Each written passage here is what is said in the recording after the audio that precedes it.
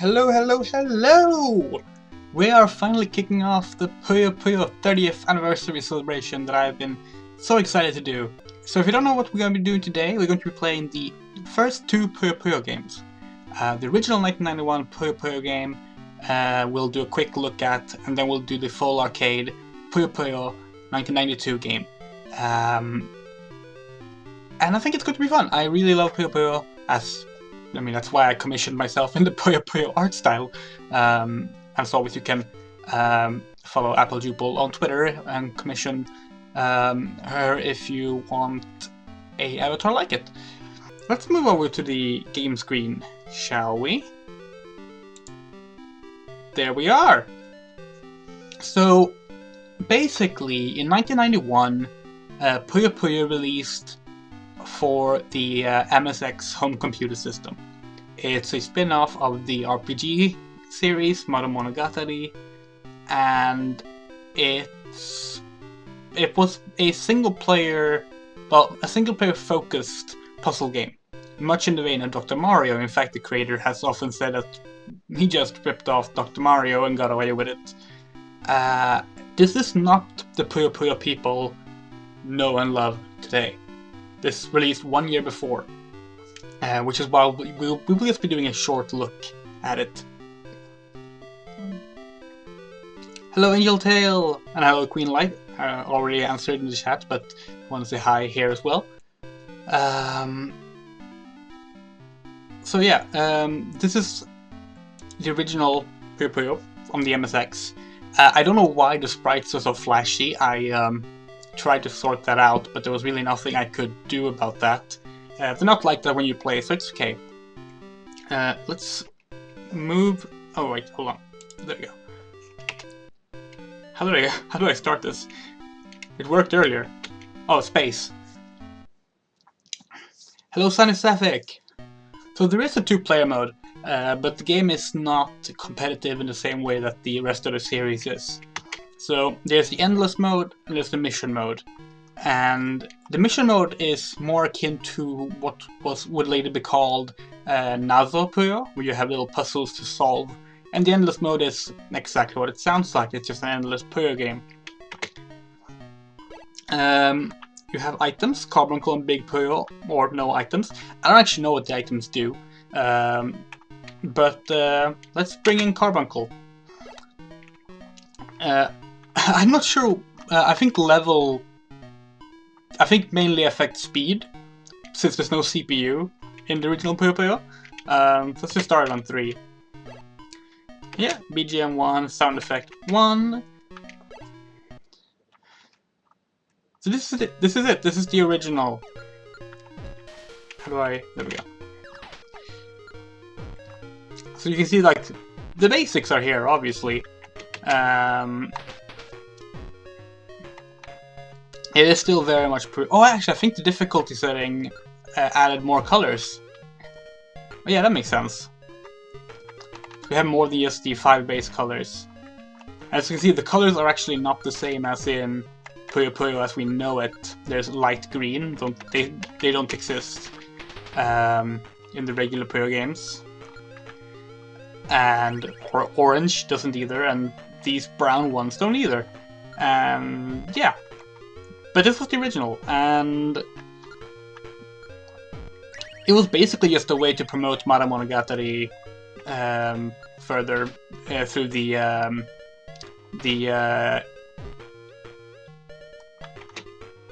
I just gotta complete I just completely forgot what the name of the magazine was. The magazine that these games got published in was called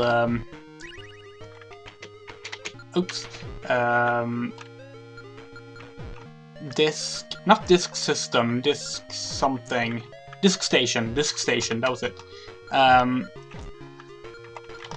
So basically, in 1990, Monogatari released in Disc Station, and a year later this released with Arl as the same character. Now this version of Puyo Puyo basically did not see porting anywhere, with one exception, sort of. That's the NES version of Puyo Puyo 1. which is also very much in the vein of this Puyo Puyo rather than the more popular competitive fighting game style Puyo Puyo. I can say this is really hard to play because you can only rotate one way. That is actually true of the first arcade game as well. You cannot rotate left and right, only right. And as someone who's been playing a lot of Puyo Puyo Tetris lately, that is very jarring to get used to again. Oh, here's Carbuncle! Yay! Carbuncle turned them orange. Carbuncle is also from Ada Monogatari, originally Satan, or Dark Prince's companion. Arl manages to steal Carbuncle away with the promise of curry in Ada Monogatari 2.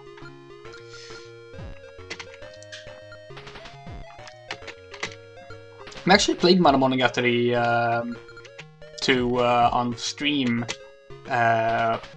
late 2019 because we were celebrating the pre-release promotional version of the game, which had its 30th anniversary then.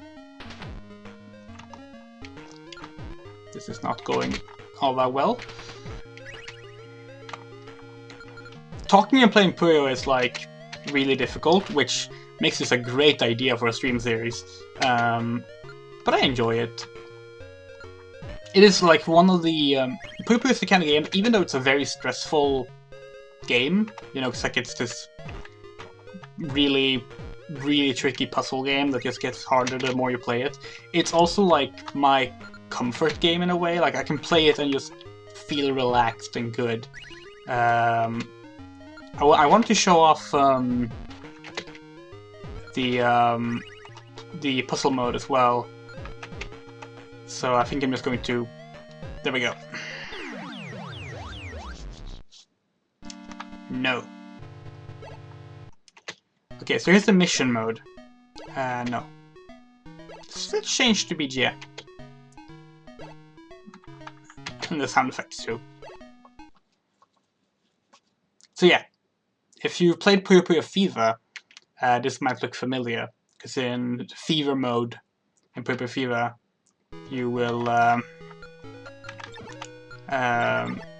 be dealing with things like this.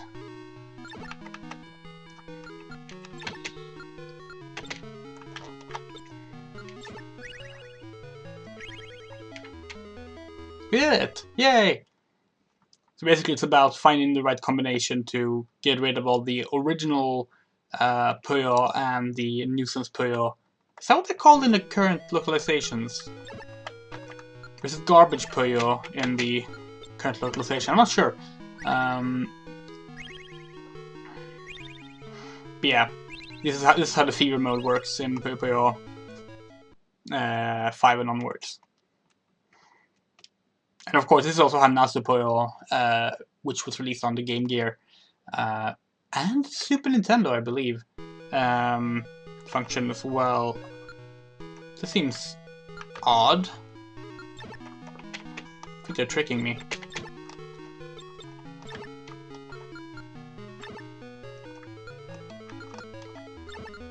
I can't do both at the same time. That doesn't work. Or does it?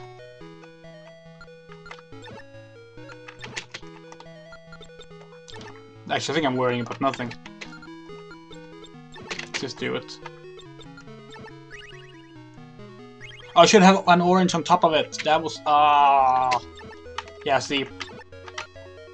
They do actually get harder eventually. Wait, what do I have left? Oh no, it's a full clear. Oh, I have to do a full clear. Shit. That's not happening. Oh well. Let's move on to the actual main course. Because while this is fun, it's not really Puyo Puyo as we know it. So we are going to just close that down.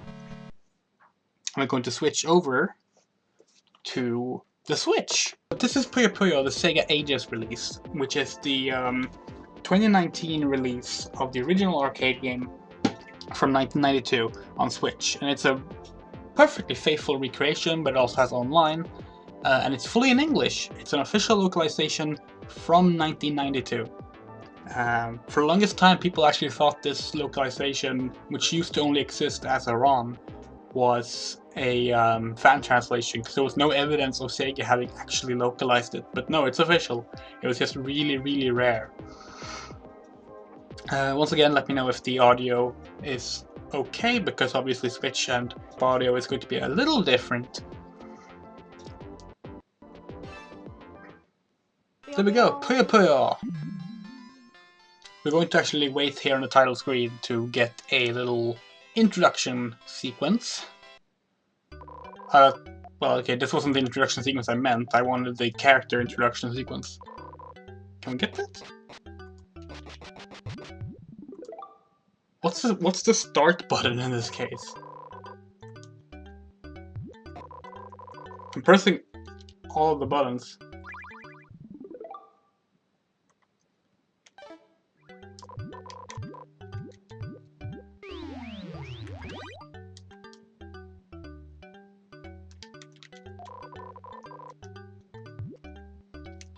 This is awkward.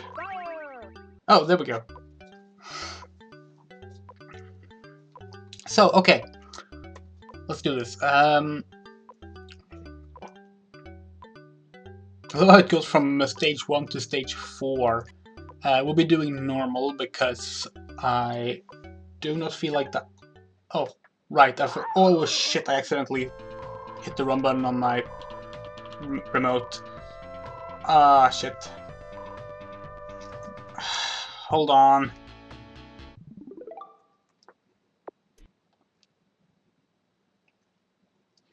This is why I hate playing with the game capture, because it always causes problems.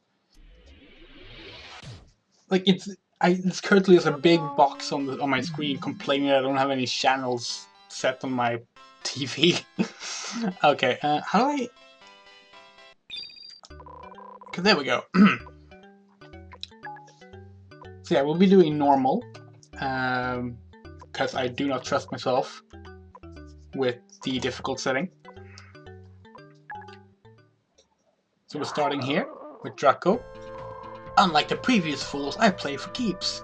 Talk is cheap, prepare for battle. So, brave fool! So, Arl there, Arl Nadja, protagonist of most Puyo games, she was localized a bit differently in this version. She is, for some reason, named Sylvana.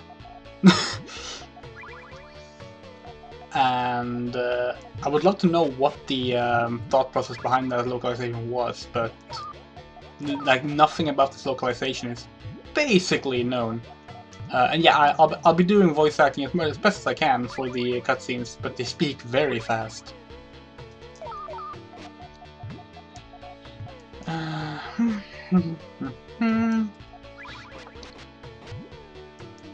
Yeah, so as I mentioned, the first arcade game also doesn't have more than one rotation axis, actually.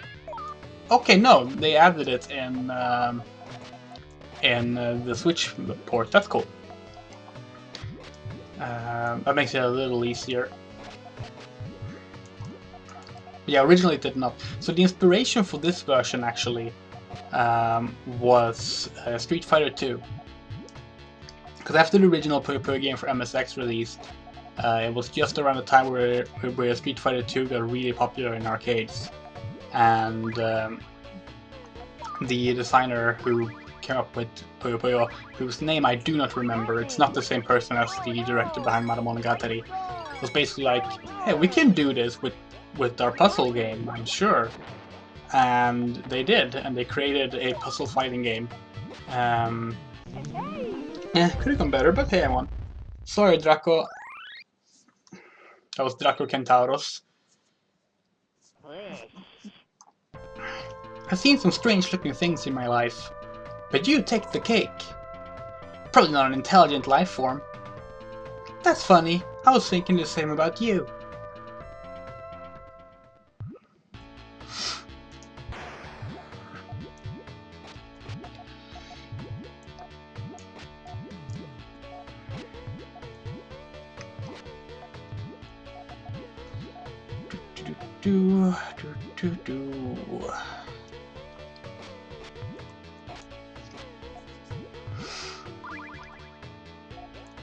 I believe the exact term for the genre they call for this game is supposed to be is like battle action puzzle, or like battle puzzle game or something like that, which was, you know, a pretty new thing at the time, because, like, you know, games like Dr. Mario and Tetris, they were very much single player or high score focused when it came to competitive stuff. So it just basically completely changed the entire market of puzzle games in Japan. And to this day, it's often stated that while Sonic the Hedgehog is Sega's most financially successful franchise, Puyo Puyo is the one that most people in Japan know about, just because of how big it was in arcade, and even to this day in its console game forms and mobile game forms. Sadly enough, the Monogatari series did not end up as popular. The original series is sort of barely existing in any digital format, apart from like emulation, and the revival that was attempted by Compile Heart a few years back, which was called Seima Monogatari, or Sorcery Saga, Curse of the Curry God, I believe is the full subtitle. It didn't do well enough for any sequel to like. It's a shame, considering just how much came out of that game.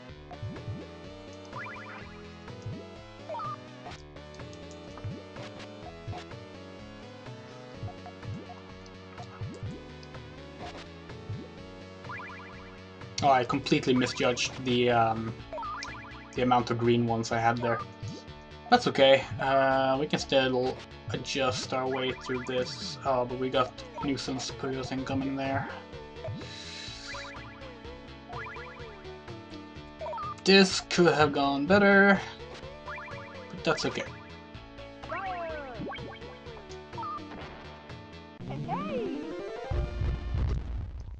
No, the first one was Dr. Mario. But Puyo Puyo was very much the bigger one, in a way. This is getting too strange. Are you for real, or did someone chop off the rest of your body? Oh, let us tremble before me in fear. You too will learn such fear. I fear no one! So far so good, we haven't lost anything. I was kind of worried that like I would announce this stream and then end up like in some oh fuck it. I messed it up. End up like in some sort of stalemate scenario where where I have to like do a save state and finish on another stream. Let's hope it doesn't come to that. I have beaten this game before, more than once, including on the Switch version. Although that was 2 years ago, nearly. I did consider playing it on a MAME, the arcade emulator at first, but shit. I figured it was just easier to have the official release here, since I own it anyway. There's also a release of Puyo Puyo 2, which is the second Puyo Puyo game, the second arcade Puyo Puyo game. It's also on Switch through SEGA Ages. It is not localized, however. It's in Japanese. But that basically, you know, it means you can't read the dialogue, which, you know, is a shame. But I mean, obviously the gameplay is perfectly fine without Japanese knowledge, because it's just this. But with nuisance cancel and other just improved features. I think Puyo Puyo 2 is still like the oh shit.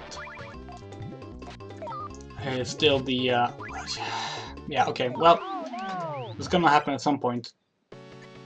I think Puyo Puyo 2 is like still the fan favorite of the series when it comes to gameplay style, because 2 is basically considered like just the Puritan best version, and I would probably agree with that. It's at least in terms of like it's not my favorite version, but the one that is my favorite version, which is Puyo Puyo, is incredibly unbalanced. It has like special powers and stuff, and they were not tested properly, or if they were not balanced in time properly. But I just love it conceptually so much. But it's not very fun to play something that unbalanced. So in that regard, I do prefer Puyo Puyo 2. Is what I play whenever I play Puyo Champions. Do not care for Fever, which is the second most popular form of Puyo Puyo. I've never been a big fan of Fever, which I will talk about more when we actually get to Fever. Fever was like the first really big SEGA one, because originally it was a series that Compile did. But then SEGA bought the Puyo license in the late 90s, and Sonic Team ended up making Puyo games for a little over a decade after that. So actually the Puyo art style that is most famous, although it's not exactly the same now as it was then, the Fever art style, which became the basis for the current art style, was created by Yuji Uekawa, who also did the Sonic Adventure art style. It's a bit of a fun fact there.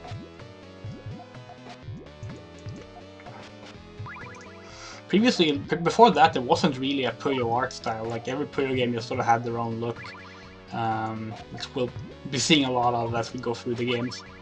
I'm so fucked.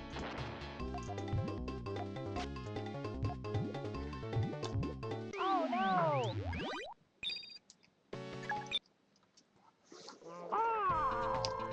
Okay, we can do this.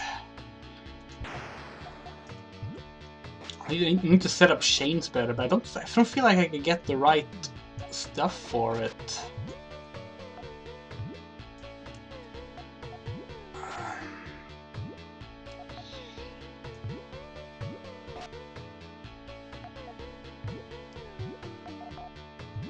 Well, that's a pretty decent start at least. It's gonna give Foot a bit of a... I was trying to think of like a feet-related pain to have, and I got nothing. Cramp. There. Oh shit, I completely fucked that up.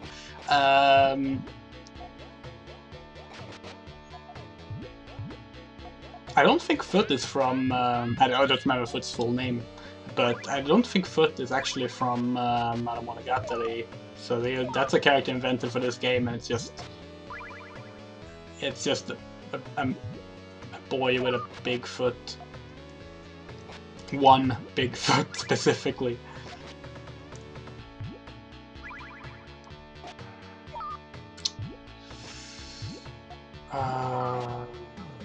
This is not going according to plan.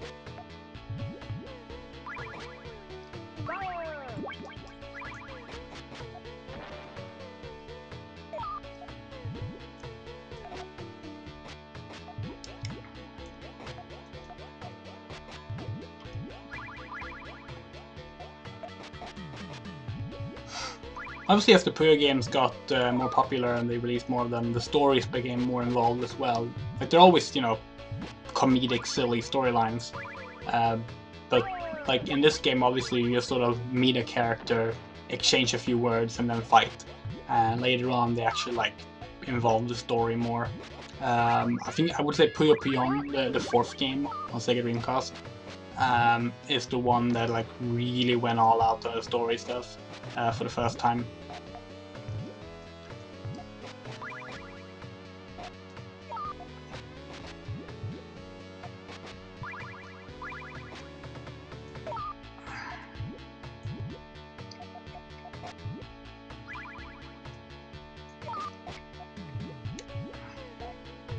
Come on. Fine, just to get rid of the nuisance.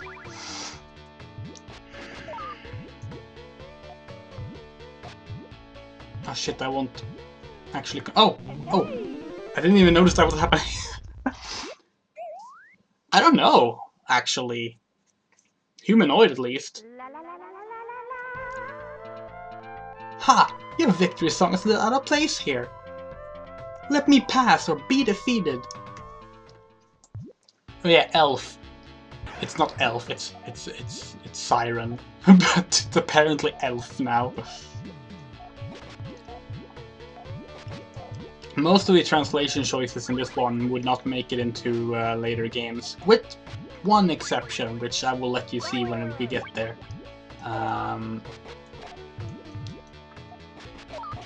It's actually one of the changes I dislike the most in the series, and it's remained true to this very year.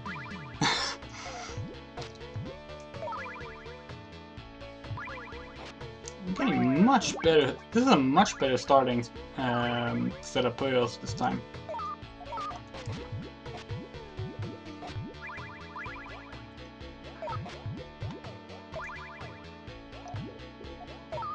Oh, that was not what I meant to do, but that's okay. We can work with that.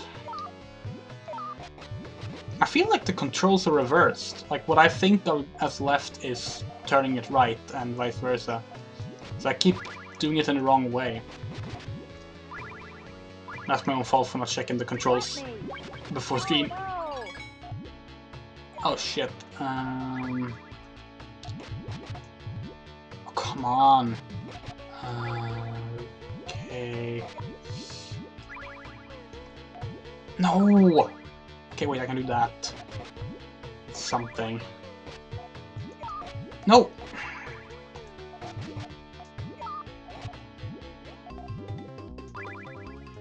You got me.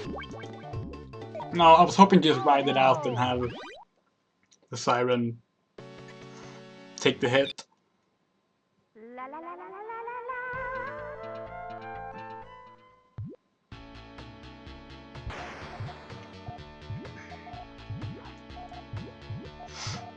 This is actually the main method that the AI uses in Puyo 1.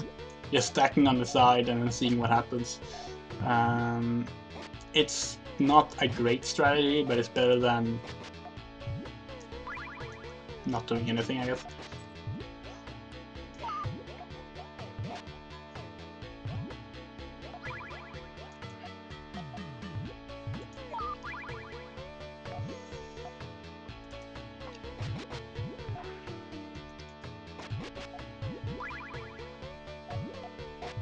That was a terrible decision on my part.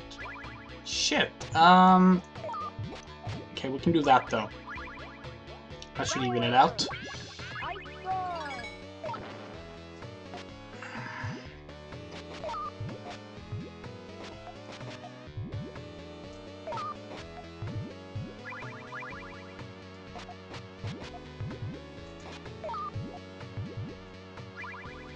Yeah, there's actually there's two versions of Puyo Puyo 2 on Switch, and neither of them are translated. Because you have the arcade version, which is what I'll be playing, but you also have the no! Fucking! You also have the Super Nintendo version as part of the Nintendo Online game offerings. So you can just like play two near identical versions of Puyo Puyo 2 in Japanese on the Switch if you want.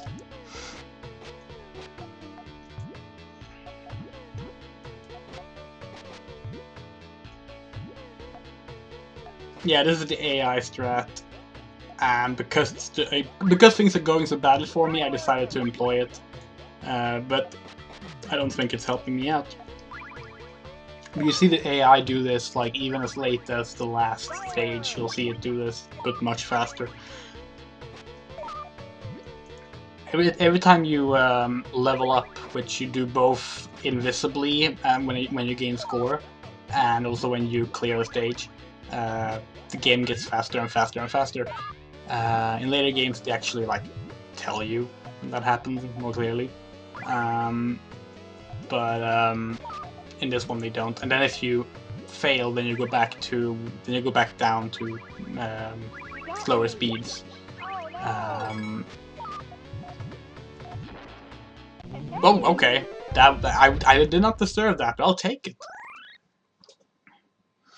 Here we go. I've been waiting for this moment for a very long time. Words, merely words. Ah, but my sting is deadly. Stop.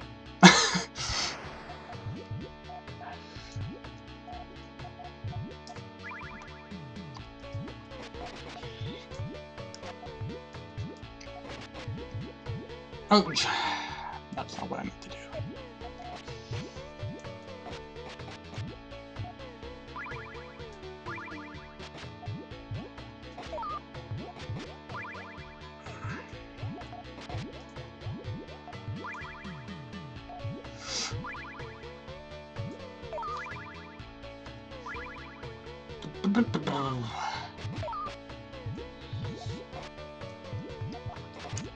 I didn't realize, I should have realized this, but I didn't realize when planning the stream, yes, the fact that I would struggle to read the chat and play at the same time.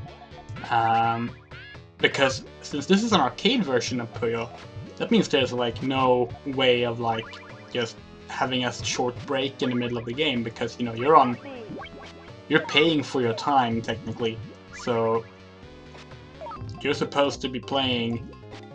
There's no pausing. I mean, there is, because this is an emulated version, but it's not designed for you to take a break in between rounds. God damn it.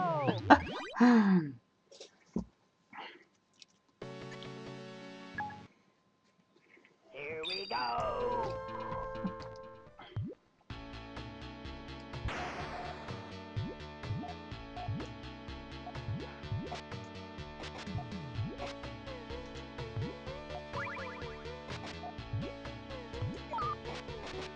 Okay.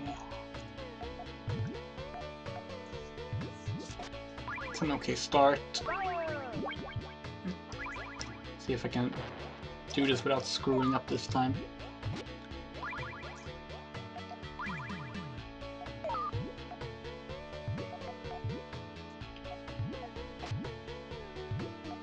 I imagine some of the later Puyo games we're gonna have to do in multiple streams, because like some of them get long, like really long in the story modes, and have like multiple story paths and stuff. And some of them of course aren't even puzzle games of the traditional variety. There's one that's a rhythm game, Puyo Puyo Da, and there's 2 RPGs. Waka Waka Puyo Puyo Dungeon and Puyo Puyo Chronicle. I was hoping Puyo Puyo Chronicle would have gotten a fan translation by now, but it hasn't. But who knows? Maybe by the time we get there, we'll get lucky. That's the game released in 2016 for the 25th anniversary for Nintendo 3DS. And it's a really cool RPG that uses Puyo Puyo puzzles as the battle mechanic for the game. It's really neat. You got me. And considering like the series started as an RPG series, I thought it was really nice of them to like do another one for the anniversary.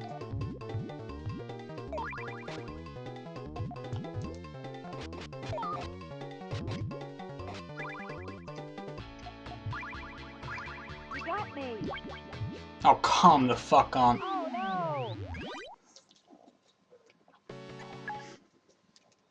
Here we go.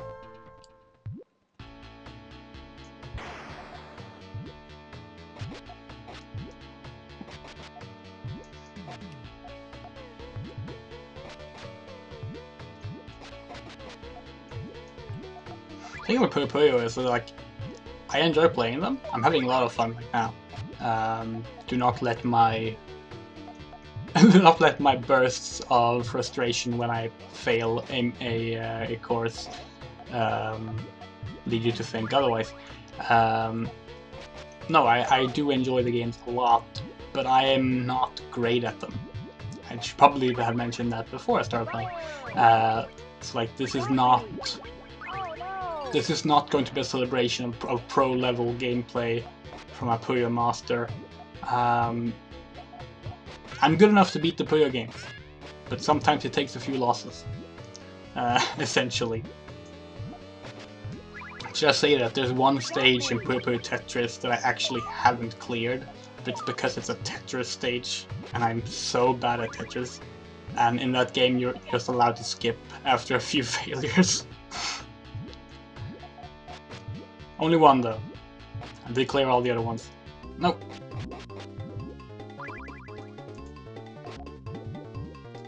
No shit! I keep pressing the wrong direction. Again, like I wanted to twist it right and I twisted it left. Oh yeah, multiplayer Puyo is really fun. I don't get a lot of chances to play it because no one plays Puyo. I was really excited to play Puyo Puyo Tetris 2 in multiplayer, and then my copy didn't arrive. Like, it got like stolen in the mail or something. I got my money back. But yeah, that was a thing that happened. So now I'm just waiting for the PC version, but that won't be out until March, so yeah.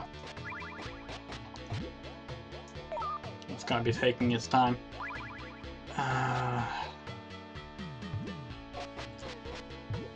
Why did I do that? Why did I do that? Whatever, let's just sort this out.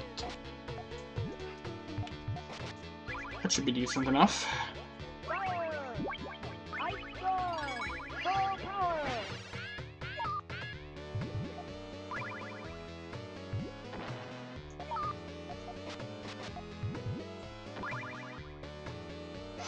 Yeah, I was actually really excited to like check out Tetris 2 before the end of the year, so I could like consider it for like my end of the year list and stuff like that.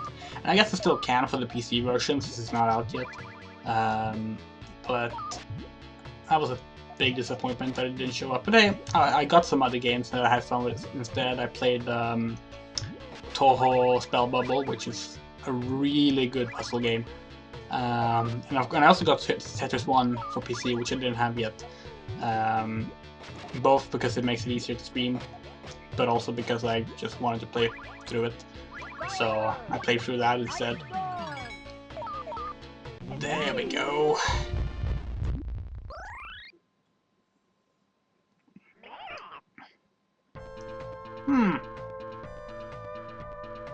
Why aren't you dancing? I don't see any reason to celebrate, do you? Don't you like my song? It's not bad, but you should practice a little more. What a mean thing to say. I'm the best there is. The best! Let's see just how good you are. Joni. Oh shit, now it's fast. This is what I mean with leveling up. You got me.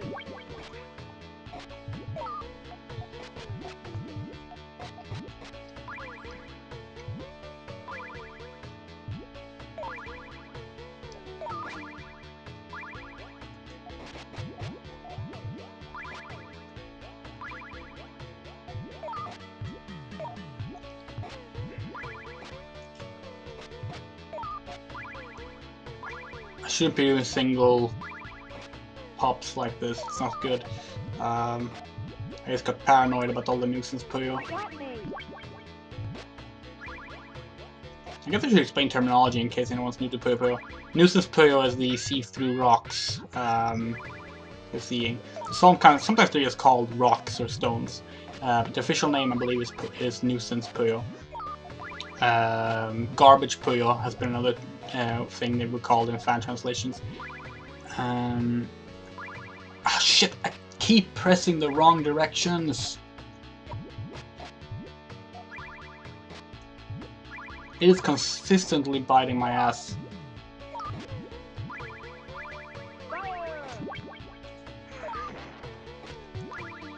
Okay. That should be a good one.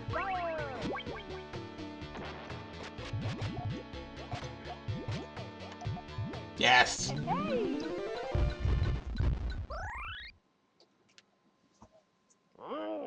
Zombie! What is that awful smell? You're not exactly a bed of roses either. Yuck! Unpleasant human. Zomb. I love the shorthand names. Oh yeah, if you played this game got localized in a few variants.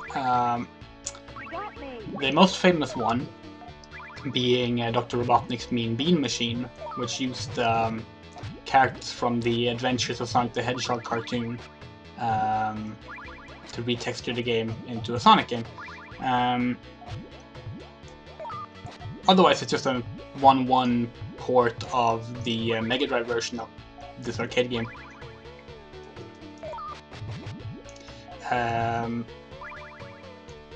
There was also a version.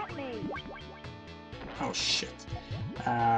For PC, I think it was called like Zoinks. It's like Zoinks or like Socks or something with a Z, which like used I forget his name now, the Tetris guy, as like a marketing tool to try and promote the game as if he had made it, which he obviously hadn't. Shit.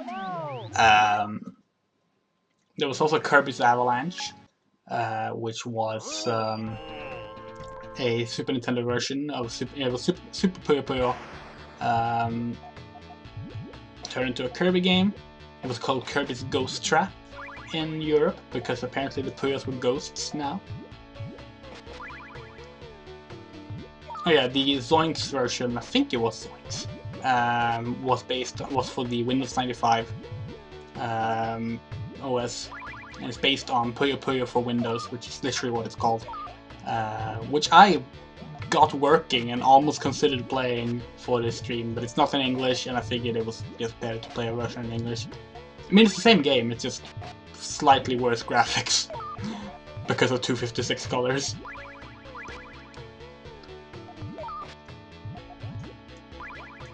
No wait, it can't be 256 colors, because that's on board with what we have here. Must be less than that. But still more than 16. Oh shit, I'm... Started thinking about colors. Damn it.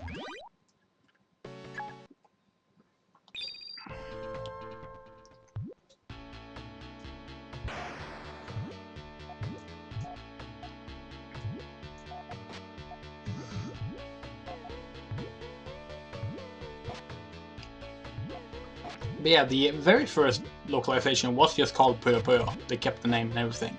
It's the version we're playing right now.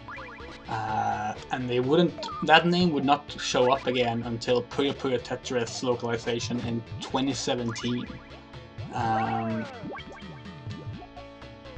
Because the next time they localized Puyo Puyo without changing what it was, they called it Puyo Pop. They did a few games just called Puyo Pop. There's the Neo Geo Pocket Color version of Puyo Puyo 2 was released as Puyo Pop. It's the only official English release of Puyo Puyo 2. And there was also the GBA game Midnight Puyo Puyo was localized as just Puyo Pop. And then there was actually an original game, original Western developed Puyo game for the Nokia N-Gage, which also just got the name Puyo Pop.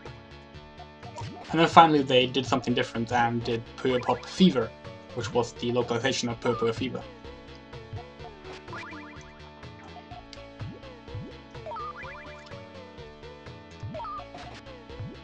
And SEGA actually went all off of that one. Like, they got voice actors, they put it out on like every platform they could. They really wanted it to be a hit, but it was not that super successful in the end. And unfortunately, we never saw another Puyo Pop release after that. Shit.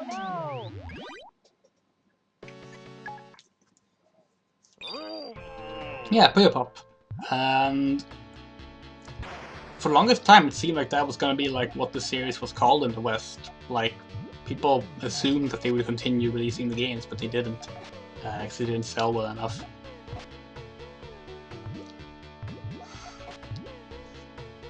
But then in the early 2010s, Japan got this mobile game called Puyo Puyo Quest, which was a huge success in Japan. And it's like, it's a bit different from regular Puyo Puyo, because you don't stack Puyos like this. Instead you sort of like, you have like a full field of Puyos and you try to like match them up. So like it's made to fit touchscreens, essentially. And people really wanted that localized. SEGA actually did bring it over and completely replaced all the graphics and called it God, what did they call it? I think they called it like Cranky Breakfast Friends. Like, I'm not joking, that's actually what they called it. It was almost the exact same name as the made-up cartoon that they watch in Steven Universe. And I have no idea what the hell they thought about, like, why they did that. Because everyone just wanted it to be Puyo Puyo. And instead they turned it into that, and obviously it didn't do well. This is going terrible.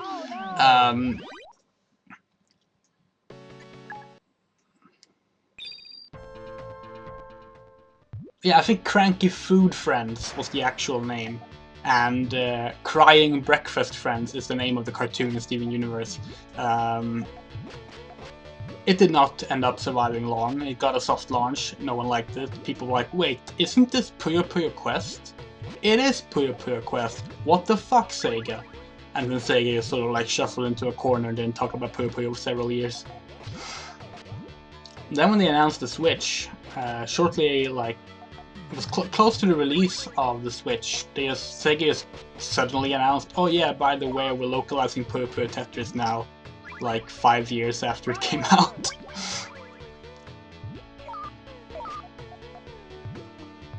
But hey, it did really well. Tetris 2 did really well as well, so Champions did well, so it seems Puyo Puyo is here to stay now.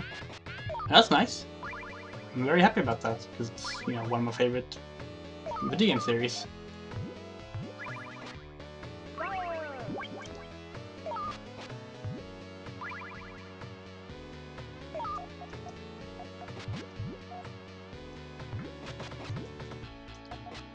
Yeah, it's just baffling. Like, I don't know any other video game series that's been like repurposed into other games as much as Puyo Puyo. Like, everyone knows about the Dr. Robotnik one, but like that was far from the only one, and it just kept going as late as the 2010s.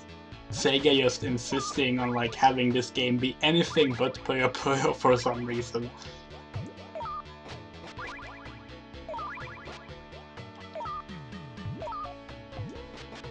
I mean, you have games that like get like the Tetris branding, even though they're not Tetris games. But that's a bit different. That's to like promote Tetris and or use Tetris to make the game popular. They don't retexture an existing game to look like it's a Tetris game. It's witch time. Do you have any last words, my dear? Where did you escape from? Enough. You will fry in the Black Kingdom's eternal flames. Witch actually has her own game on the that came with one of the Disc Station magazines.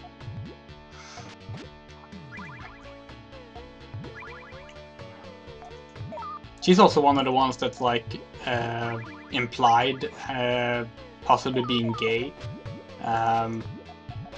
and kind of sort of starts cuddling with Arl in her while sleeping in Puyo Puyo Sun. We'll get there when we get there.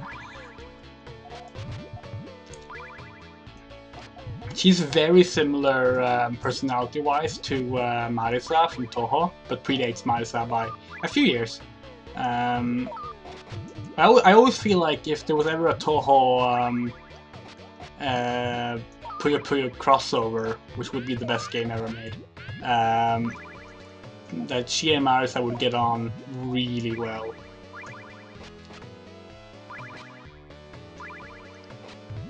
they just are that alike. I mean, they're both witches, obviously, but like personality-wise, they just have a lot of the same traits. And yes, by the way, her name is Witch. It's not her. It's not that she is a witch, although she is, but it's her actual name. And her grandmother, who taught her magic, her name is Wish. You got me.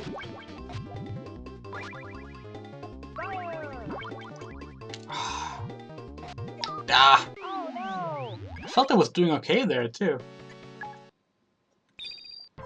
Puyo Puyo Sun is the third game.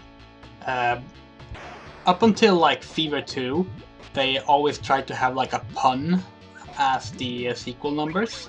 So you have Puyo Puyo Tsu, and it's the kanji Tsu, so it's not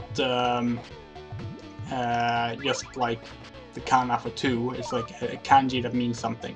I don't remember what it means off the top of my head. I will look it up before the 2 stream though. And then there's Puyo Puyo Sun, literally written in English, sun as the word sun. And it has Sun Puyos in it. And then Puyo Puyon, because Yon is 4, so they just sort of merged it into the name. And then Puyo Puyo Fever is Puyo Puyo Fiver, almost, kind of, sort of. And then they gave up and called it Fever 2. And then Puyo Puyo 7. They just completely gave up, just put a number on there. This is going bad for me.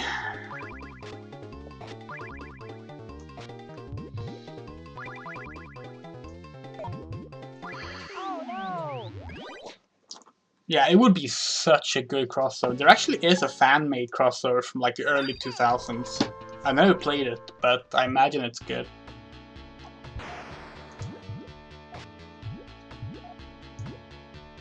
Which is often paired up with Draco Kentaurus, the first person we faced, sort of as a brain versus brawn situation.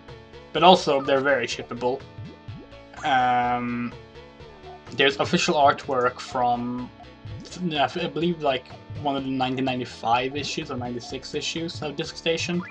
They just have like Draco in this like super short butch-like haircut on a motorcycle with a witch casual outfit, and like the text just talks about them going around hunting yokai, and I'm just like, where's that game?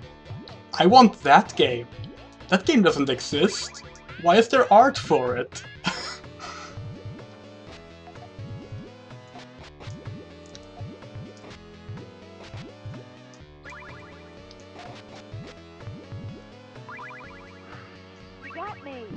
Ah, shit. This is just not at all going my way. Yeah, just start over. Oh no. Yahey.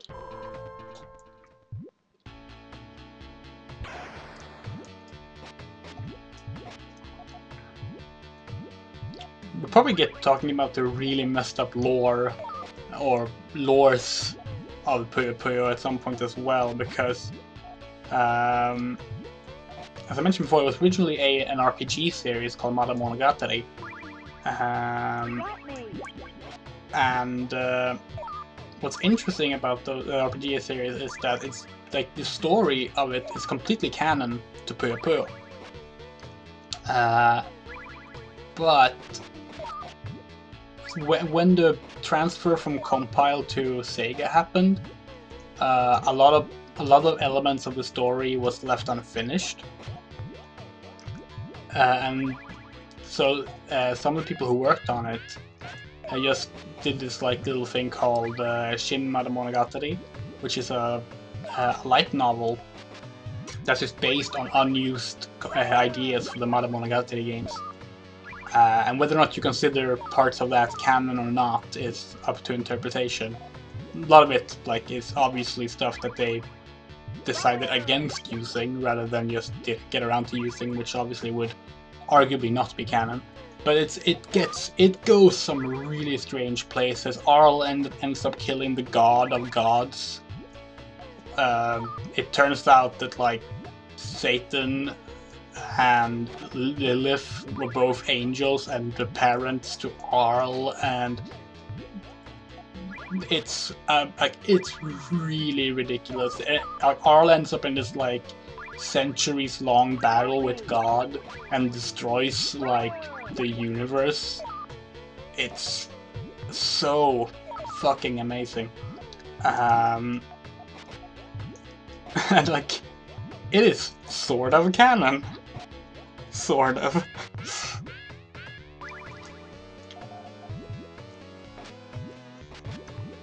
Even the stuff that actually was in the games that like is indisputable canon gets into some pretty like ridiculous places at times. Yes. Who do we have next? Oh, okay. Excuse me, but I wish to pass. Well, I'd like to see you try. Hey, you're scaring the animals. Oh, am I? Sorry about that. Sometimes I don't even realize my own strength. Okay, so... Oh, fuck, that's fast. What was I going on about? Alright, Maramonogatari. Okay, so yeah, some of the stuff that happens in the actual games of Maramonogatari. The reason Puyo Puyo happens, like the thing we're doing right now, popping Puyos, that's a spell. It's an ancient spell called Owanimo. And Arl finds a book unleashing it, allowing them to merge 4 of any identical thing and sacrifice it to the goddess of magic for magic power to use in battle.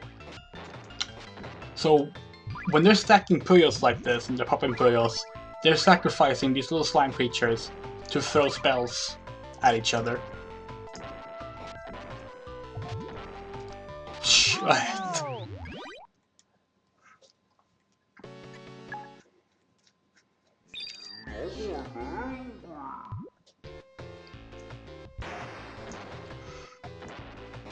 And like that, yeah, that's in the actual game. That's actual canon. At least up until the SEGA acquisition. SEGA kind of avoids referencing the compile games as much as possible.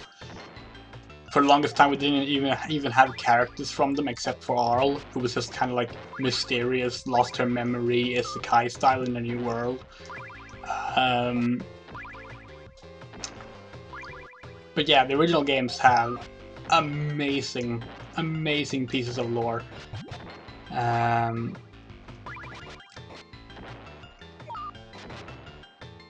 mean, hell, the first game, Maramonogatari 1, like, it's literally just like, I think it's 5 or 6-year-old Arl doing her kindergarten exam, which involves her trapping herself in a tower full of monsters, and it goes some really fucked up places.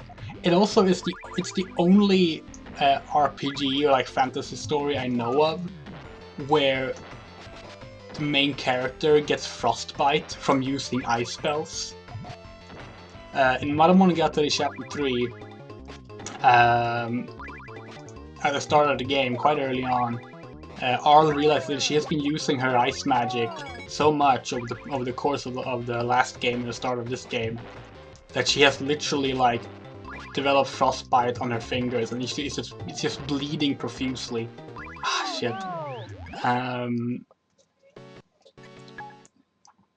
And yeah, bleeding. There's a lot of gore in the series. Especially in the PC98 version, which for some reason felt it needed to be gorier. So like, when you fight Sheso, who originally was just known as the Magician, or the Sorcerer, you just straight up decapitate him. And then his flying head starts shooting fire at you until you blow it up.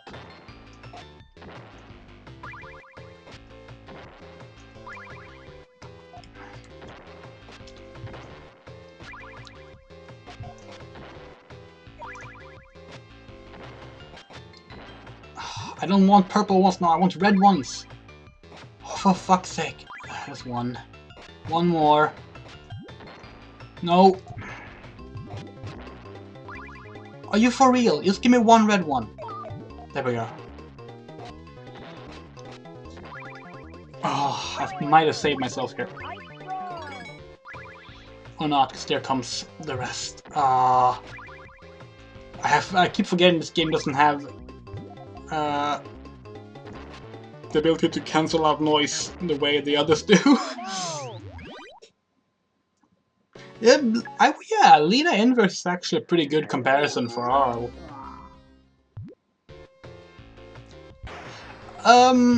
I guess it's a cuter series now. I don't know, it still ends up some pretty fucked up places sometimes, like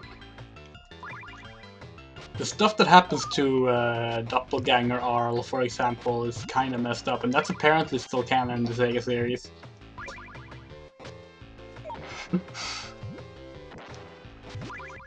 Then there's like Puyo Puyo 7, the villain is Echolor, which is like this interdimensional demon who doesn't he doesn't have an evil plan or anything. Like, he doesn't have any reason for doing anything evil. He's just doing it because he feels like it. So he's this like completely just, I don't know, I felt like it style villain who goes around just trying to like end the existence of 3 different dimensions at once by just filling them up with Puyos until everyone will be dead. It's a strange series.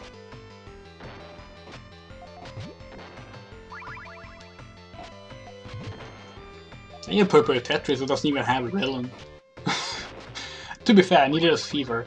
Not all the Puyo games have a villain, because sometimes it's more like other stuff is happening that doesn't involve a villain, but let's still do Puyo fights, because that's what we do.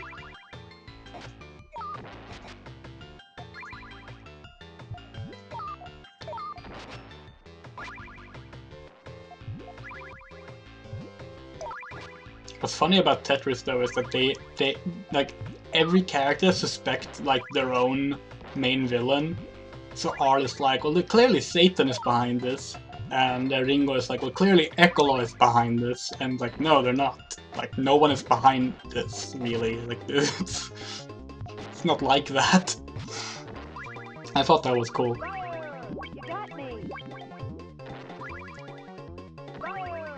Oh, for fuck's sake, I actually thought I had something going there. Hi, Lyda.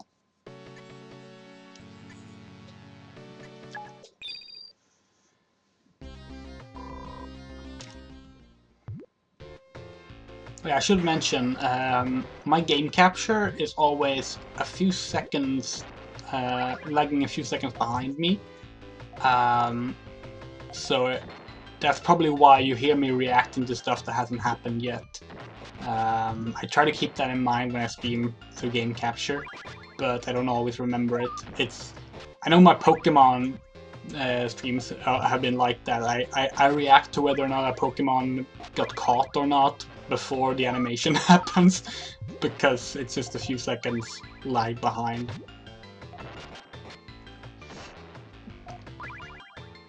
I'm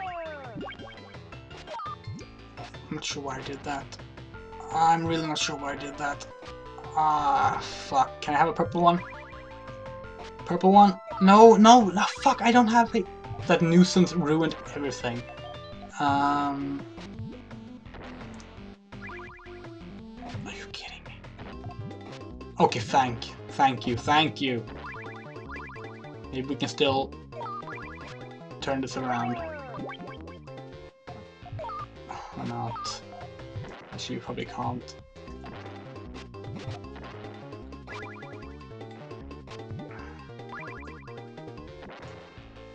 Just gonna try and get something out of this. That should be a pretty good one.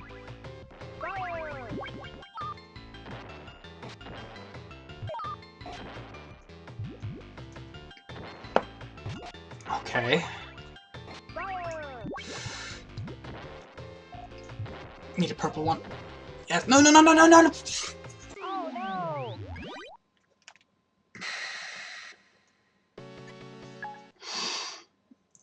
I forgot to press right.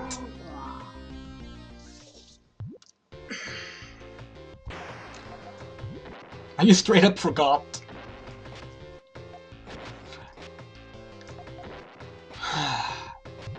God damn it!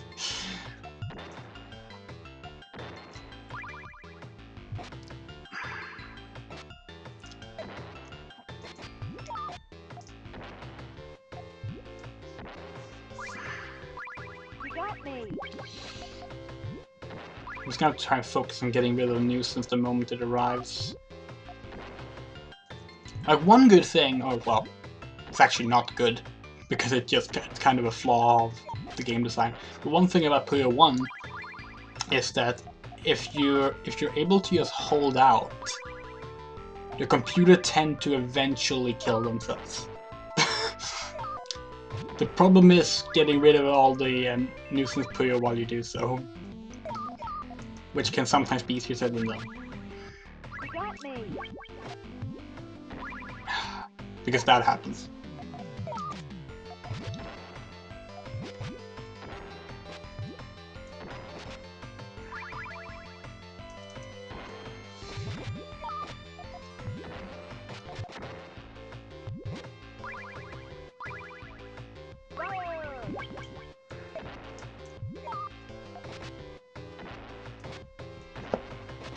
That's okay.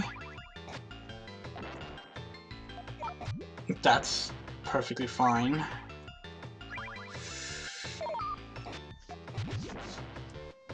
Not exactly where I want it, but I'll take it. Ah, shite.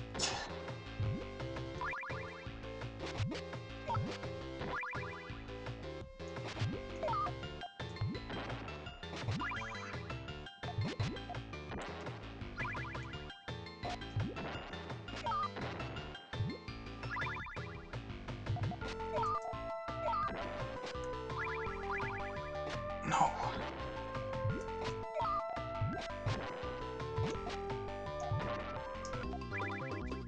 Oh, come on.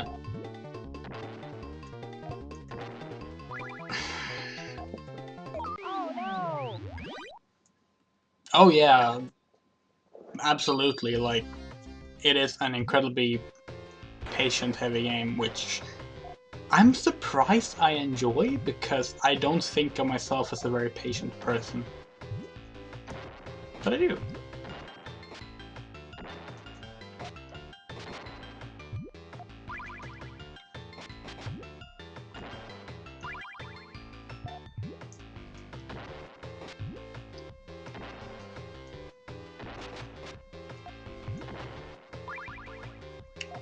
Okay, that's a good setup, that's a good setup. Just give me a green, yes. Fire. You got me. Ice storm. It should get me a bit of a head start at least.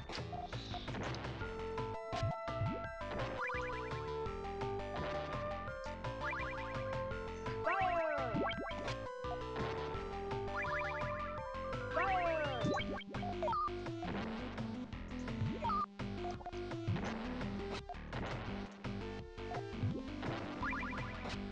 Fire. Good stuff. Fire.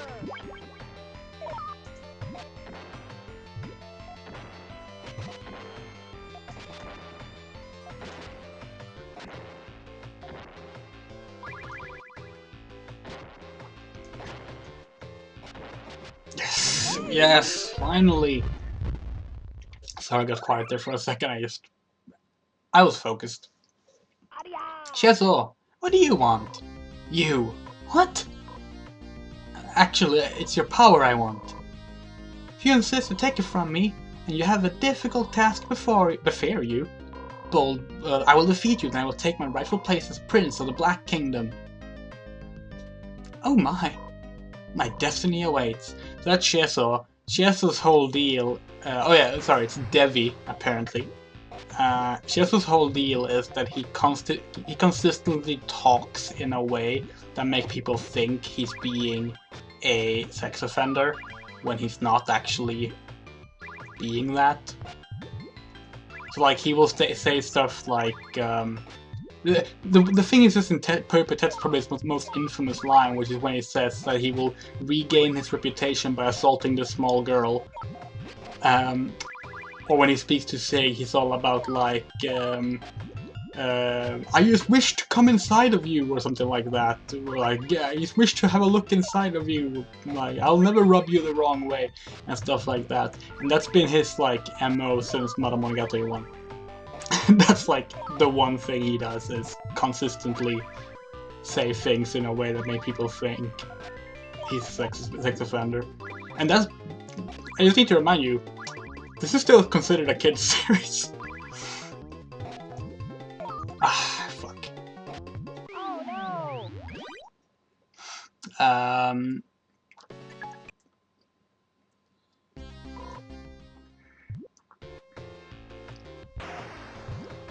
Let's see. Oh yeah, you also noticed that it said Black Kingdom.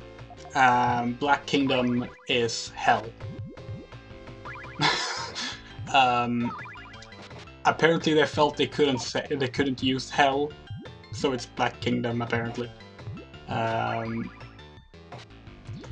What Cheso actually wants is to have Arl's magic ability.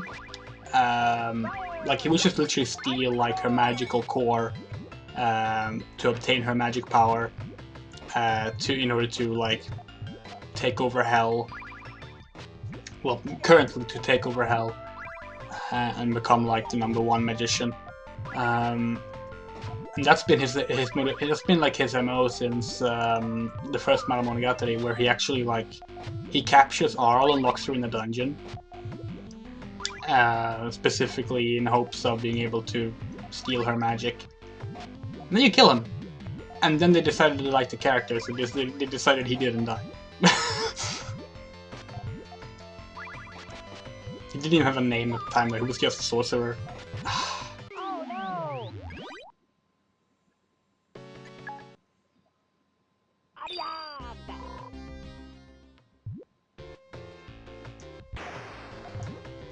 And it's the same. It's the same with the Japanese version, perverts and stuff like that. No, he's like, I mean, he's pretty gay, but on the other side of the spectrum.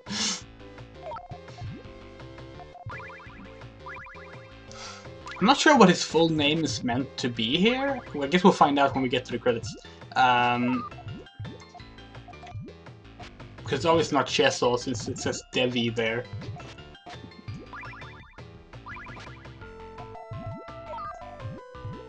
No. When it goes this fast, it's so easy to just slip up and place things wrong.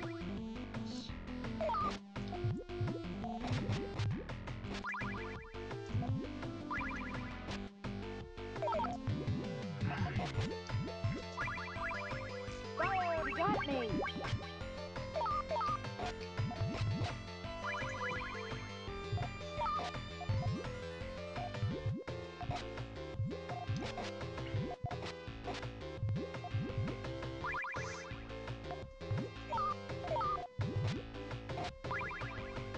Fire!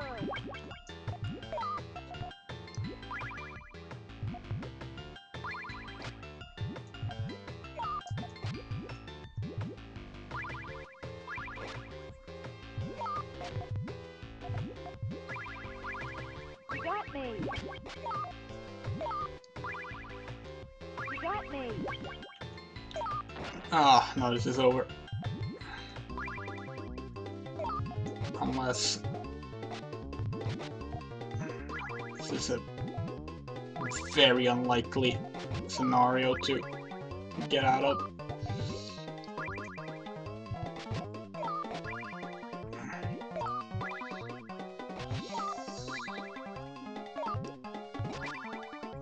No.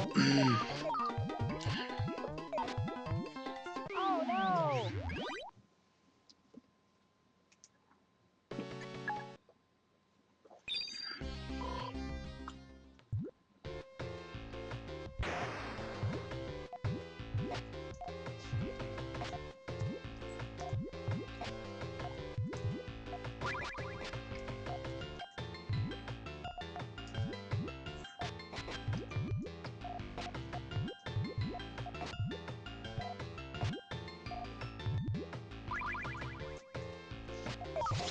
That's an okay start.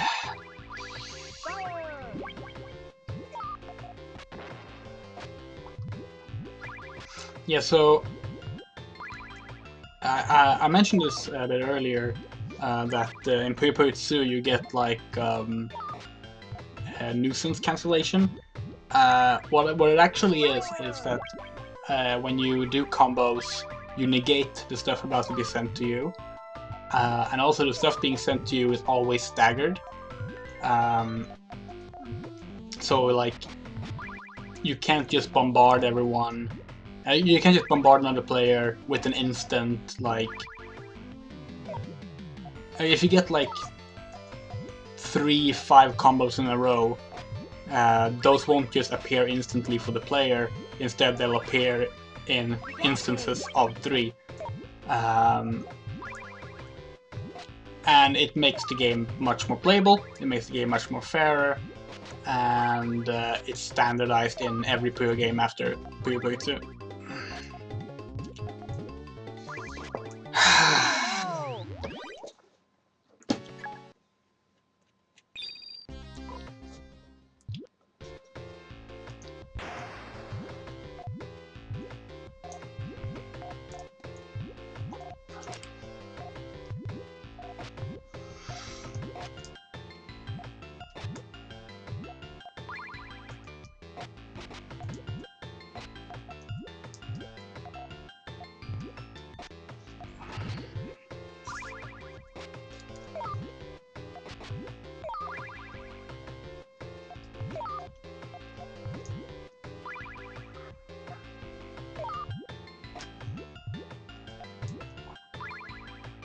You got me.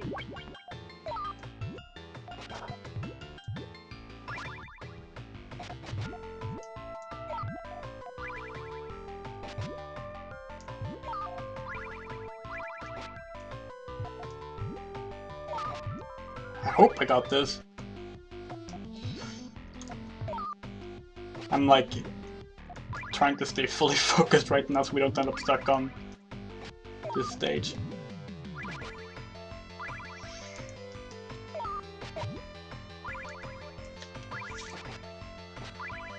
Shit.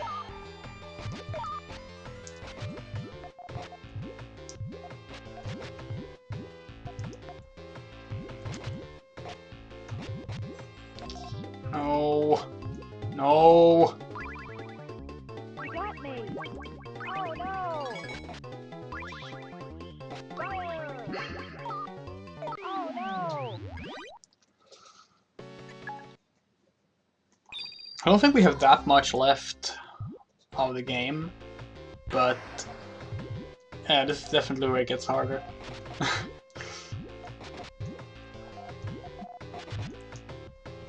It's like even the standard drop speed when you lose is still pretty fast.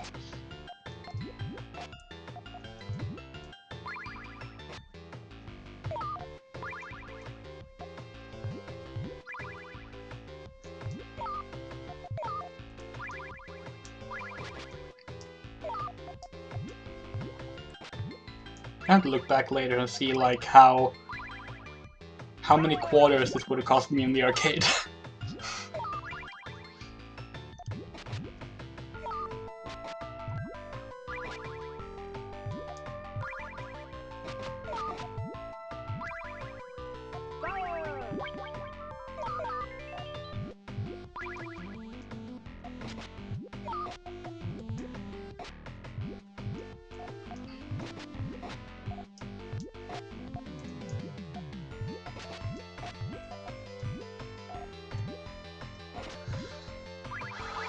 Here we go, here we go.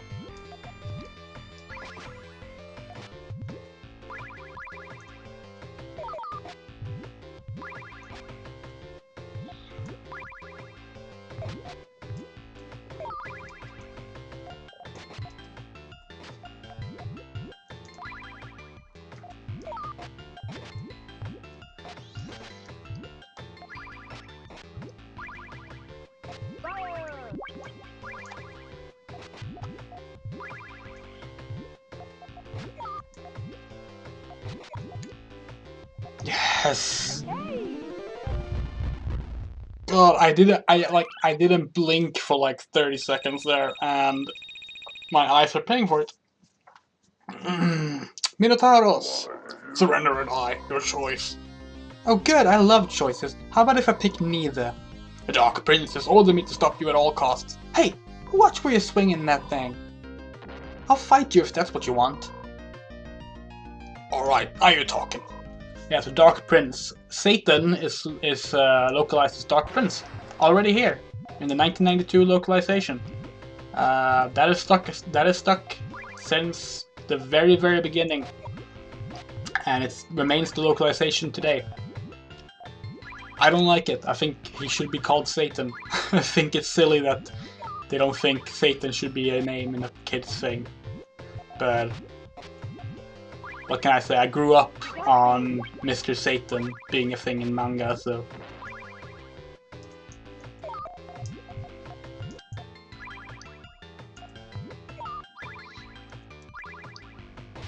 Holy shit, this is going by fast now.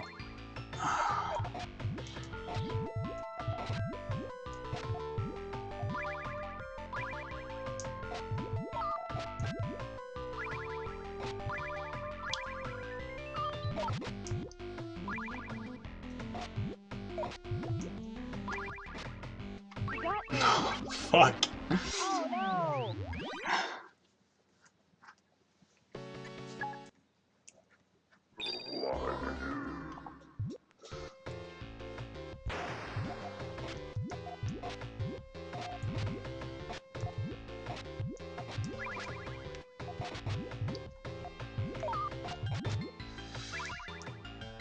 Yeah, this is the speed despite having died. This is gonna remain the speed for the last 3 stages. Ah, shit. I was actually building up to something okay there. Well, let's see if we can... No! Fuck. You got me!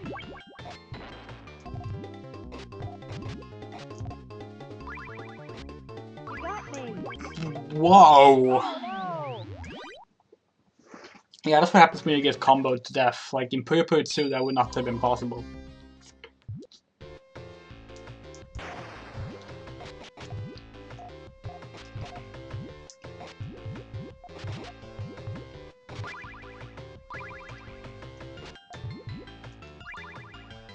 Although I hear Puyo Puyo Tetris 2 actually has similar issues in the raid mode because of apparently you can get juggled to death in Puyo Puyo Tetris raids. Fire!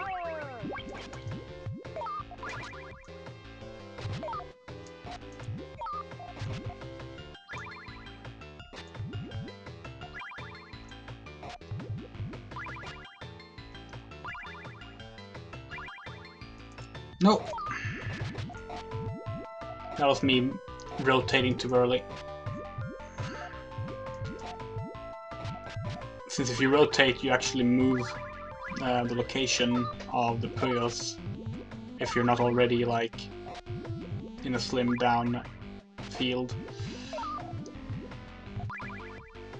You got me! No, ah shit, yeah, here it comes. Oh, actually didn't go too badly. If I can just get a purple... One more purple one. Yes. Okay, good. The blue one is welcome. No! Fucking nuisance Puyo! Take care! See you around in your tail.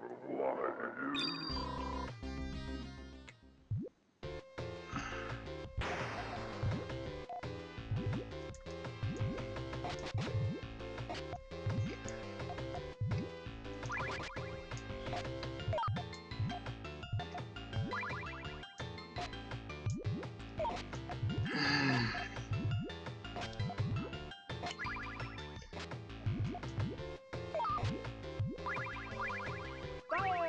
Oh come on, I just got rid of a nuisance Puyo there. You got me! Well, it still ended up a decent combo. It would have been even better if that hadn't happened though.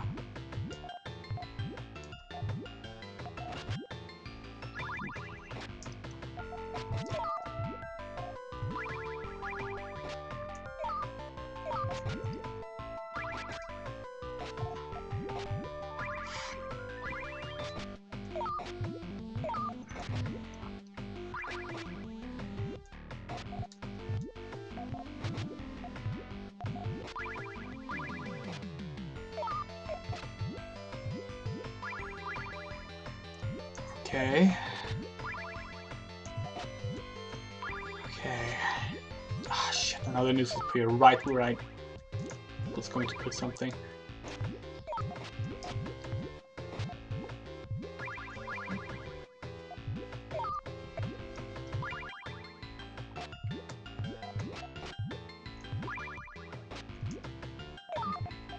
No, what? I thought that was a double green. I don't know why I thought that was a double green. It looked like a double green to me. Oh.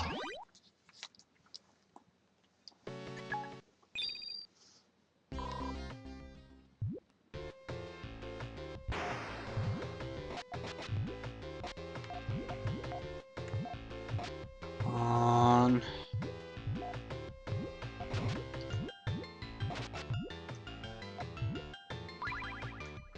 You got me.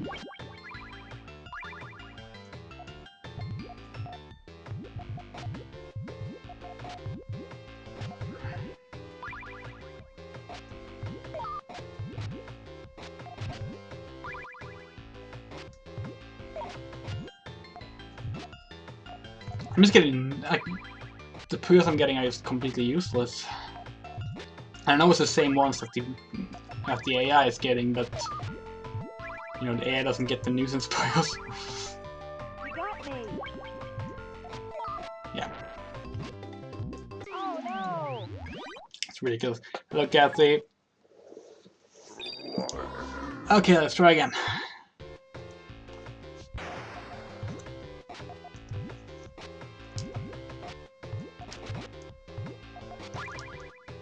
You got me.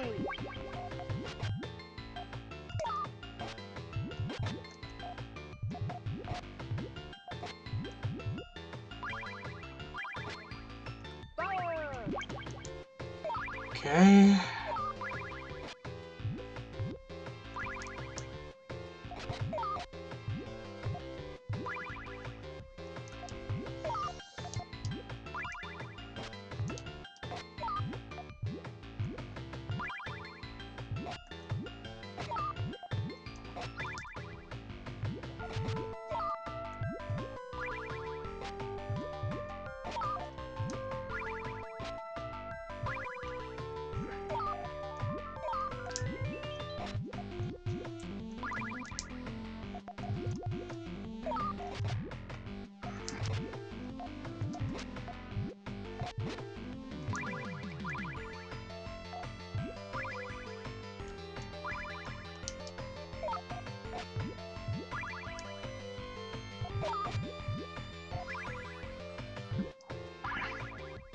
Fire.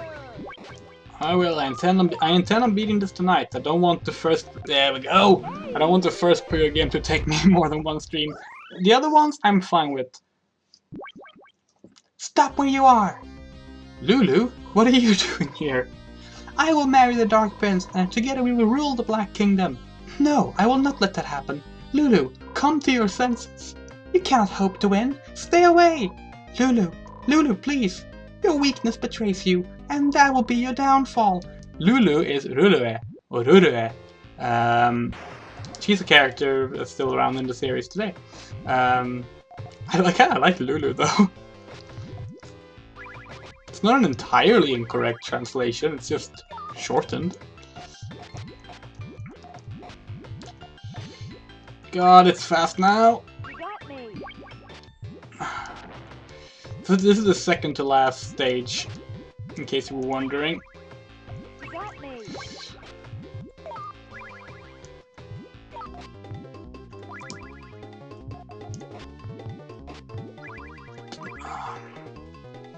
Yeah, see, another difference between this and later Puyo games is that you can't force your Puyos all the way to the left or all the way to the right in the first square, which makes recovery even more difficult. Which, you know, combined with the fact that, you know, you can do the spamming of 2 combos to just bury someone in Puyo 1, it makes for a very... It's just really hard to recover in this game, essentially. And it's the biggest flaw of Puyo Puyo 1 by far.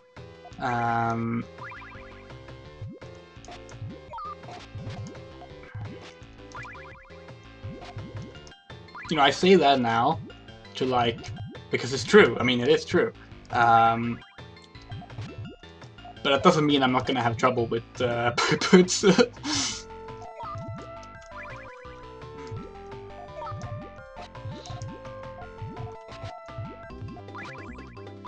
got me.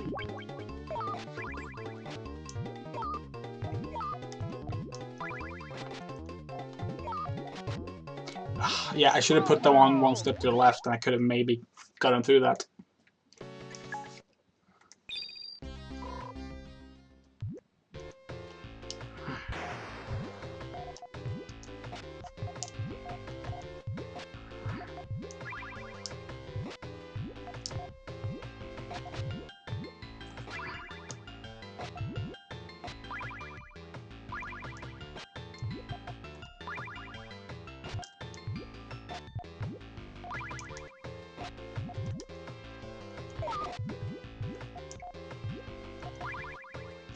You got me. Fire.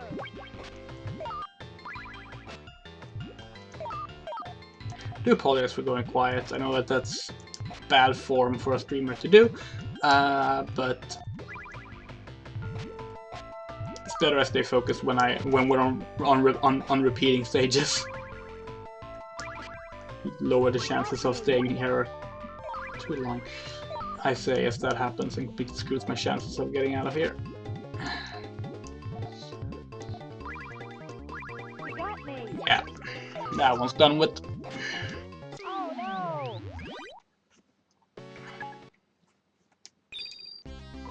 Rulu first appeared in Monogatari Chapter 3. I should make it clear, the first 3 chapters of Monogatari released together as one game in 1990. But yeah, in Monogatari Chapter 3, she's in love with Satan, and upon hearing that Satan wanted to marry Arl, she ends up going to capture Arl. But then when she learns that Arl actually wasn't interested in marrying Satan, she and Arl end up becoming friends. But whenever the series needs to repeat its plot a bit, she ends up going for Satan again and has to fight Arl for some contrived reason. Like now.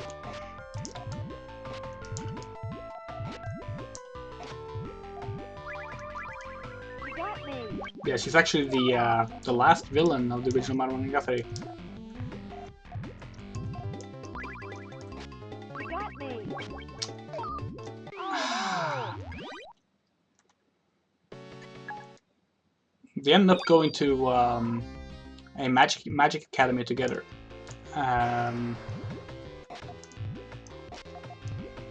Between the events of Monogatari 3 and Puyo Puyo.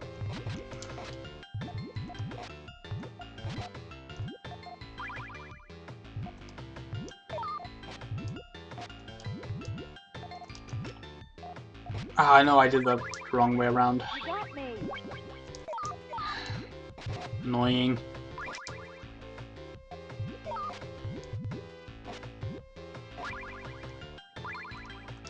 You got me. There you can see exactly what I mean by how they move when you rotate them. Clearly that was not what I was trying to do with those. I was going to actually pop them, but they moved one step to the right because I rotated them just slightly too much, partially because I still haven't configured my buttons properly, so I'm rotating in the reverse direction from what I think I'm doing. I'm too scared to change it now because then I might... I've sort of started getting used to it, so I might just end up doing like the same error in reverse if I do it now. Ah. Oh no. It was actually a big issue I had with the current Puyo Puyo games, Tetris, Tetris 2 and Champions. If you play with a controller, none of the like button configurations match how I want to play. Because I've been playing these games on emulator most of my life because they weren't localized. So I had, you know, I was able to just set up how I wanted to keep playing them. And then now when they have official releases, I cannot play with a controller the way I want to, and it's really frustrating. Actually, I haven't checked Tetris 2, so maybe Tetris 2 actually allows you to configure a bit more. But Tetris 1 and Champions, I do not like the controls.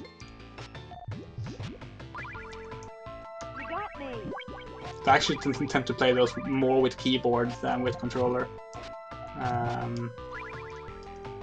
It's one of those things that, like, that's sacrilege, you know? Like, no, it's an arcade-based puzzle game. You should play with a controller, or you shouldn't play it at all, but... Sorry, offer me better controller options then. Not even better, just allow me to configure my controls better.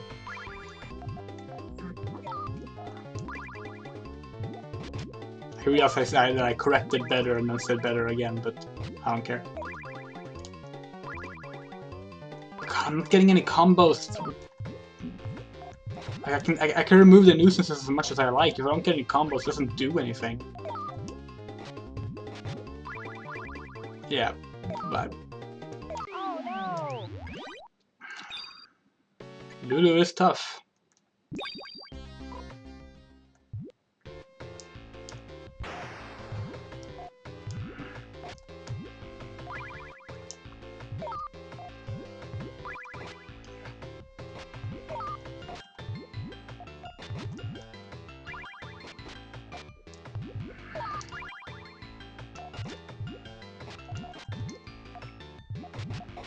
Oh, I didn't notice I had another green on my way. I could have made that one slightly bigger.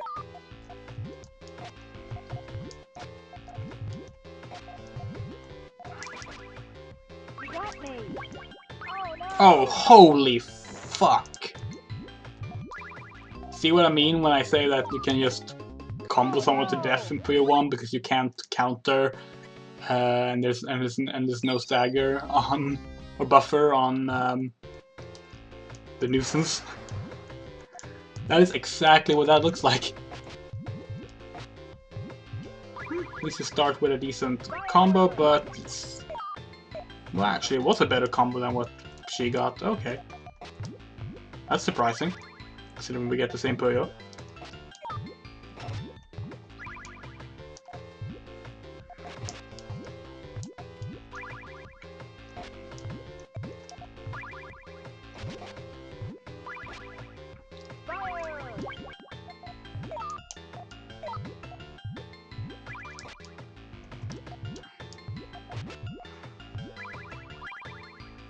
You got me.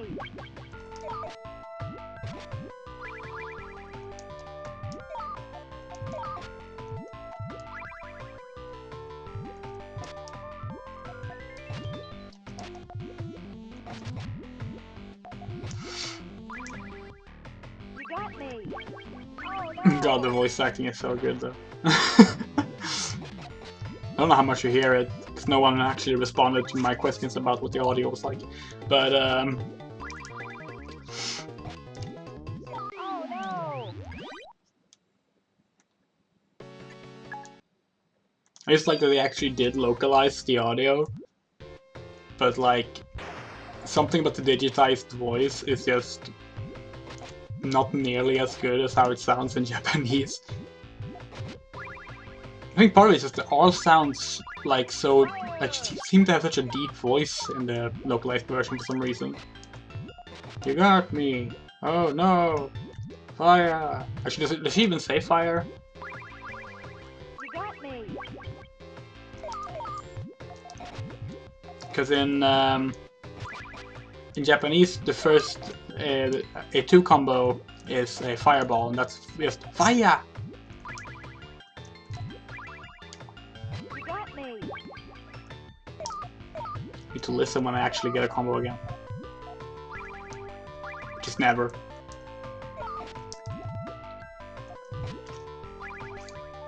You got me. Seriously.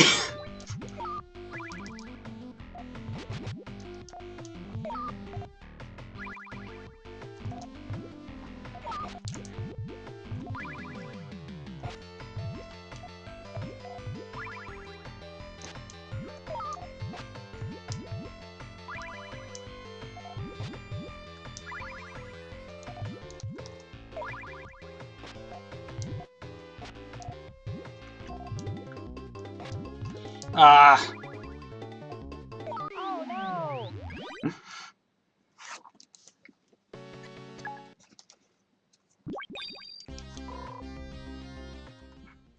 Yeah, that's supposed to be all, or Sylvana, as she's called in this localization. Supposed to be her voice.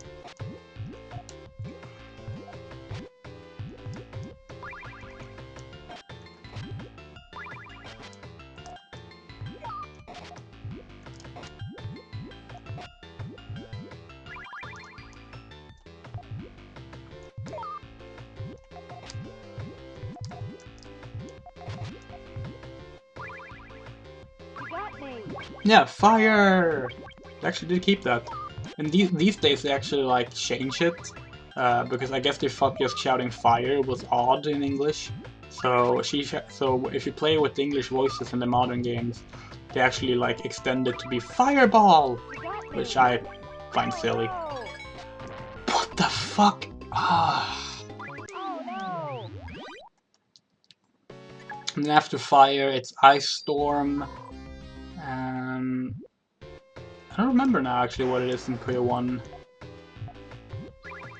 I shouldn't have done that. That was a complete waste of Puyos.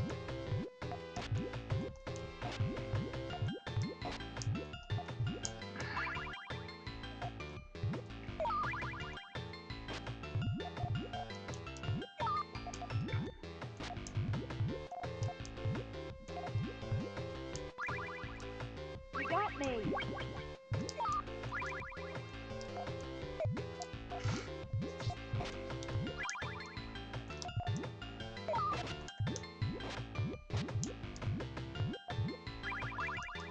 You got me! Like the nuisance Puyos appear faster, you can remove them.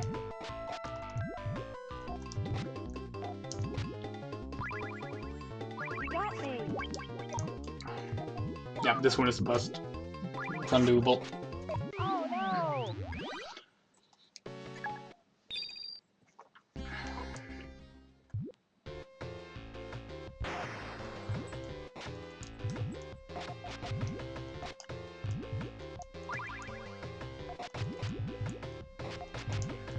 Come on. That's okay. Don't worry about it.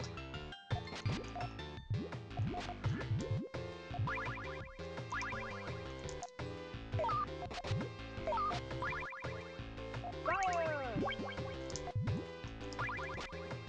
You got me!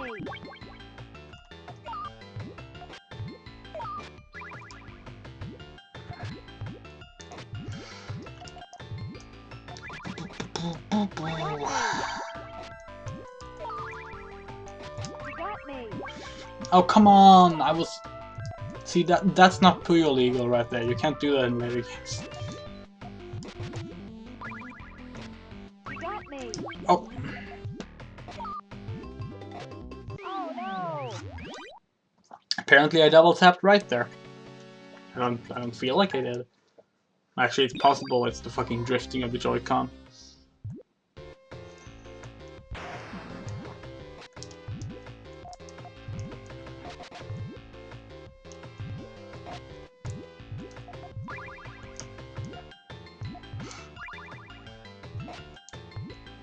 That is like one of the most annoying things actually, is like the Joy-Con drift on Nintendo Switch mixed with puzzle games that require precision.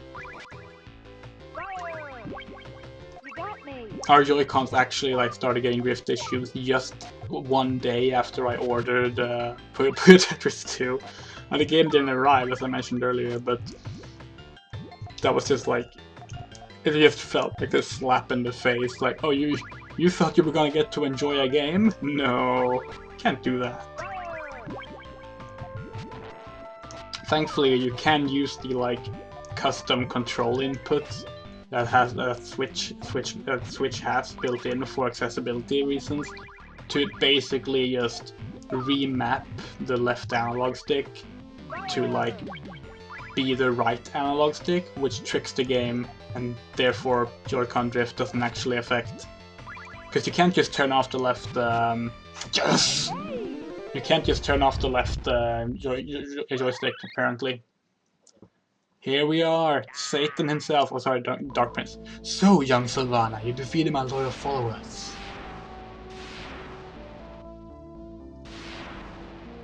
But actually, I shall enjoy taking care of you myself. It was destined to be this way, Dark Prince. We will make a good team, you know, you and I. Join forces with me and together we shall be unstoppable, king and queen of the Black Kingdom. No! Then you will die!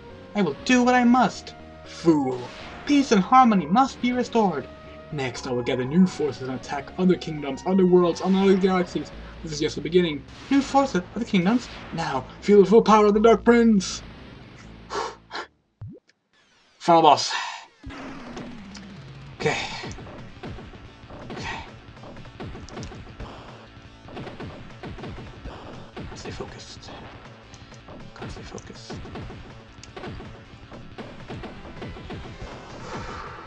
Done this before. Done this before, you can do it.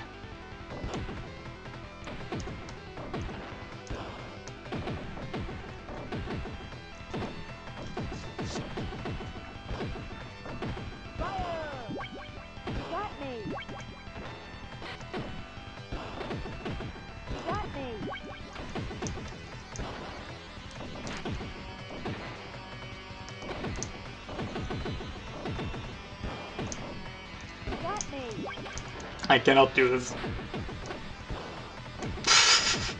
Holy shit. Oh,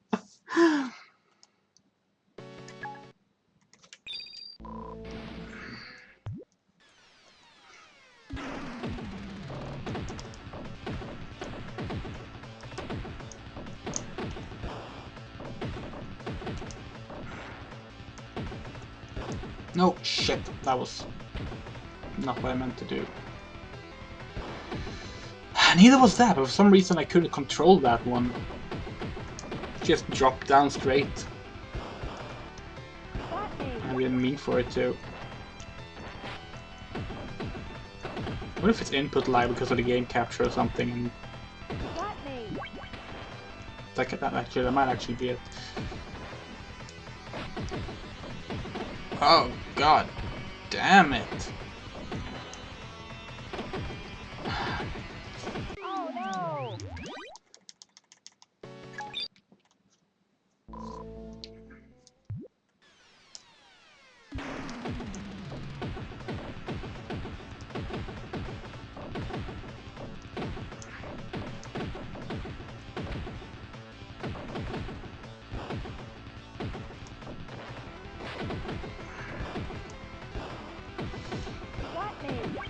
Oh no!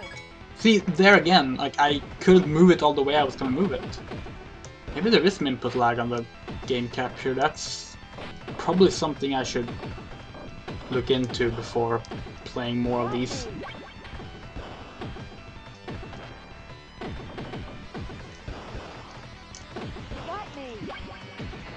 That would explain why, like, they sometimes don't line up with what I think I'm doing.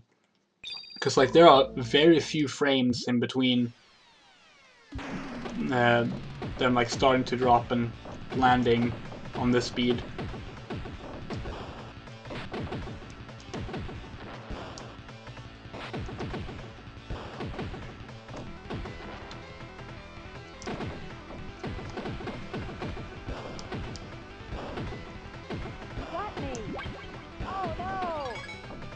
Let me just look at that. It's ridiculous. And yeah, I wasn't able to turn around the Puyo either. I have to like buffer my inputs if I want to do stuff. That is kind of fucked up. I did not expect that to be an issue. Haven't noticed that when using game capture before, but now I know. I really need to get a new game capture device, honestly. My Elgato is really old. That would probably help a lot. But they're expensive.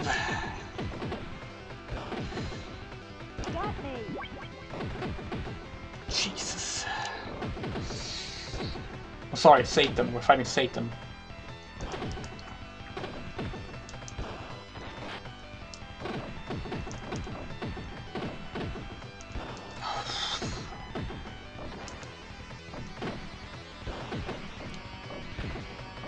come on. Oh no!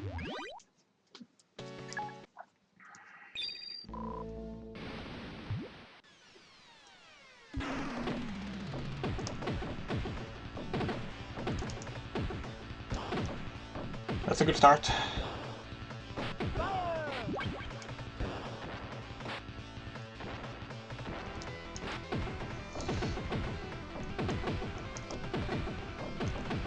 Yeah, there's no slowing down on the last level. Like, you're always at full speed.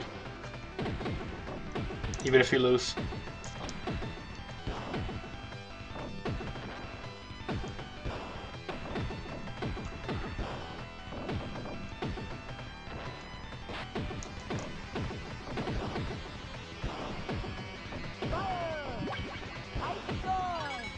Oh, there was Ice Storm. Nice.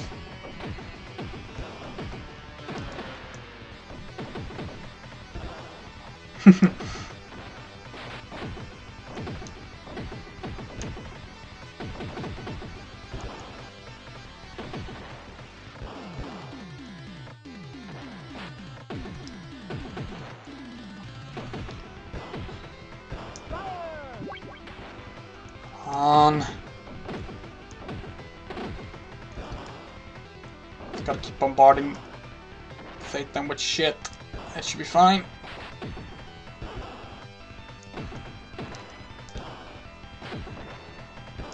Oh no, he's getting out of it. He got out of the peril. God damn it. It's because I didn't get any combos. Nope. I forgot about the delay. I'm fucked again. I actually thought I had it there. Yeah, I'm done with. Oh no! I poured myself tea before this stream, thinking I would drink it between matches, and then because I didn't remember that this is an arcade game, you can't do that. So now it's just gotten cold.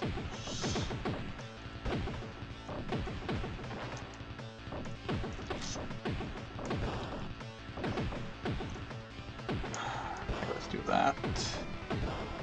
It's not great, but we might let me line up some stuff. Got me! Or not, because the fucking nuisance players will ruin it. Got me! Yep, this is already done with. I missed 2 opportunities and just fucked up after that. It goes by too fast. Oh no! The actual the fact that I can not get like my inputs in is really making this difficult. I guess it makes sense that I didn't notice that before though, because I've mainly been playing stuff like Pokemon, which is a turn-based game, so obviously I wouldn't notice that.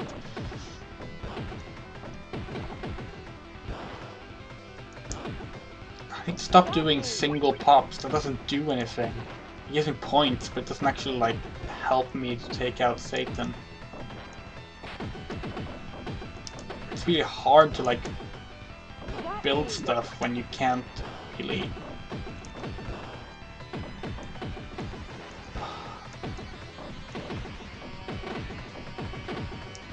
I thought I'd moved that to the left, but I guess I didn't.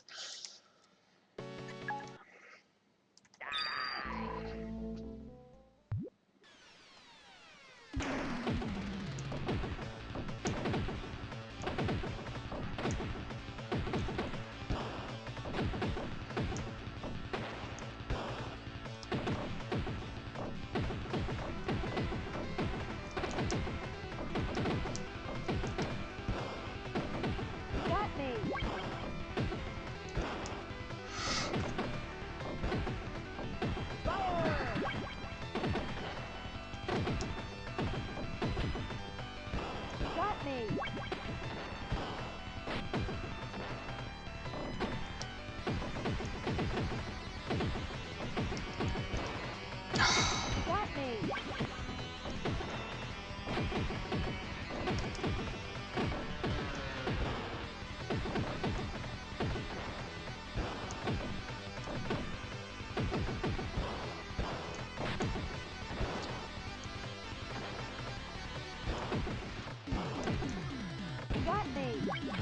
Nope, done with. Oh no! Come on.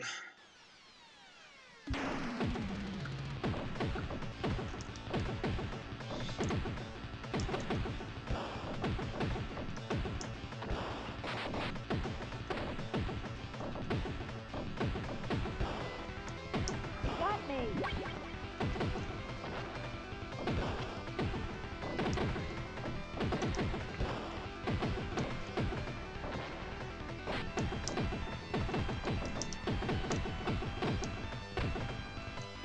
Got me! Fire! Completely fucked.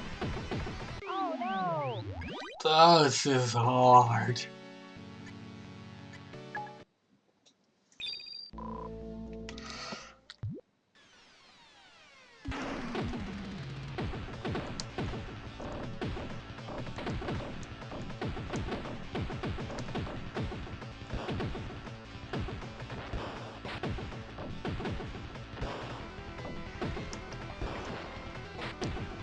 Like, how has he already got enough combos to like get so many things to drop down on my end? We get the same Puyos, we haven't had any opportunities. Well, I guess I'm just losing them because he gets first to like 1 and then he's already ahead and I can't do them. Got me! It's probably not having cancellation.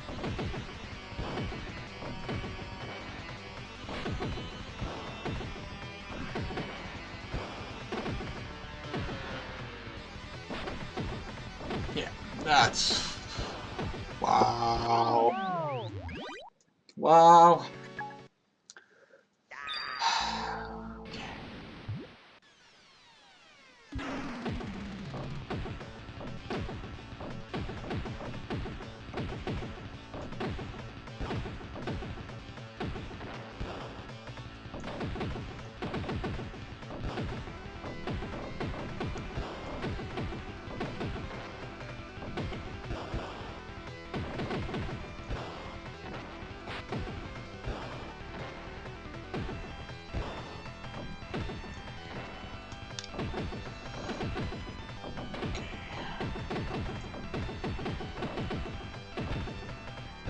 Got me! Now, like the moment I get rid of anything, it just drops back down on me.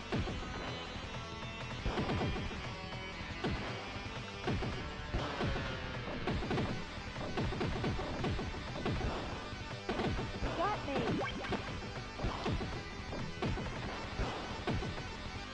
Like, yeah, it's lost already. Oh no!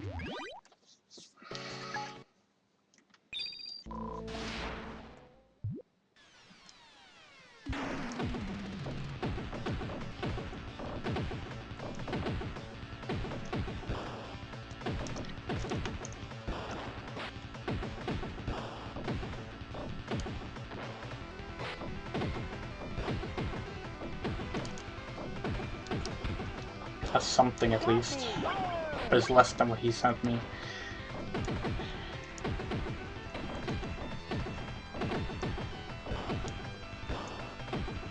Got me! Oh, come the fuck on.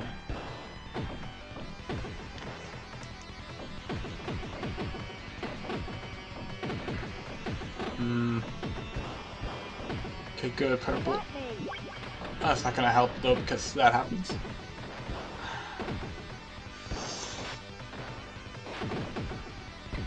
And okay, I guess I just didn't rotate that thing. I definitely clicked rotating on. Fucking input lag.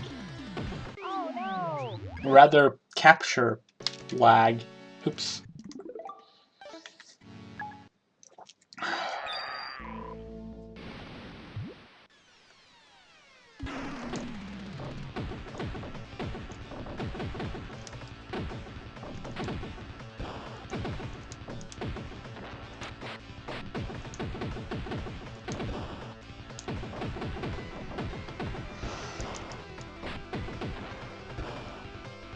Got me!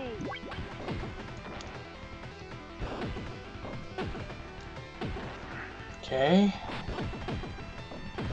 That is something. Again, I tried to move that, but it just didn't move.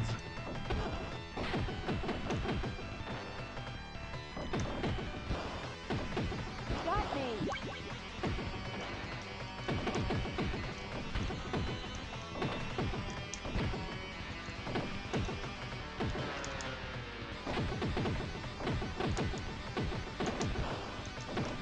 Got me.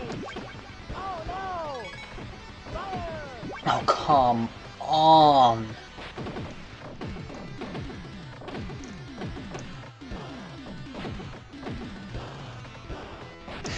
Oh no.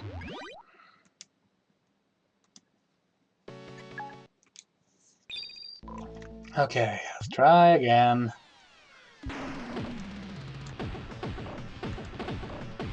This is not a terrible start.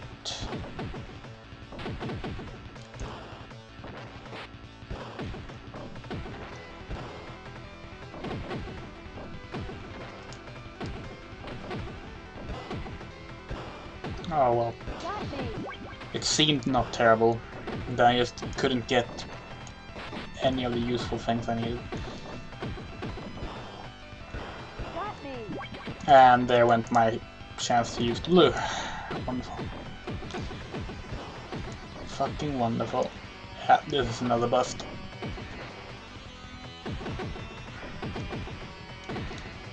Oh no.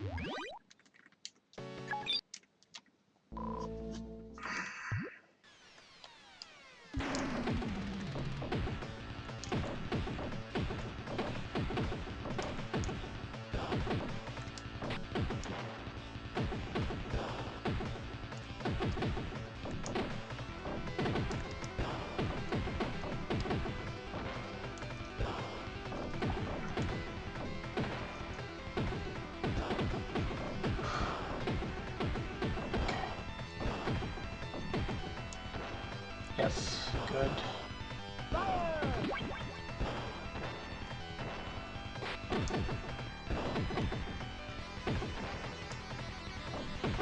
Good.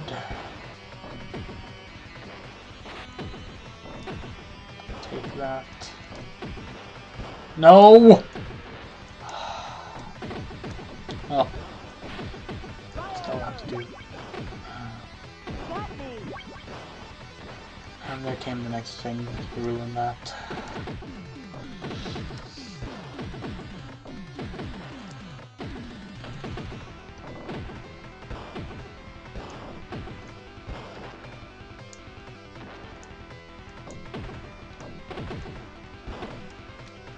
Oh, for fuck. No, I... Oh no. This is getting a little bit frustrating now, not gonna lie.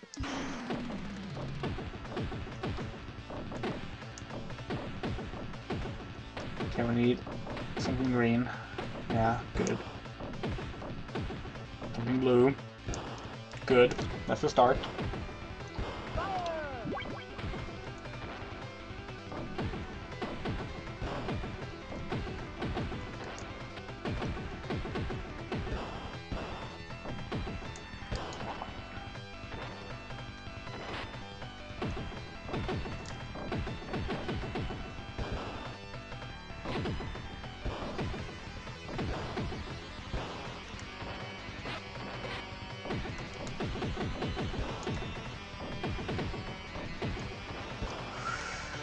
Okay.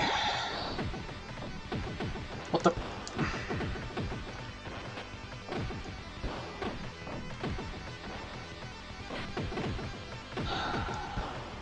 It started so well!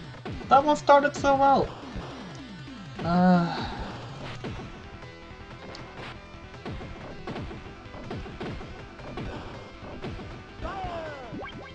Got me. What the...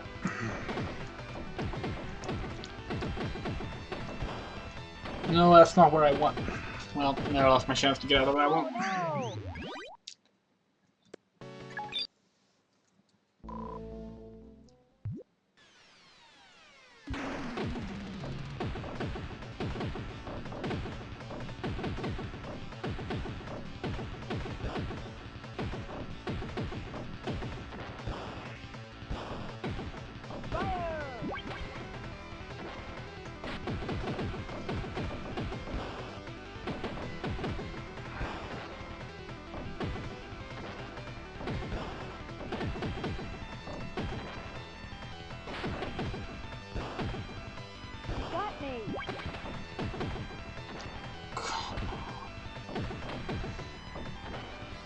Nothing fits. No, what? Oh no!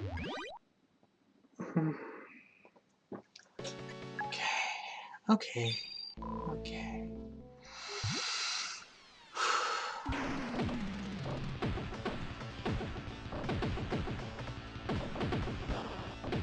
That's not what I was meant to do.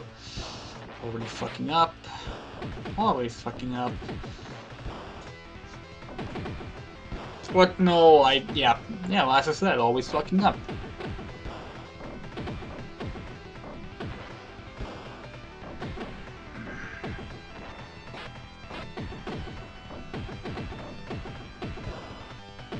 Got me! Fire! Well, that's not a terrible comeback, I guess. If I can hold it. Which I'm not confident I can. Ah, fuck. Yeah, that was my yellow. Fucking wonderful. The only thing I could have used to actually maybe get out of here.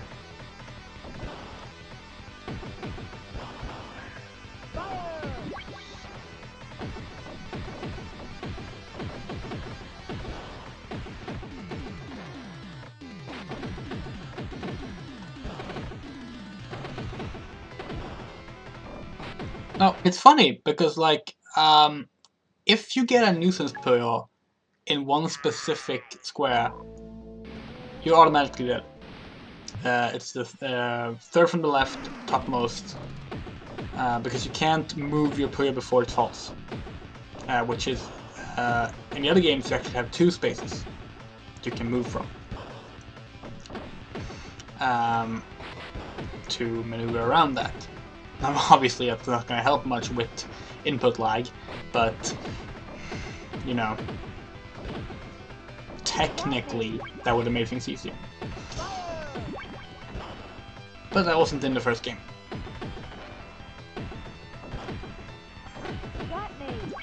Oh, come the flying... I was gonna say come the flying fuck on, but I somehow just lost my words. Yellow... Oh. No, I somehow wasn't fast enough to move all the way to the right there, so I fucked up my own yellow spot.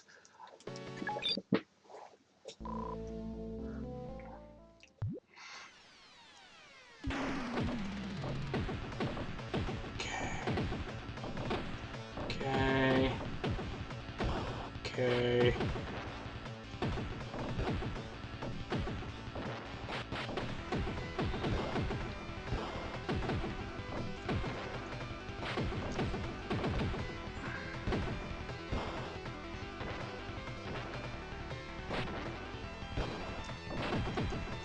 Having to buffer every input is really, really frustrating.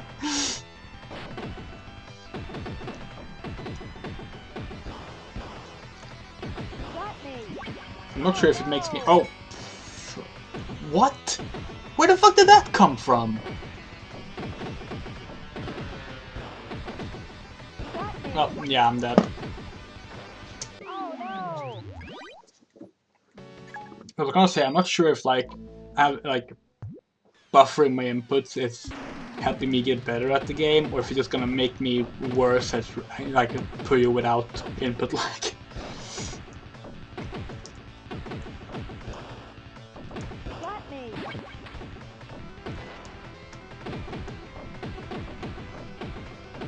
Like as a kid, I actually got used to playing a lot of games with like extreme lag, because my computer just couldn't handle it properly, and it made like playing those same games these days without the lag is like just strange to me now.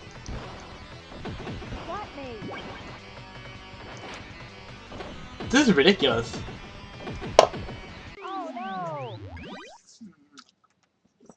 I mean, it's an arcade game, it's designed to just torture you for coins.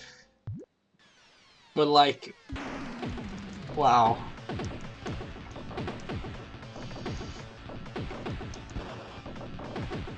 Why do I keep doing that? I keep like, just out of pure instinct seeing that I can line up the colors, I do it even when it's going to hurt me.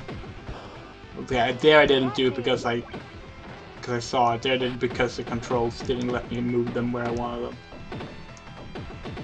Same thing there. Got me.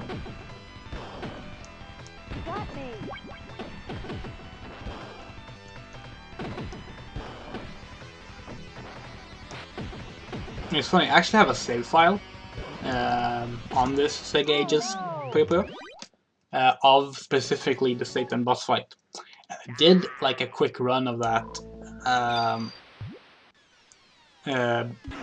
before I set up for streaming. And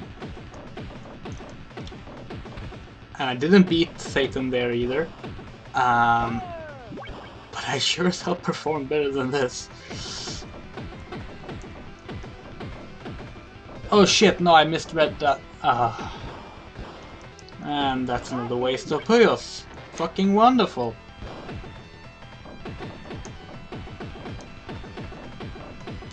Yeah, it's really hard. Like this game is hard.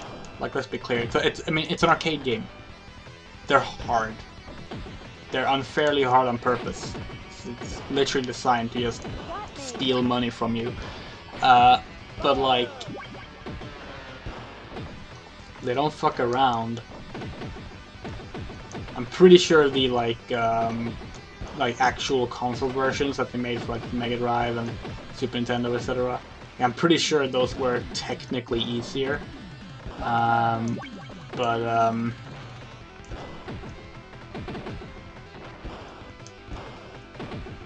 playing the arcade version.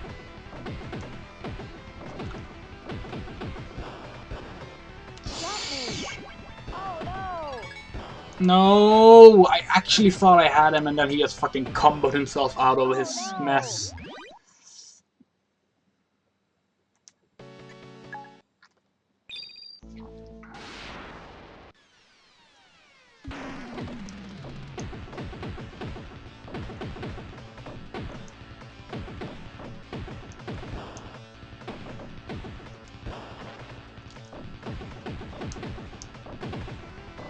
That should be a pretty good start. I mean, obviously he does the same thing, but better. But, oh, or not. He actually got less than me.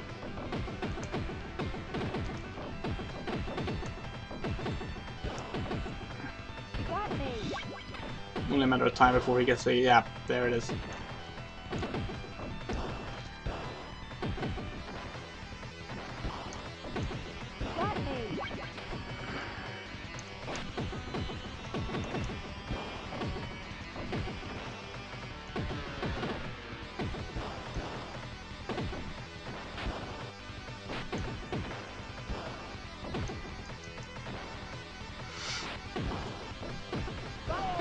That actually was pretty good, pretty nice.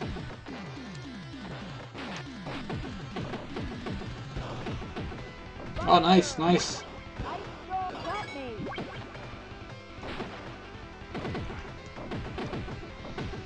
Okay.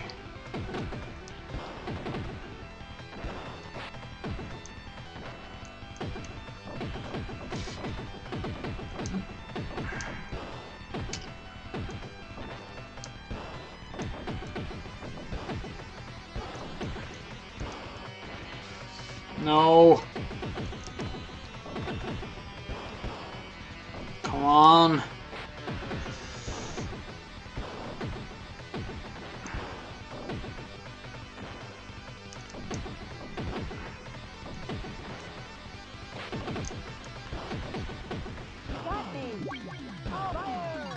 What the fuck, you?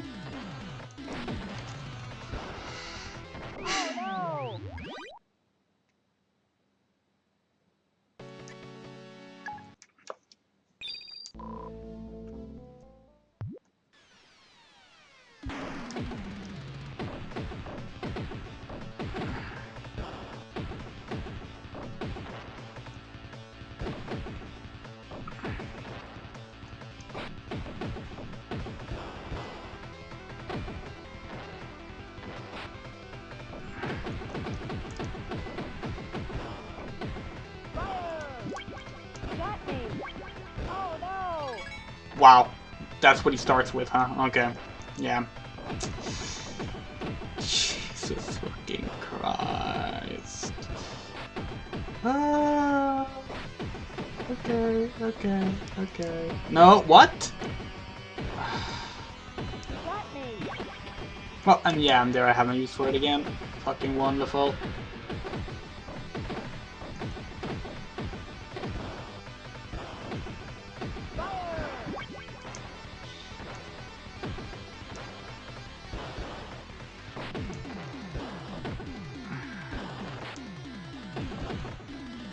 Got me.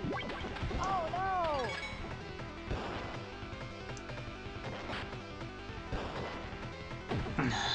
God Oh, no. fucking damn it.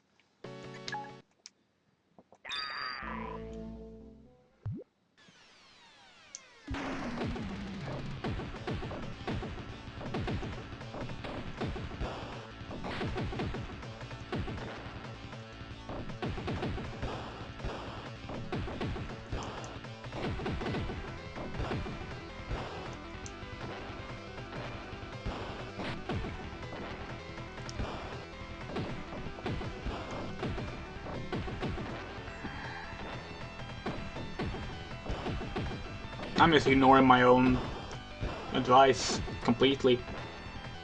It doesn't seem to be going worse or better. I'm not sure what that says about my advice. I guess it isn't advice, just like give it to myself. It's more strategy.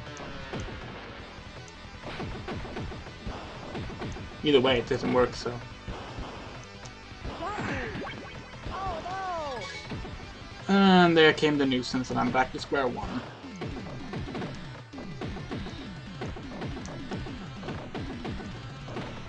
No! God, it's so finicky.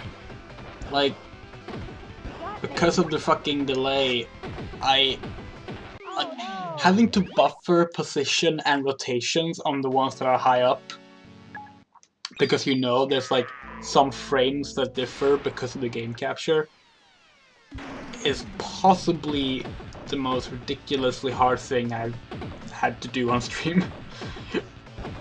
We're doing this until I win. This is... I didn't label it as such because I didn't think it would be that much of a challenge. But it is an endurance stream in the end because we're playing this until I beat it.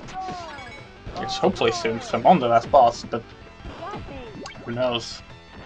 The last boss can just kind of fuck me over.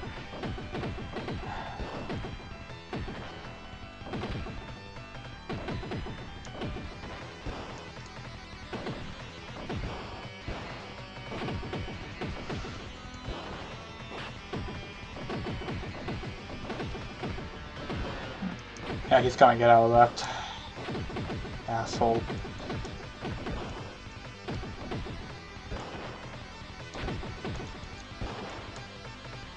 Can I just get something purple? Anything? Thank you.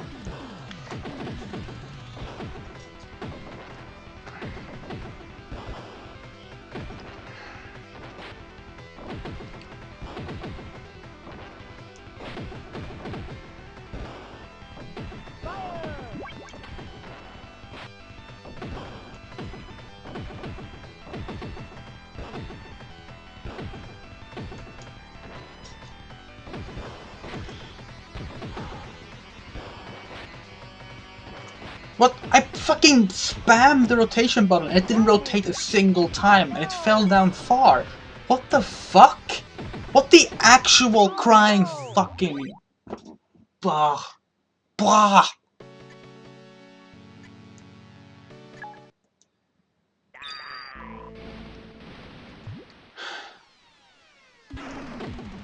Like, I'm not making this up. I was like just spamming the rotation thing because I tried to... I wanted to change within like a narrow column. And it didn't rotate at all. It didn't do anything. Despite still being falling as I was doing it. And that's taking buffer into account. I have no idea what's going on.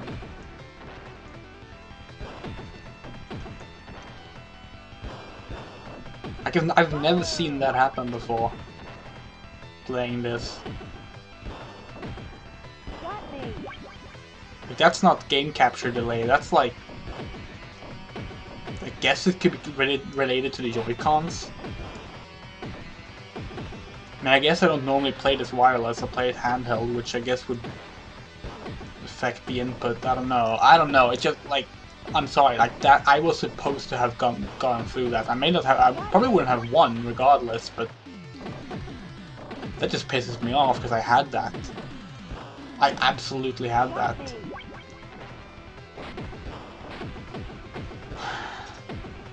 Oh no! Well, coins are normally quarters, right? So that's like a $1/4. Or is that, at least that's how I understand it. I don't know. I'm not American, so $60 would be 60 times 4, 240 coins.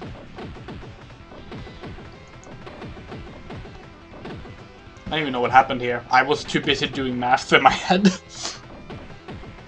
I completely forgot to look at what I was doing.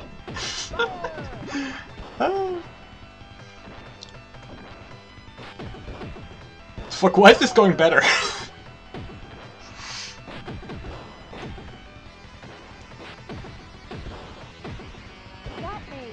I mean, I guess input delay and the game capture delay doesn't actually matter if I'm not looking at what I'm doing.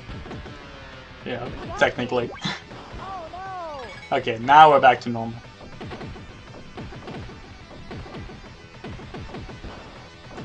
no! Got me. Wow. Oh no!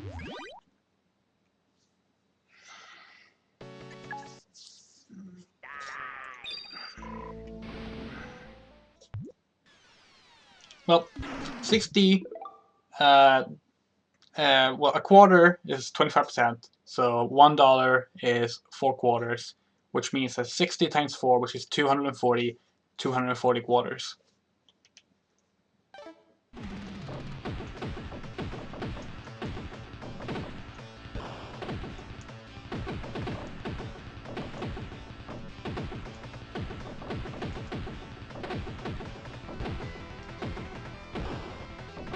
Got me.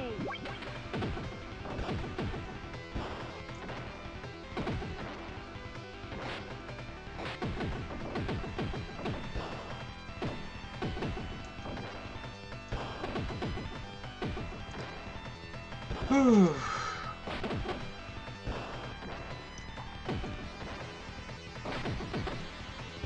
Sad thing is, if you've ever seen me in an arcade, I would definitely be doing this, like IRL, until I didn't have any quarters left. My last was in Japan 2 years ago.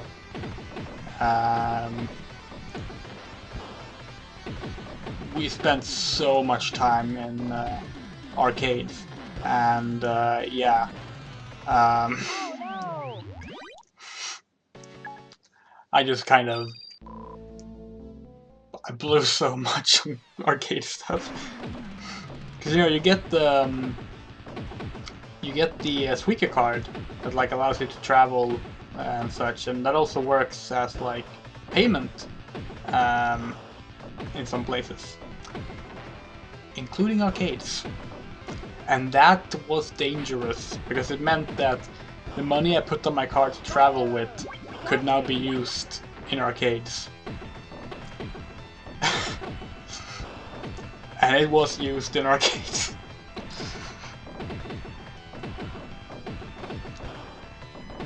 Got me.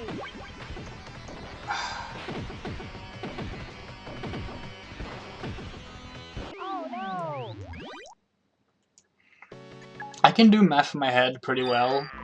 It's the only type of math I can do, which is why I don't have like a high school level math degree, because like I can get you the right answer of an equation. I cannot present the equation on paper, and therefore I am not eligible for actually being a high school level math degree. Got me. Which is silly, because like it's fucking modern day. We all have like calculators with it at all time. If I can get the right answer, that should be enough, in my opinion.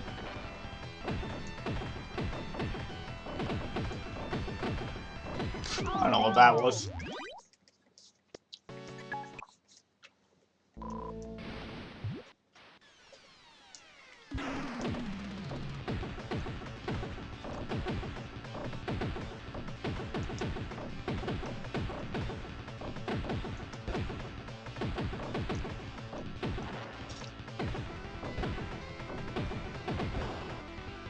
Got me. Got me. Just as fast more nuisance come in. Got me. Do, do, do, do, do, do, do.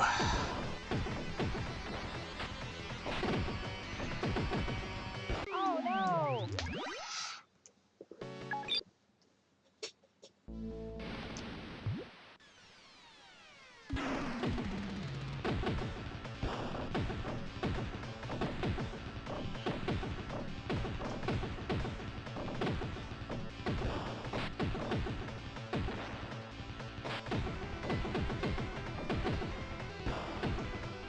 Got me. Fire.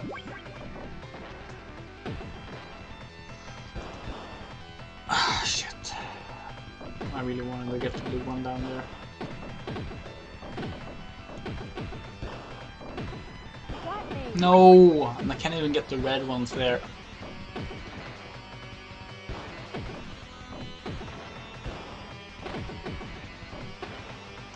This is so ridiculous. Got me. Oh no. Mm.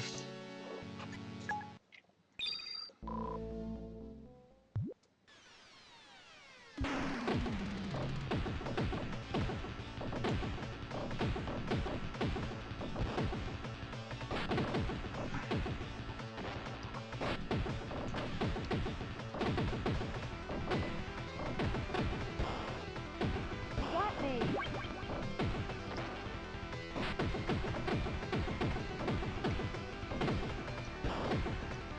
Got me.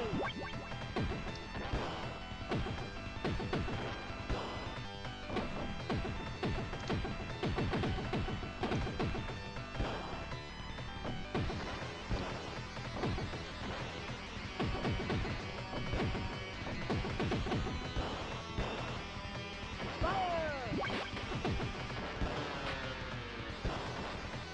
Fire.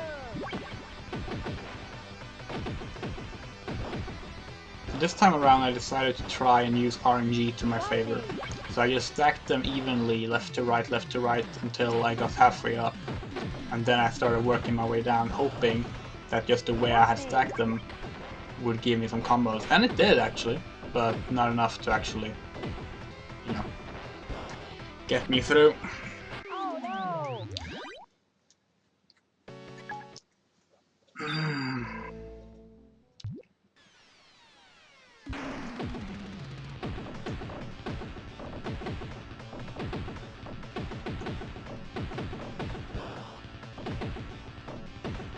I didn't want to put it there, but once again...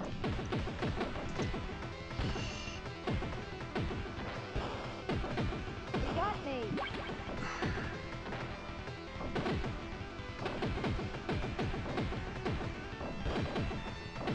Got me. This is just, like, it's basically just random because I can't get the fucking placement done because of the delay. It's so fast on this level. And I'm not sure how to, like, mitigate that.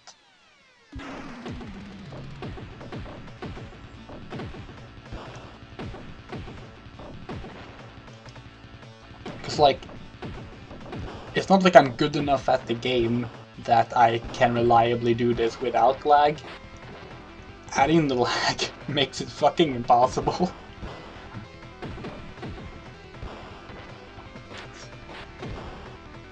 That's the thing, like, I wish I was just blaming the lag to like hide that I'm bad at the game. Like, no, I know very well I'm not good at the game. Just that I'm literally able to notice the lag from the capture device. Well, it took me a while. It took me until it was full speed. Before that, I was just confused why sometimes things didn't go as I pressed them.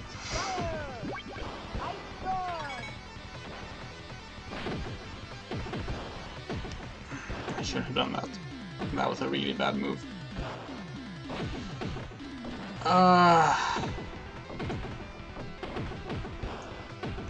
Give me a yellow one. Give me a yellow one, please. Are you for fucking real? No, now I can't use the yellow one. It's fucking... It's like the game is specifically picking out the Puyos I have no use for. I know that's not it. I know it's random. And that it's a set random pattern that's the same for me and the opponent. But it feels like it's just picking it out specifically so that I won't have any use for them. It's like there's only that many colors to pick from, and somehow I can never get the ones that will actually get me out of trouble.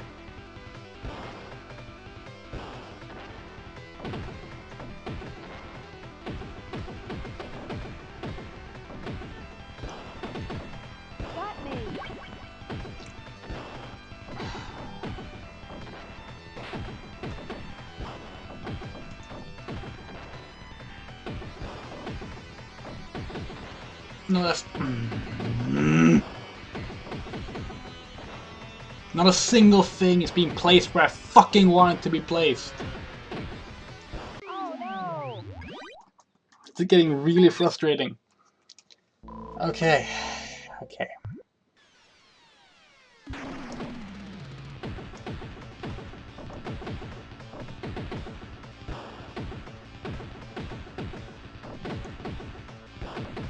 That's good. That's a good start.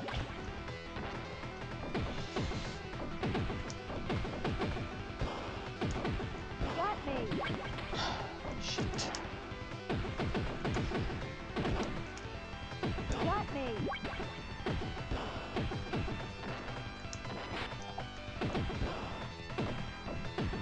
Come on, come on, come on, come on.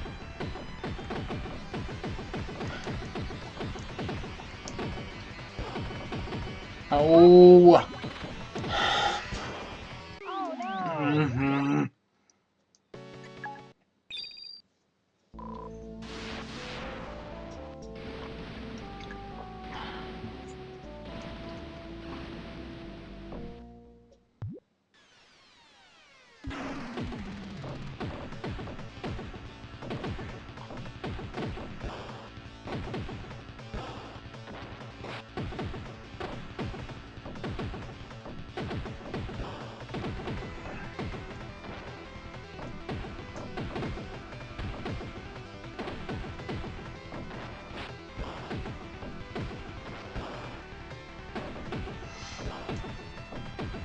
No.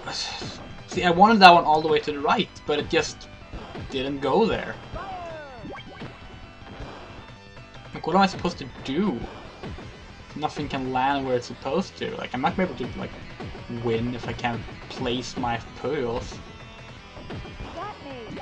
No, what the why did I fucking do that? I'm an idiot! Oh shit, sorry. Sorry. I don't think I've used that word in, like, years, and... Yeah, sorry about that. I shouldn't have done that.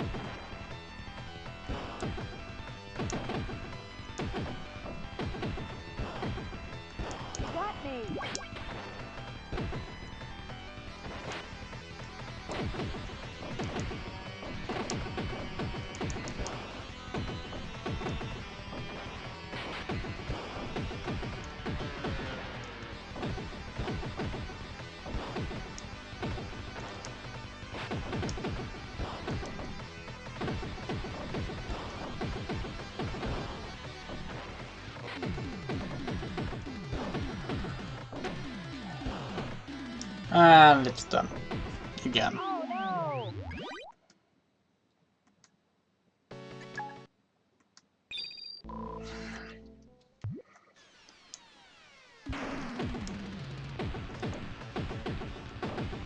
No, I didn't want it. Like, I don't know what to do.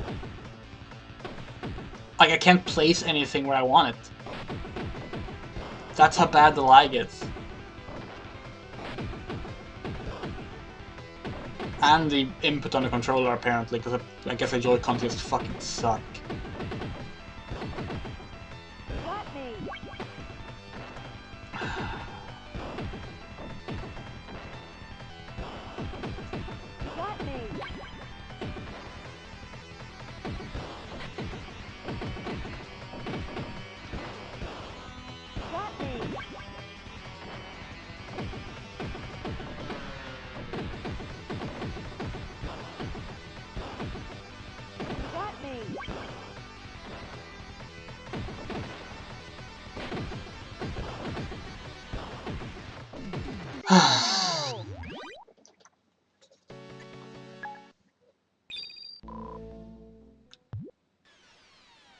Problem now is I've also run out of, like, interesting Puyo things to talk about.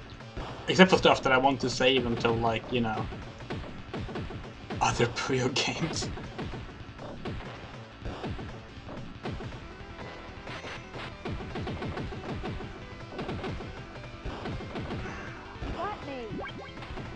That was a wasted spot again. Yeah, this is done. I can't do this. Starting over. How long have we been at this? Holy shit, I didn't realize it's been this long. When did we get to Satan? Surely I haven't spent an hour on Satan. Have I? Yikes. I think I have.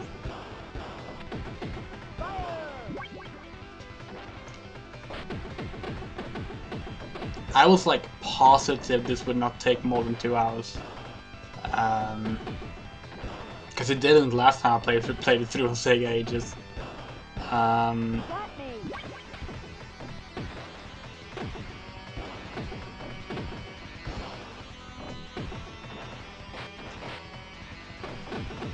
Damn.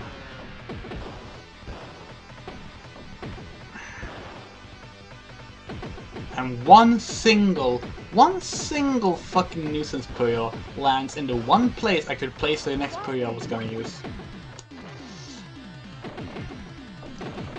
Somehow that's apparently RNG.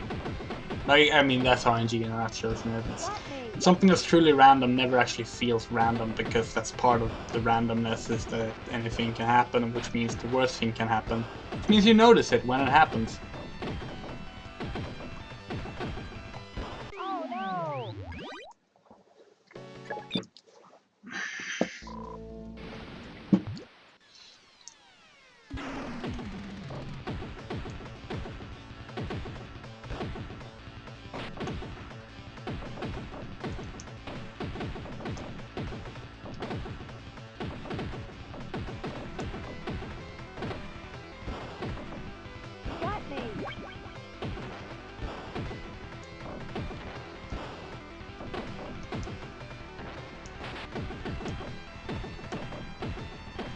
What?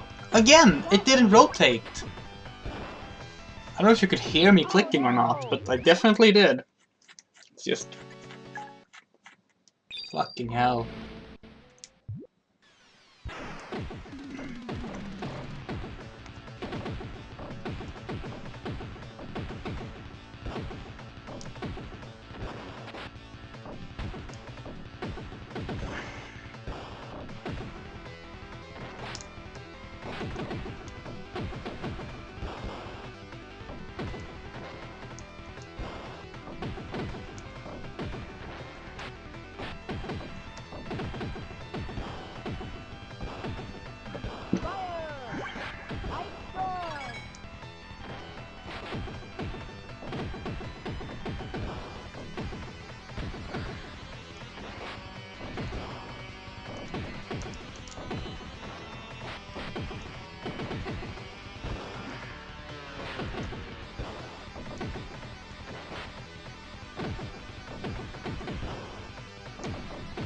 They just don't want to rotate. That's good. That's good. Oh no, here comes two big ones.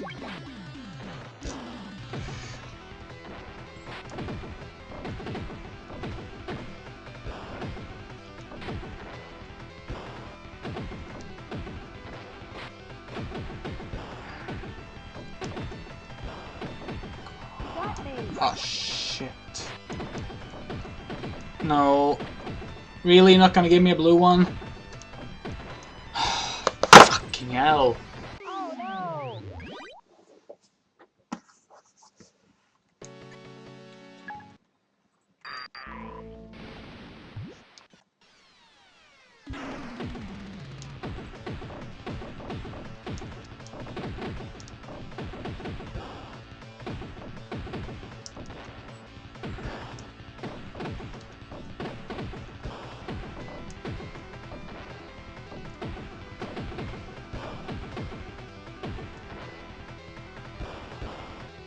Got me!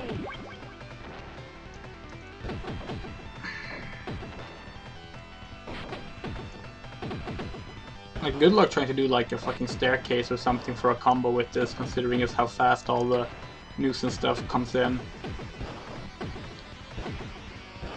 Got me!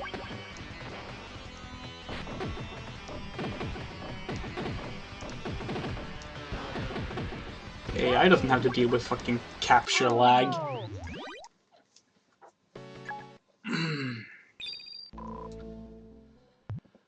No.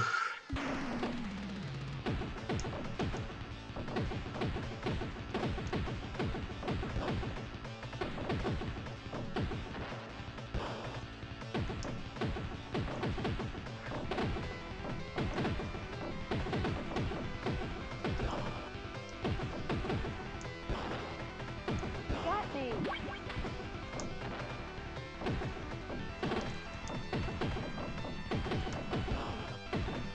Got me! I'm still thinking left and right are the opposites on the buttons. I really should have just changed it.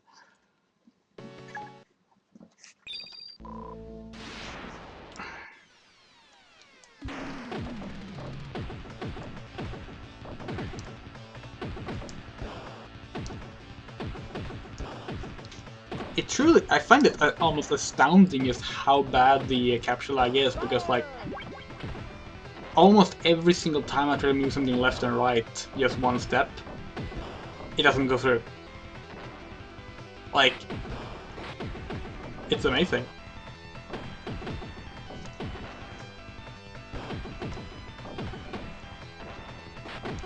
I think I might have to change my approach for Puyo Puyo. I was going to play the Switch version for that as well, but after this, I think I'm not going to. I think I'm going to stick to the PC version or something. Because if this is how it's gonna be, then oh dear. Granted, Puyo Puyo is fairer, so that helps. It's still not fun dealing with, like, the inability to place your fucking Puyos. Oh no! Fire!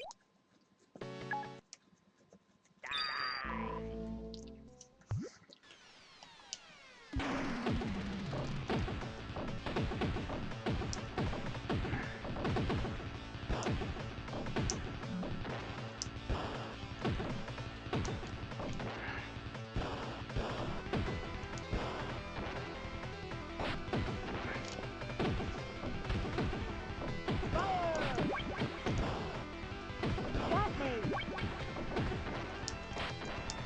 Nope.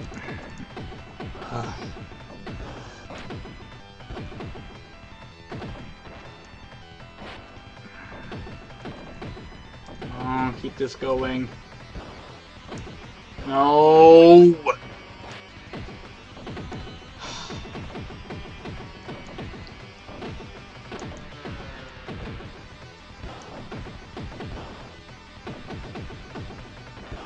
Oh, God fucking damn it. Oh no! Okay. I'm getting hungry.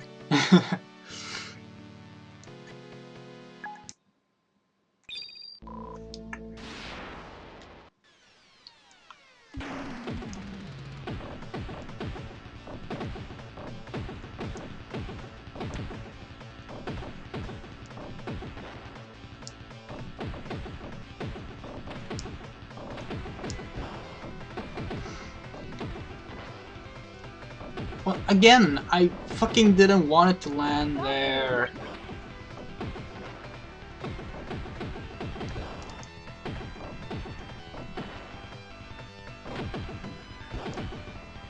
Got me. It's like, you make one mistake and then you're fucked. Like, Oh no. what are you gonna do? Because the nuisance players will just block off all your paths.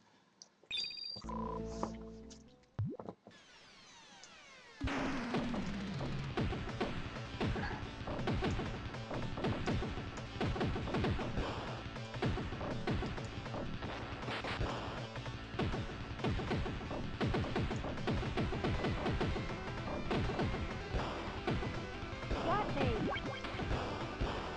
Fire.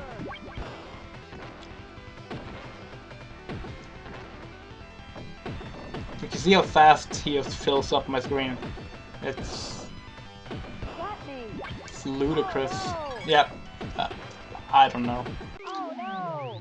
I mean, I said I'm gonna keep going until I beat this. So, you know. I'm not a quitter, so that's all well and good for me. Not sure how entertaining it is, but oh well. Holy shit, how am I gonna do this? What? Oh, wait, did I just pull that off? Holy shit. Okay, okay, okay, okay, okay, okay, okay. Okay, we can do this. Come on. I just need to not fuck up the placements all the time. Easy said and done with this massive lag, but we'll try. Yes.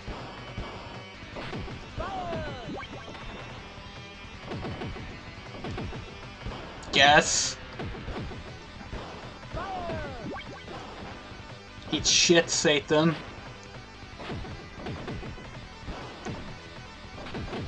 Come on. Keep them coming. Got me. Oh. Okay, purple. Not a purple. Yes. Take this, you asshole.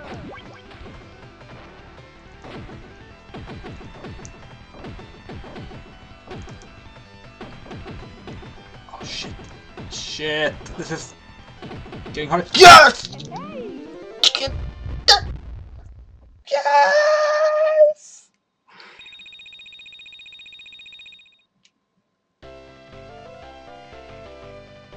I did it! The Dark Prince is defeated, and the kingdom is saved, though it wouldn't be a bad idea to wait around for a little while, just in case.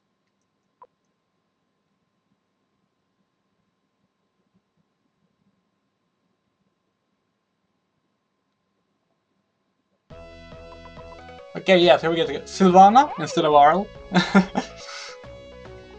Yeah, we didn't meet Skeleton. Um, these are from the training mode. Blue Ghost.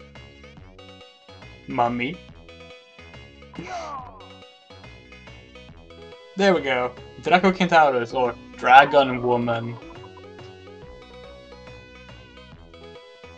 Go be captain.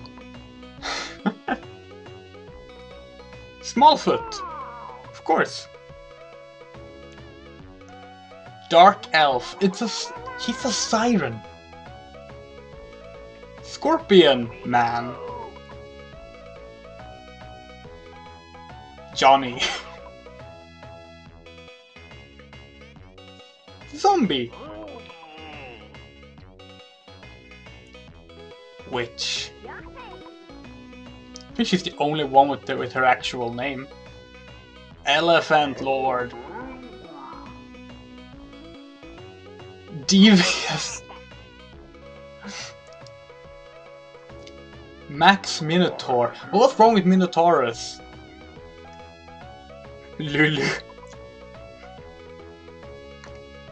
And of course, Dark Prince.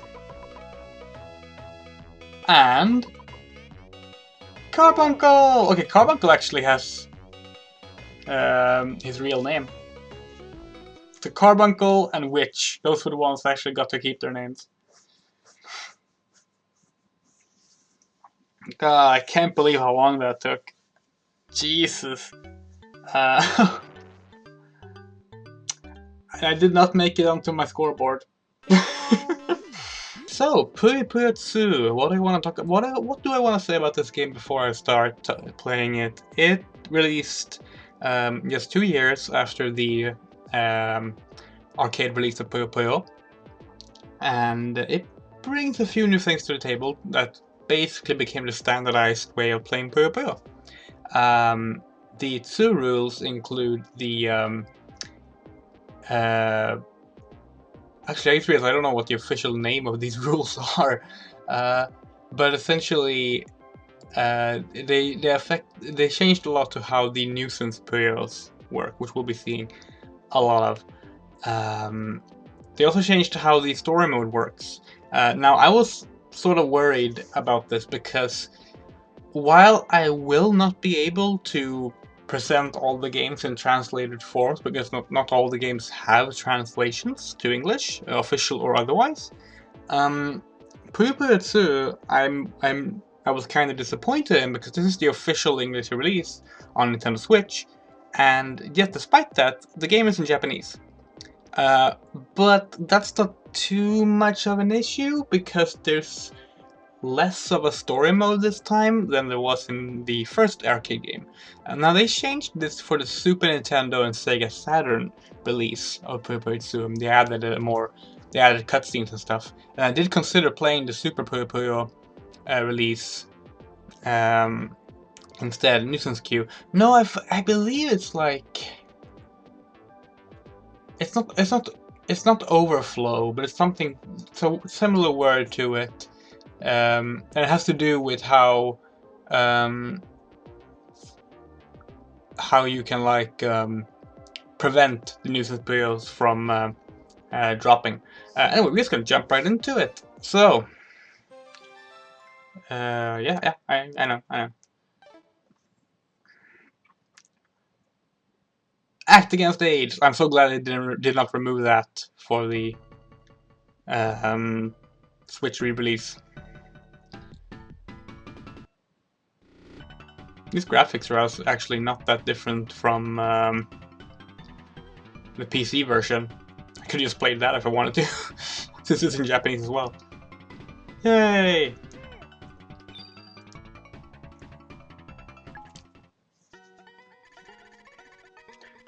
So, as I mentioned, this game doesn't really have offset. That's it. Yes, not overflow. Offset. This game doesn't really have a story mode in the same way as Puyo Puyo 1 did.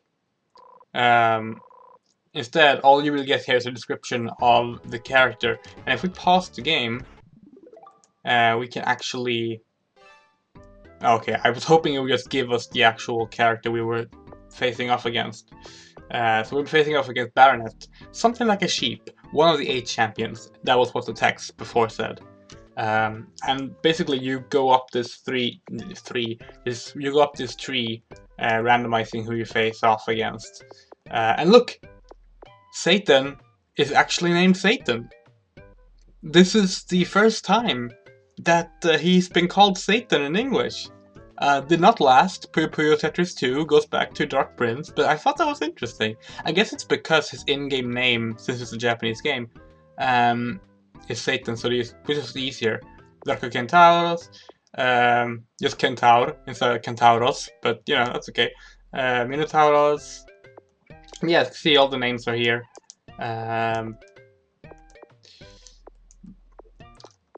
Lots of characters from the first game, new ones as well. Banshee here. A lot of these have appeared in modern Puyo games as well. They actually just added Uruko Sakana Bito. That's not what I remember her being named. Oh well.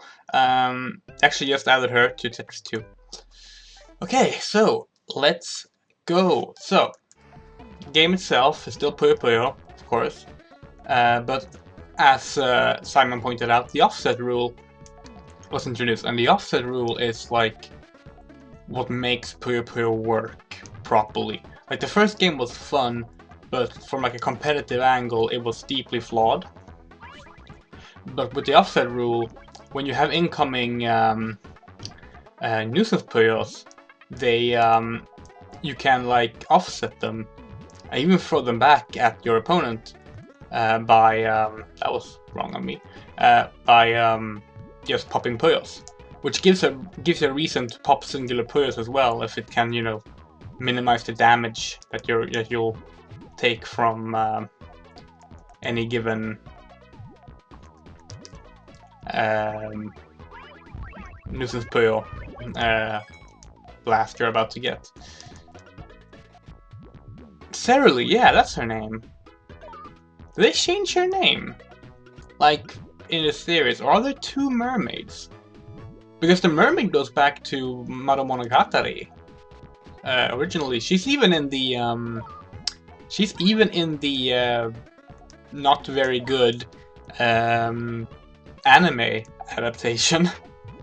Yes, there's an anime adaptation of Puyo Puyo and Monogatari, sort of.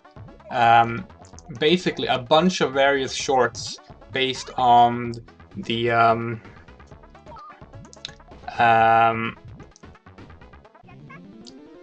disk system games that Compile made was made.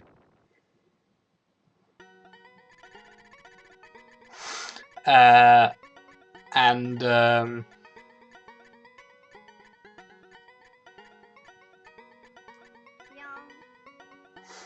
oh, we're facing off against Nomi. Nomi is very tiny. I guess I'll go in and read. A plain old flea. Despite these, he's one of the 8 champions. So you might have noticed when we defeated Baronet, we got experience points. And we need to level up to actually go up to their next level. So that's where we're still facing off against the same opponents. But yeah, so the anime is a bunch of shorts based on various Compile games, including Puyo Puyo and Monogatari. It's not very good, but if you are a fan of either series, well, let's face it, most likely Puyo Puyo, it's worth checking out for a laugh. All of it is on YouTube. Unfortunately not with subtitles, but it's pretty easy to follow for the most part. I actually really like the one that Cerealy is in. Because it's one of the ones that's a bit gay, because it includes Arl being enraptured by her siren song, which I thought was nice. Oh yeah, and this time I have actually set up the controls the way I want them, so I don't end up rotating Puyos the wrong way all the time. And it already feels much better. I also just love the visuals in Puyo Puyo too. Hello, Louise. They're a bit darker, which might sound like that's a little bit odd for a game that's, you know, as colorful as the Puyo Puyo games. But it really works. I feel like it has a really good look to them. Like it also allows them to add more shine to the Puyos.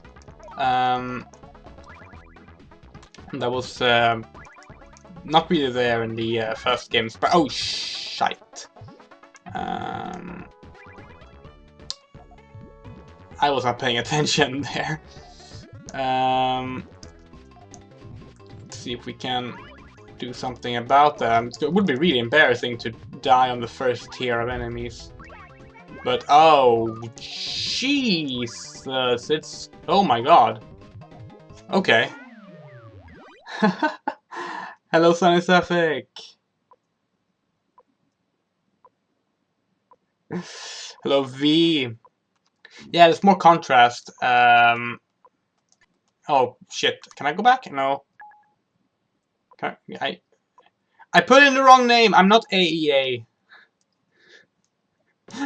My sign off is supposed to be Tsu.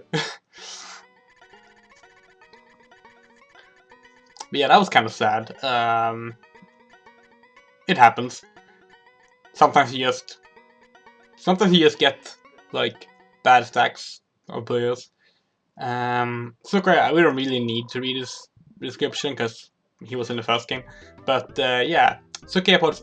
What was he? I think he was just called like foot or something. It was called something strange in the first game, and the English translation. He's quite bothered being told he has a big foot. Sorry about that. But I do like that they have that little like character guide, so you can technically play the game with the translation, I guess. But I mean, was it really too much to ask to just have them translate the game?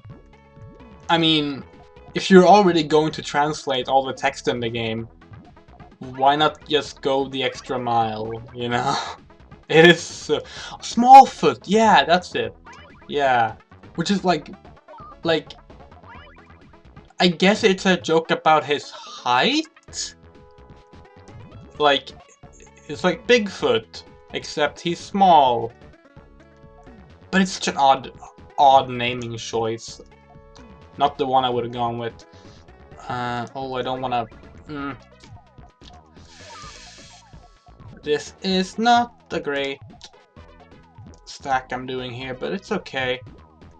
It's okay. We got it.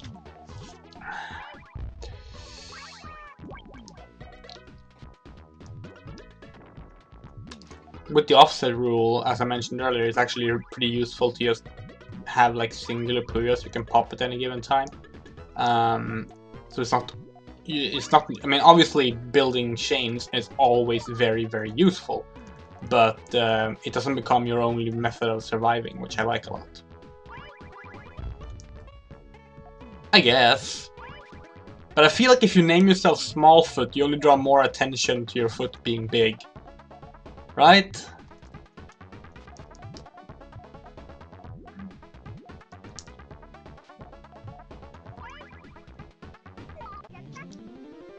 Maybe it's like a Little John situation. I don't know. I mean, I don't know what the actual name in Japanese translates to if it is something like Small Feet. But it could be something like a Little John situation where, you know, Little John Robin Hood was, you know, a big guy.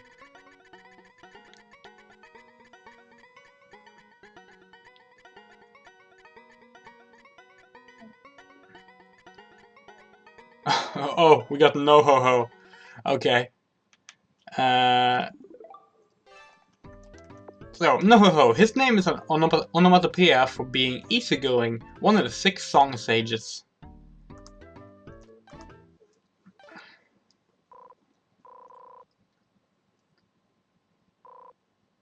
Yeah, if you do want to play the version that has like a full-on story mode with cutscenes instead of this sort of just character bio thing, the Super Nintendo version, which is called Super Puyo Puyo 2, actually does have a full fan translation. And worry not, for Puyo Puyo Sun, I already have a translation of the game ready. It's the PC version. Although recently they actually translated the N64 version, I believe, as well. So I might go with that one. Holy shit! Sadly, oh my god, this is on normal difficulty. What is going on? Sadly, Puyo Puyon does not have any translation whatsoever. It's been 20 years, you know, over 20 years even. Okay, that went bad.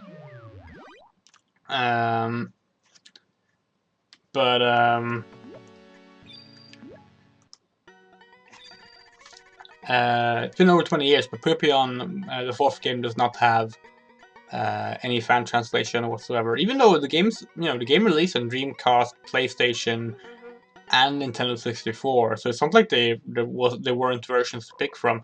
Oh, we got a new opponent. Fufufu, an eerie goldfish-like merchant. How he carries his trunk is a secret.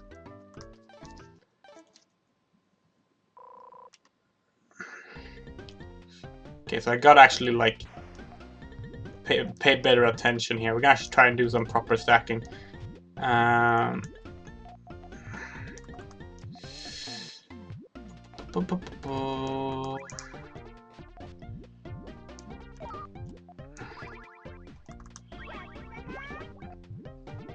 I messed that up. Shit. Was going great, and then it wasn't. Wait, we might be able to salvage this still. If I just get a blue, yes. So this should do it. That's a proper stack. That is a staircase, I believe it's called.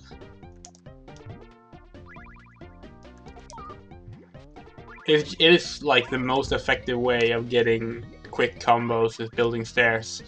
I'm terrible at it. I'm really bad at building stairs, but you know, when you do manage to pull them off, it's very satisfying. Like ideally you want to pull off like 10 chain stairs, which is ridiculous, but again, when you get them. Actually, if you're interested in like just getting better at Puyo Puyo, I highly recommend the training mode that exists in Puyo Puyo Esports. Oh, wait, no, Puyo Puyo Champions. That's what it's called in English. It is really good and like not only teaches you the basics and like various strategies, but like lets you like get used to how to do them. It's very in-depth. It's slow. It's a very slow tutorial, but it's slow for good reasons. We don't really need to read about Mummy, but we're going to anyway. Mummy, a clumsy bandaged up man. One of the 6 song sages. He may be handsome under those bandages.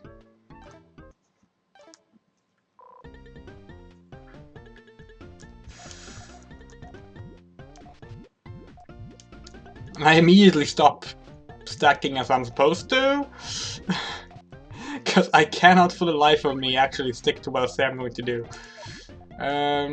Sure, let's do that.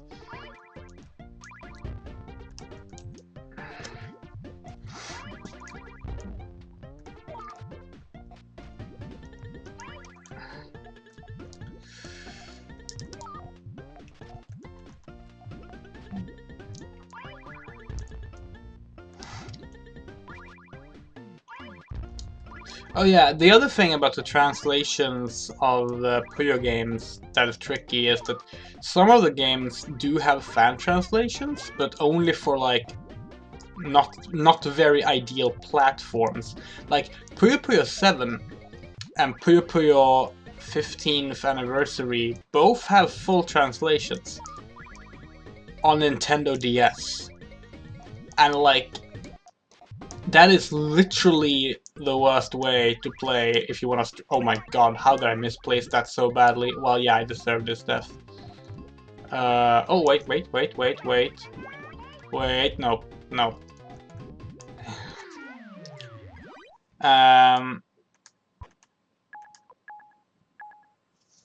I'm not even caring about the name until I actually beat the game, because, I mean, what's the point?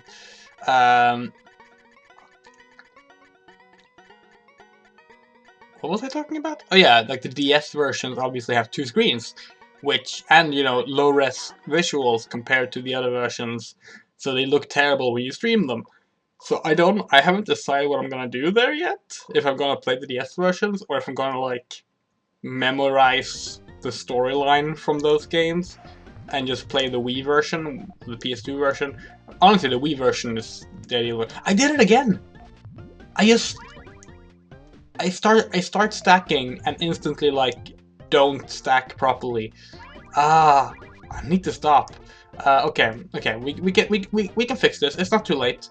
I say and instantly get something that doesn't help. Oh my goodness. Oh, come on.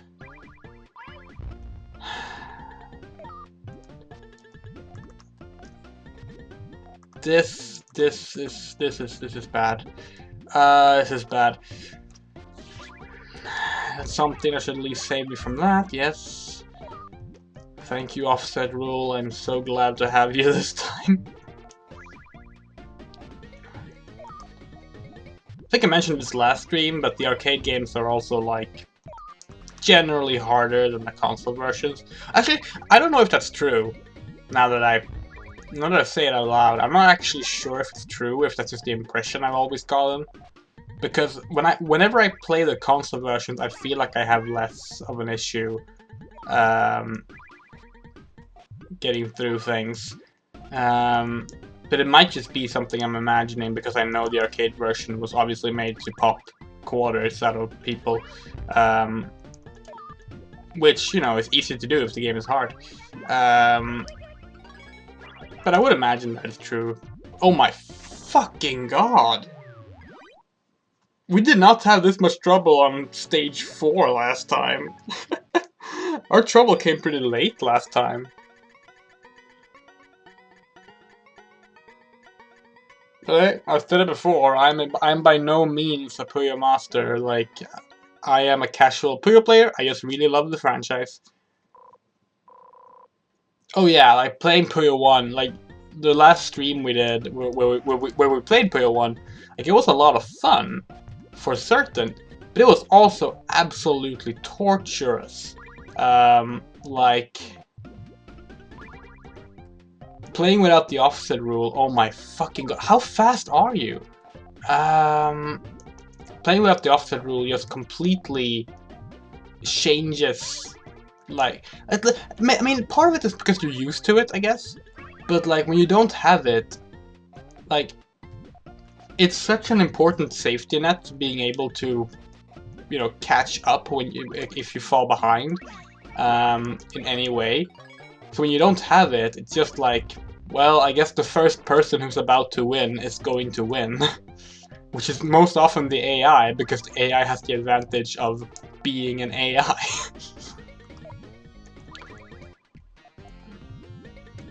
Oh shit. How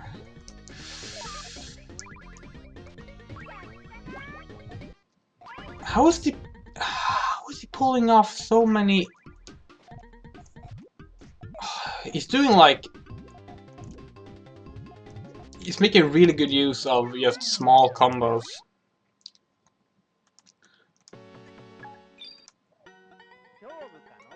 Can we get like a fun opponent, like Cereally or something? Okay.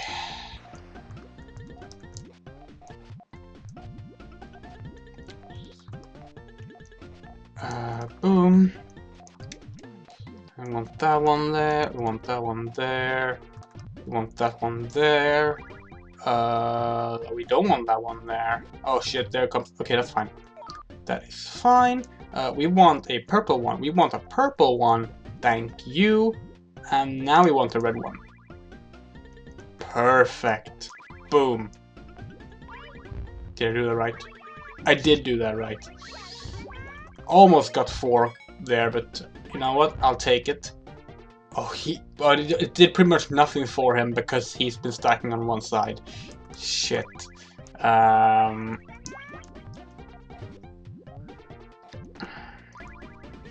mean, that is the old AI strategy. They've been doing that since Puyo 1.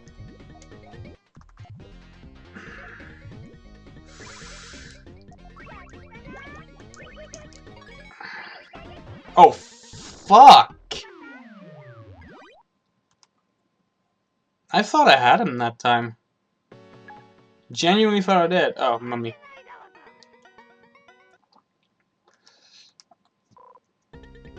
Okay.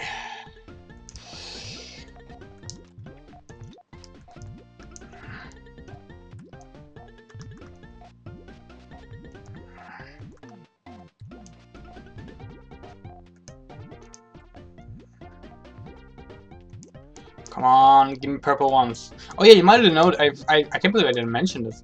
You might have noticed that we have purple, purple, red, green, and yellow. Oh my god.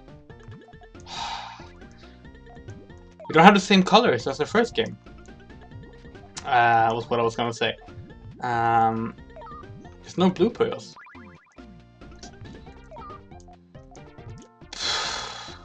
Well, now what? That was like about to be a really good combo, and then just that. Yeah, this is wow. Oh yeah, yeah. Like unlike the first game where it's just one AI pattern, here they actually like play basically. Are we only getting Nohoho and Mummy? I'm actually gonna mimic his playstyle now. Mostly out of spite, to be honest. But you know, what better reason to do anything?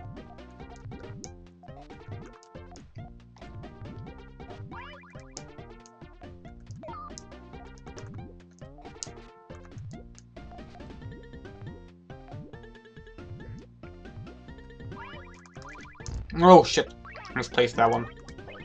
That's okay. That's not okay. Actually, maybe it's okay.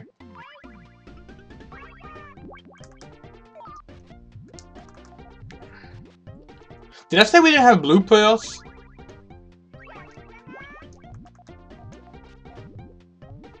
Wait, now I'm confused.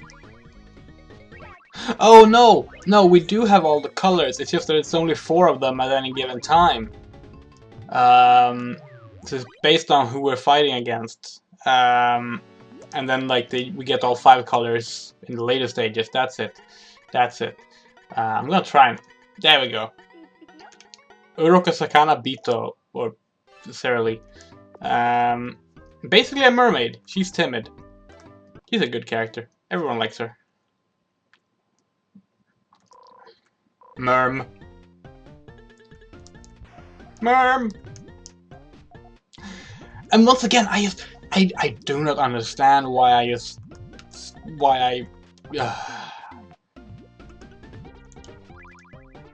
keep telling myself, like, actually plan ahead how you're stacking. You're playing against, like, computers designed to do this, and I drift off in my head and I just start randomly placing things.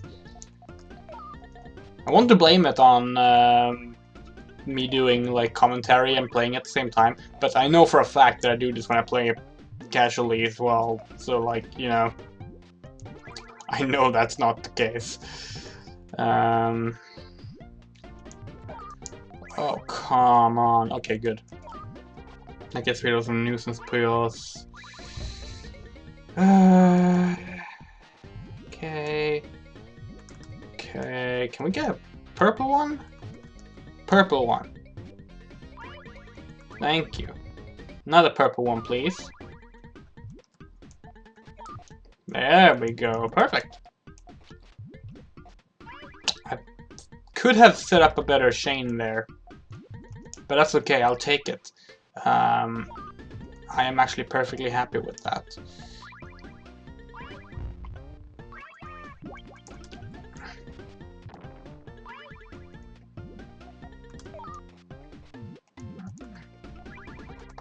Oh, this is maybe a bad idea. This was a bad idea. I should have just taken it.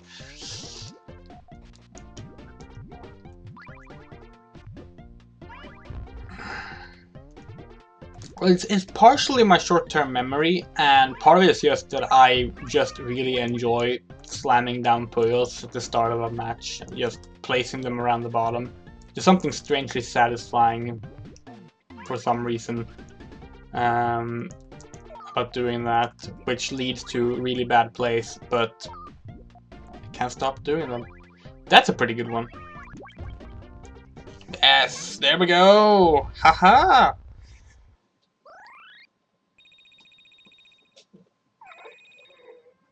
So is that enough to bring us up to the next level? Yes. Because I know who I want to face. Harpy. I can't just choose like that. Okay, Harpy time.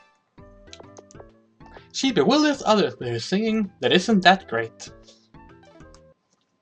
Harpy still shows up now and then in the games. I don't know if she's in Tetris 2 or not. I don't have Tetris 2 yet. I'm waiting for the PC version. I believe she originated in Monogatari as well. I seem to recall her being either that or she appeared in Monogatari like at some point after Puyo Puyo.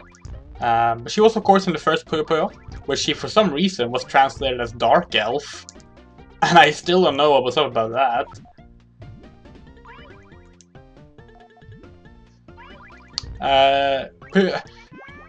Puyo Puyo Tetris is strange because it doesn't really teach you well. And then there's people like me who can do the Puyo stuff great. Well, I can't. But good enough to pass. But I can't do the Tetris stuff for shit. Like, I actually ended up skipping a stage in Tetris 1. You're allowed to do that if you fail enough times. There's only one stage I skipped in all of Tetris 1, and it was a Tetris end of chapter stage, because I couldn't do it. I spent so many hours, and apparently I wasn't alone, because I looked up on, I googled it afterwards, see if there was any good strats or anything, before I decided to just give in. Oh, fuck. And like, people were like, is this really supposed to be this hard? Like, it's not even late in the game. And so, yeah, apparently people agreed that it was bullshit. But I think Puyo Puyo Champion, like, the thing that's, Puyo Puyo Champions is tricky to recommend because it doesn't have a story mode. But it is the better game if you just want to learn Puyo Puyo, I think. Because you get both Fever and Su rules, you get a really good tutorial, and yeah, it's good. I can't believe I survived that. Oh dear. The Super Famicom, yeah, the remake of the first Monogatari. It's a very strange remake. It's very different from the main Monogatari games, because it's not like a dungeon crawler. Or rather, it's not like a traditional first-person dungeon crawler. Parara! A quiet merchant, thus he's bad at being a merchant. He's also one of the 5 musicians.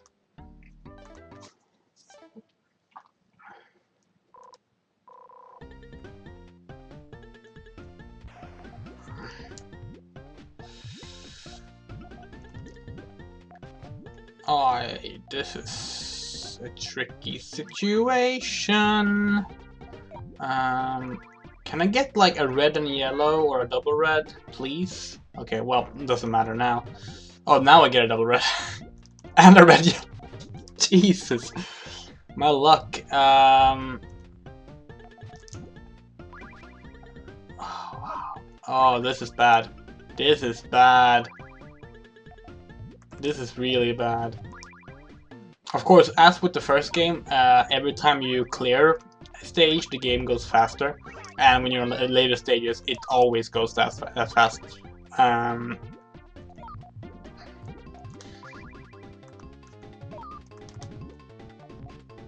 I will mention this.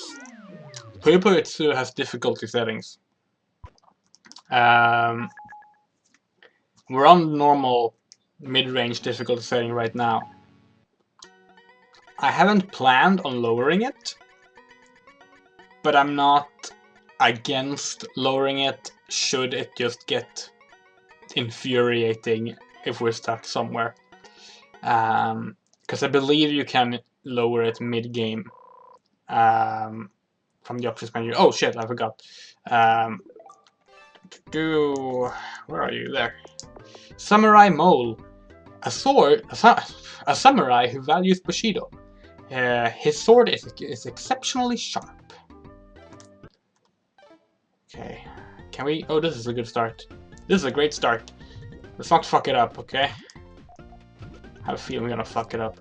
Oh, fuck! No! We fucked it up. We fucked it up. What do we do now? Sure, let's do that. And... yeah, okay, why not? Let's just see what we can do. Definitely there. Let's pop those. There, if we can get a few more blue ones, that'd be great. We're not gonna get any blue ones. There's one blue one. We need another one. Just one. Oh, I wasn't able to move that red ahead of time. Oh, fuck me. Iwakamiya. Bushido. Well, I'm not Finnish. I'm Swedish, but that's close. Let's get Sasoriman. A mysterious scorpion that speaks in a Kansai dialect. He's very sociable, one of the 5 musicians.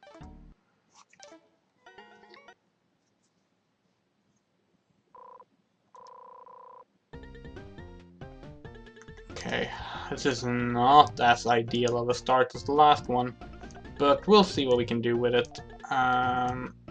We're at 5 colors now. I only just realized. We have 5 colors. That's cool. Boop. Okay, this is actually fine. That's fine, as long as I can get a purple one. There's a purple one. Perfect, yeah. Boom. Oh, that wasn't as good as I intended, but it was still okay. Oh, he actually offset a lot of those. That's okay. Can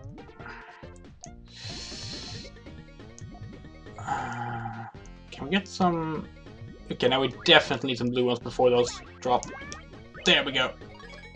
That should be a pretty good one. Take that.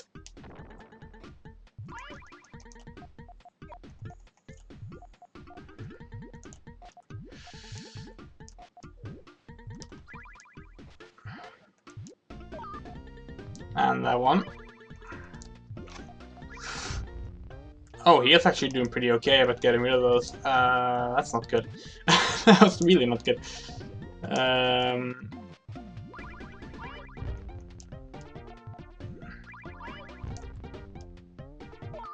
Because I don't really have a good setup for any more combos right now. But maybe that can change? Or not? This isn't good. Oh, fuck.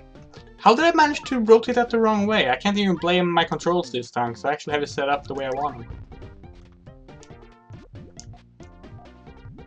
That's okay. Oh, this should be good. I mean, not great, but it's something.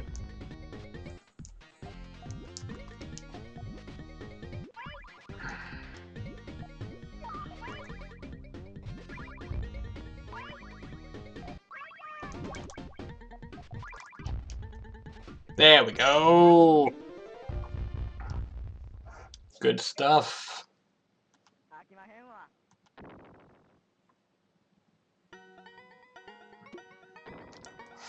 Next tier. I mean, no! I wanted to pick which. Oh.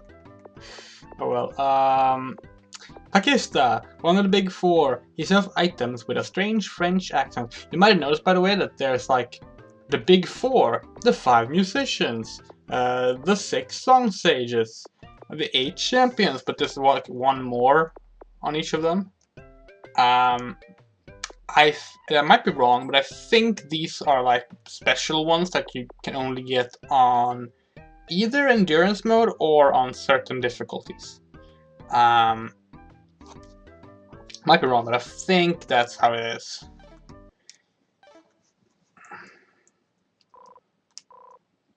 Okay.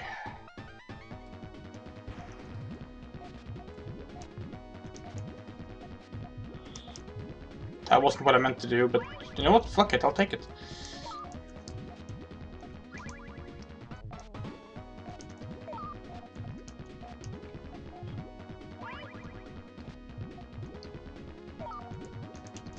That should be good.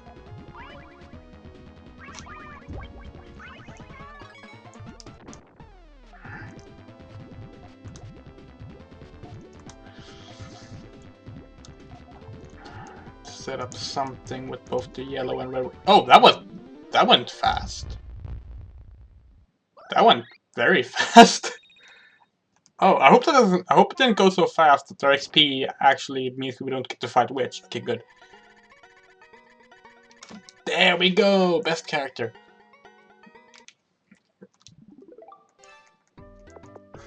A magician girl. Her personality is a bit odd. That's all we get for Witch? Aww.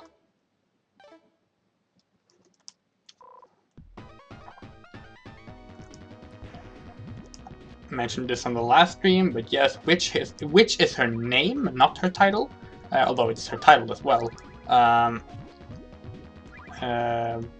But yeah, that's her actual given name. Her grandmother is named Wish.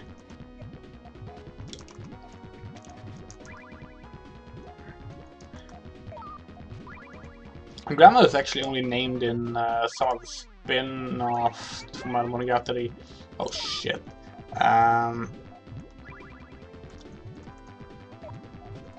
Although, like, the character Witch still mentions her grandmother as her grandmother ever so often, even in the current games. She's only appeared in, like, a spin-off, though. That went pretty bad. Wait, rank 1? Are you serious? No! Fine. Sukutodara loves dancing, a fish dancer that is proud of his legs. Yeah, his deal all the time is that he likes dancing and wants a dance partner.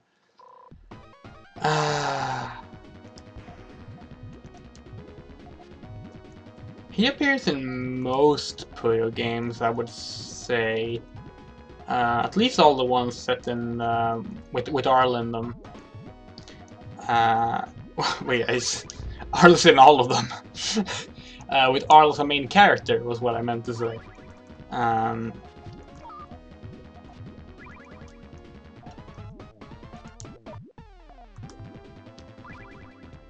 That should do nothing, actually, because I didn't finish linking up some of the stuff. That's okay.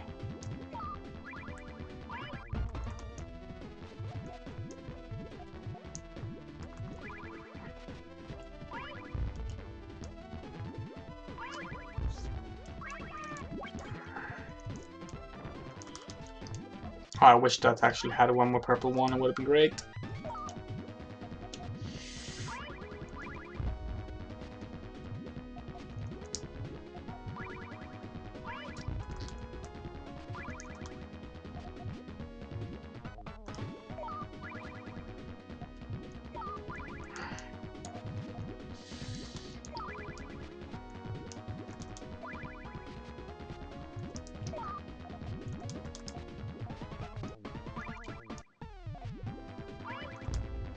Oh shit, that was not a great placement of that one. Oh, I might regret that big time, actually. Let's see what happens. Can I get a yellow one? A yellow one? A yellow one? Anything with yellow in it? Thank you. That was close. It's way too close to comfort. And of course, look at that. I butchered that name. Already got rid of those.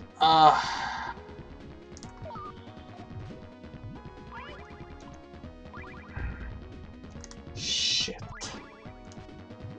Shit. Oh, come on. Okay, that's better.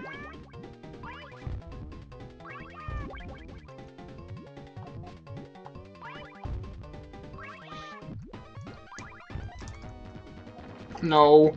Okay, that's okay.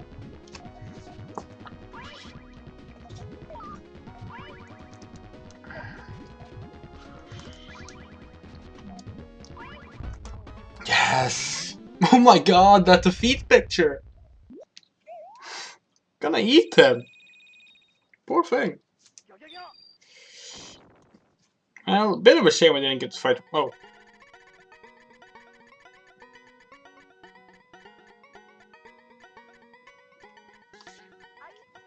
There we go. Okay.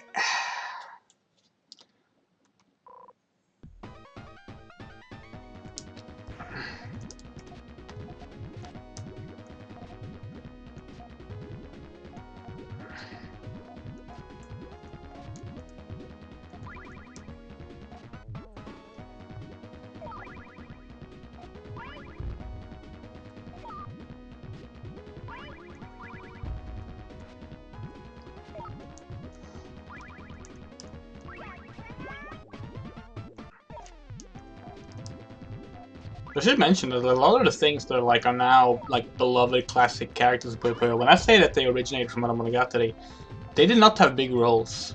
Like they were often just like generic mobs that you could run into.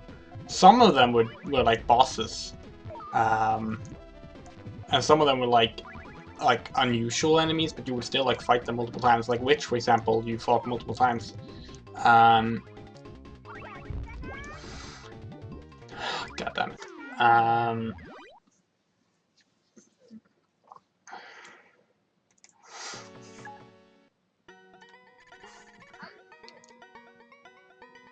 Oh, hello, Lara. Hell, the Puyos themselves are just the slimes of Monogatari. Like, they are very intentionally just Dragon Quest slimes. The lowest level enemy in the game, you know?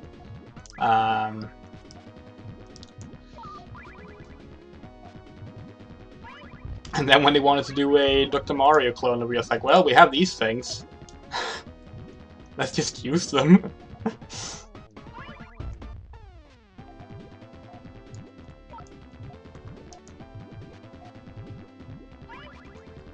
feel like a lot of how Puyo Puyo came to be was just like, well, we have all these characters and things we've already created.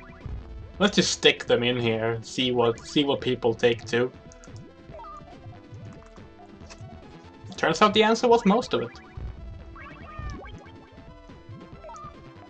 Very few characters have been one-offs.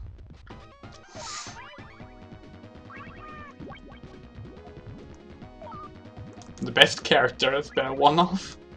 I know I said Witch was the best character, but that's the best character in this game. Yeah.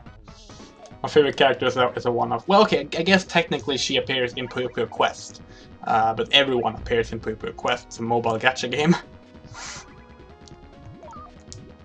They need to fill out the roster.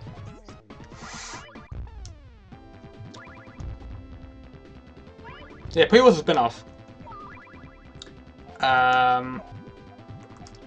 Like, it was literally like...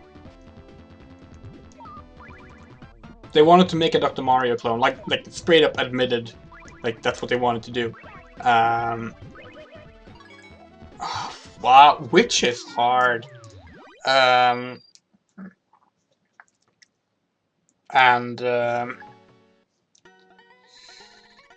shit, Manono. I don't think you can give me character spoils for Puyo Puyo Tetris 2 because I know how the game ends. One of the big four, its eerie growl sounds utterly out of this world.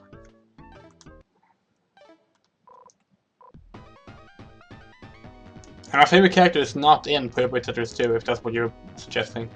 Who knows? Maybe with DLC. It wasn't in the leaked list, but you know. You never know.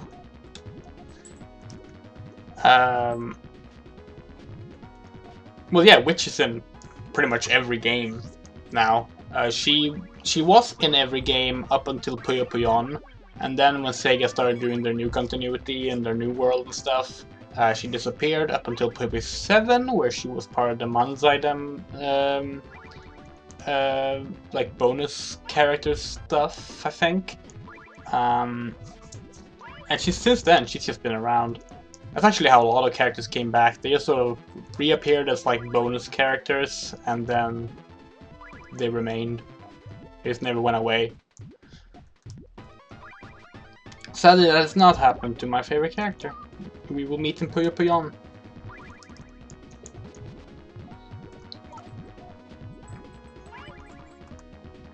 Puyo Puyon is gonna be interesting too because it has like special abilities based on every character. Which is why people don't like the game. Because it's not very balanced. Oh shit. Am I gonna die again? Yep. Yeah, Doppel's my favorite character.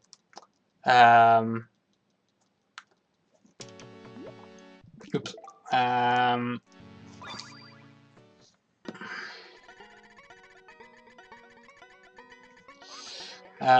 Doppel, who is the main villain of Puyo Puyo is my favorite character, and she has only appeared in that one game and in like non-story games like Puyo Puyo Quest. Well, yeah, cause she does actually have story content in Puyo Puyo Quest, because everyone does. But non-mainline games. That was what I meant to say. Like they keep dragging Ecolo back. Ecolo, the villain who doesn't even have a plan or reason for being a villain. Which, I mean, mood, but it just feels kind of mean when, like, the best villain in the series has not been allowed to come back. But Ecolo, the character whose reason for being evil is, I don't know, gets to come back multiple times. We'll get into Doppel's story as we play Puyo Puyo. It is very interesting. It actually goes back to Madame Monogatari in various ways. And honestly, it's a bit of a shame. Like, most of her story is not actually in the game, and we'll get to why that is when we play it as well.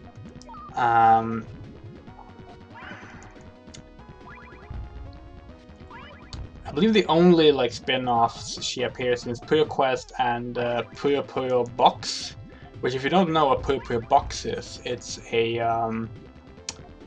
basically a little compilation that takes the first 4 games, just the gameplay of them, sort of, and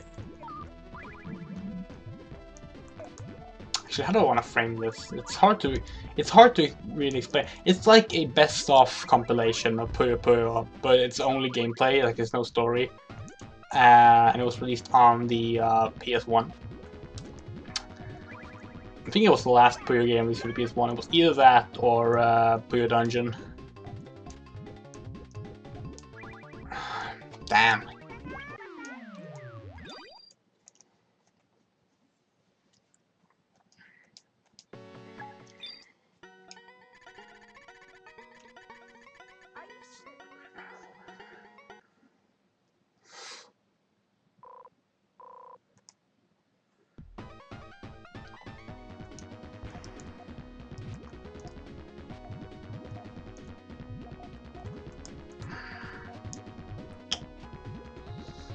Wait, that's not good. Ah, shit, I messed that up.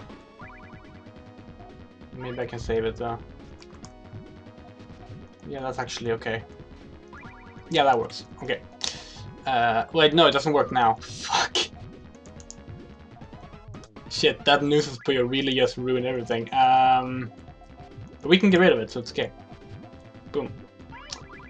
But now the other things I did don't match up anymore. That's not good. That's not good at all.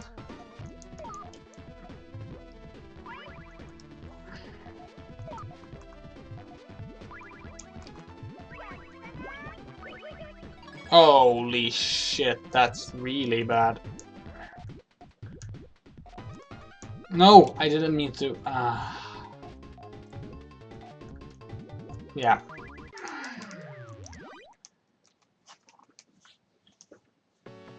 Steer is hard.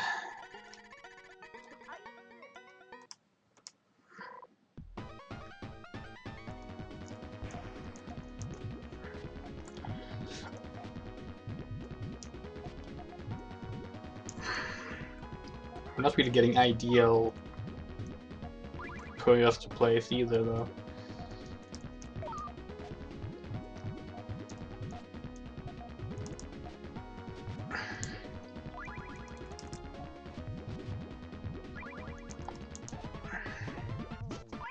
That should work.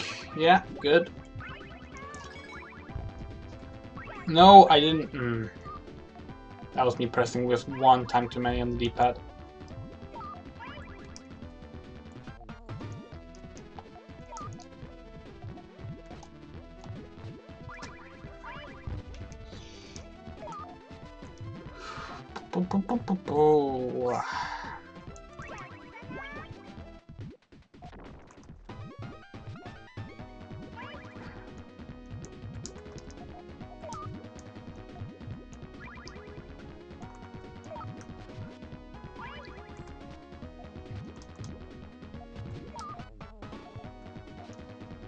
Oh, that was not the best choice. Well, I'll have to live with it. I sort of saved that okay.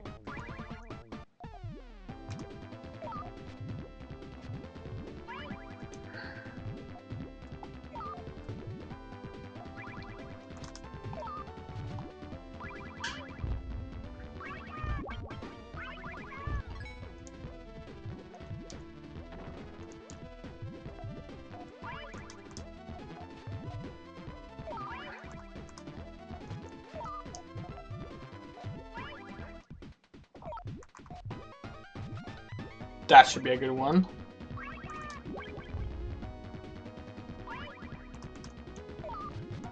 There we go, at last! See, we don't kill Witch when we win.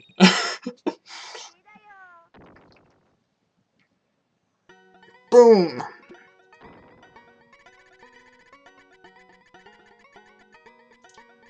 Draco Centauros!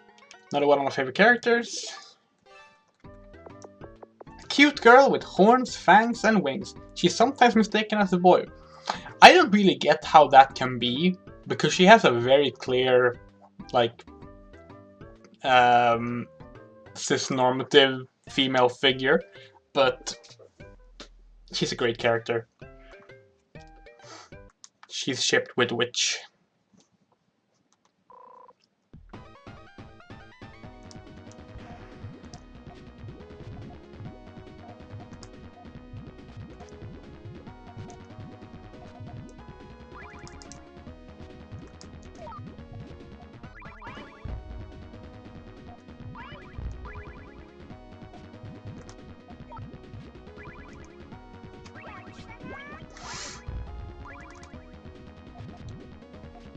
Oh, it's fast now. It's really fast now.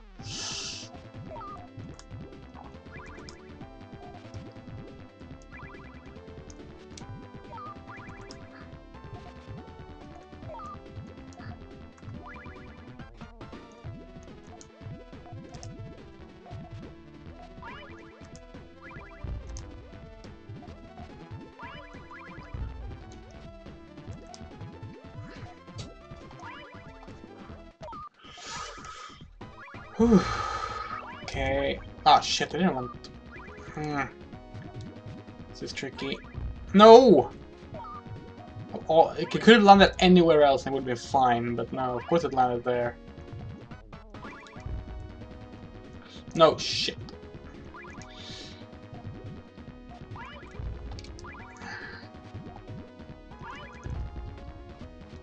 That should be a pretty good one.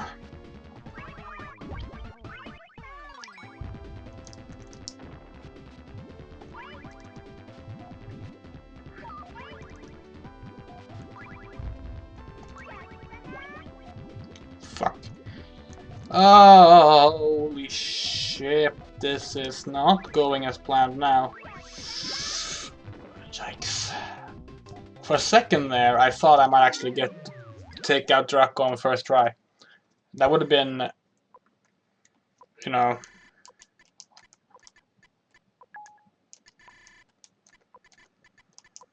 really satisfying, but of course not.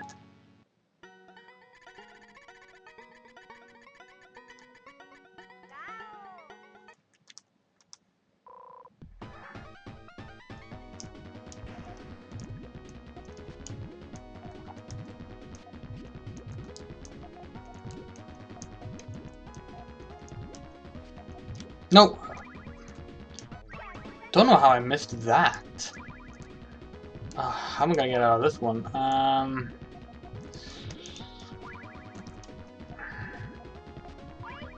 genuinely not sure. This is wow, this start just completely fucked me over. No!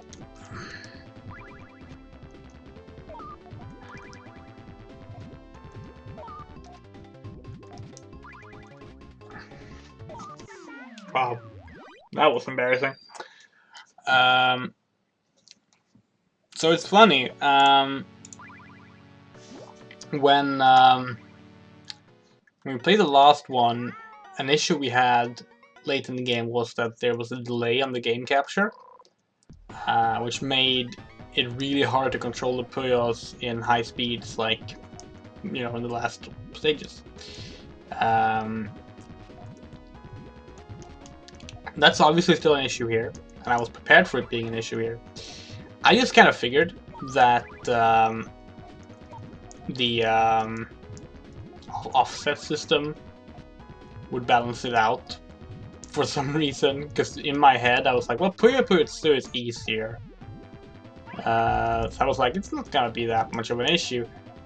It's starting to be an issue now. I keep having to like tap ahead of time, or else they will like set before I've had a chance to rotate them. It's not as bad as the first game though, like at least not yet. I don't know. I don't remember how fast it goes on the highest difficulty. I guess we'll find out. But so far it's manageable. Okay.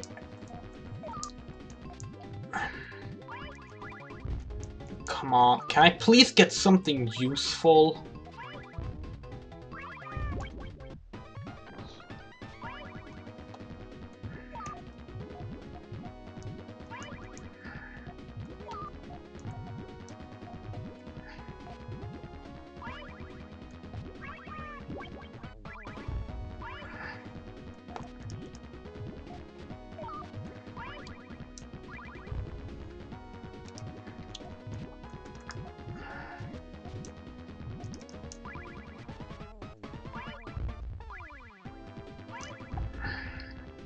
Come on. Come on. Give me something decent. That would have been decent if I didn't fuck it up, but yeah, I can say that. There we go! Took a few tries, but you know, that's okay.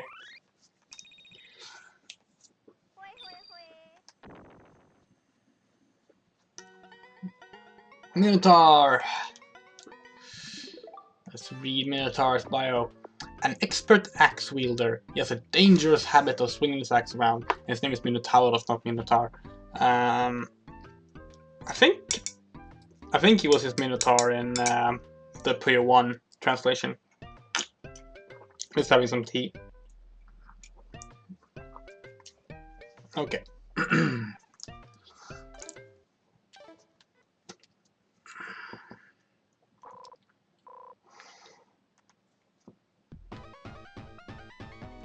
Oh shit, this speed. Oh god. Yeah, they're not fucking around now.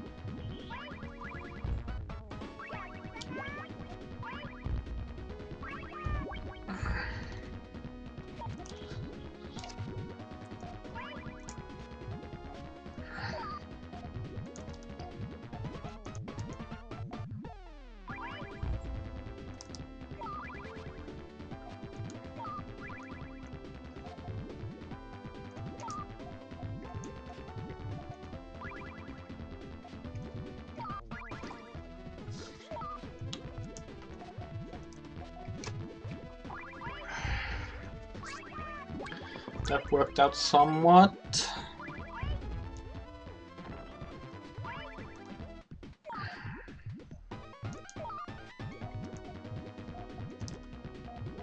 I think I just... Yeah, I managed to rotate that 180 degrees wrong somehow. That was not an input thing, that was literally just me somehow misreading what I was doing.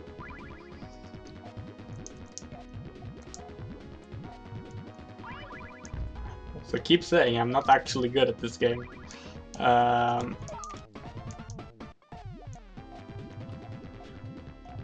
Holy shit. Wow.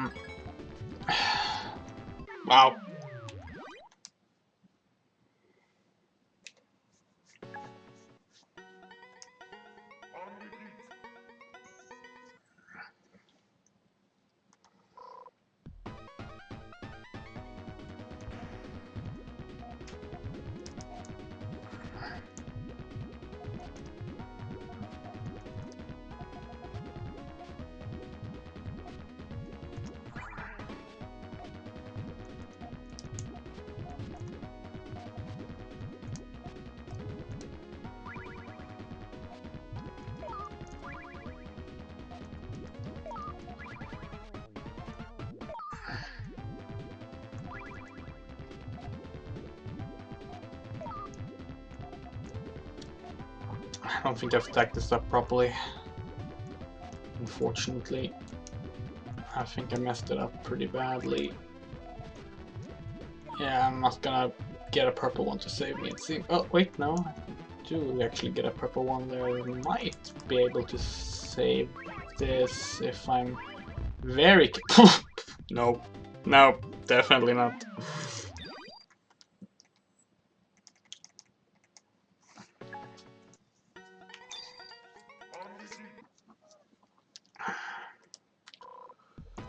Okay. Boom. Boom.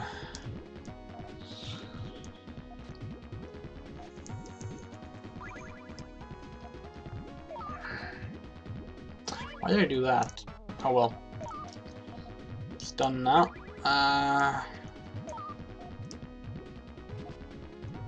Should double tap that. Actually, that's okay. Let's do this.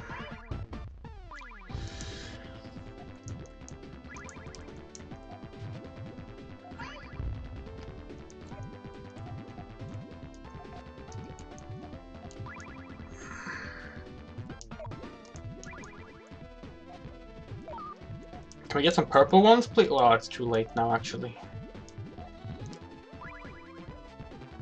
A blue one would be fine, though. There's a blue one, good.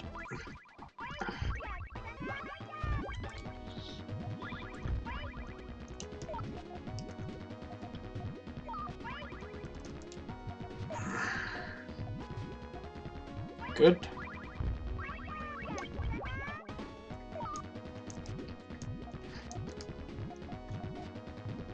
That was a misplacement. Not a terrible one though. We can live with that.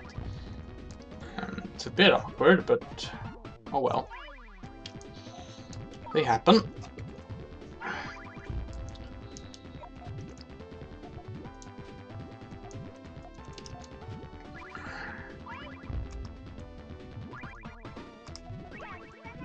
And that was me misreading. Oh wait, that's actually okay because I can do that now. Oh, but it doesn't give me the... Okay, good, that's a green one. This is really hard and really fast now.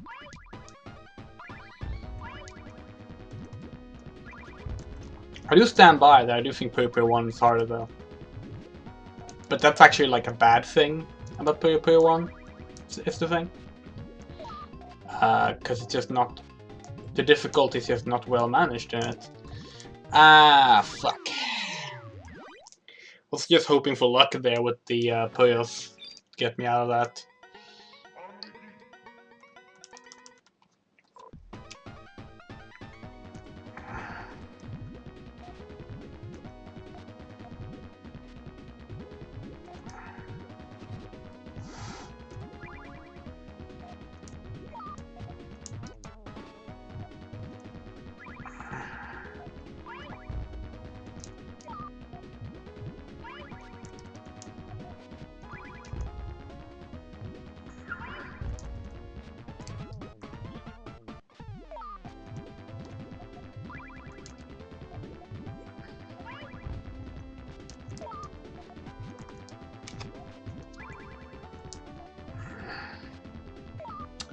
Shit. Well, at least we can do that. It's better than nothing. Now we gotta work up some decent stacks here.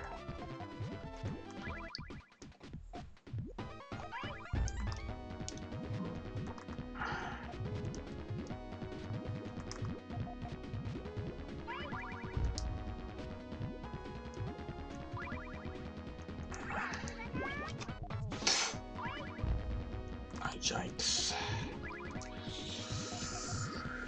Oh dearie me, that was not good. That was really not good. God damn it.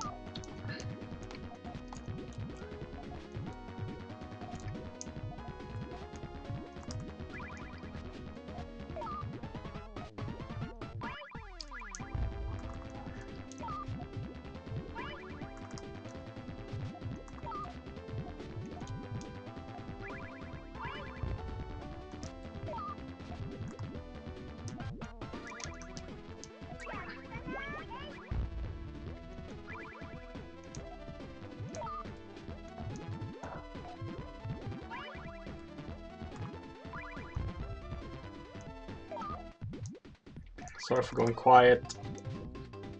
It is purely focus, and it's not working. So you know, not a very good excuse.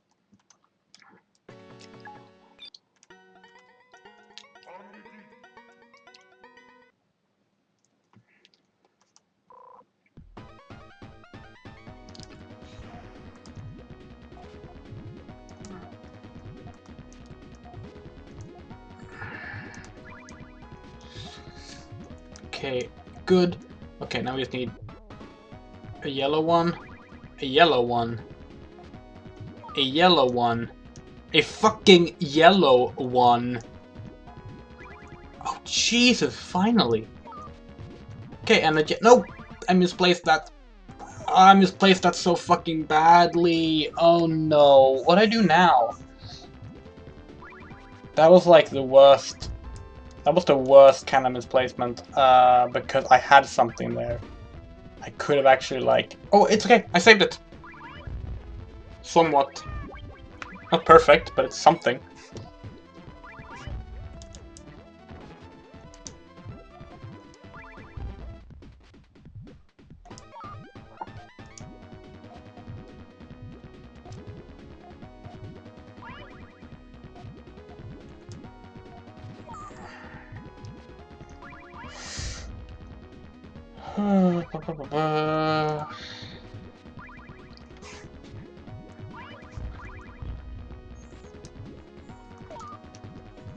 Okay, that was another bad play.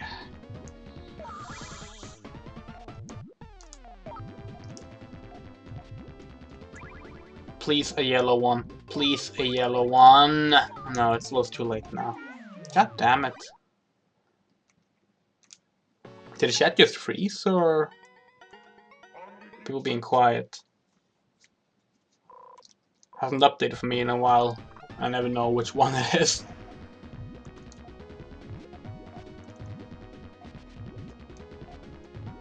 I don't even mind if folks are being quiet, it's just... if it's an issue with chat, it's something I have to tend to, you know? And YouTube is not very good at actually letting you know how things are working. Okay, cool.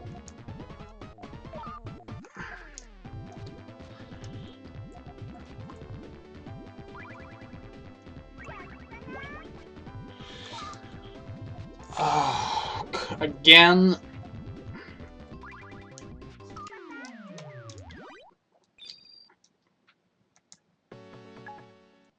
Who was it we got stuck on last time? Like, apart from Satan. We got stuck on someone else before that. Was it Minotauros? I don't think it was. It was Ruel, wasn't it? I know we got stuck on one character for like an hour.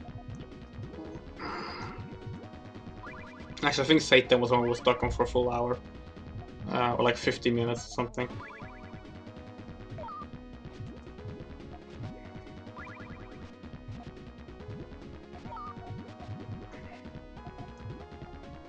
I mean, we definitely made progress much faster in this one.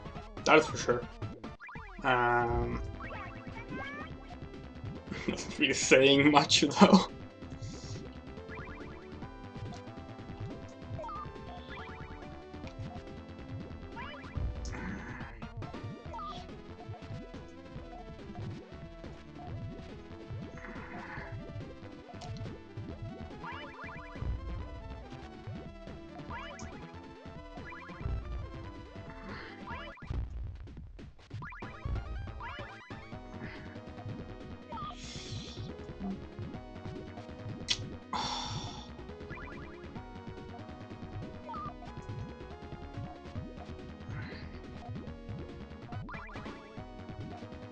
Are you fucking kidding me?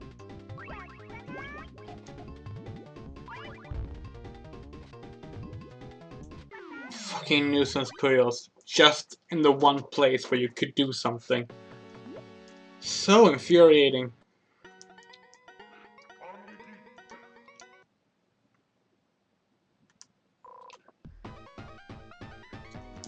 Okay. Yeah, they announced a date for Puyo Tetris to PC. I think it's coming in March.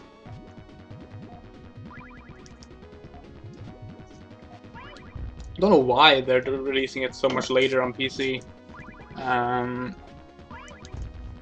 They did that with Tetris 1 as well, though I think it took even longer then. And it's just so strange to me. Like, I feel like delayed PC releases in this day and age have very little excuse for them. It feels like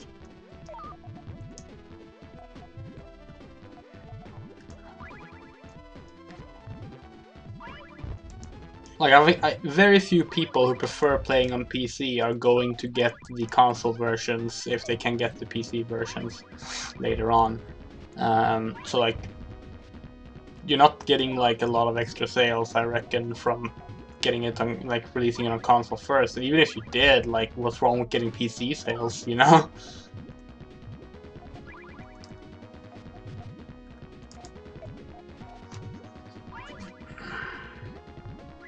Like, it was one thing back in the day when PC ports were, like, bad all the time, and also really difficult to, like, make.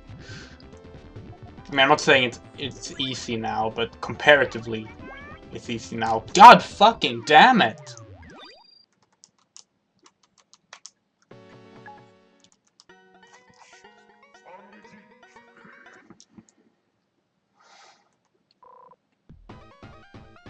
I guess it's one thing if it's like an exclusive, but even then, like, console exclusives really just tend to care about console exclusivity these days. Because again, they realize that there's no use competing with the PC market. You might as well just profit off of it. It's basically two separate markets.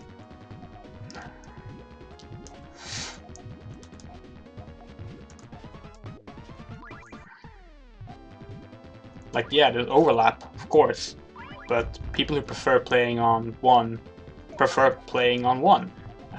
That's how it's been, and now that PC ports are generally as good as console versions, and you know, the console versions tend to be on par with PC versions, with the exceptions of maybe like Switch ports. You might as well just get the version you prefer, so I don't know, I think it's strange.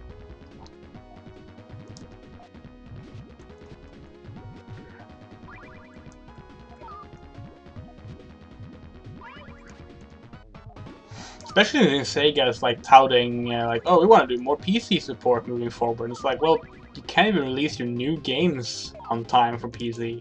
Hell, like, oh, this is hard. Yeah, the sprites are great. Honestly, like the sprite art in the first 4 games are just wonderful. Like the art style shift in Puyo Puyo that happened in Fever isn't a bad art style shift, but it did result in a different form of characters expressing stuff, because it was now just sort of these stylized illustrations with like basically little to no animation. But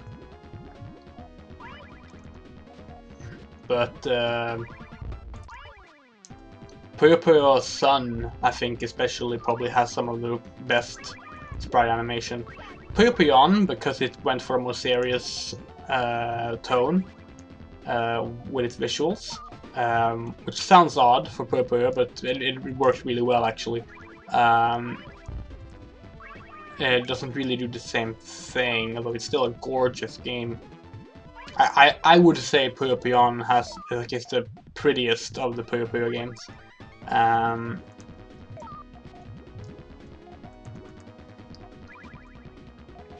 But I am biased. It is so. I mean, it is the game that has my favorite character in it, obviously. So take that with a grain of salt, I guess. But I think most people agree that it's pretty as hell. Especially the Dreamcast version. Like, the Dreamcast version is the ideal version, and the version I'll be playing, most likely. Haven't decided if I'm playing it on my Dreamcast or not, because I can capture from my Dreamcast, but it might just be easier not to. But we'll see. Ah, shit.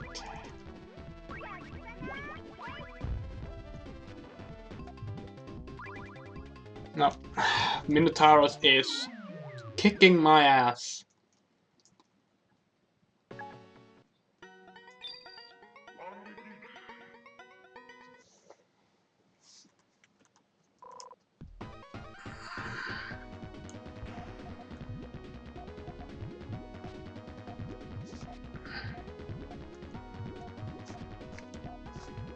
I wish you could set dropping down to one of the face buttons. I tried to see in the settings if you could, but you can't. You can only have down set as dropping, which is fine. Like, I don't mind that. It's what I'm used to. But I would have liked to have one of the face buttons do it, just so I can have all my like Puyo manipulation done with my right hand, and stick just to like moving left and right with my left hand. I don't get why they don't just let you do full custom controls, honestly. I think it's pretty strange. I mean, it's Puyo Puyo, like, make it accessible. So few buttons are used, there's no excuse to not just let people have their own setup. You really can't, like, accidentally put yourself in a position where you don't have access to everything you need to play. I mean, I think even if you can, you should be allowed to have that option. Holy shit, I just fucked up a near win scenario. I think I just lost this because of just fucking myself over. Because I had that. I fucking had that. I don't know what I did, I just completely spaced out because I was talking about fucking controller options.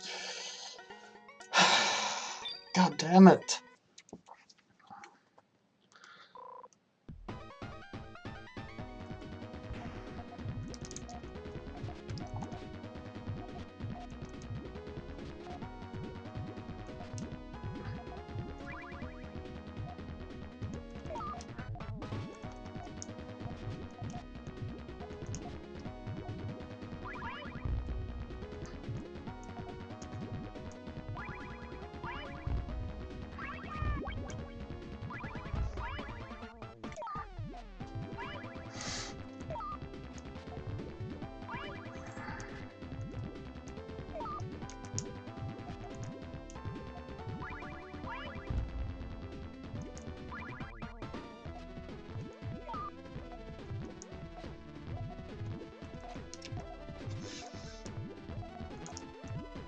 Okay.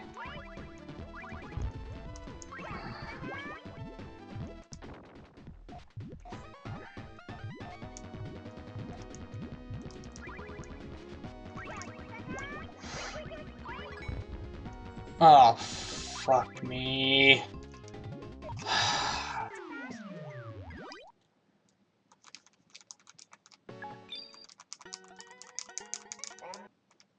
Okay.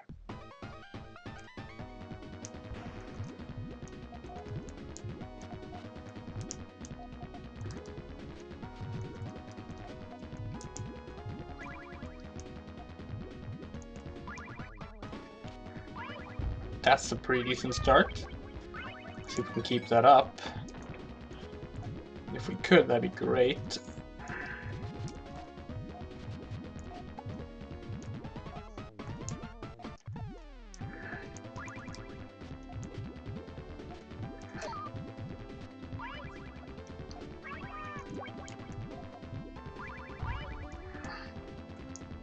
That was a really good one, actually. This is not impossible right now.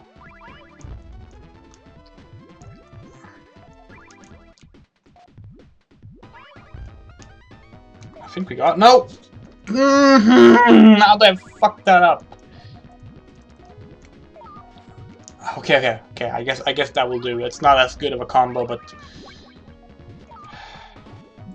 as long as it kills him.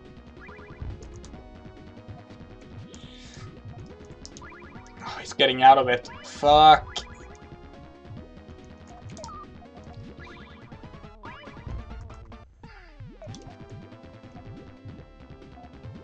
Oh, yes. Yes.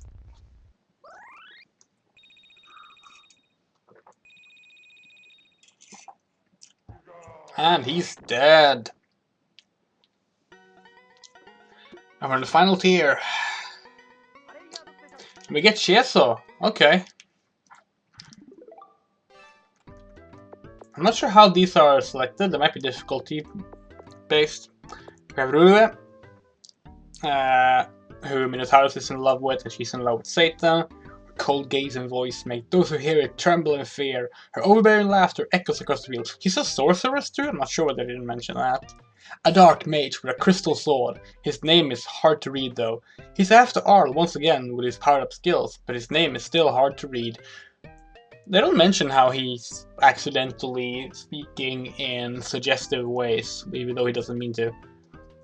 A draconic-looking man with horns, fangs, and wings. It seems he doesn't have a tail though. The final enemy of this tower. And then his identity is shrouded in mystery, masked Satan. Yeah, we're facing off against Chesil.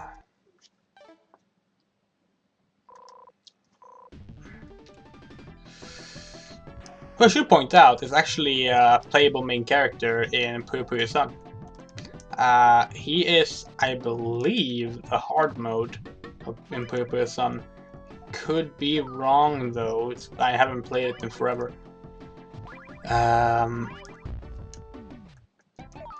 But we'll be playing Arl regardless, even though Arl is easier than Chesil's mode, just because Arl is the main character.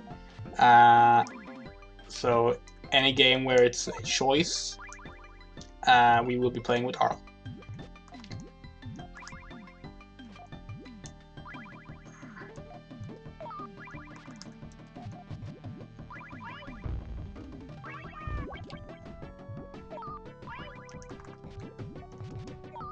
Oh shit. Okay, this is good.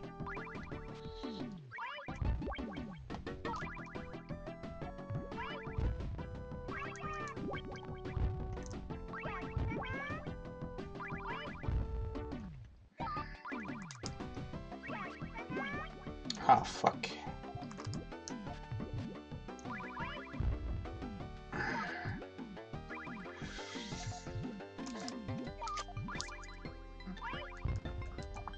It's not the worst possible situation.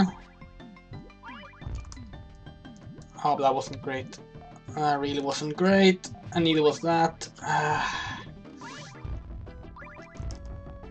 God, it's so fast right now. I have to make so many quick decisions.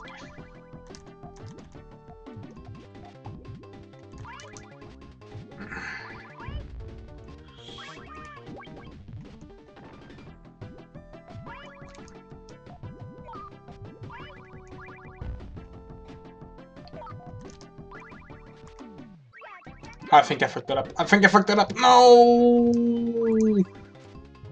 For a very short second there, I thought I would actually get Chesil on the first try. I would have been so happy if that was the case.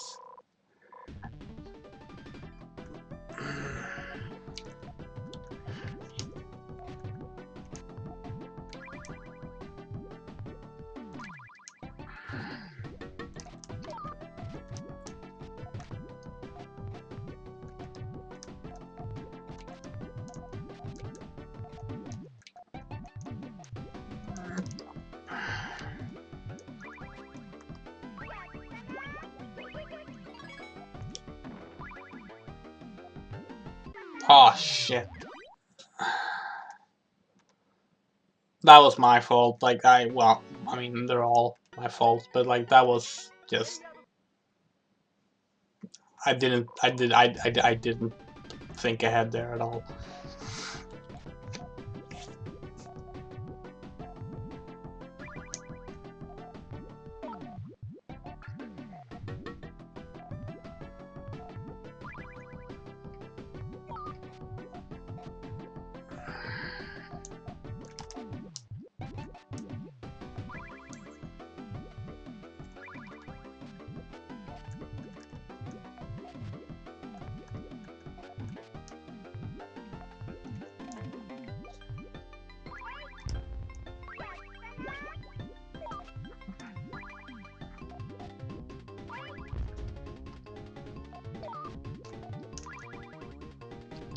Couldn't get a single red one there, huh? My only way out, and of course I couldn't get a red one. Yeah, I don't think the stacking to the side thing is gonna work on Shizzle. Okay.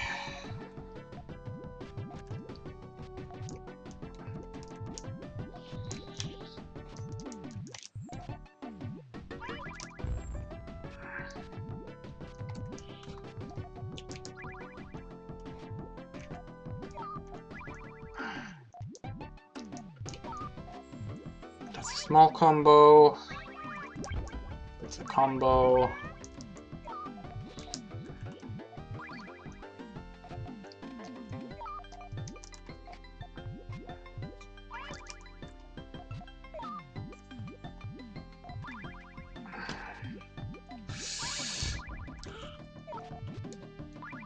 Okay.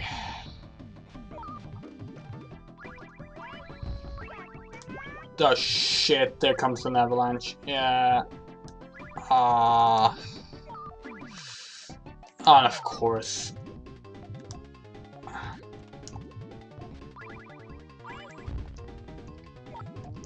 Yeah, that's just... Stop doing the peace sign, you piece of shit. Okay, let's try again.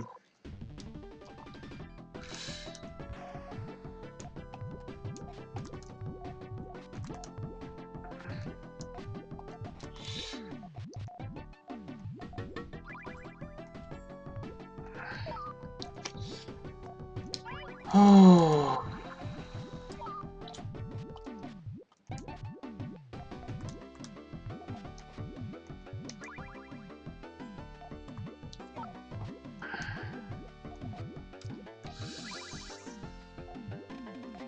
Oh shit, why did I...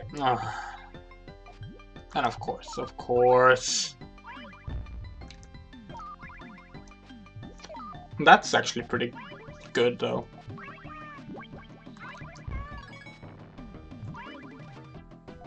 What the... That went... What?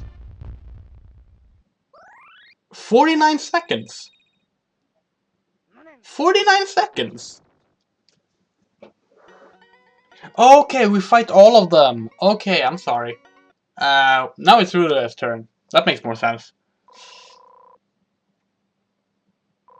Doesn't know. I don't remember you fighting all of them though. Well, I guess you do, obviously. Well, wait, maybe you don't fight Masked Satan actually. But everyone but that. That makes more sense.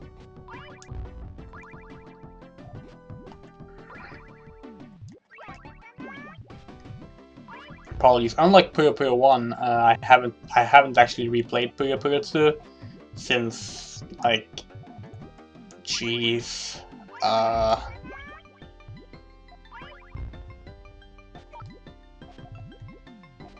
when did I last play the actual Puyo Puyo 2?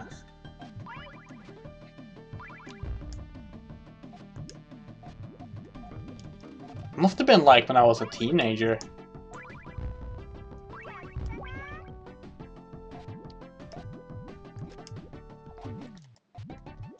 So yeah, a long time ago. No,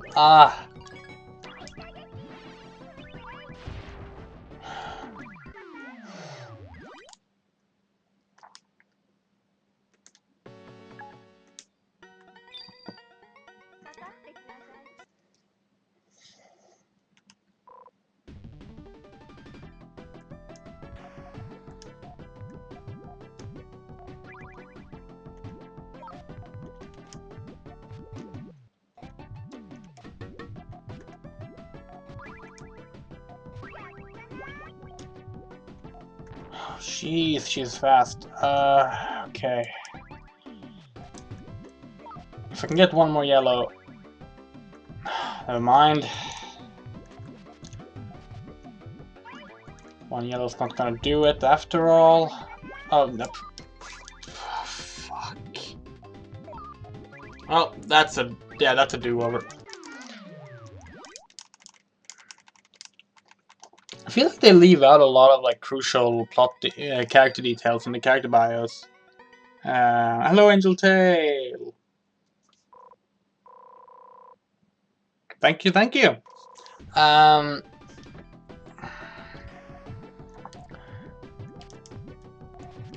it's possible that a lot of the stuff wasn't like just part of the character lore yet, I guess, but stuff like Ruru being in love with Satan, like that's kind of key to her character. Like that's the entire plot of Monogatari 3, which came out long before this, you know, 4 years before this. So I think it's odd that they don't even mention it. Nor that Satan wants to marry Arl, or that Sheso...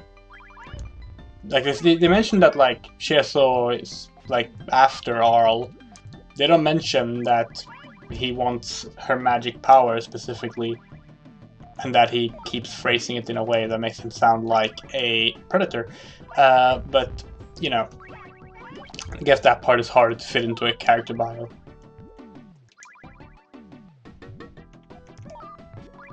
Oh, I should have waited. Should have waited for the next one. Actually, no, I shouldn't have, because the nuisance player would have ruined it.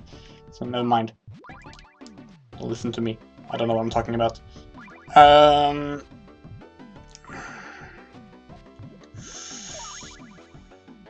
That's a risky one. I should have maybe saved that, actually.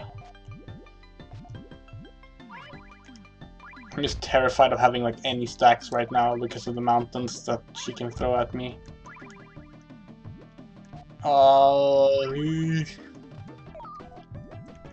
No!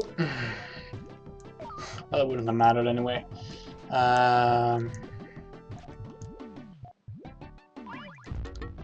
Boom.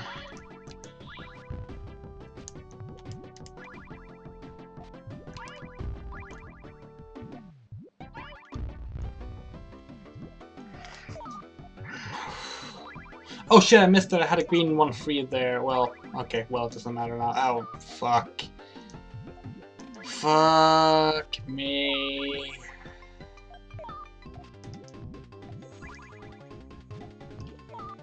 Yeah, well, we tried our best, but we didn't succeed. And got neither what we wanted or what we needed. Oh yeah, I should mention. Can I have paused the game and actually see the game at the same time? So I had this written as Puyo Puyo 2. But as you might have seen, the game is called Puyo Puyo 2 as well.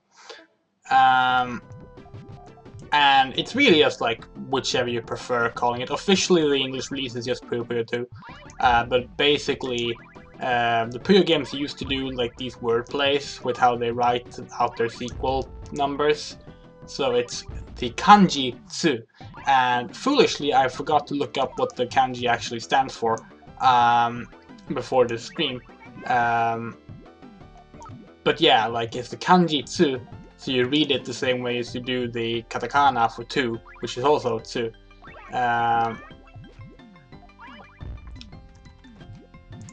And then, so I write out as Puyo Puyo 2, especially since the game is in Japanese. But it's Puyo Puyo 2. Like it's just it's whichever you prefer.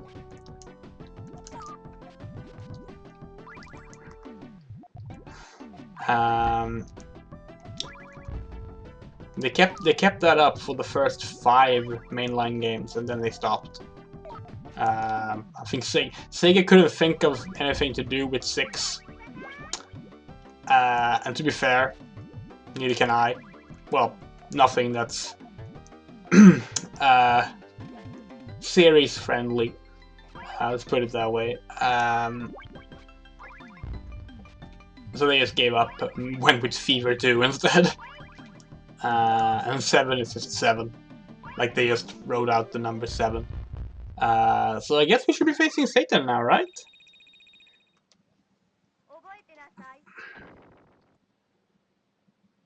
Yes! So Masked Satan is for the hard mode.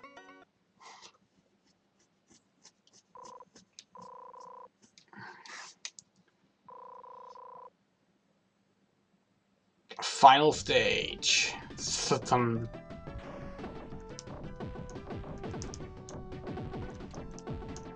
It would be great if I get him in the first try. I don't think I will.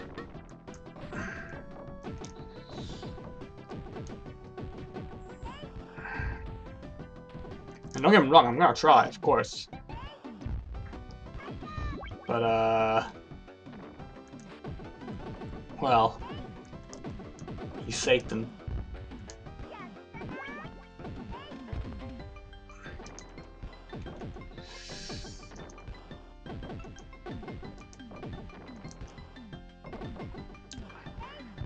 What I find interesting about... Oh, wow, that was a really badly placed nuisance Puyo there.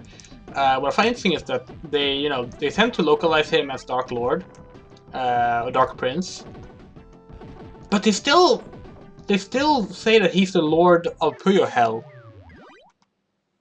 and it's like,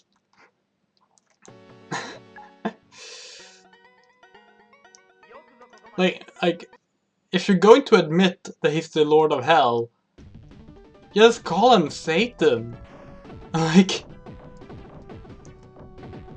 you're not hiding it. Well, I guess this version does call him Satan, so I guess I got what I wanted, but...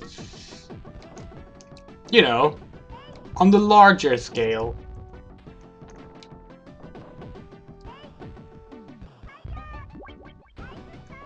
That's a pretty good start.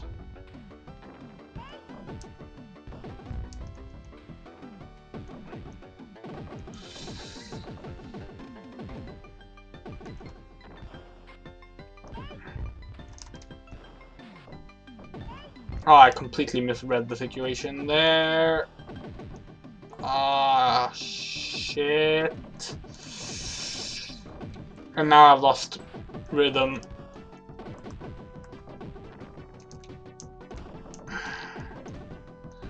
Oh, this is bad. Can I get a purple one? Maybe save me from this? Yes, thank you.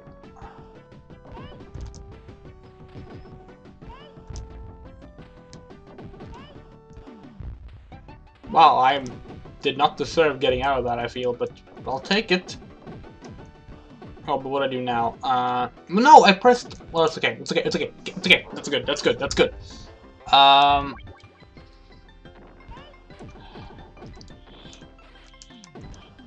That might have been a mistake. But we'll live with it.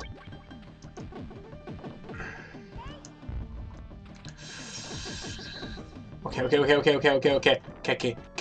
do not panic, do not panic, do not panic. You can do this. You can... Fuck!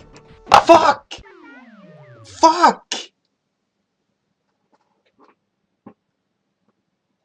God damn it! God fucking damn it! That was so close! That was so close! Hello, your level, man.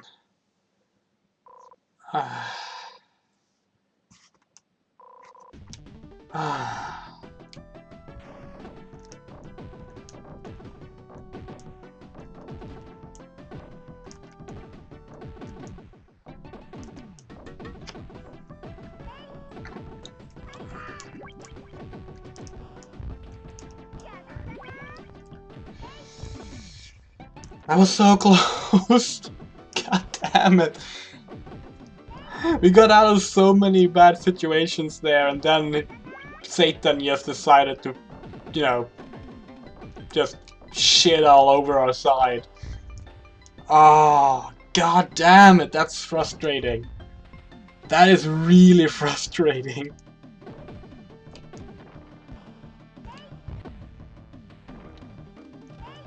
Like, we basically dodged death like 5 times, and then he just pulled out a one-hit KO. As he was dying.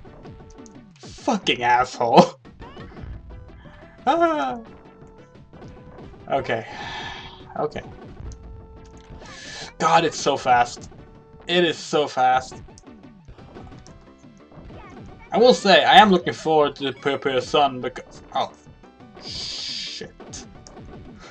Jesus Christ. Oh wait, no, sorry, the opposite. Satan. I'm looking forward to Puyo Puyo Sun because since I'm playing that the PC, since I'm playing the PC version of that, I won't have the game capture lag on the input. Although it does mean I have one less excuse when I'm playing badly, which, you know, excuses are useful. Seriously though, I am very much... I wish I could play this without the lag, but I decided it was more fun to play the arcade original. I guess I could have emulated the arcade original if I wanted to, but then I would have like had to find the ROM for that, and when I paid for the game on the Switch already, like I might as well play that version. I need a new capture card though, if I do want to play more Puyo Puyo through it. Especially if I want to stream Puyo Puyo on from my Dreamcast. Holy shit, because that game gets hard. Like that game is unfair too, like really unfair because of the like super uneven special skills. So yeah, I might have to rethink that. Maybe I'll do that through emulator actually. Oh, shite. Yeah, that's another loss. Unfortunately. Wonder how many quarters I've spent by now. Like if we're imagining this is an actual arcade. I haven't left my share though, so like there has been one sitting or standing in the case of an arcade.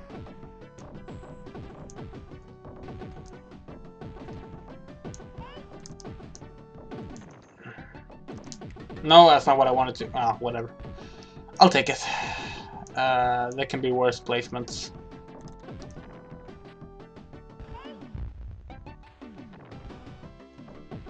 Can I?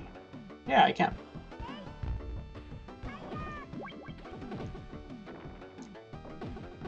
Ooh, that might have been a mistake.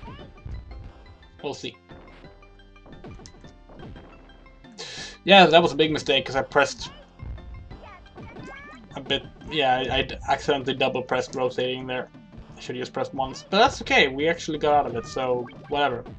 Let's just take it as a happy accident, Bob Ross style. Wait, Satan's cheating. I just realized he's using special moves.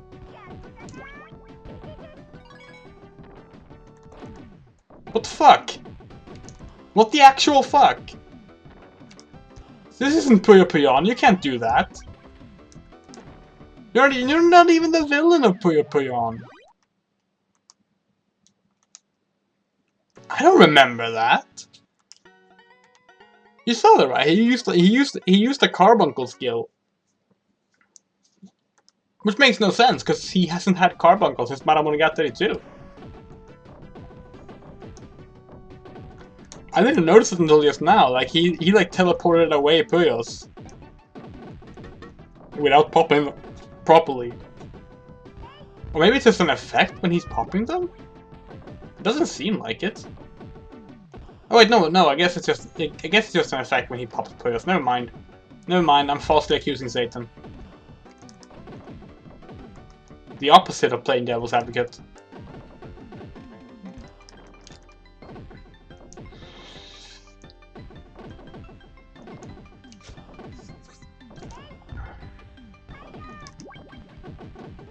That was a really good joke, actually. I'm pretty proud of that one. Okay. Shit. I don't know if I can get out of this. What? Did I just down Satan in under a minute while thinking I was losing?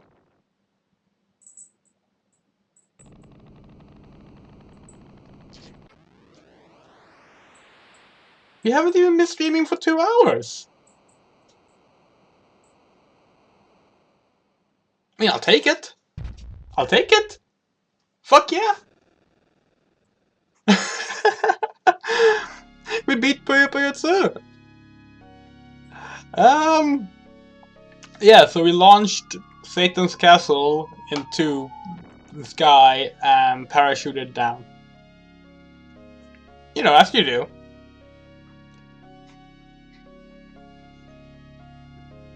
There's Carbuncle, who for some reason was helping Satan.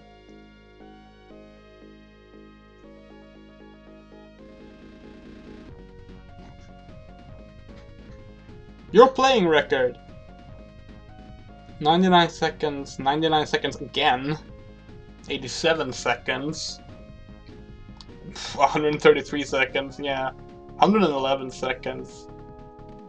You mean to tell me that Satan and Rule were some of my quickest ones? Well, 37 seconds there on Pakistan. 1, 2, 3 seconds. 49 on Chesil, yeah. Okay, Rule was actually 93. So Satan was my third fastest somehow. 43 continues though, so that's 43, let's see, quarters? Well, no, it would have been yen. So it would have been, let's see. I'm going to guess 200 yen per play from what I know about arcades. Oh shit, I hate that I wasted my rank 1 spot on an AAA name. I have to guess dates! Woo! We're not doing it, by the way. What was I going to say before that, though? I was saying something, I completely lost my train of thought now. Oh yeah, 243, it was 43 tries, I think. I'm assuming they don't count the first continue. I'm going to just do a quick game reset. Oh, submitting arcade mode ranking. I had to wait for that. Cool. I'm going to do a quick game reset. There we go. Should have saved before Satan so I can practice on that actually. Gonna be doing endurance mode.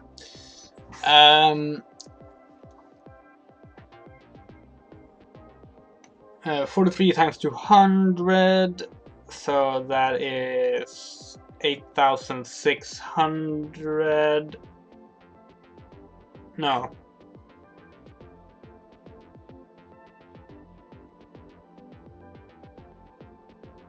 No, it's not. Or is it?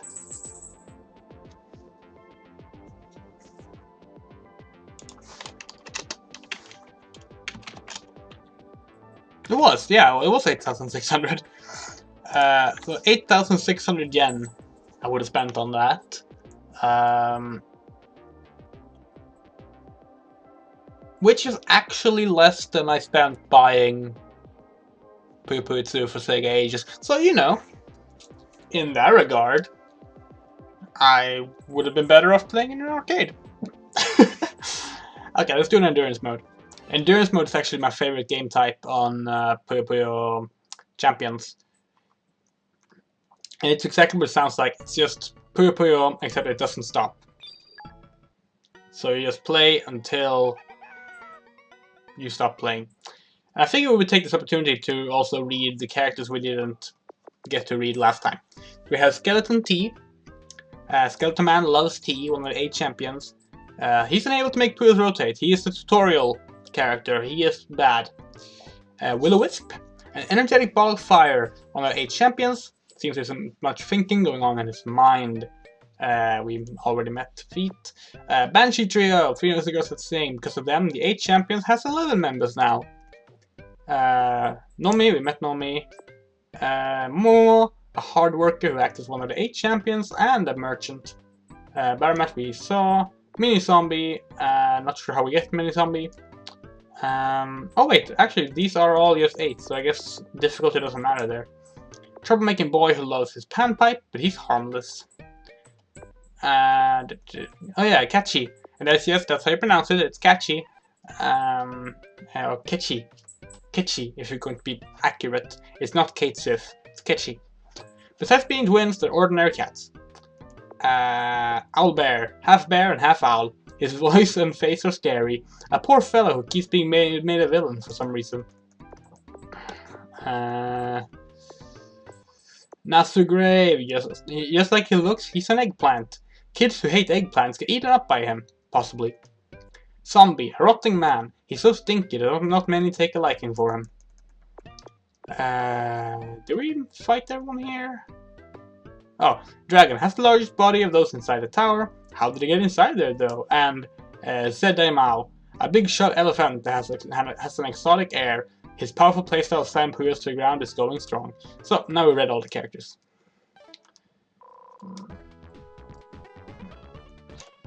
So yeah, endurance mode is just Puyo until you die. It is my favorite mode of Puyo Puyo, and I find it just incredibly relaxing to just start up an endurance match and just have it go. And my cat is protesting against me not opening the door to the bedroom. I would rather hold off on doing it until I'm done streaming, cat, so I don't wake up my girlfriend. Maybe? She really wants in. 1 second. I'm gonna let my cat out. So, is there anything else I want to talk about Puyo Puyo? I'm ready to Puyo Puyo too. As I said, this the rule sets from this game basically became the standard moving forward. While every mainline Puyo introduces new rules, except Fever 2, I think. This is the standard one that Puyo Puyo Tetris is based on, that Puyo Champions is based on. I mean, they also have Fever modes, because people like Fever a lot. But this is the regular Puyo Puyo mode. It's like when you play Puyo Puyo Champions, for example, you get to pick between playing Puyo Puyo Fever or Puyo Puyo 2, which is 2. And I play 2. Well, I play Fever as well, but I mainly play 2. And this game is basically what made it, like, just the biggest arcade puzzler in Japan. Like, the first one was, of course, popular, but this one, like, blew it out of the water. It got ported to everything, and, like, it's been stated before that, like, while Puyo Puyo is not Sega's most profitable franchise, it's the franchise most people in Japan know of, because that's just how big the arcade scene for Puyo Puyo has been since forever.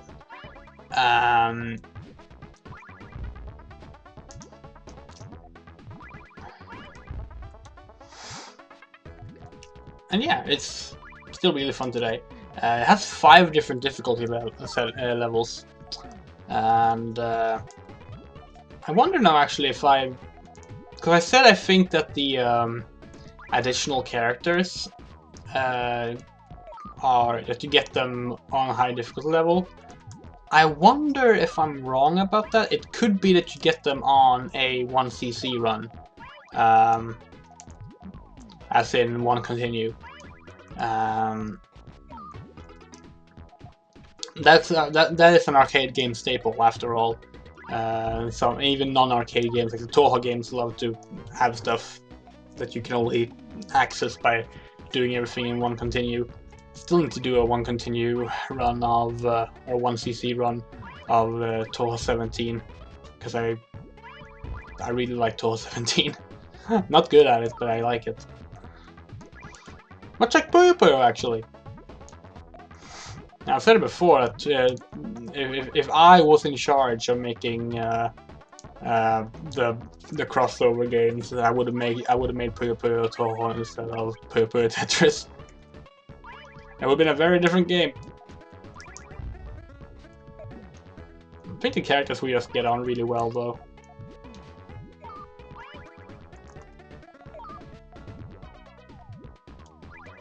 Alright, take care, Ninja Tail. I mean, we were closing down here as well soon.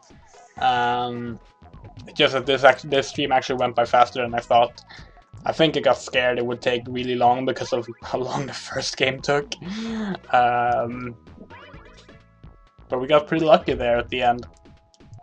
And yeah, Yeah, I'm gonna chalk it up to luck. I'm not gonna pretend I rightfully beat Satan fair and square. As nice as that would be.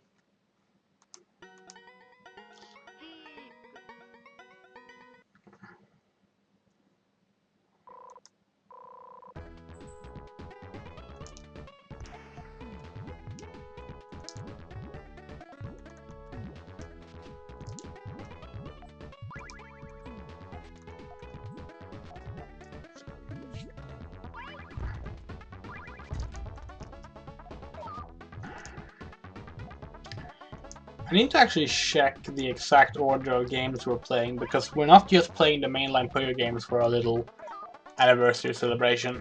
We're also going to be playing the strange spin-offs. And at some point during the early ones, we're going to be playing Puyo Puyo Dungeon. Waku Waku Puyo Puyo Dungeon. Which is the first of 2 Puyo Puyo RPGs that aren't Monogatari games.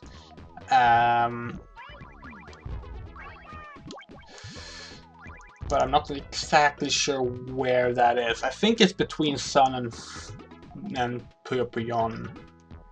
I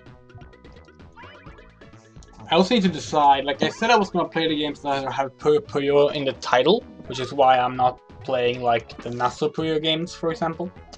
And I also wouldn't play any games that didn't have like a single player mode, a proper single player mode. But I'm considering maybe playing Arl's Adventure, which if you don't know, that's the Puyo Puyo Pokemon clone. Yeah, there's a Puyo Puyo Pokemon clone. Much like how Puyo Puyo was like Dr. Mario clone. When Pokemon got big and Dragon Quest Monsters got big, people at Compile was like, hey, let's do a game like that. And they made one for the Game Boy Color. It was called Arl's Adventure. And yeah, it actually has a full English localization. Holy shit, I died early. Oh well, that's okay. Rank 2? God damn it. Oh, now the cat wants in again. Jesus.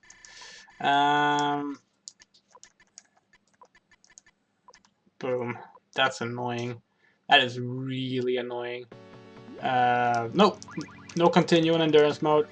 Endurance mode ends when you die. That's the rule. Oh, okay. It was okay because it wasn't the first spot on the regular arcade one. Okay, so thank y'all for watching. It was a lot of fun. It went by faster than I thought it would. I will see you on the next Puyo Puyo stream, which is going to be Puyo Puyo Sun. Here we go again. I'm just going to move the window so I can see. This is the PC version. Puyo Puyo Sun. Hello, Eric. Why is my chat isn't showing? Okay, there it is. The chat's working now. So yeah, this is the third Puyo Puyo game. It was released for a variety of consoles: Saturn, PS1, PC, the one we're playing. Of course, arcade first. It's an arcade game. It is considered one of the less good Puyo Puyo games, but I still like it. As you saw there, yes, hello. As I'm sure you saw there in the intro, Satan was having a bit of a summer party, and in doing so, enlarged the sun and brought it closer, making everyone too warm for comfort. And that's the plot of Puyo Puyo Sun. As with the original Puyo Puyo games, all of the original Puyo Puyo games, the name is a pun. Sun being Japanese for 3, and it sounds a lot like sun, so the sun-themed Puyo Puyo game is Puyo Puyo 3. Let me just do a quick check here. That should be fine. I normally play with a controller, but old games and modern controllers can be a bit of a pain, so we'll be playing with keyboard. I do apologize ahead of time that it's going to be a little bit clickety. We want one match. Oh yeah, you can have different colors for like colorblind correction, stuff like that. Or no colors. I'm going to use the standard effects, of course.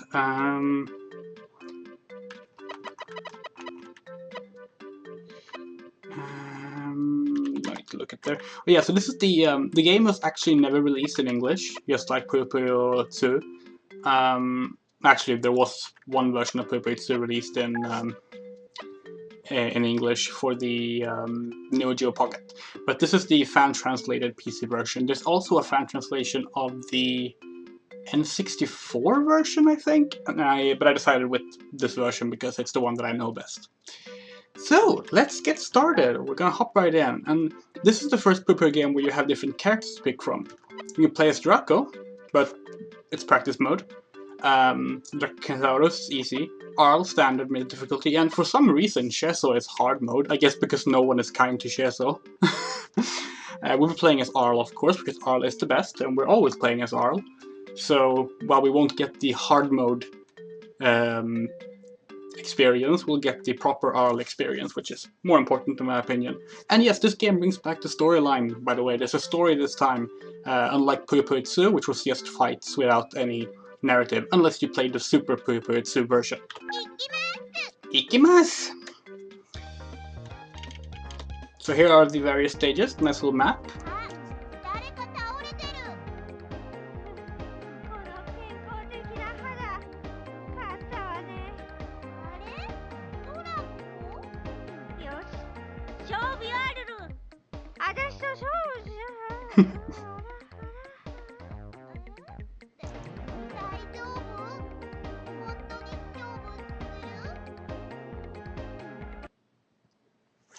Hopefully the audio was fine there in the cutscene, if not I'll adjust it after this first battle. So yeah, Draco is suffering from the heat brought on by Satan. God, I love Puyo Puyo's story mode, it's ridiculous.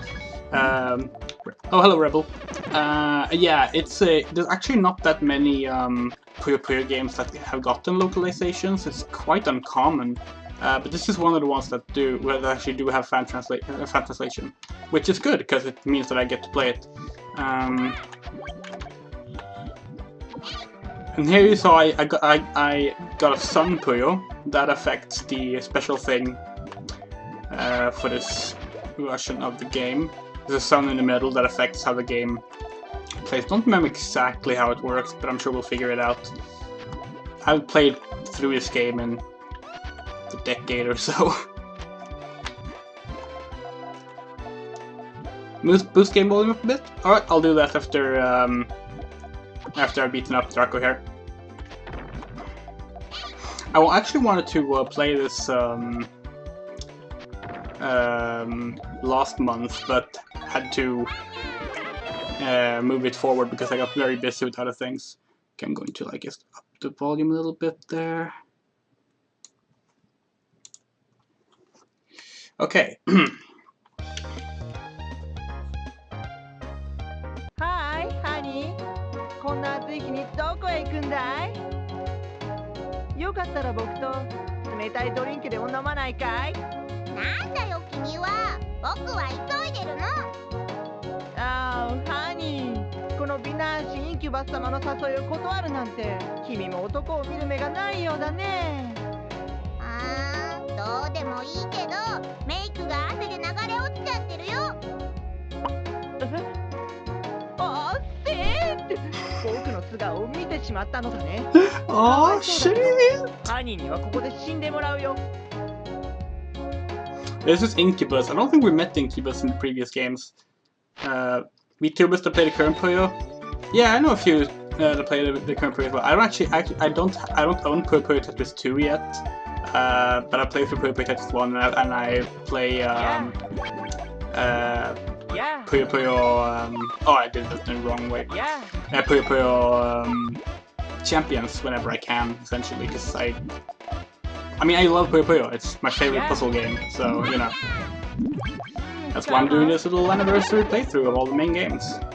Oh yeah, I should actually bring that up and talk about it. So, the original plan for this little series of playthroughs was that I was going to play every game that had Puyo in the name.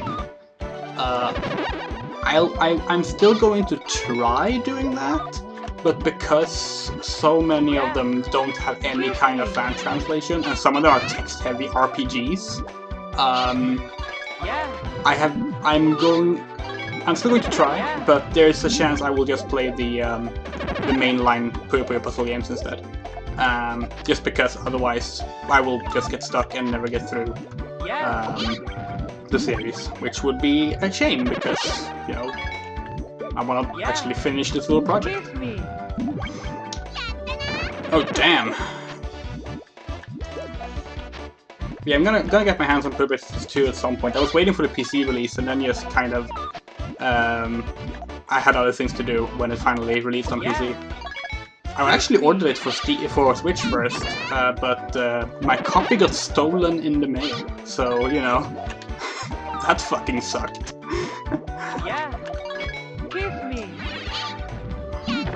God, this is... he's not letting up. As you can see, like, when you get the sun angry, it drops the sun Puyos on your opponent's side. So it sort of becomes like a balancing game of using the suns to get suns into the other person's field, and hopefully they won't make good use of it, because otherwise you end up fucked instead.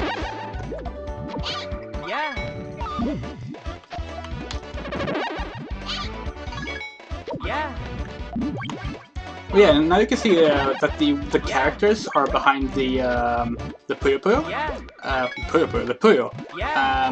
Like they have like character portraits behind the whole puzzle. That was introduced in this game, and it's what I have based the chat on. I have my little illustration there by Appleables. And that's something they still use now. Oh my god, I'm not gonna get this. Where am I? Maybe I am. Oh, no, because I'm gonna need it. Wait, no. Is that a no, shit, I just messed that up. I could have actually... Oh well, that happens. Beautiful. How do I continue there?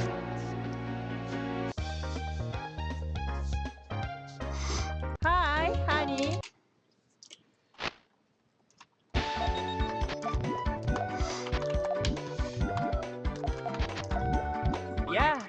So the next game we'll be streaming is Puyo Puyon, which is actually my favorite of the mainline Puyo games. That is not the popular opinion though, it is considered one of the bad ones. Which tends to be my luck when it comes to these things. Oh my... What? Oh no, I was setting up a combo for literally my next Puyo. Okay. That's not good.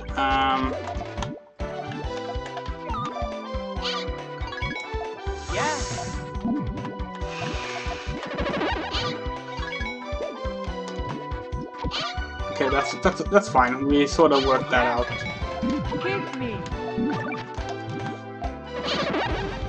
Even if we lost our chance at that. Oh god, that combo would have been great. It would have been a 4. Why is the second stage this hard?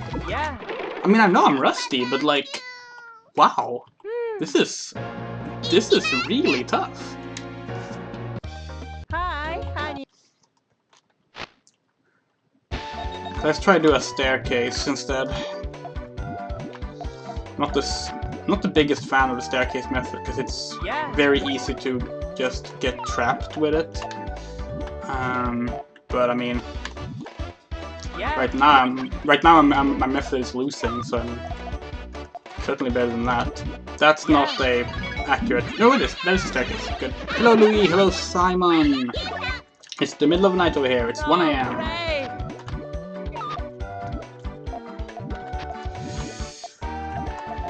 Oh shit, wait.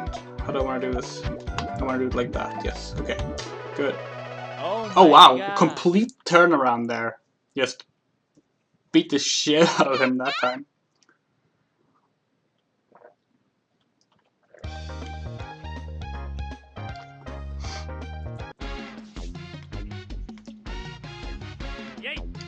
俺様の水場だ。とっとと出て行け。別にタオルくらいいいじゃないか。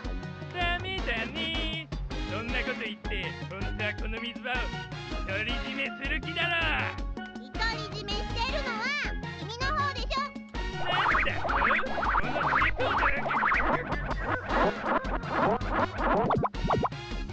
ほら。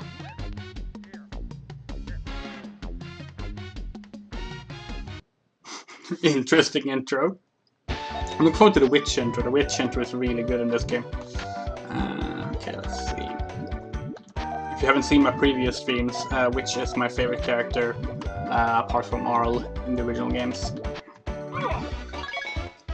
Oh shit.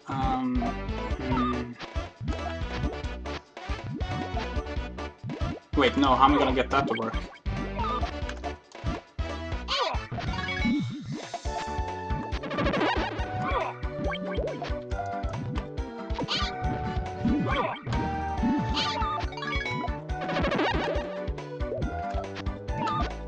That should work. No, it doesn't. God. I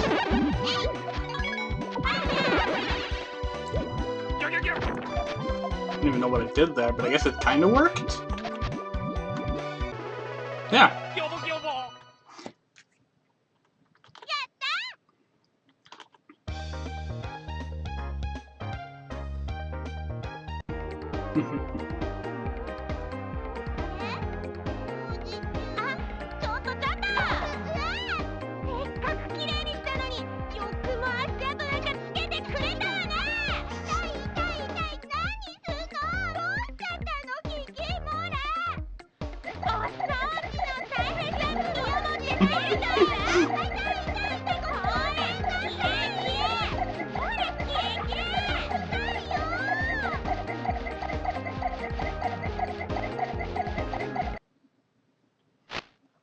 I really love the intro cutscenes in this game. They're so full of life. Like the first game's intros are really funny as well, but I mean they got nothing on this one. Oh, I did that again. Okay, hold on. Can I? Yes, I can. That should be decent. If I do that. No. Shit. Oh well. That works. It's a half staircase.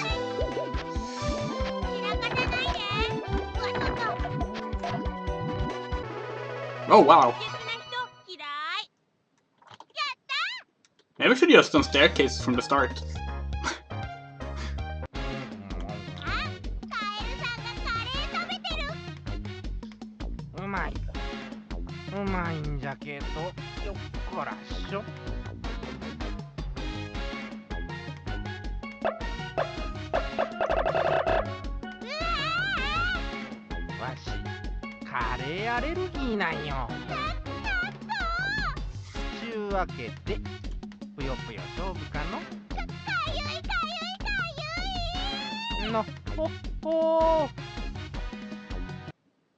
I do like that she said nozzle after the that happened as what, because Nasu Puyo are also the games about making curry.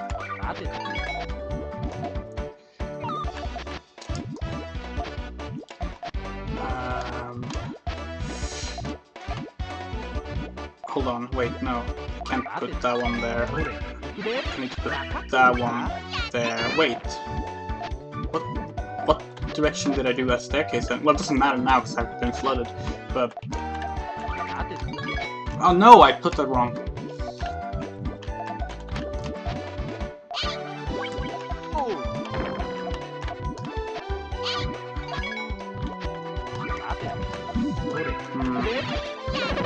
Oh, come on!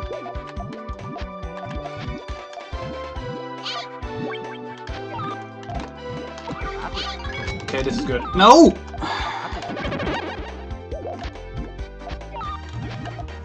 God, even though it has the offset rule, I'm still messing up on, like... follow-up placements. Oh wow. Yes, AI is different. Every character has unique AI. I believe that's something that started with Puyo Puyo. I don't think the first game had different AI, just different difficulty levels on the AI. But the characters have things they prefer to do and various method of playing.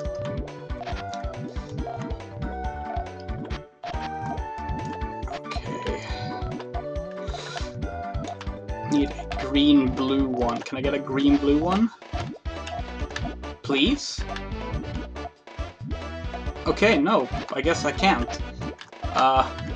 Well, fuck that then. Let's do something completely different.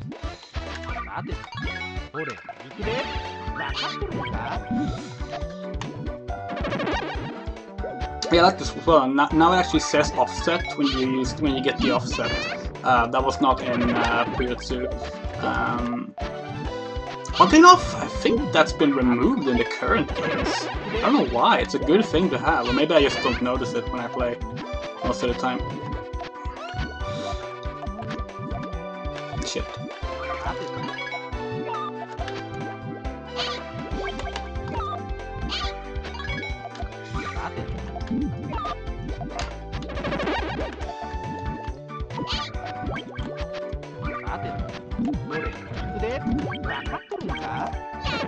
Oh god damn it! Wow, okay, no.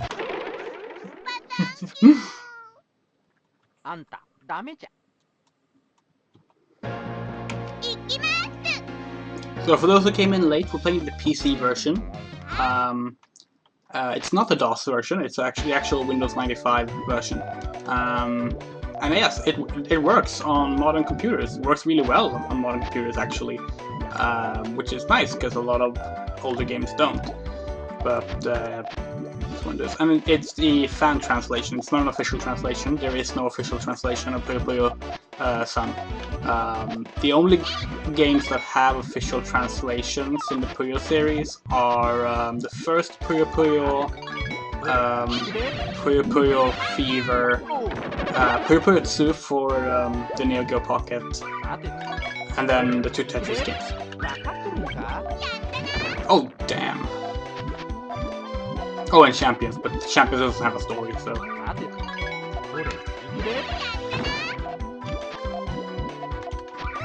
I'm not liking Frog, gotta be honest. Really not liking Frog right now.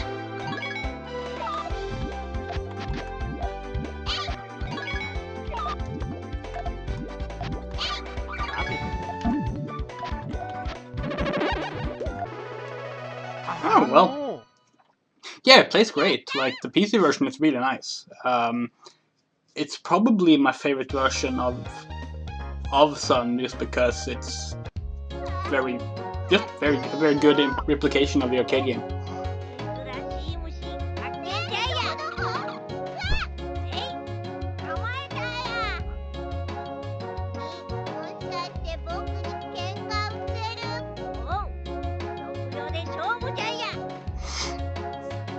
Like, I like, for example, that you don't have to deal with loading times like you do on the CD-ROM consoles.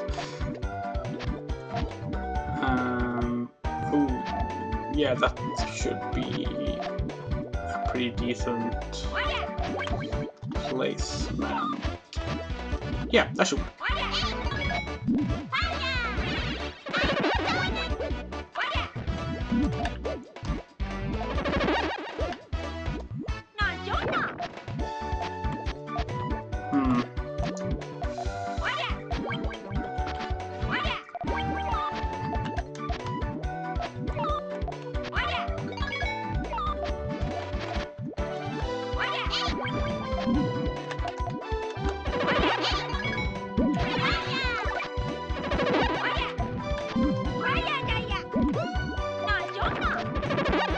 No. Oh shit. Oh, well, okay, let's get. Every time I think I fuck up now, I seem to win.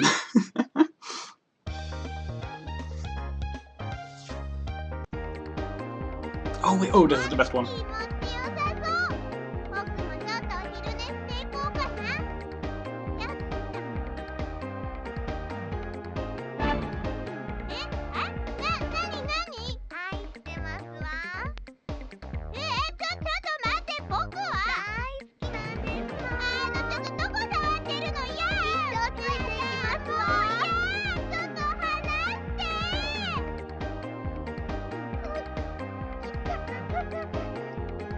まあルルさん、そういう人は随分ですわね。それはこっちのセリフだよ。Ah, witch.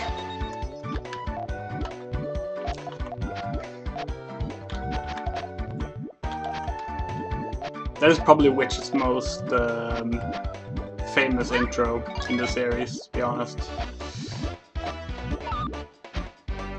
Also the one that kind of cemented her as the gay character.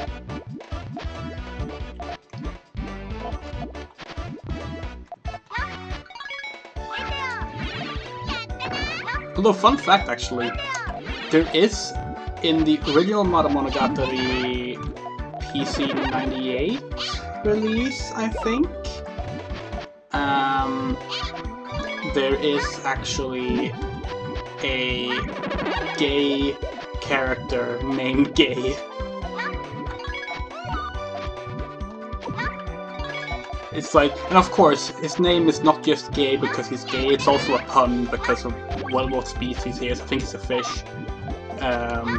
Because Puyo Puyo and Monogatari is just puns. It's just a bunch of puns. Or it used to be, at least. These days it's not that much. Wow, yeah, Witch beat the shit out of me. I mean, not surprising, she's the best.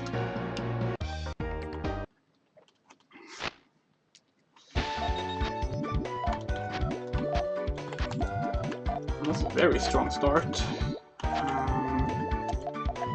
Provided I get to follow it up with something. Oh, this is not at all what I wanted.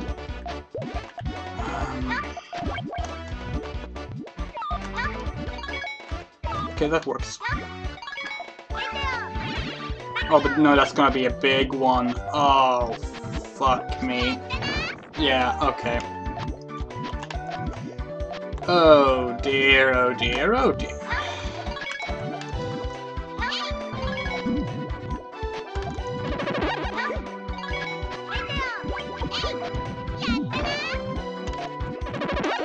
Can I get a yellow one? A yellow one? A yellow one? Ugh. Oh, now I get a yellow one, but I can't use one.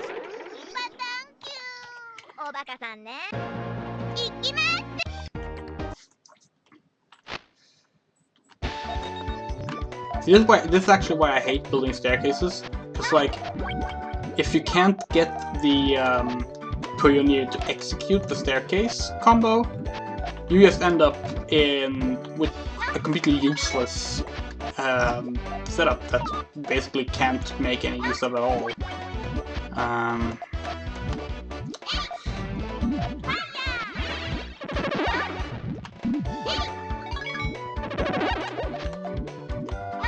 Like, yes, staircase combos are the most effective way of getting combos in Puyo Puyo. That is probably pretty much something everyone that plays Puyo agrees on. But it's just such a high-risk thing. Especially in Sun, where you have all the fucking suns.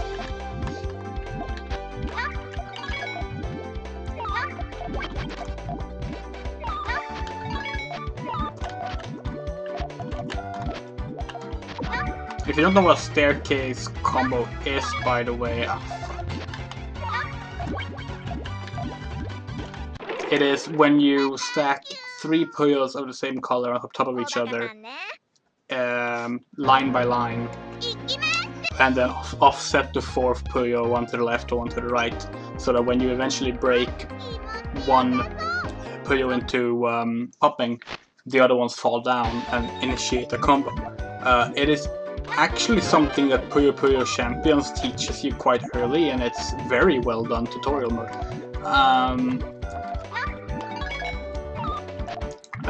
So like, even like the developers of Puyo recognize it as like the way to play, but it is really frustrating.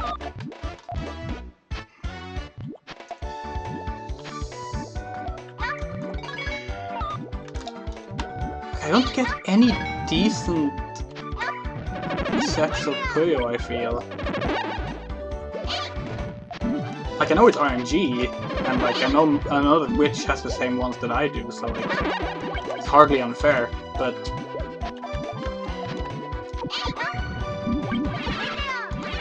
I just don't see much I can do with them.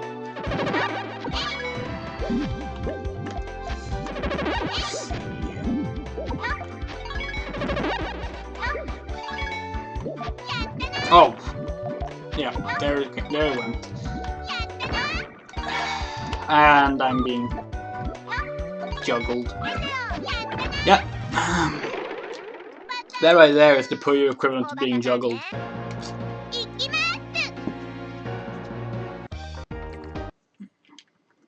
Which apparently the bosses in Puyo Puyo Tetris' raid mode can do.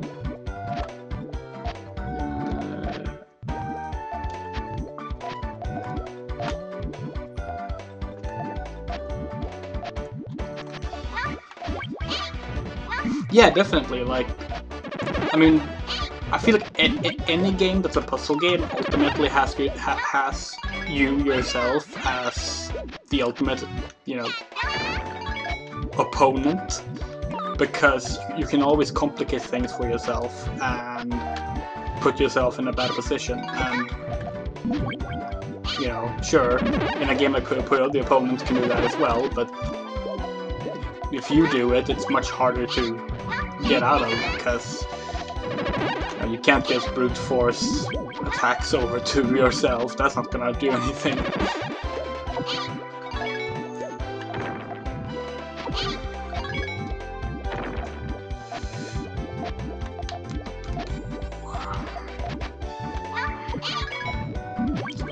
This is actually not the shabbiest start. Oh. Whoa, yeah. The AI is really good, yeah. That's something Puyo has been good with for a long time.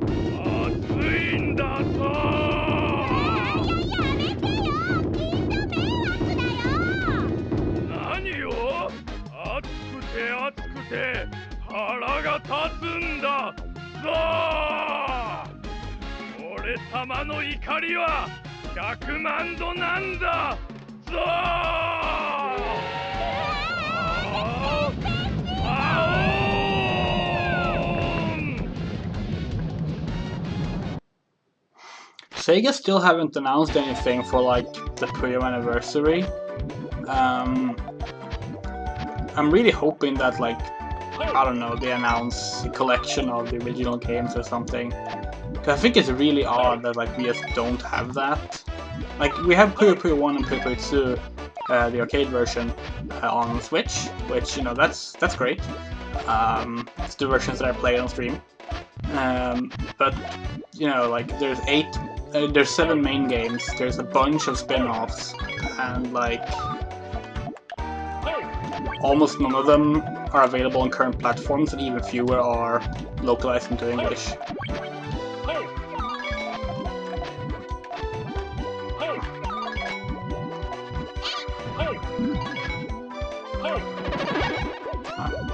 See, I saw that you wrote something there, Eric. I'm gonna read it in a second. I'm just kind of... larger messages are tricky to read when you're playing Puyo. Oh. Well, I'm dead. I'm giving up and I'm okay. Let's see.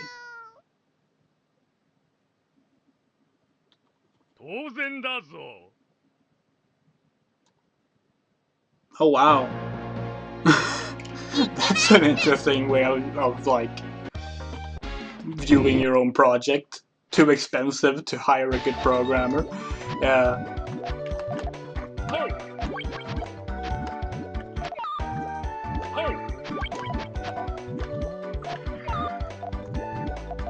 I'm just doing a different strategy now instead of staircases because I'm getting burned too much by that.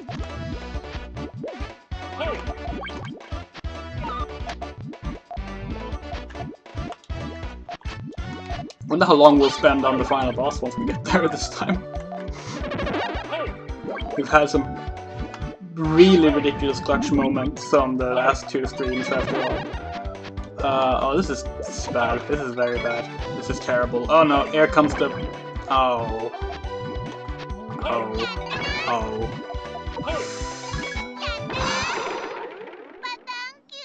Wow. Not even close there. Oh. I'm dropping my voice a bit too much.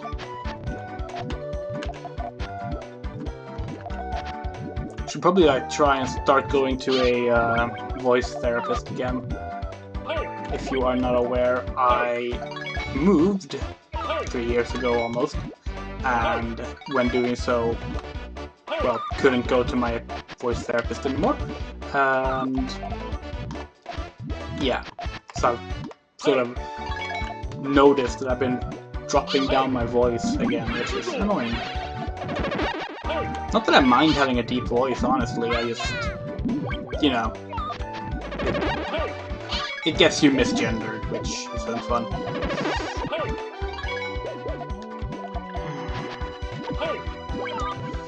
Oh, come.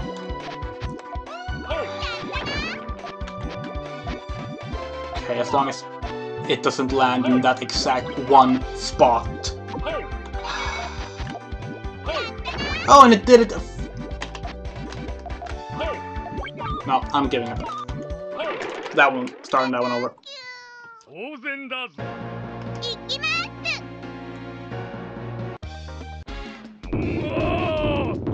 Hello, Angel!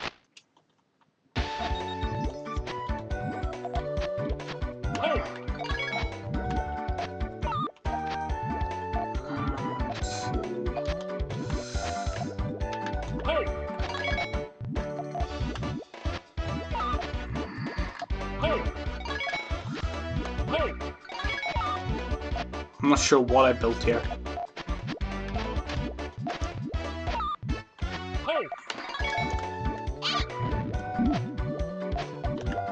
The thing is, like, I can pitch up my voice just fine. I know how to do it, and I mean, because I've gone to a voice therapist for a very long time, so like, I know how to do it myself. I technically don't have to go to one.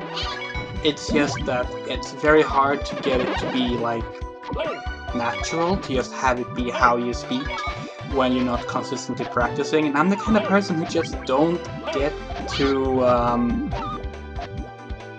I don't get around to doing things unless I have like someone to help me out with it like that.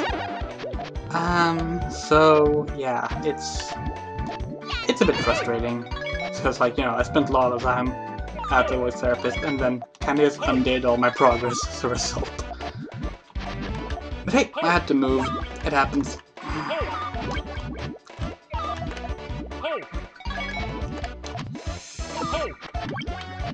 No. Wow, we're really not doing well here.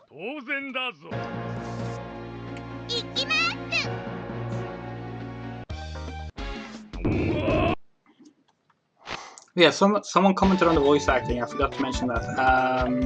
The voice acting is really good, yeah. All the mainline Puyo games, except for 2, I think, have voice acting.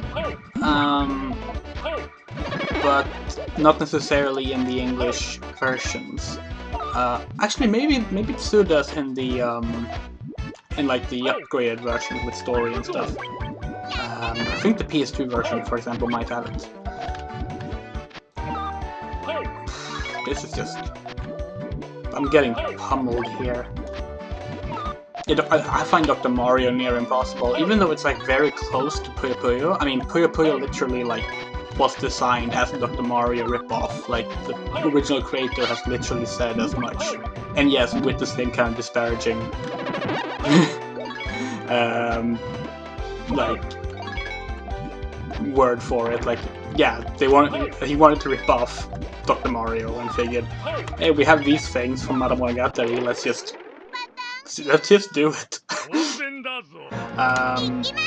But I can't do Dr. Mario. I am terrible at it. Okay, we're going back to good old staircases. I say immediately getting a scenario where I can't do a staircase.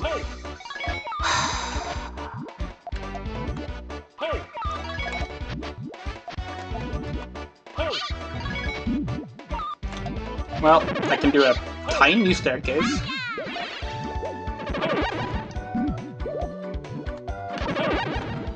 Oh, am I going to? Okay, that works.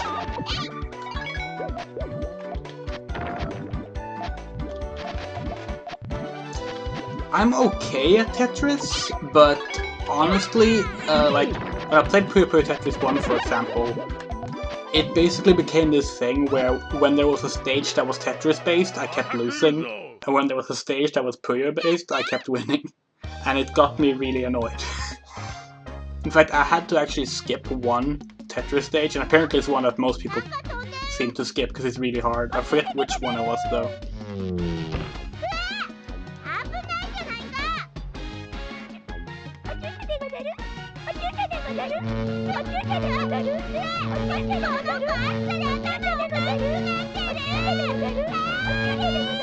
God, Another World have very strange characters, doesn't it?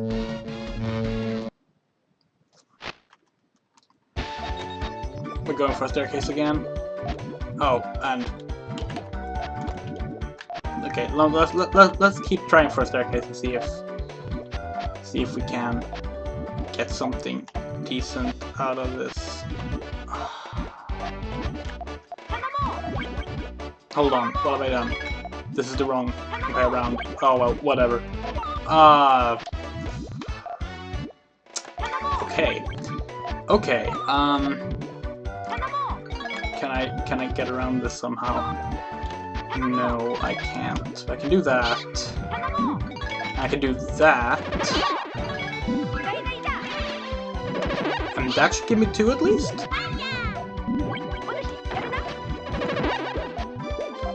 Oh shit. Actually, let's get these just for the sun Puyos. There we go. Yeah. Although the winning line here is the same for every character. Much like in Street Fighter.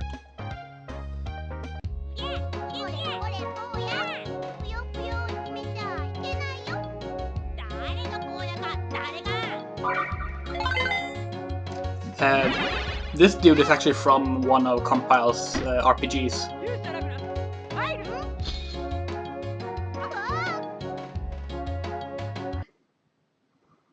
If I recall correctly, he's like an old, he's like an adult who's been like shrunken down to a kid or something, and he can regain his adult form, as you saw there. Hello, Sad Cat. A lot of Puyo characters before SEGA took over were just random characters from Compile games, mainly ones that had appeared in the Disc Station magazine games. Of course, Carl came from Monogatari from the start, as did the Puyos. Witch actually has her own game as well, although she did also first appear in Monogatari. Hello Joyce, I missed you until now. I'm sorry I didn't notice you. Oh wow, that's tough.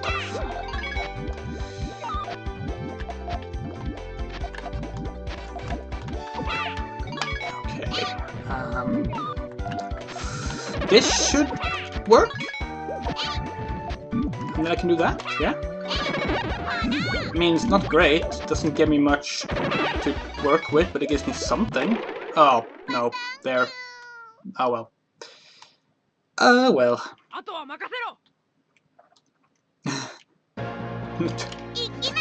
Fuck you, Ragnus. It is Ragnus, right?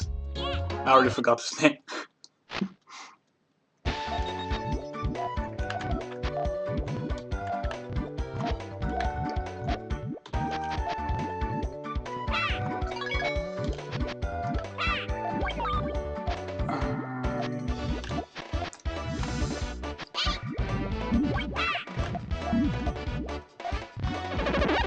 let's see, if I do like that, and then do that, that's like a very strange-ish... No, I miscalculated there. I thought I was gonna get a 3 combo there, I don't know how I thought that, but I did.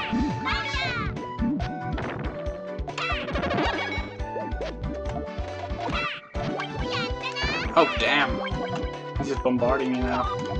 Okay, let's just try and survive right now. Oh, that could have gone much worse, so you know what, I'll take it. If we can get some purple ones, that would be really nice right about now. Oh, shit, I lost my window there. This purple one, but it's too late now.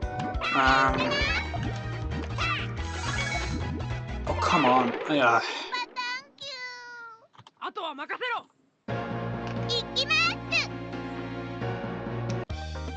Lagnus. Yeah, Lagnus, not Ragnus. Because this is the fan translation. So it was before there was an official name for him, because obviously I don't think Ragnus appeared in any English translated Puyo Puyo game until the modern ones. Actually no, I know that he didn't, because he's not in Fever, and Fever was the only one back then. Apart from, as I mentioned, the Neo Geo Pocket version of Puyo Puyo 2 and the arcade version of Puyo Puyo 1. I think Arl is the only compile character to appear in Fever. We're not that far away from Fever now, actually. Fever is good. I am a little sour on it. Rather, I was a little sour on it when it was new, because it was so different from the Puyo I knew. Because I grew up playing like the Japanese Puyo Puyo games on emulator. So, you know, when they suddenly like removed most of the characters and changed the setting and everything, it was kind of annoying. But I like it now, and most characters have been brought back now in some way, so it's okay. Oh, it's time for Rulu. Oh, you definitely try Puyo.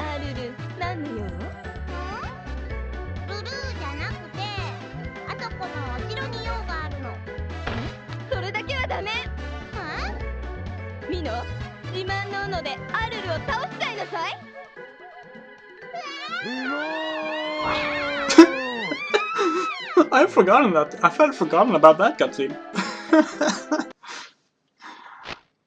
But yeah, definitely try out Puyo Puyo. If you have a Switch, honestly, if you have a Switch, that's the best way to play Puyo Puyo right now, because there are 5 Puyo Puyo games available. There's there's Puyo Puyo SEGA Ages, which is the original arcade game. There's Puyo Puyo 2 SEGA Ages, which is the second arcade game. There's Super Puyo Puyo 2, which comes with a Nintendo Switch Online, so if you have that, you already own the game, you can just play it. Although it is in Japanese. It's the Super Nintendo version of Puyo Puyo 2, and that one has a story mode in it. And Puyo Puyo Tetris and Puyo Puyo Tetris 2 are on Switch, and of course the budget title Puyo Puyo Champions, which is no storyline, but it's just pure Puyo Puyo playing. It was made for esports. It's also on Switch, and it's just really good. Puyo Puyo Champions is what I normally play, like when I'm playing Puyo Puyo for myself casually.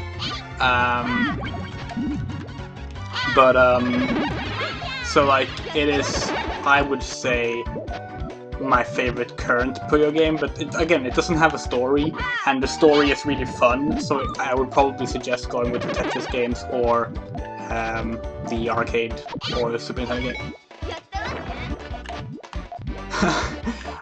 I have a Switch, but, or actually, rather, my girlfriend has a Switch, but I'm probably waiting for Monster Hunter Rise to come to PC before I check it out. And also, I did not like Monster Hunter World. I tried, I have so many hours in that game, and I didn't care for it. And I don't know, so I'm like gonna probably hold off until I can try it or something before I buy it.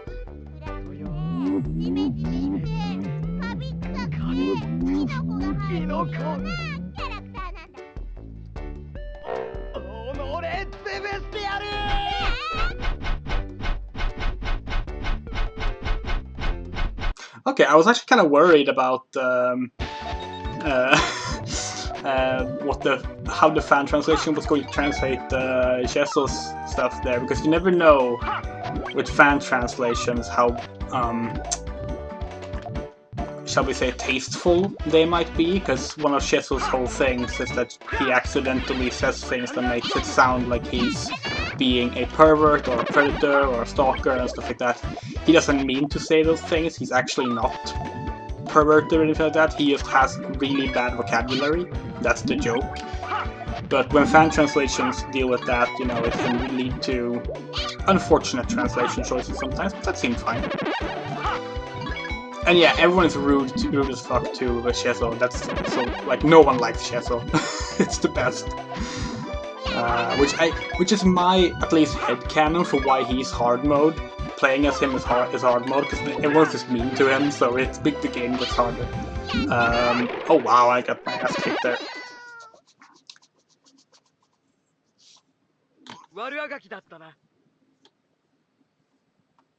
I think they said later this year to PC, not next year.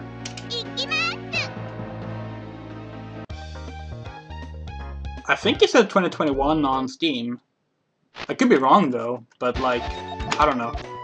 I got World on PC and I waited for that, and I got burned, so you know, I don't mind waiting if it means the game is gonna be good this time. I'm hearing very good stuff, even from people who didn't like World, so hopefully that means I will like it as well. Because I really like the old Monster Hunter games. I liked not just the old. I love Tri, 4, Generations. I've been meaning to get Generations for Switch because I played it so much on the 3DS. But even though I've said this before, I can't stand the 3DS as a console because it hurts my hands. And yes, I mean regardless of which version of the 3DS I play with, I have tried all of them. But I still play the fuck out of Monster Hunter Generations on it. Early 2022. Okay. Fair enough. I mean, I'm in no rush, so maybe I'll get it for Switch. I don't know. Oh, this is hard. That's what you get for calling me a pervert. Did she do that this time? I think I missed the start of the cutscene.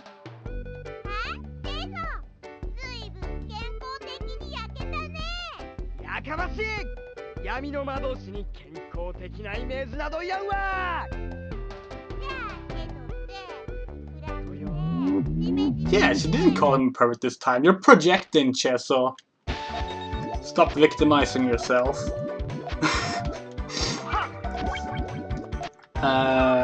What was I talking about? Monster Hunter, right? Yeah, maybe I'll get it for Switch then if it's gonna take that long. I don't know. The thing is that games are expensive and I don't have money, so that's another factor. Like, I genuinely don't have an income at the moment, so... Well, okay, that's not entirely true. I have Patreon. I get a little bit from Patreon. And I have... I also get a slight boost from my healthcare support package, but that's about it. So, you know...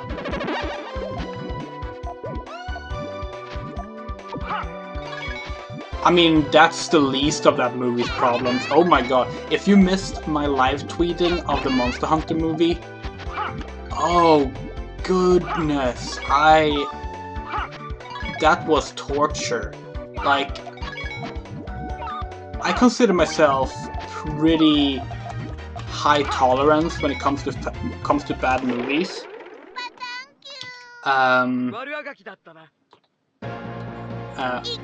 Oh, he had different winning statements. I haven't seen that before.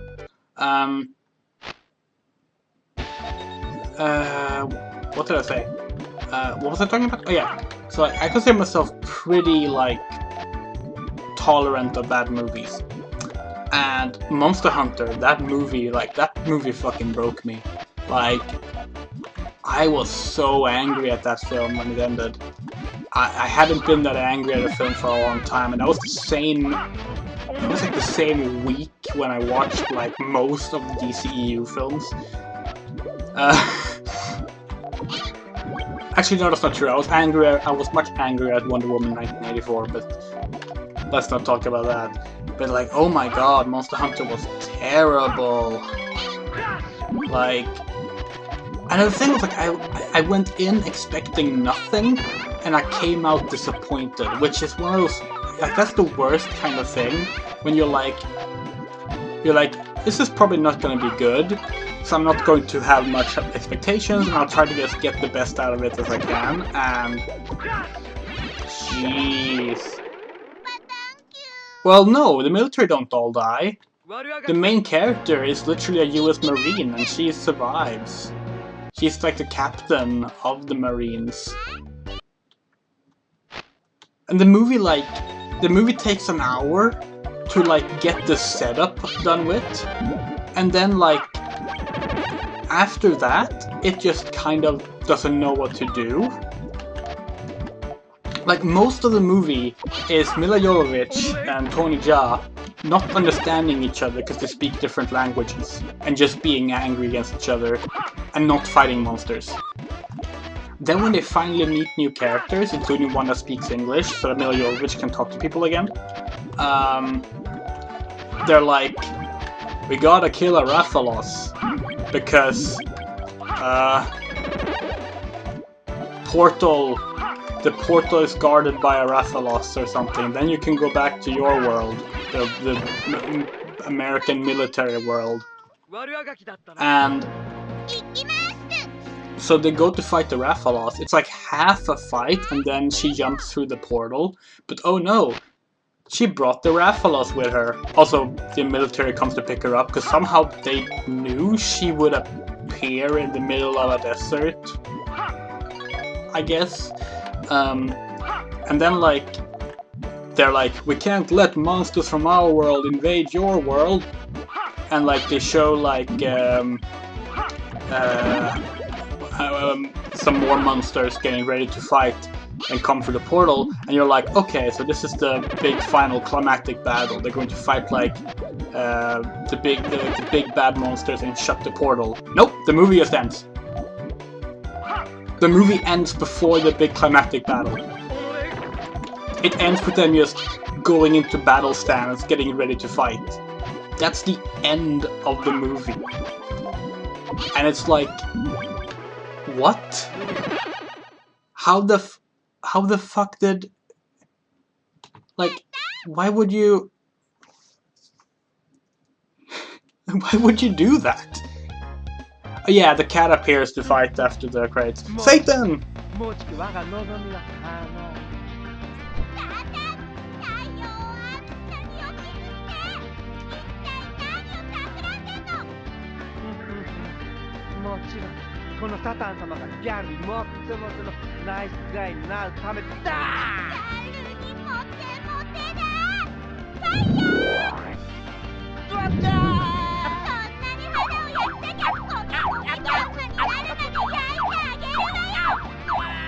So for those who missed the intro, the plot of this game is that Satan made the sun large to hold a big beach party and attract girls, and it's making everyone miserable because it's too warm. That's the storyline. But yeah, the Monster Hunter movie, just absolutely terrible, and just such a perfect example of how the US military inserts itself into everything in Hollywood. Because, like, no, they couldn't just make a Monster Hunter movie. They had to make an isekai about US military folk getting pulled into Monster Hunter world. Your name is Satan. I thought your name was the Dark Prince. That's what the localization team says. I fucking love the story mode. It's going to be a bit of a whiplash when we play Puyo Puyo, which has a serious story. The only game in the series that does. But yeah. But yeah, it really sucks. Like, it reminds me a lot of the Transformers movies. Like, you know how the Transformers movies are like 50% just military films, because, you know, they're co-funded by the military, and Michael Bay actually wanted to do a G.I. Joe movie, but wasn't able to get the license for it, and then someone else got the license for it, so he just inserted a bunch of military stuff into Transformers. That's a true story, by the way. And like, they did that with Monster Hunter, and it's like, you literally only needed to do a movie about some people hunting monsters to survive and like further their caravan or something.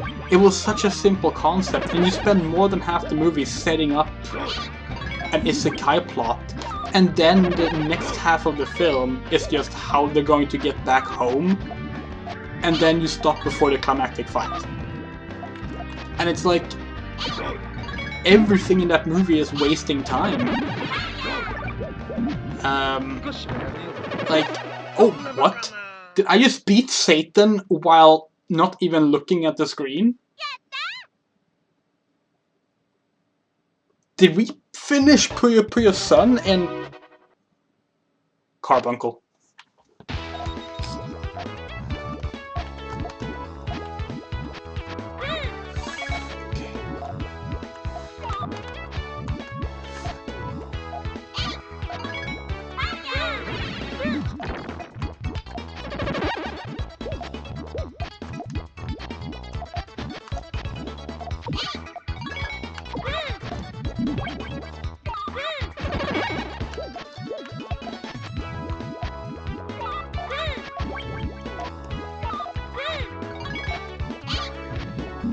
Sorry, I'm quite relaxed. I'm pretty sure you don't get a retry on this one.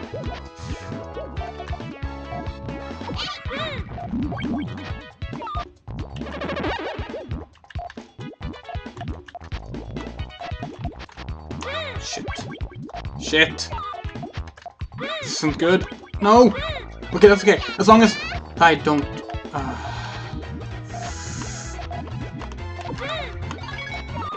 No!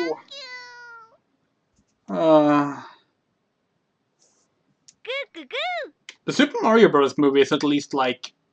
The thing, like, I wouldn't say... Oh well, we didn't beat Carbuncle. I wouldn't say the Super Mario Bros. Movie is... Actually, let's watch the ending first.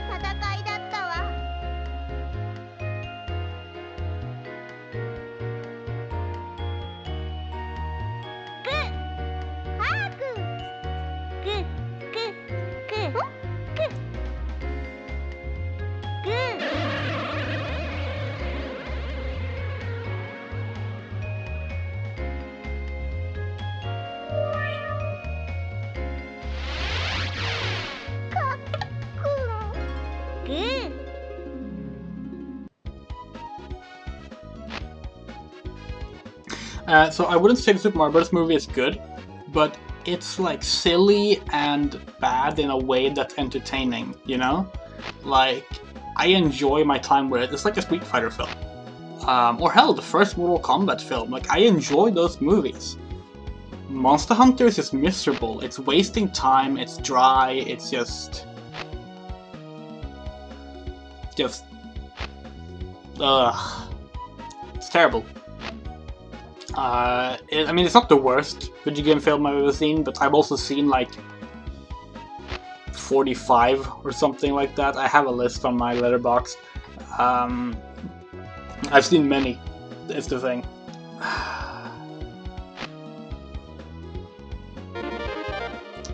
I'm pretty sure we get a different ending if we beat Carbuncle, but you know, it's like Mike Tyson, you don't get to continue on it. I'm pretty sure he turned the moon into the sun. Minako Ozawa, I believe she was the voice for Arl up until Fever, but I could be wrong.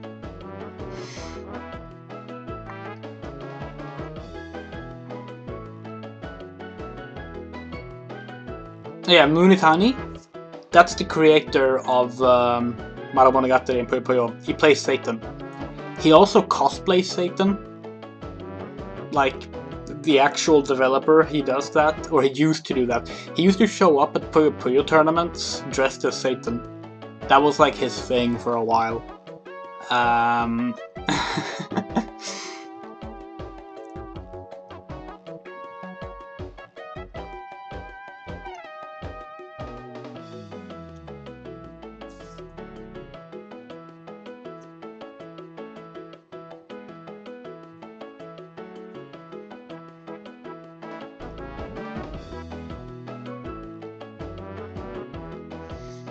Speaking of video game movies, we have Mortal Kombat coming out in like 2 weeks. I'm actually kind of interested in that, just because it feels like they're trying to evoke the same kind of silly, just over-the-top, ridiculous action film that the original Mortal Kombat film was. If they can pull that off, I think it's going to be really fun.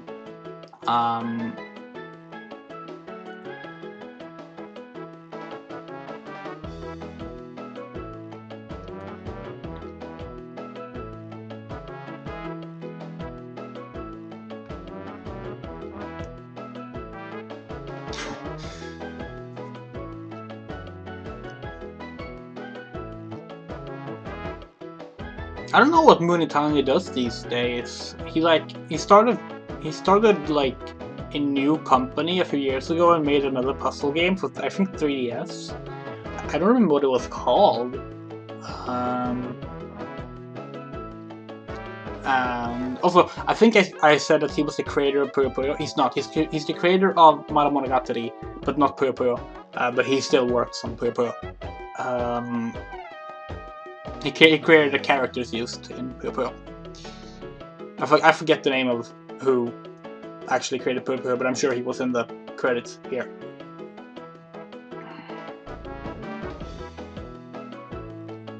Cool! You got talent! Next challenge, Chezo story. Why? No one likes Chezo. Yeah, Compile-O. So the first company Munitani had was Compile. Then he created Compile Heart, which you might know from like the Neptunia games, for example. Then he created Compile-O, which is his current company. And yeah, fourth isn't too bad, I say, realizing it's terrible, but you know, that's alright. Alright, there's actually a longer opening on the PS1 version. This is the PlayStation version, and I think Saturn version intro.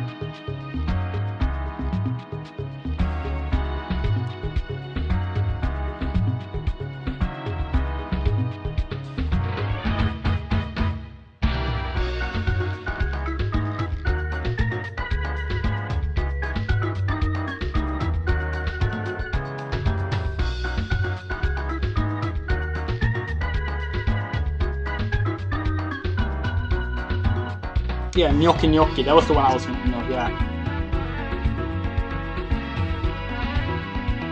Toho has a very similar feel, yes. I've always said that Toho and Puyo Puyo should do an official crossover.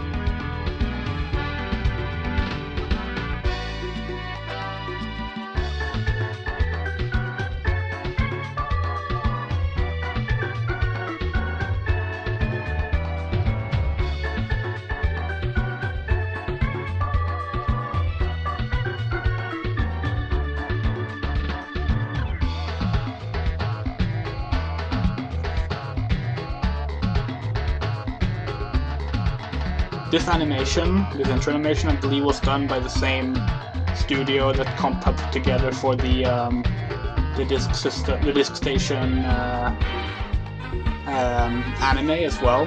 Which yes, there is an anime with these characters. It's a short thing, very short thing, and it's mainly inside jokes, and it's not very accessible, but it exists. It's called like Disc Station 98 something.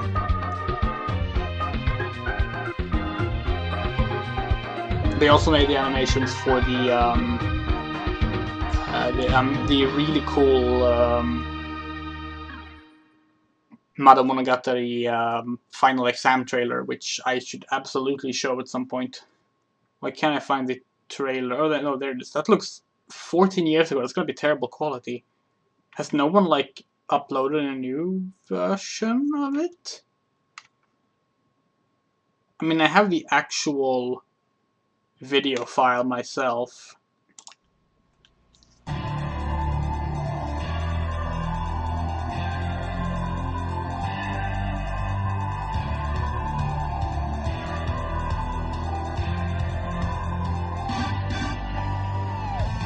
This was the final of the classic Monogatari games. Like, there was one more for Sega Saturn, but it played very differently. But I love this trailer.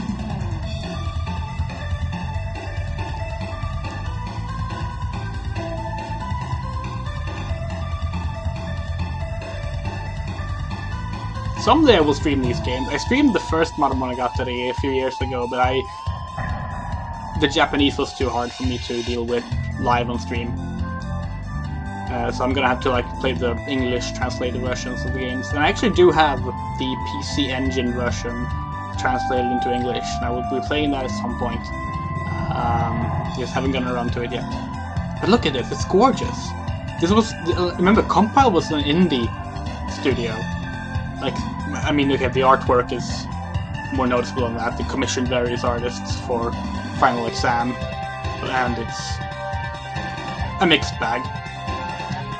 This is also the Monogatari game with the most serious story, because it focuses on the stuff that would eventually lead into the never-used plot involving Arl being like the descendant of Satan and another angel, and like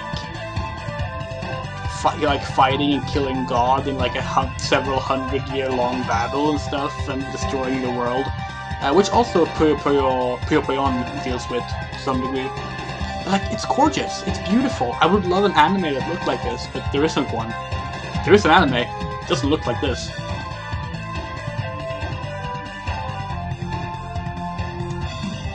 Arl and Arl, yeah, sure.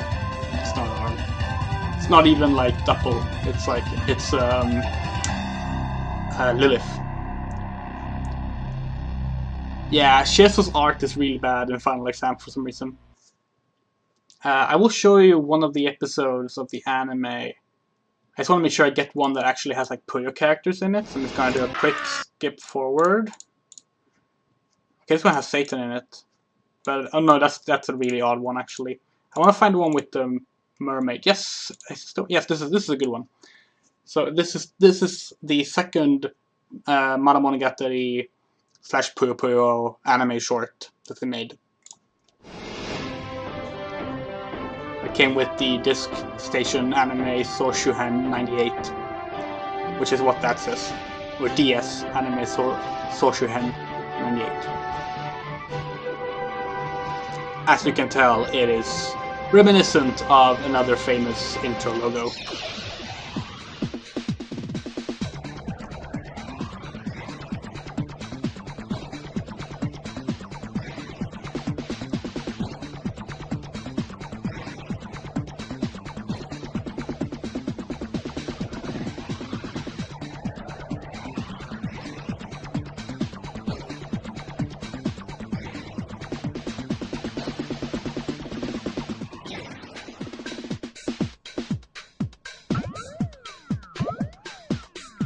Studio Carbuncle, which was Compile's little anime studio.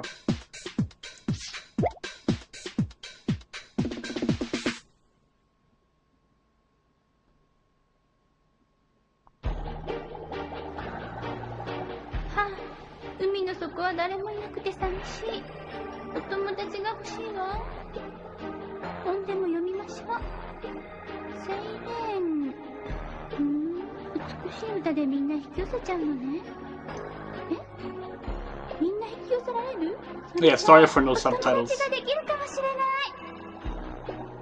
She's lonely and wants to meet someone. Hey look, it's a Puyo Puyo song tie-in.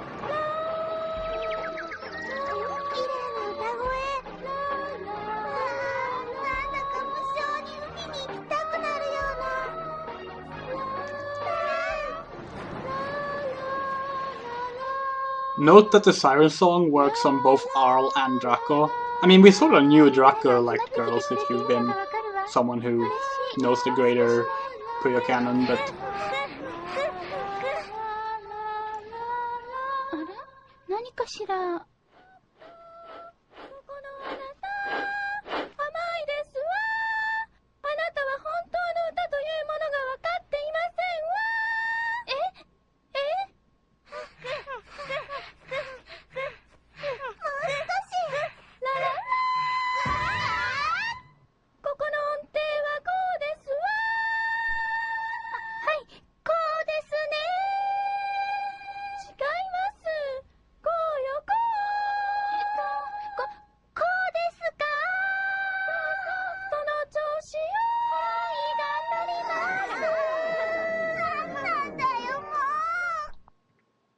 So yeah, that's like the level these shorts are on.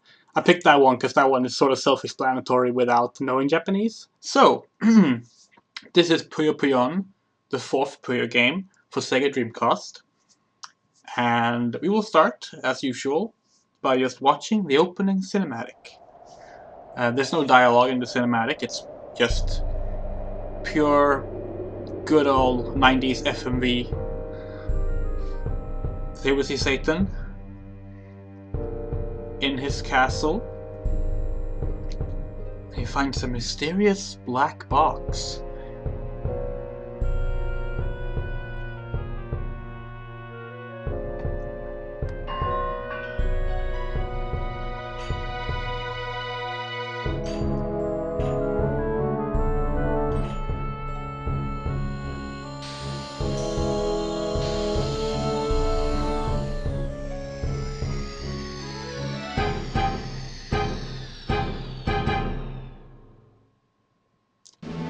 And here we are, back in Model World.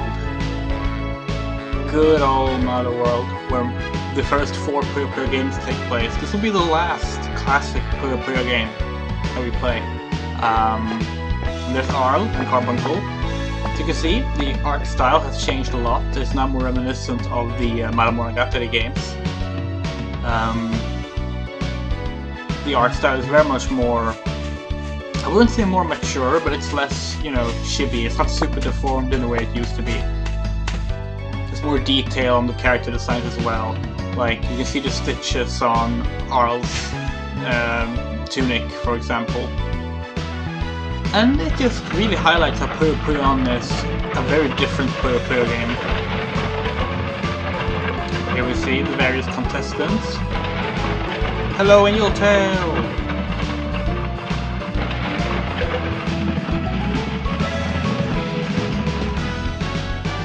There's of course Draco.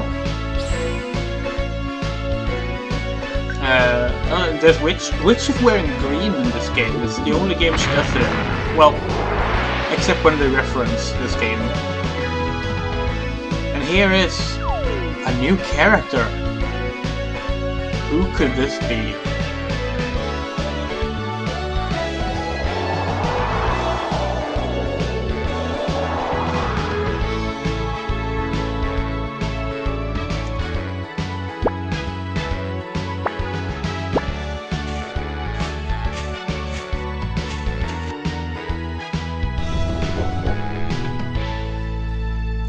Wait, why is my chat disappearing on me? Let me do a quick fix for that, just real quick. That's not supposed to happen.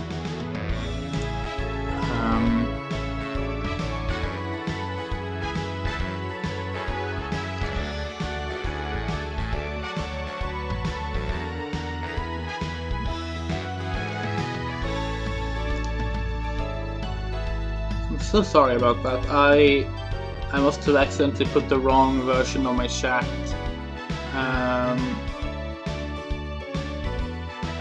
Let's see. I just need to find the CSS code that removes them.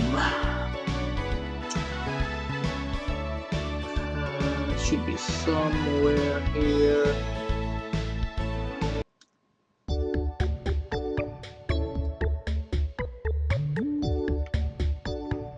Oh, this is really annoying. Oh, it's a tutorial. We're just gonna go to the main menu real quick, and I will...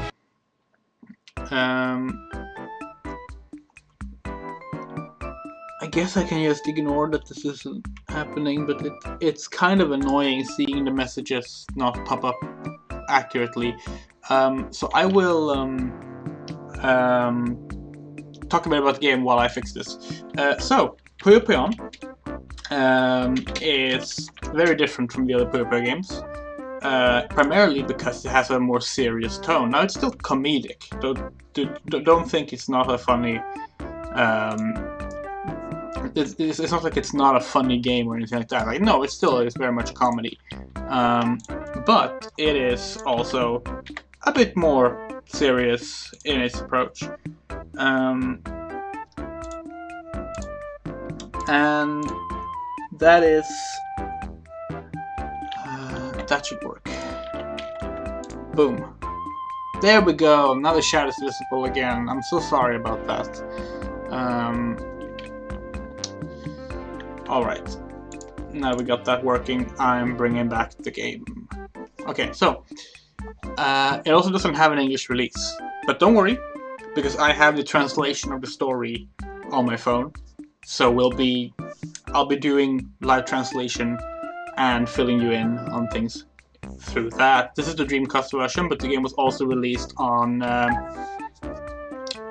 PlayStation and Nintendo 64, as well as Game Boy Color, Pocket Puyo 4. And no, there's no lyrics in the GPU. This is the Japanese version, as you can see. This was the last Puyo Puyo game developed by Compile, the original developers. Let's just get right into it, shall we? アルルとカーバンクルがテントに到着するとファンファーレが鳴り響きました。さあ、いよいよサーカスの始まりです。団長の挨拶が終わり、 Okay, so yeah, Harl and Carbuncle arrive at the circus, そういえばあの団長 and she thinks the ringmaster is looking pretty familiar. アルルがそんなことを思っていたら突然カーバンクルがステージに呼ばれ The ました。 ringmaster calls Carbuncle to the カーバンクルを stage. 消してみせると言っています。カーバンクルは嬉しそうにステージへと駆けていきました。会場中が緊迫する中、団長が何やら叫ぶと Carbuncle approached the ringmaster, who then 消えてしまいました。 vanished in a puff of smoke. Carbuncle did, I mean. アルルもびっくりしてしまいました。やがてショーもすべて終わり、 The ringmaster addressed the crowd 挨拶をしました。 one last time. アルルはとっても満足し、力いっぱい拍手をしたの All です。 was impressed by the magic trick and clapped her hands. サーカスが終わり、観客は次々と帰っていきます。 She was about to leave when she realized that Carbuncle was still nowhere to be カー found. バンクルはいないことに気づきました。 She seemed to have forgotten about that ステージでのショーを during the すっか show. り忘れていたようです。舞台裏に回り、探してみたけれど、カーバンクルの姿は全然見つかりません。だんだん不安になってきたアルルは、近くにいた She 誰 decides to に ask 尋ねま some した。 workers nearby.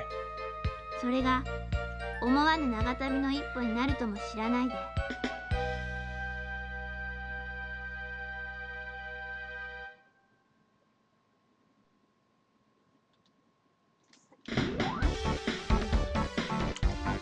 Okay, let's see. すみません。うちのカー君見ませんでしたか？ Have you seen Carbuncle around? カー君はてそれってうまいのか Carby is, that's something delicious. 食べ物ではないとなるとわかった飲み物だろ He's asking if Carbuncle isn't food, then is it a drink? 飲み物はやはり日本茶に限るなお前もそう思うだろ When it comes to drinks, nothing's better than Japanese tea, am I right? 僕は別に。それよりカー君。なんだと日本茶の素晴らしさが Arl わ was から like, んと I don't have time for ここで this. その根性を And, 鍛え直して well, くれるわ Skull Tea did not like Arl not agreeing with the tea opinion. So, here we go! So first of all, I just want to say that this game is gorgeous. Like, the visuals, this is in my opinion the prettiest of all the Puyo Puyo games. The if you look at like the sprite work, it's absolutely beautiful. And yeah, it's gorgeous. It's just absolutely gorgeous.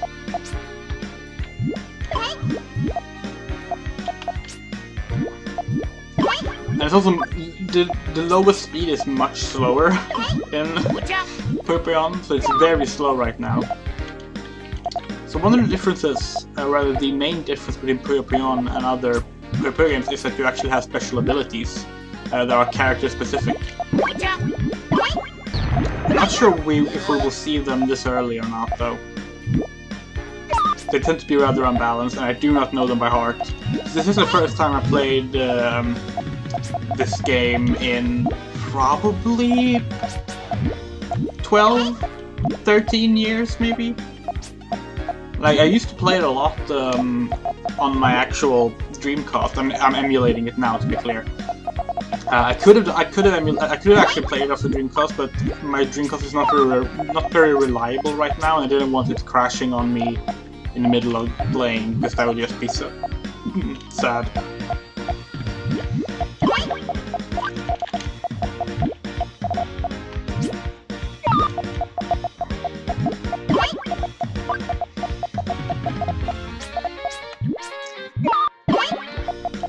But yeah, the story starts with Carbon being kidnapped. As we could see, the ringleader was Satan. Now, why would ringleader be? Why would Satan be a ringleader at a circus? That's the big question on our lips right now, and we will get our answer to that eventually. I actually don't know if we will be able to finish the full game today or not, because this game is longer than previous Puyo Puyos in regards to the main story. I will certainly try, but I can't promise I will do it today. If so, we'll just finish it on another stream.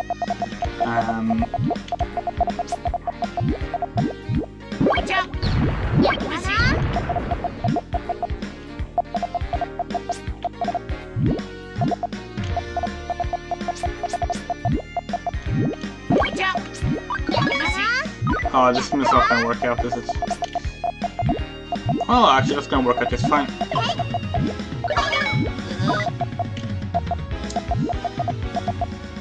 Oh, yeah, I'm feeling very nostalgic about the game right now, because like it is just like this is the Puyo Puyo game that I care the most about, and in part it's because of the story. Like I like the silly Puyo a lot. I wouldn't like the series otherwise. But this game being a bit more serious, and as a result also having kind of a serious antagonist, it's sort of the only Puyo Puyo game with a serious antagonist. Alright, we cleared that.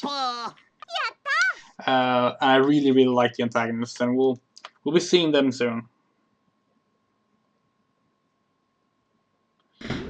Okay. Oh, come on, where have Carbuncle gone?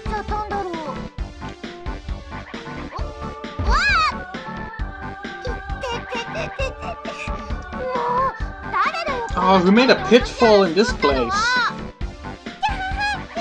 Yeah, you fell for it.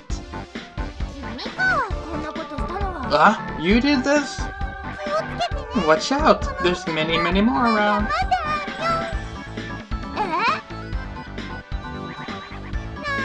Just kidding, I lied. Hey, wait up! Ah, you fell for it, you fell for it.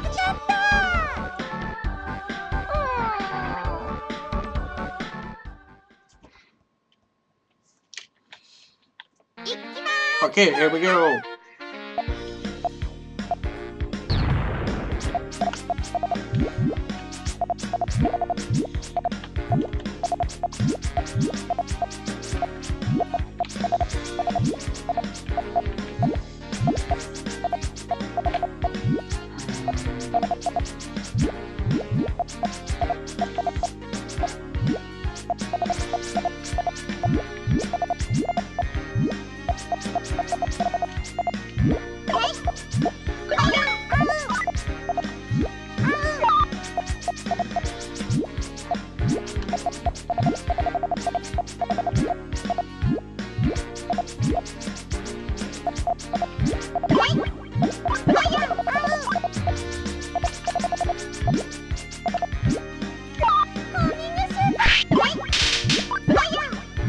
Yeah, there you might have seen there.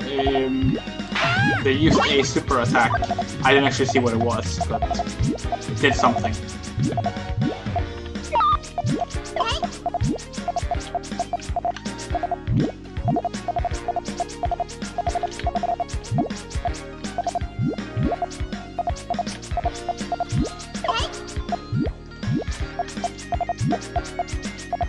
Yeah, I'm really looking forward to the antagonists being introduced fairly soon, because they are the best.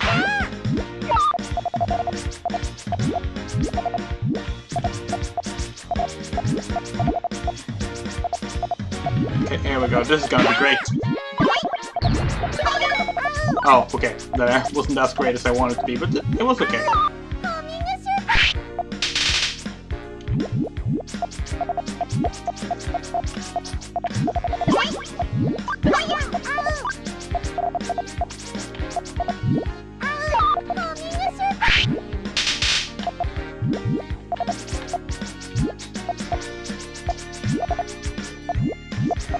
Now this is gonna do some damage.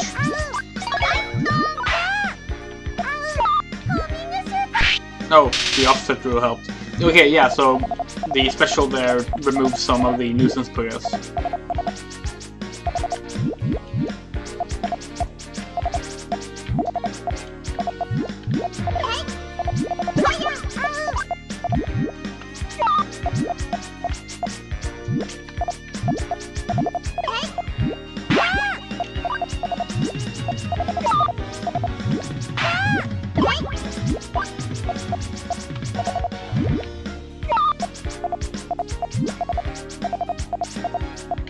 I really wish there was a fan translation for this game, but one of the issues is that some of the game has like Japanese audio with no text for it, so you would basically have to do a redub. Actually, the N64 version doesn't have any voice acting, so that one could possibly be translated a bit easier.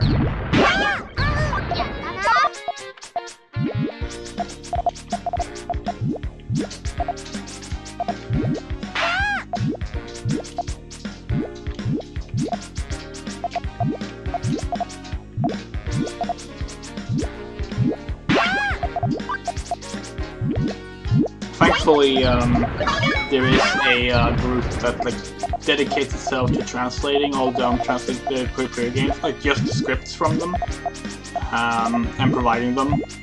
So even if the games don't have translations, you can still fully enjoy the story. We'll be doing the same thing for Puyo Puyo Fever 2 and Puyo Puyo 7. Although 7 technically does have a fan translation, but it's only for the DS version. I don't want to play the DS version, because it's really ugly. We'll be playing the Wii version of Puyo Puyo 2, which is Puyo Puyo 7, which is very pretty. It's a gorgeous game there as well. Probably the second gorgeous. Gorgeous? That's not a word. Probably the second prettiest Puyo Puyo game in my opinion. Is Puyo Puyo 7.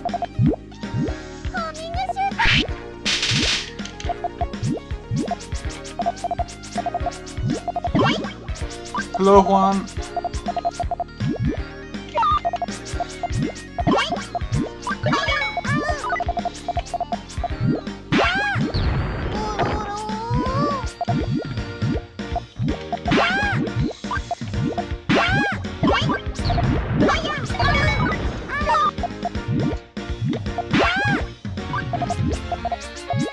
That's gonna hurt a bit.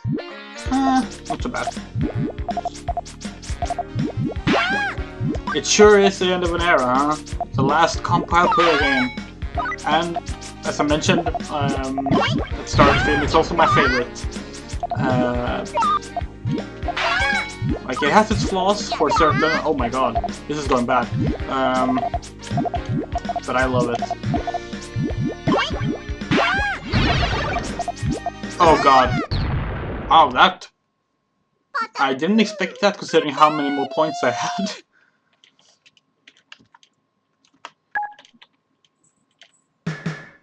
Oh shit, did I put into end? I didn't think I did.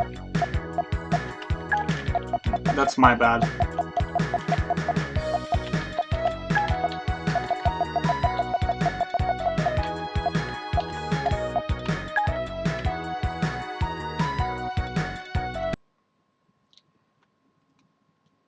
Okay, no, never mind.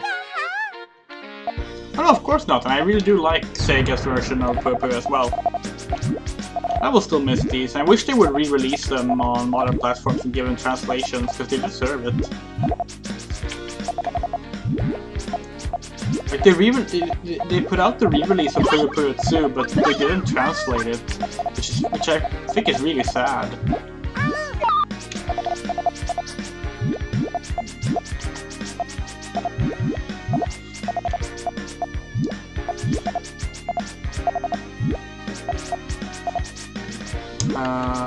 Yeah.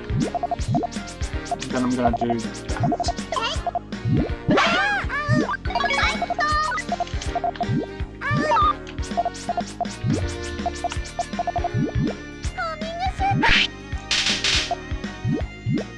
Oh wow, this is really going my way right now.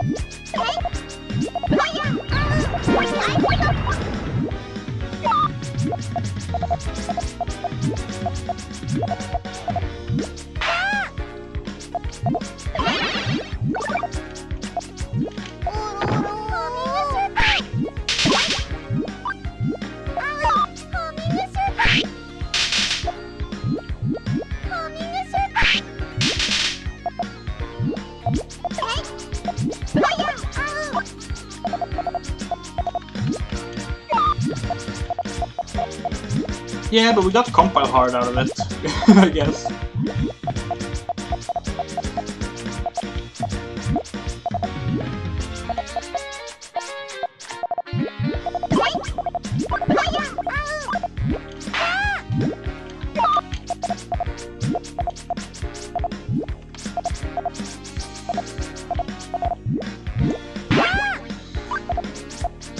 Why did I do that? That was a terrible move. Oh well.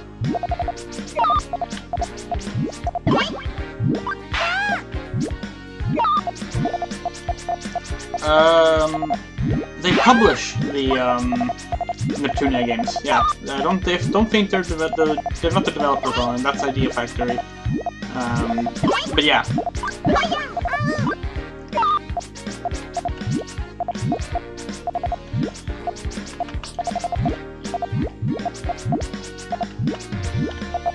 Nope, that wasn't where I meant to put it, but oh well, that's okay.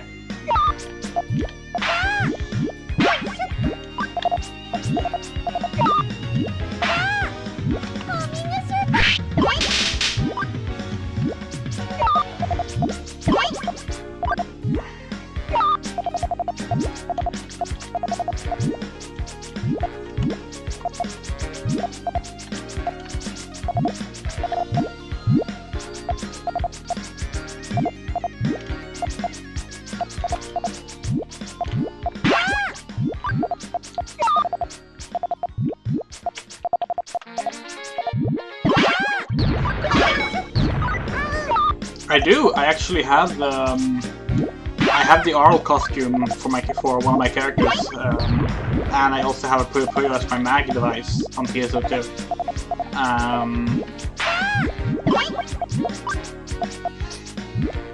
I believe I have the red Puyo Puyo as my red Puyo as my mag device.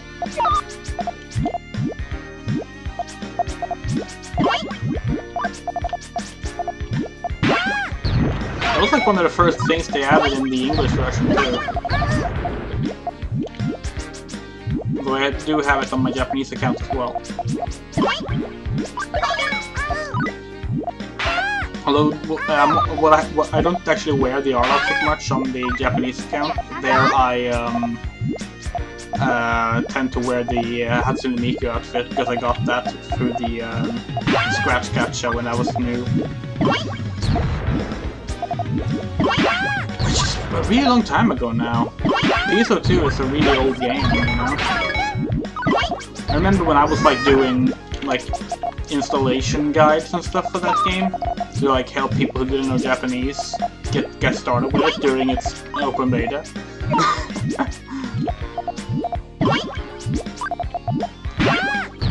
Like literally like almost 10 years ago now. Whoa, why did I do that?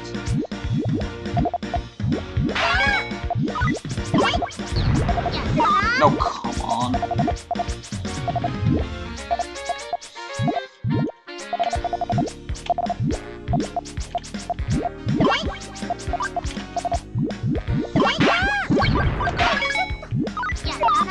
I'm done again.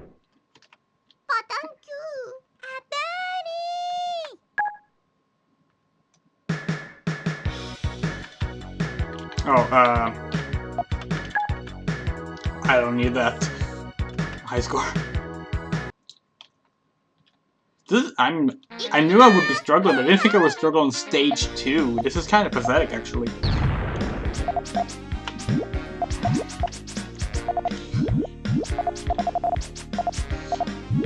Like, I always make sure to tell people that, like, I love Puyo Puyo, but I'm not a good Puyo Puyo player, but I thought it was better than this.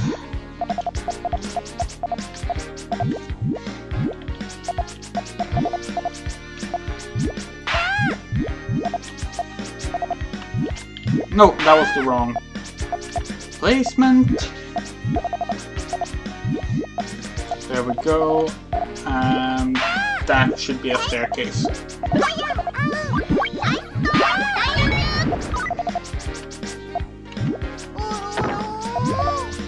I just need to get rid of this garbage here. Fucking homing shoot.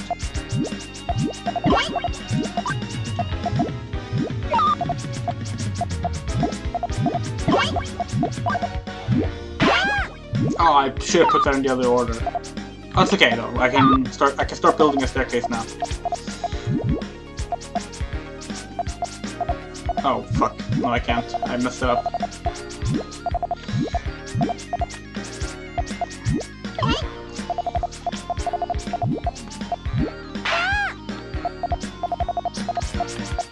That's a mediocre staircase.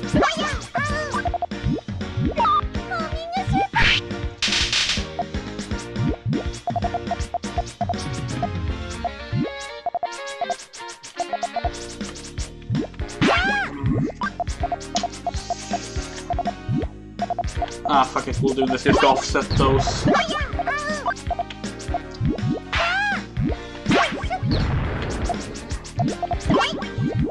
I can't have like this random garbage in the middle if I'm going to try and get in decent combos, but I just get more garbage when I try to get rid of them. Okay, that's an alright one, that's an alright... Oh, no, I read that wrong.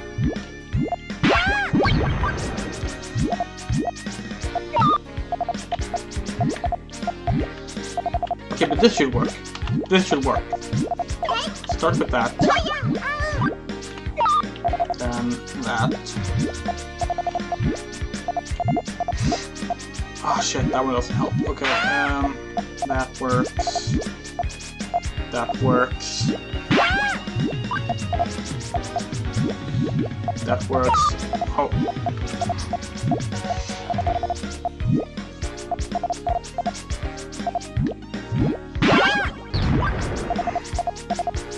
Okay, here we go.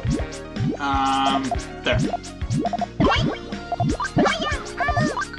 Oh yeah, I mean it's literally just like a reskinned version of Puyo Puyo for Mega Drive, so yeah, there's plenty of it in there.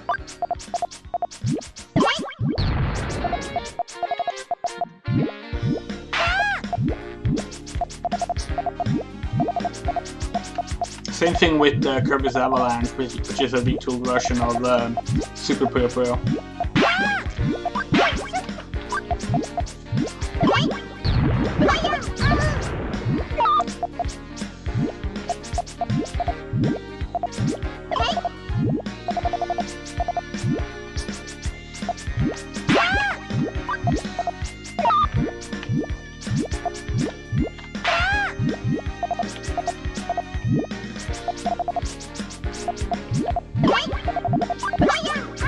There's also a version of Puyo Puyo for Windows. It was released in the West under the name Quartz, I think.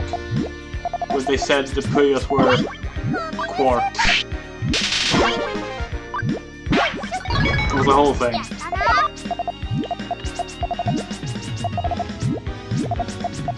Well, funnily enough, the first Puyo Puyo released in arcades, unchanged, in the West, but we wouldn't see the name Puyo Puyo return for much longer, until much later.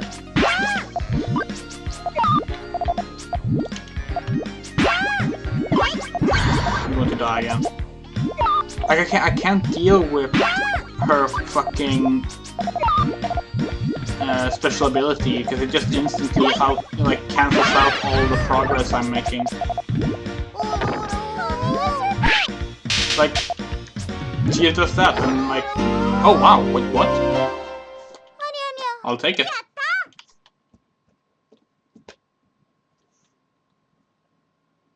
Okay. Hey, you're in the way of cleaning. No, I'm sorry, but Carbuncle. But nothing. Hurry up and go home. No, don't be like that. Help me look for Carbuncle. No. Can't you just help a little? What a stingy old cleaning lady. Oh, you say? Children nowadays are so... I'll school you in how to ask for favors.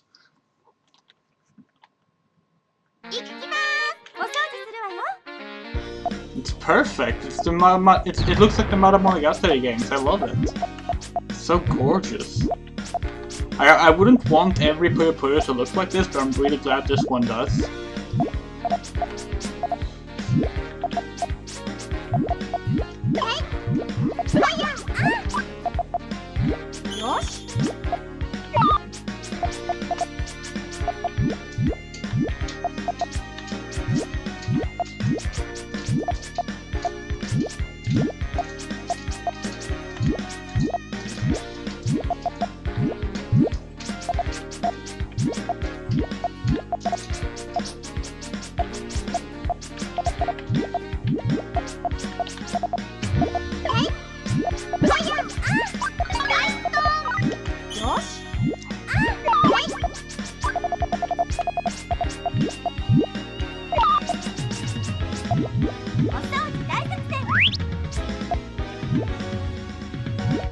Really? She can sweep away all of them like that? Wow, okay.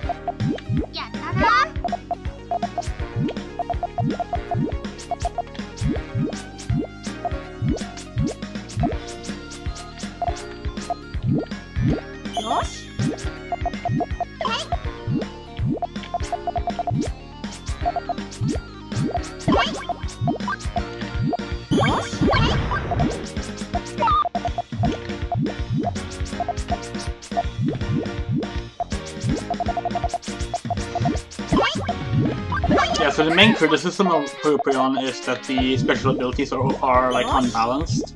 And that's true, it is, like, that's just true. But I still love it. It's just fun and really nice and different.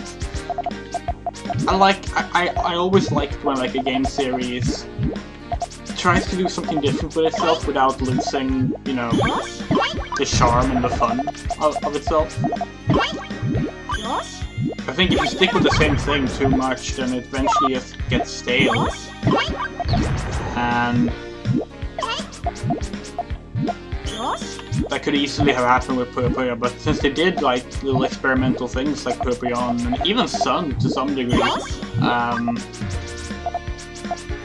they were able to like figure out what worked, what didn't work, and eventually, you know, just become one of the biggest arcade games ever. It's worth noting that even in Japan, Puyo Puyo was not an instant hit. Like, it grew over time.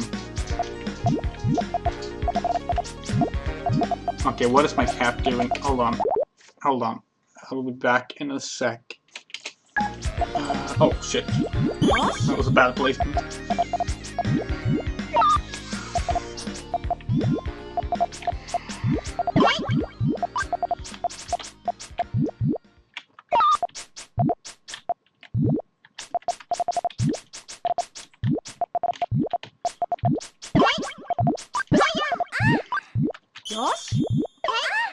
Did we just lose all the music after I paused? That's odd.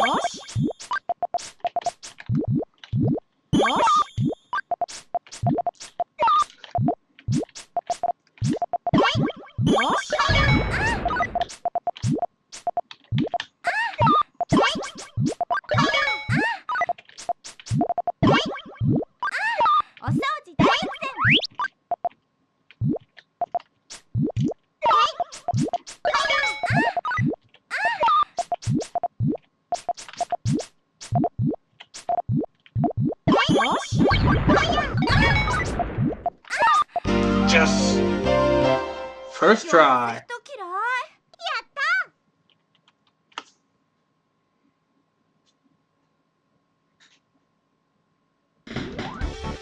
ねえ、カー君 So, where'd Carpunk go? 本当は君知ってるんだ Are you sure you don't know anything?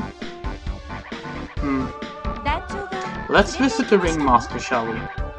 団長 Ringmaster? その団 Where could he どこ be? に Under your feet. 足元 My feet? まさか No ここ way. 踏んじゃ I った stepped on them? そんなわけないでしょ As if that would be possible. Is there not a magic circle at your feet? あ Ah, there is. そこでイメージする Now, bring what you're looking for to your mind's eye. 探しているものカー君 What だ I'm ね looking for is Carby. カー君 Carby. What's happening? What's going on?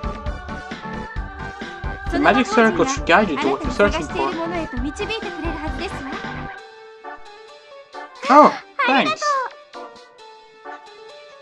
Honestly, how troublesome.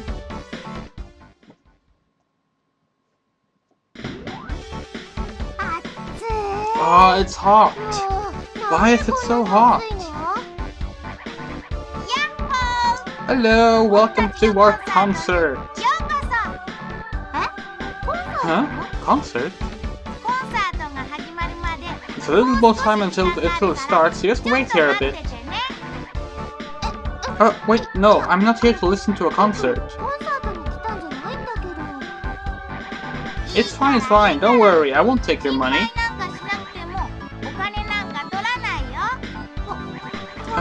Okay, guess I have no choice then.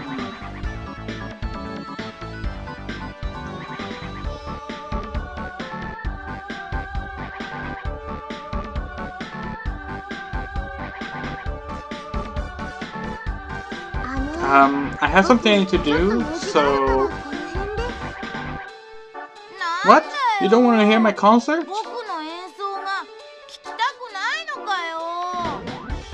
No, that's not true, but...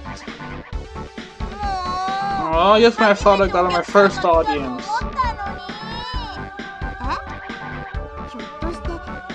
So you're not very popular, huh? I heard that! I'm gonna beat you up.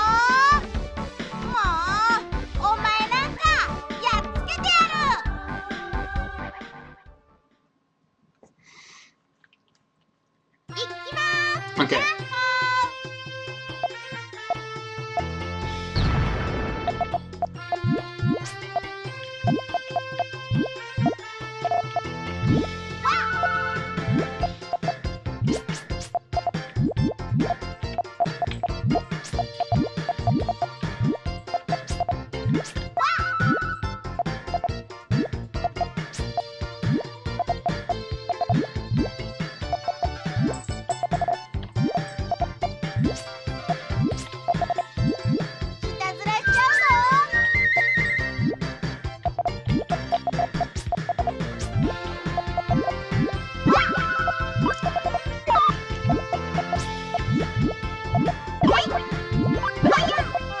Yep.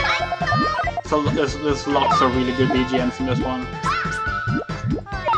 Can't wait until you get to hear the final boss theme. Actually, it's so fucking good.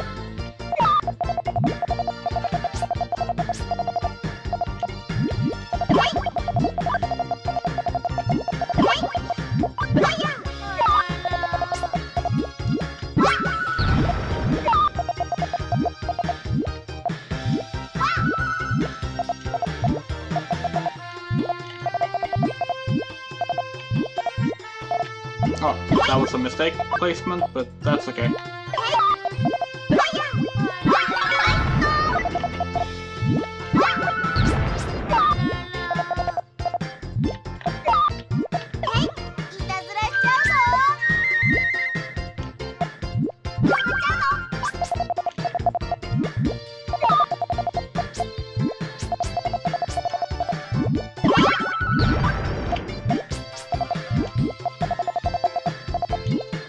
Hello, Joyce! Welcome to the stream!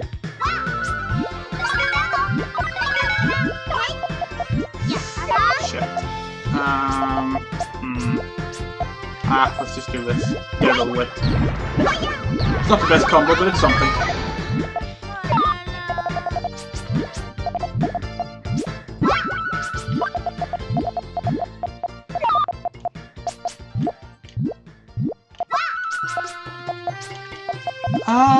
I believe some of them have showed up in later Puyo Puyo games here and there.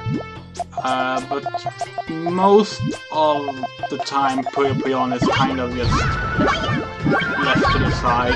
Well, the Puyo Puyo Quest has actually done a lot of tributes to it, so probably there.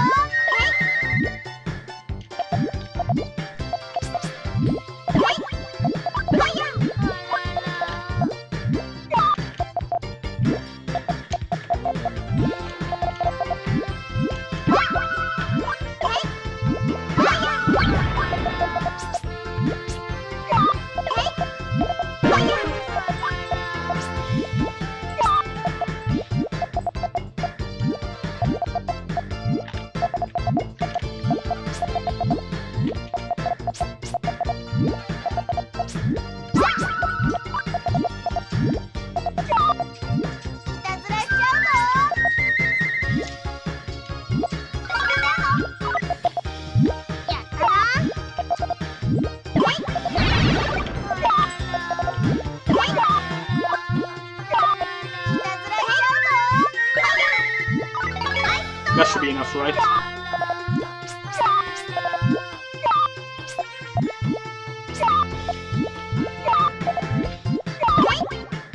Hello, Lida. Hello, Louise. Yes.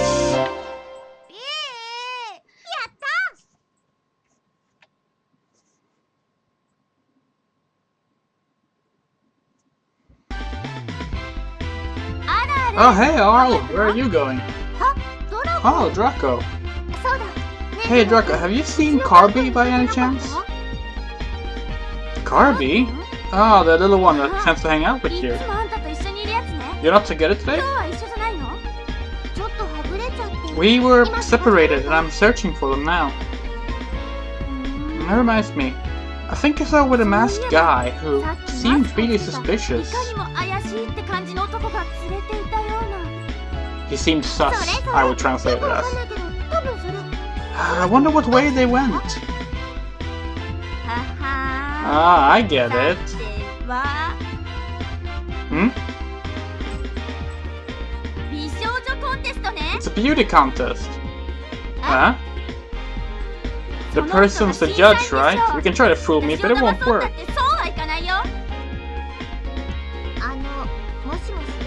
Hello? In that case, the chat's quick. I'll beat you right here and take that championship.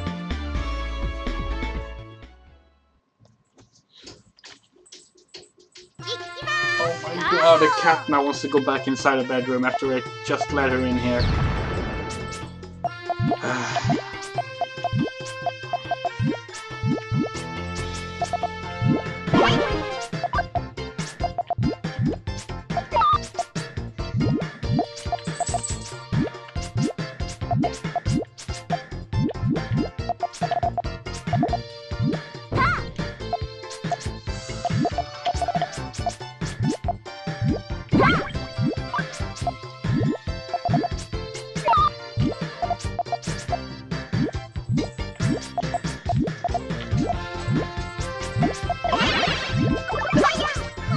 Let me.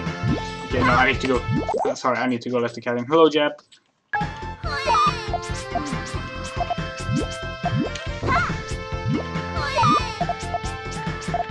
Okay, let's see.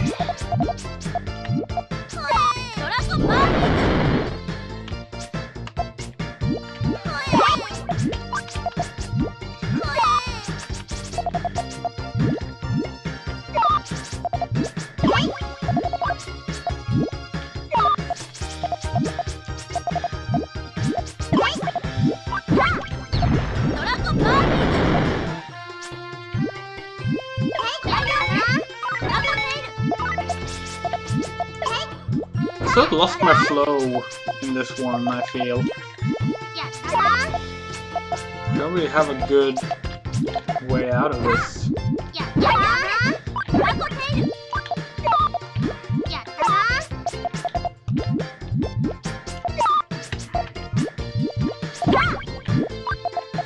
It's not giving me enough colors to work with, even.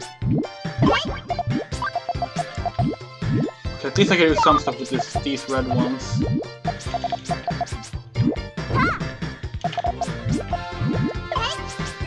And green should be fine as well here.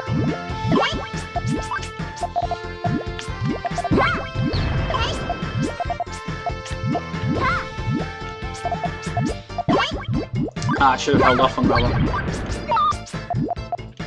And we're back to this again.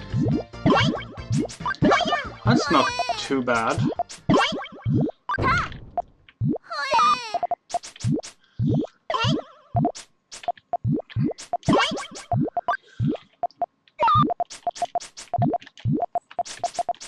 That should be a little small chain at least.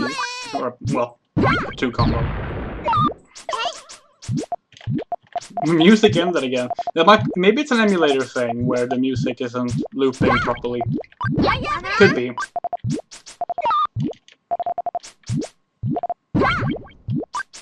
Or it's just a bug that happens if you pause the game. I'm not sure.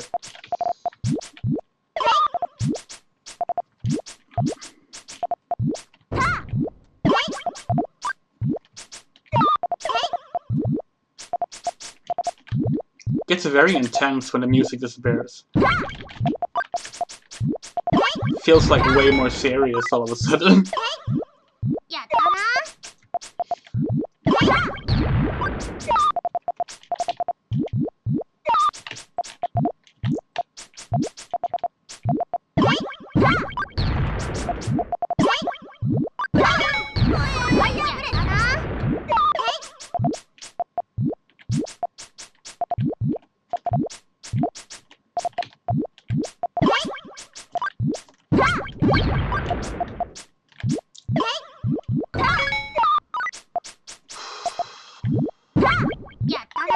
This is not going well at all.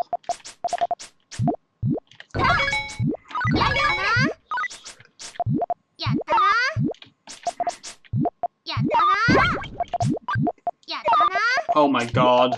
Really? Is that how I'm gonna get combos to death? Yeah, it is. Well, it was bound to happen sooner or later. We got a few in one go, that's always nice. I wish I would remember my input though, for a name.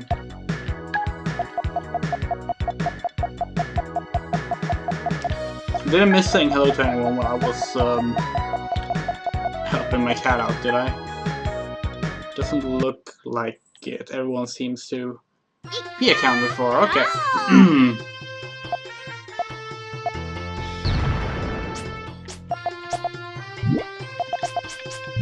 Oh, no. This is already a failure.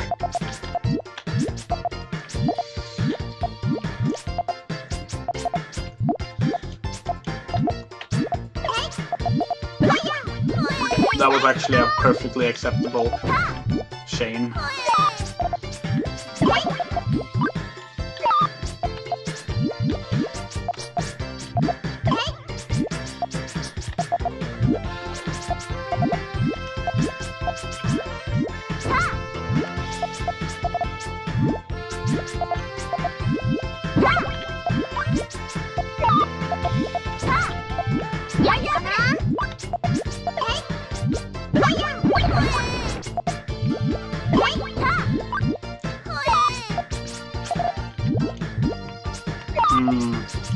Okay.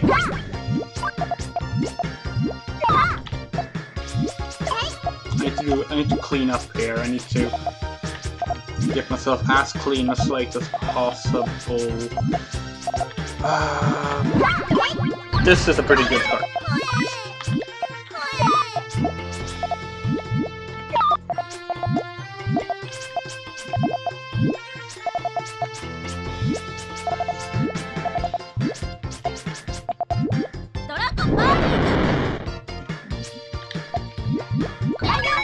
Oh, can I offset those?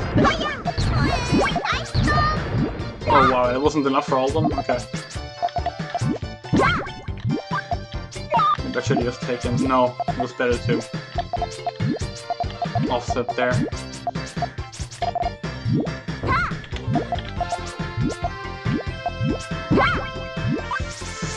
Ah, fine, we'll do that. It's not exactly what I wanted to do, but there was no better alternative.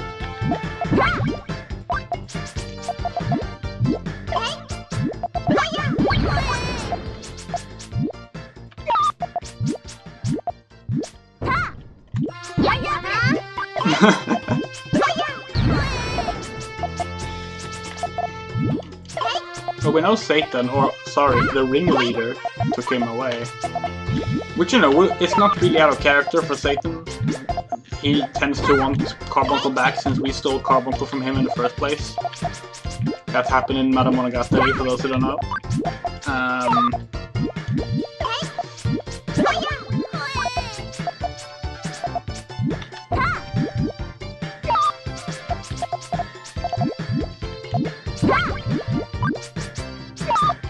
I do intend to play Madame Monogatari more on stream eventually as well, but I just decided to prioritize Puyo Puyo because they're easier, they're not as text heavy and complicated and full of deaths, and you know, it's also the anniversary, so I figured it was a better choice.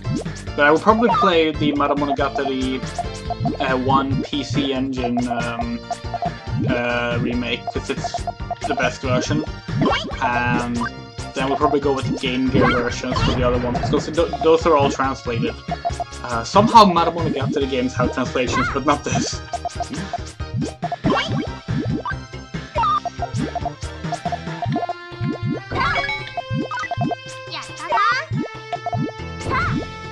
Okay, please. Did I calculate this right? I did.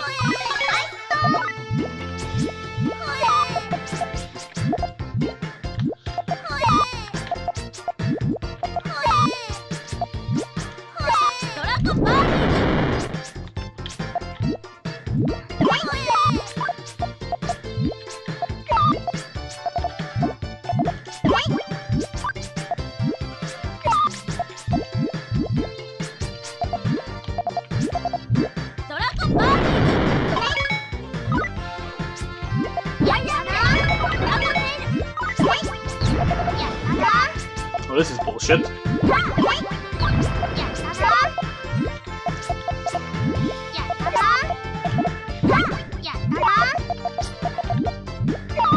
Come on, all places to put them.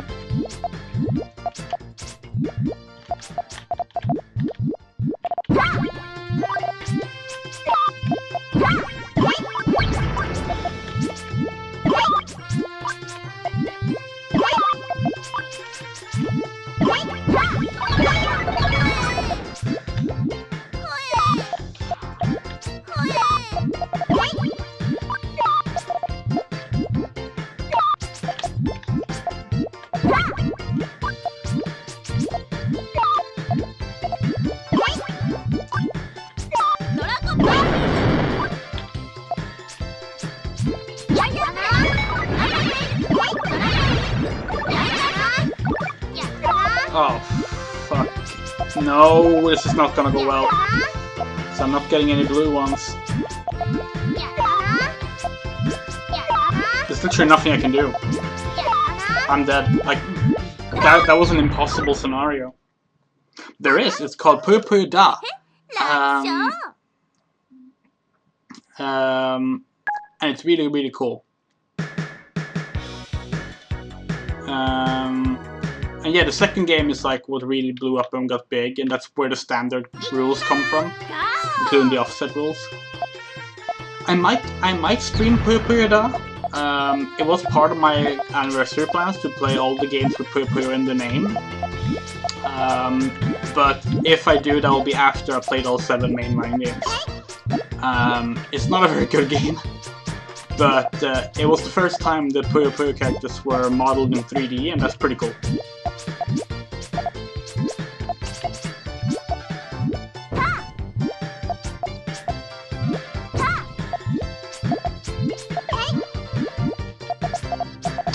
Yeah, they gave them all like street dance style wear.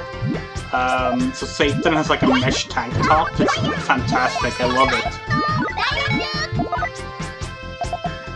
Now that's a combo. And I don't think it's gonna be enough to help me though.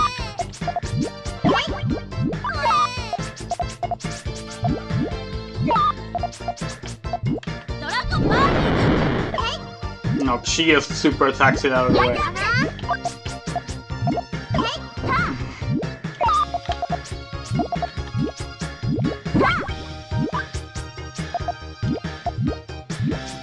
I believe, like, if you play Puyo Puyo Esports, Puyo Puyo Champions, or Puyo Puyo Tetris on PC, there's actually mods that let you play with all the Puyo Puyo Da outfits. Very talented artists that like are able to replicate the modern Puyo Puyo style have like recreated it. It's great. Artists like, for example, Apple Jupil, who has done my Puyo Puyo avatar.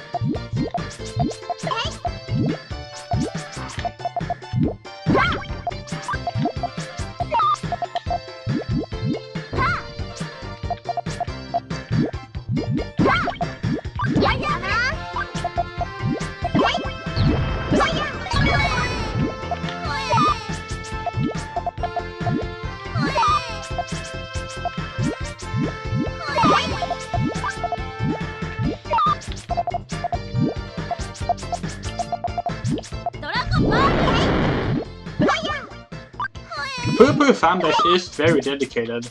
We're not that big in the West, but we have like really passionate fans. It's a very nice fanbase, honestly. I don't think I've ever seen like ugly drama in it. Like, I'm sure it exists. It exists in every fandom. But I think it's because it's so small in the West, it's... people like don't want to start drama because then we lose what little community we have. So everyone's just like really nice to each other. Hello, Thomas. And yeah, I have a new Twitter, but that's actually a bit like nearly 2 years old now.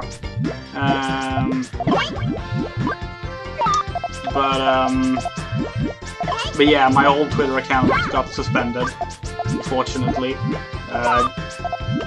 I believe I have a video talking about why, and I won't get into it on this stream because it's very off topic and not a very interesting story either, to be perfectly honest. But it was very much bullshit reasons. But what was I going to say? I was going to say something. I don't remember. But yeah, it's a cool community. Oh, thank you. I'm not great at Puyo Puyo, and I always make sure to say that so people don't expect too much from me. But I have played it for many years, and something should show for that at least, I guess.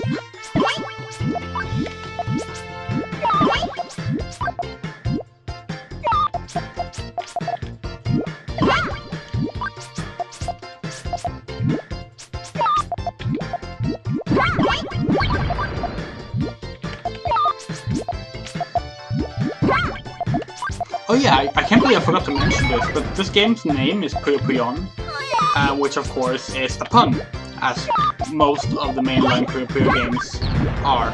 The pun this time being that Jon means 4, so Puyo Puyon is Puyo Puyo 4. It's one of the few times they use Japanese numbering as the pun, since obviously Tsu and Sun. No, sorry. Tsu is obviously English, and 5 Fever is also English. So Tsu and Jon are the ones that are in Japanese. Shit.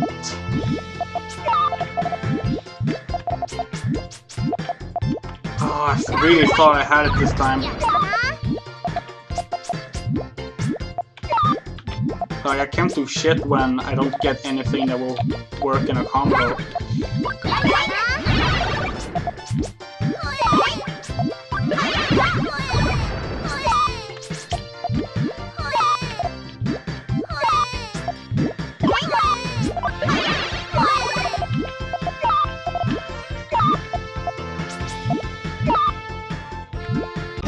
Yes! ほえほえほえ。やった Oh shit. My translation just left my... さあ、僕が勝ったんだから、カー君がどっち行ったか教えてよ。悔しい。さあ。sorry, Draco is like irritated and R is like demanding to know where Carbuncle is. そうだ、私が案内してあげるわ。え、ドラコが？ほら、あんた一人じゃこの辺は分かりにくいでしょ。いいの？ Draco says that she will guide us. いいのいいの。困った時はお互い Because it's easier to survey the area after too. ありがとう、ドラコ。 I trust I don't have to explain なん that. ちゃって。アルルだけ美少女コンテストには行かせないよ。 And that was Draco saying like, I'm not gonna let Arl go to the beauty contest on her own. It's an internal statement. Draco has joined your party, was the yellow text. And yes, she has literally joined our party as an RPG. We can use her abilities. びっくりした。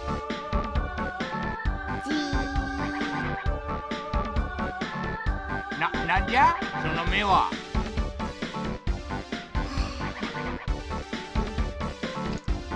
They're just staring at him right now. He's wondering why they're staring. あんた、そんなことしてる暇ないで She しょ。 is wearing her blue armor. 美少女コンテストへ行くわよ。まあまあそう慌てんと100ゴールドでどうじゃ。は？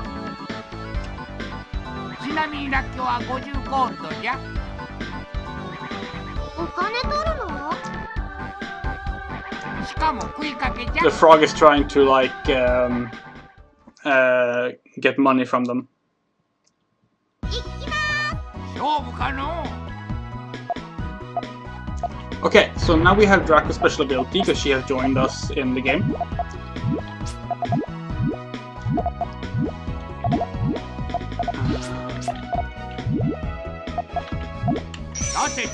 We'll see if we have to use it or not.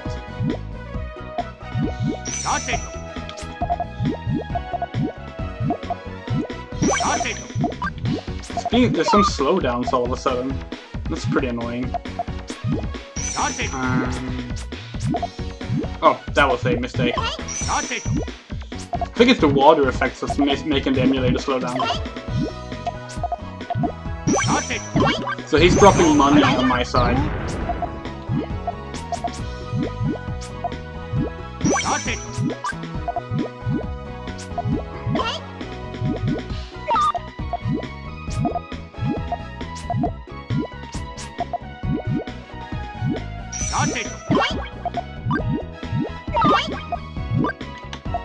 Okay, now we have a fresh start, sort of.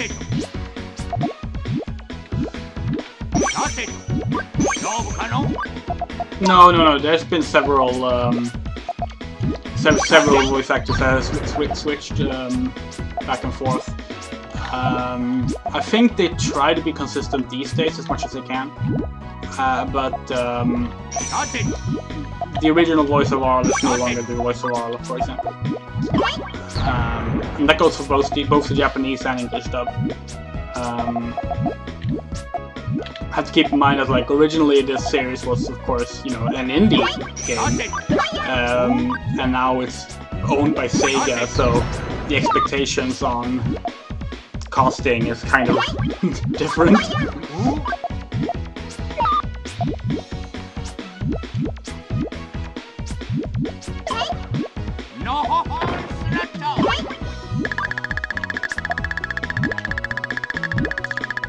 Here you can see how ridiculous some of the special powers really get.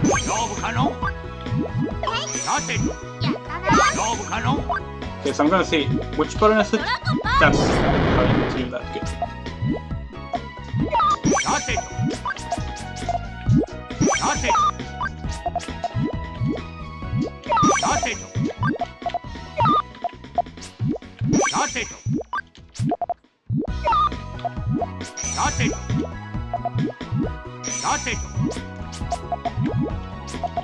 Well, I mean, the devs these days are Sonic Team.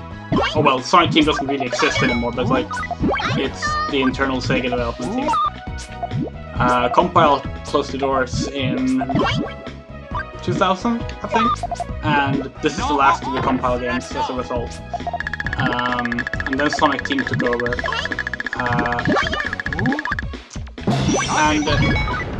The next game we're playing is Fever. That's actually not the first one that they made. The first one they made was Midnight at Puyo Puyo for Game Boy Advance, which is really good, and actually it was fully released in English in the West as Puyo Pop. But that's not the mainline game, so we'll be doing Puyo Puyo Fever next instead.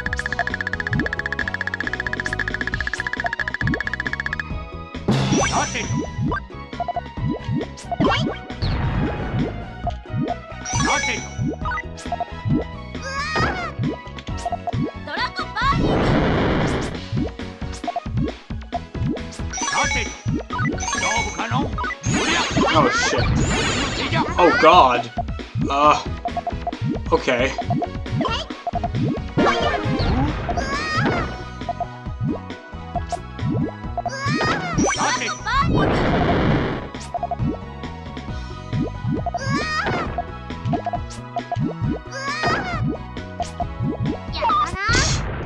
Wow. That was just sad.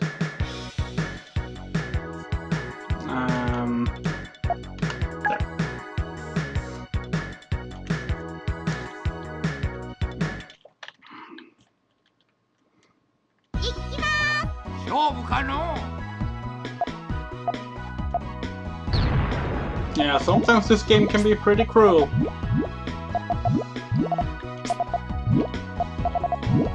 As I said, like, if there is one major flaw with this game, it is that the special abilities are not balanced in the slightest. Like, I cannot deny that as much as I like the game.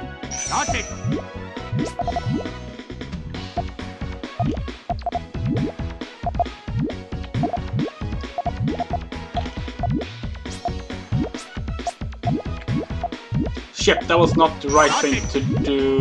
Actually, that's okay. Also wasn't what I had planned, but it worked out in my favor, so it's fine.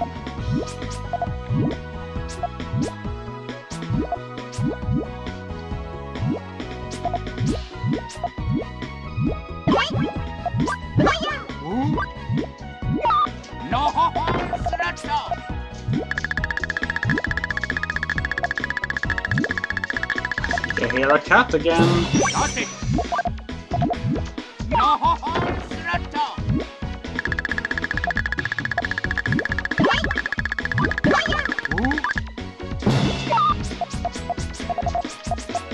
Yeah, Amity.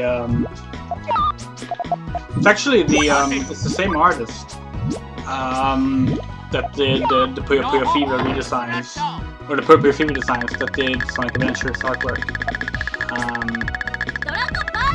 That was not. I pressed the wrong button. Uekawa Juji, I believe, is their name.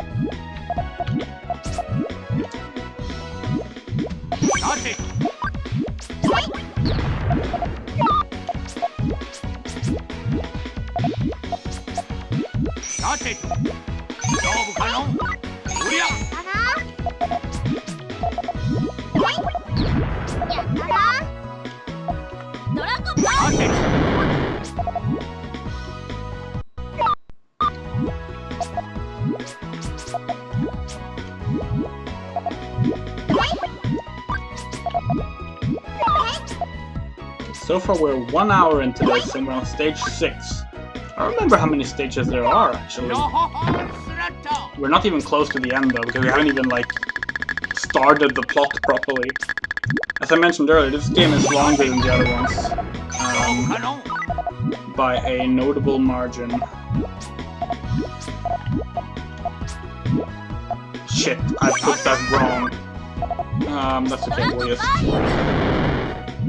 use Draco there. Hope that this works out somehow. Oh god.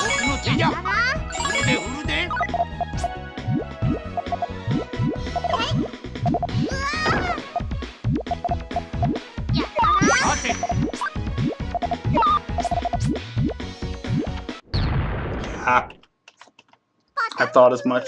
わしの勝ちじゃの。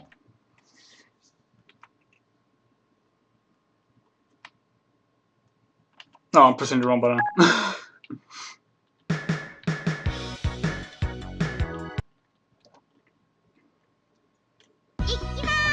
勝負かの。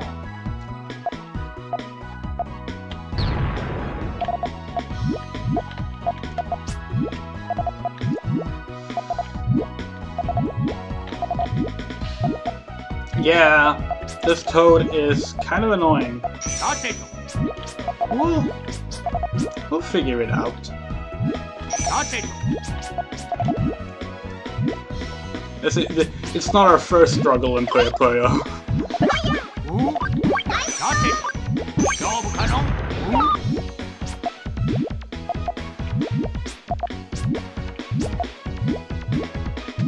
さてと。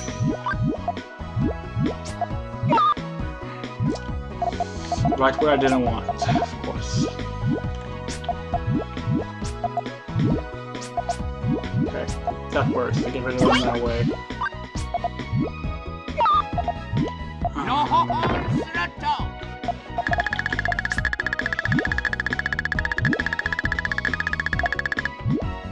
さてと。 Okay, here we go. I think I did this right. のほほんスラット。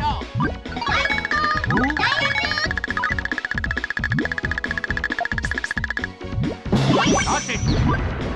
勝負かの。おりゃ。 Really, you can offset all of that? Ah, you got some of it at least. のほほんスラット。 What do you call me?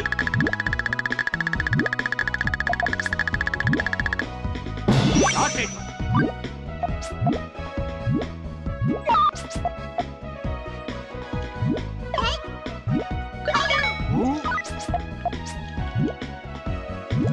さてと。さてと。勝負かの。やったな。のほほんスラット。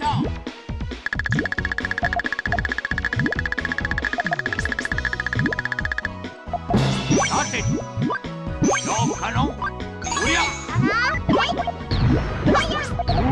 たな。ドラゴンバーニング。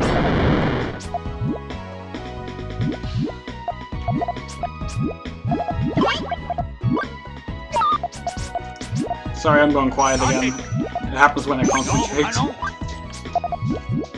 Oh my god, and my cat is not letting me concentrate. 勝負かの。 Oh no, I did it wrong. That was supposed to be a combo. Or rather, it was supposed to be a longer combo. Well, we can do this at least. さてと。勝負かの。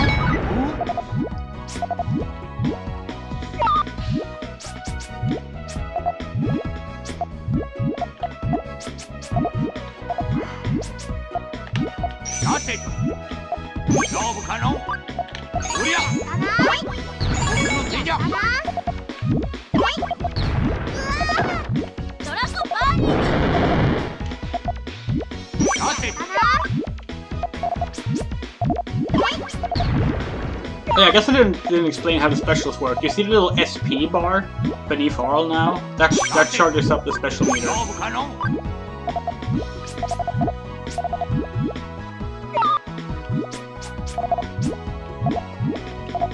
さてと。勝負かの。おりゃ。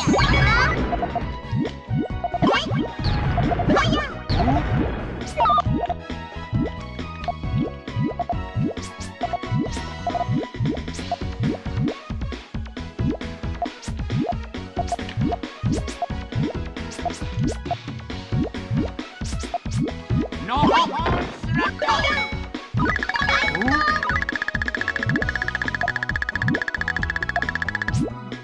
さてと。勝負かの。おりゃ。さてと。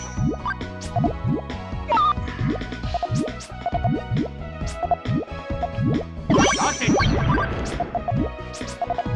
Fuck it, let's just do this. さてと。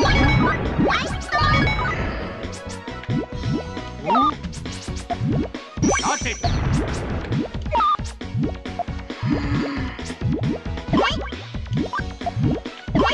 さ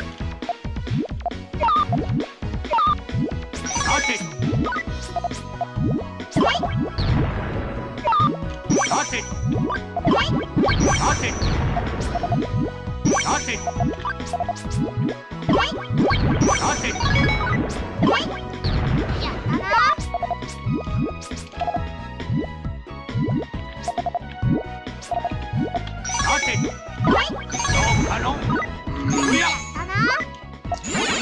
I'm gonna let these. Oh no, that's way too many.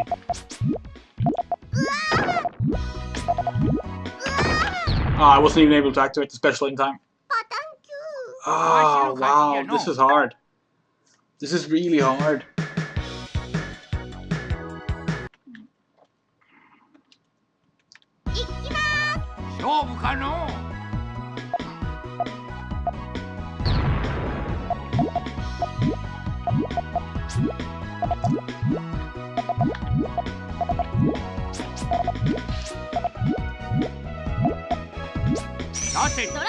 No, I pressed the wrong button again. And I messed up my entire thing as a result. Ah. That's entirely on me. Like, that's not the game's fault, I'm not playing the game. Fuck, what do I do now? Oh, fuck it, let's just break this, because this is not gonna work out. It has to find it now.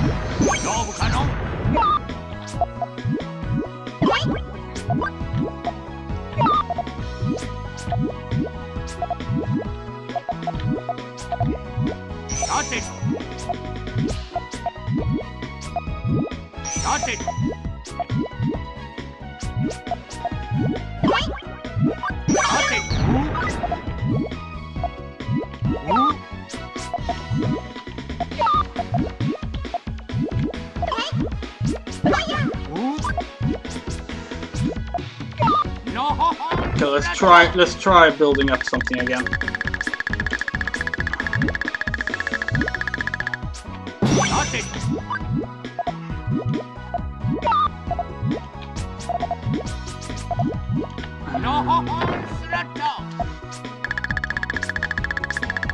Shit, that goes there.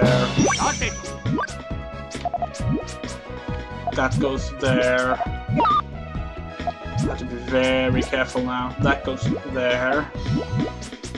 That goes there.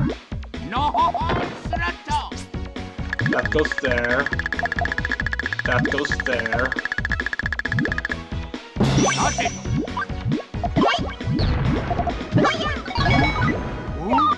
Not perfect, but it might do the trick.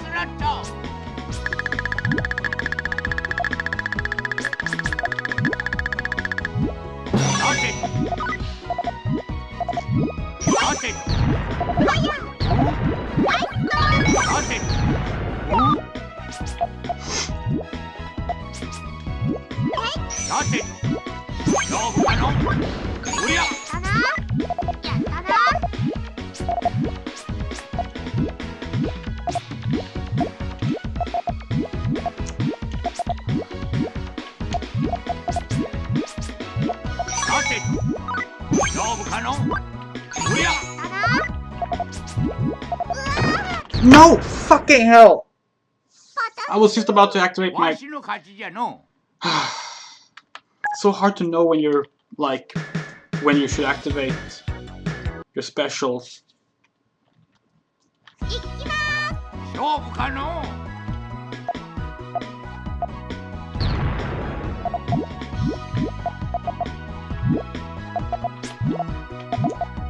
さてと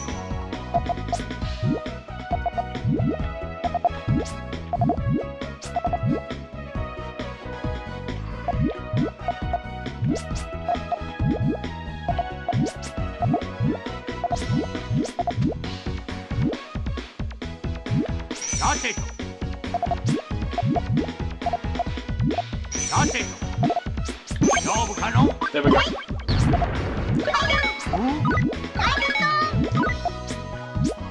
てと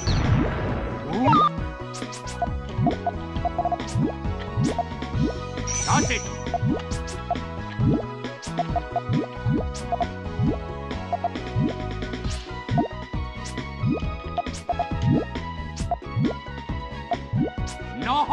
Yeah, the Toad is just ridiculously overpowered. Like, if you can get the Draco specials in, it's fine. You can even it out, but you know, if you're one Puyo too high, you're just fucked. You can't do anything.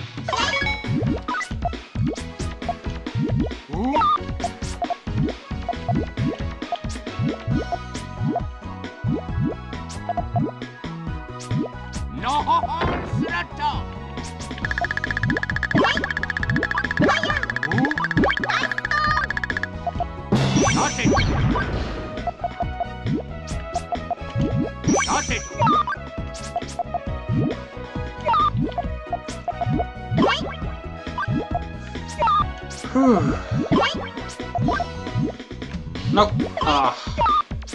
Oh well.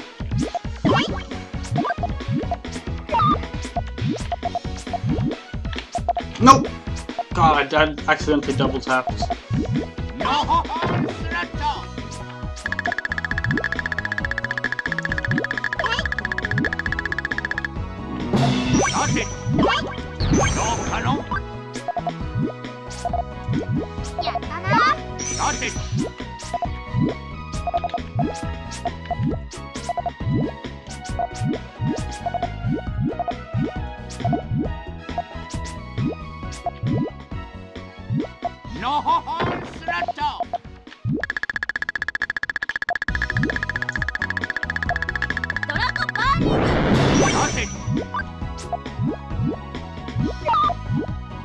Wait, what?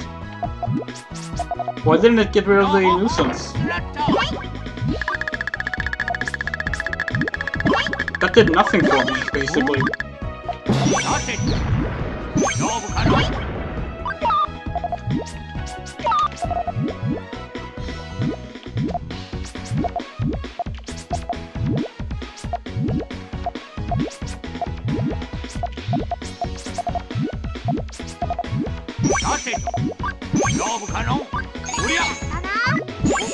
Oh wait, shit, I used to do this in the wrong order.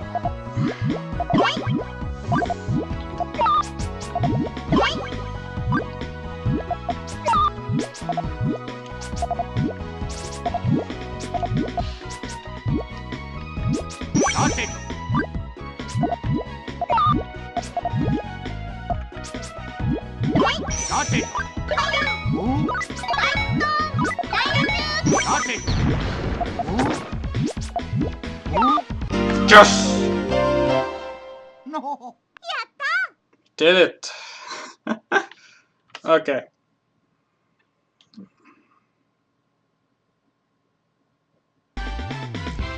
Are you after my body as well? Huh? No, I'm looking for Carby. I knew it. Of course you are. Everyone who comes here is the same. You're cruel.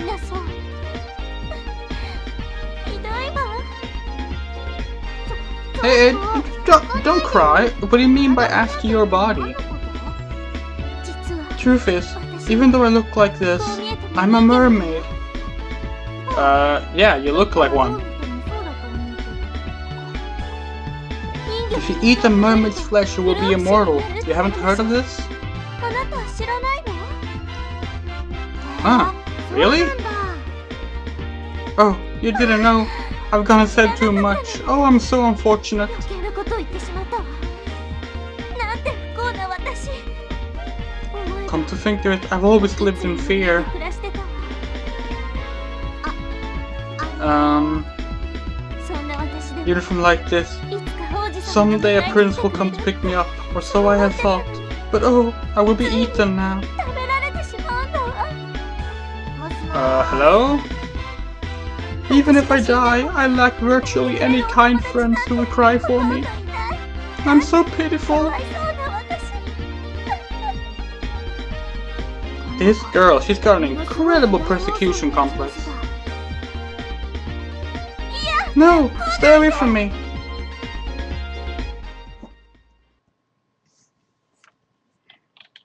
きまーす。ピッチピチよ。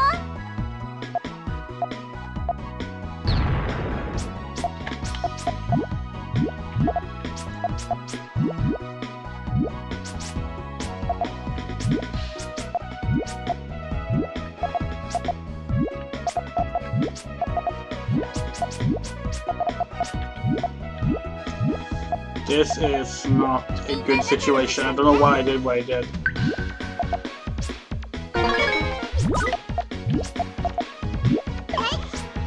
ったな。 Like, why did I do that? I basically just had myself die there for no good reason. You haven't heard about mermaids giving eternal life? I've heard that. That's a pretty common mermaid myth.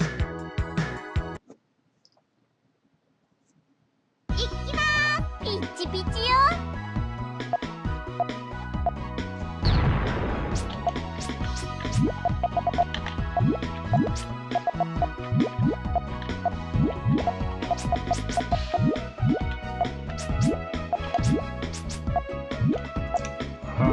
Shit.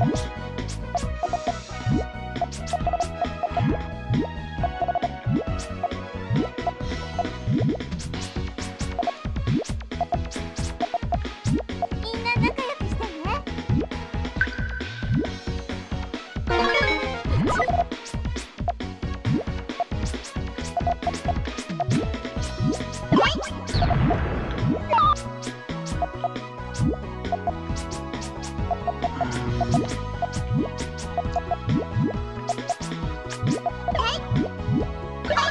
いや、アイストーン。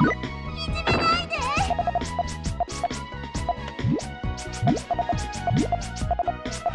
Yeah, I genuinely have no idea why I did that. Like,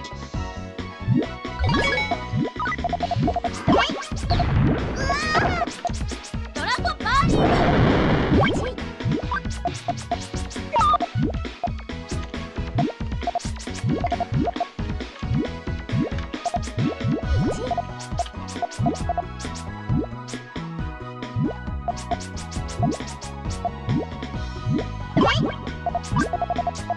hello, Kohan.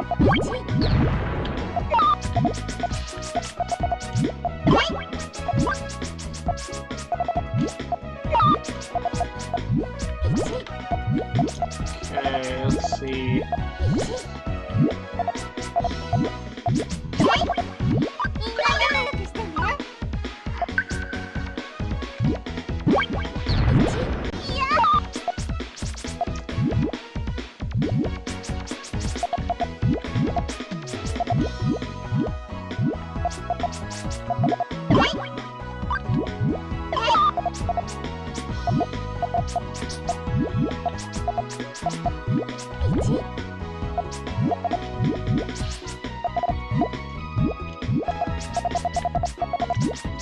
I think the first time I heard about the whole mermaid giving eternal life thing was when I read Mermaid Saga, Rumiko Takahashi's horror manga.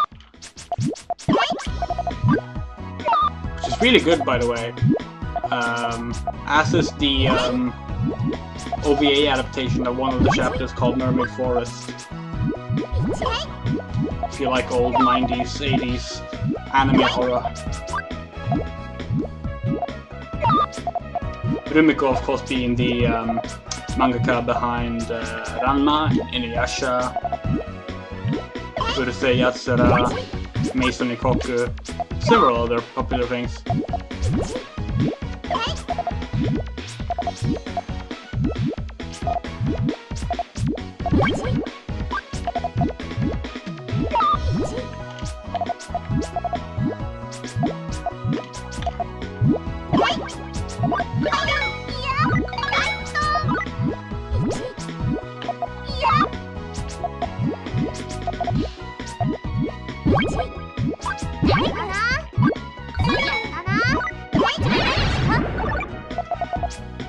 Okay, here comes a big one. I can't do anything about.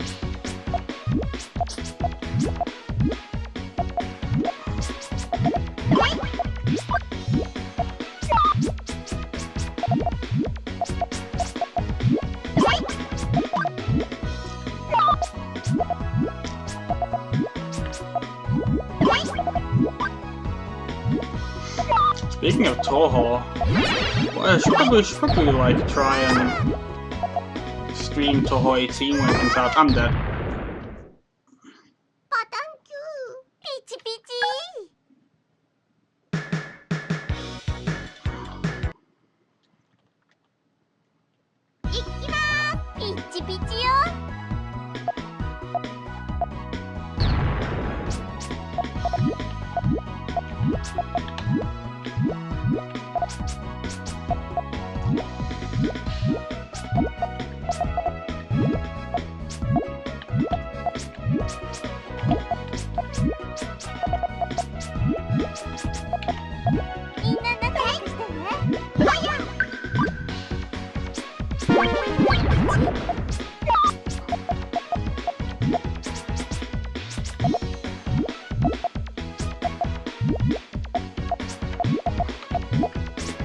I can just get one more green and there we go. Now I just need a blue.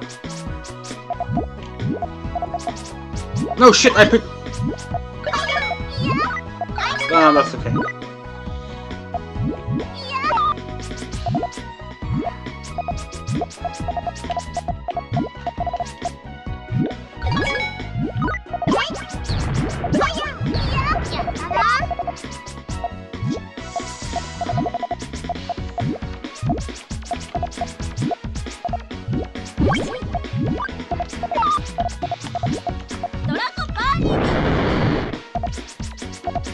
Wait, what?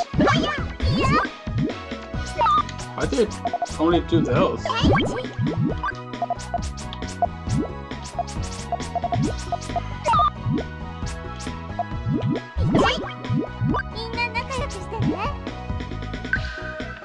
Well, Toho 18, like the next main game is coming out this year. There's also a bunch of other Toho games releasing left and right now. I can barely keep track of it.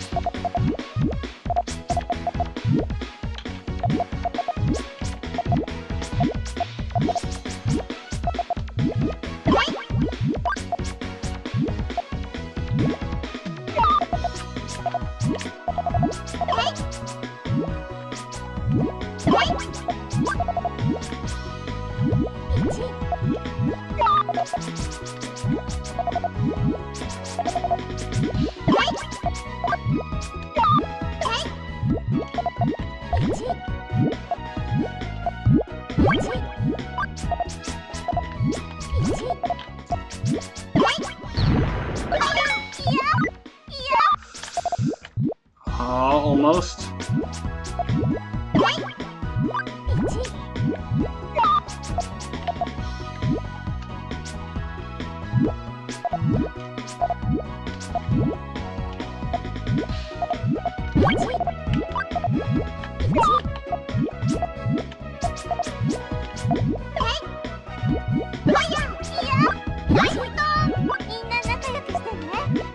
Is this gonna be enough? No, because she used her superpowers to just cheat. Jesus.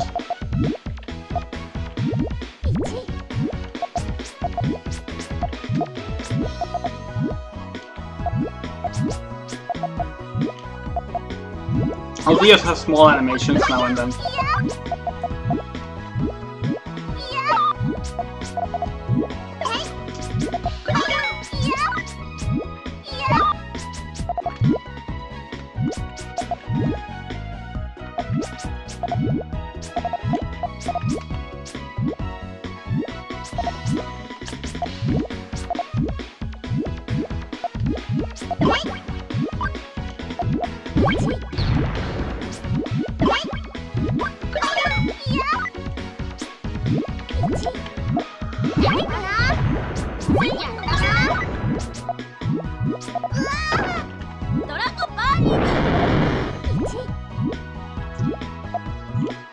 I wish I could figure out exactly how that works.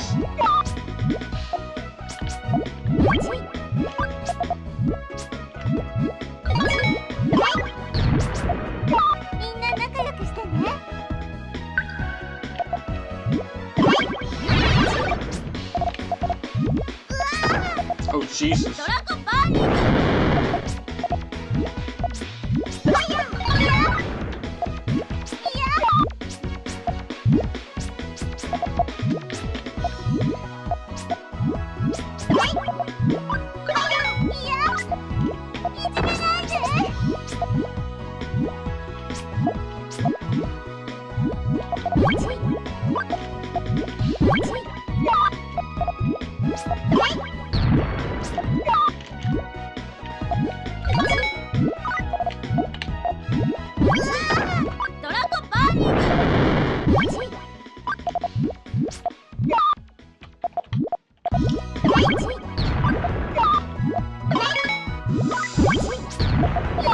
Oh, come on.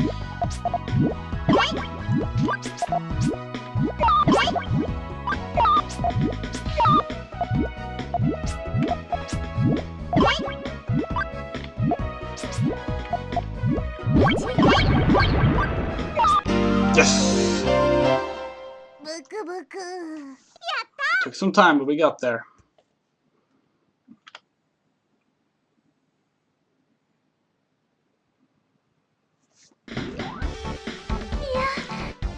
Stay away!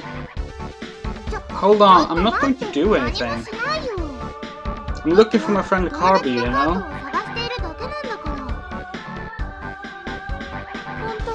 Really? Really? You gotta trust people more. Otherwise I don't think you'll be able to make any true friends. Friends, yes, that's why I'm always alone.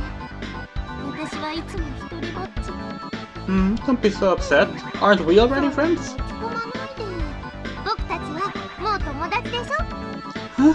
You'll become my friend? I'm so happy.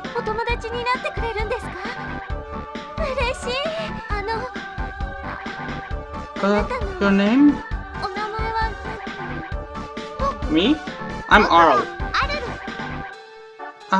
I'm Seriri.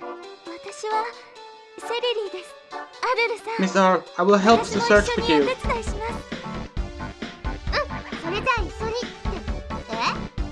Wait, you're coming with me?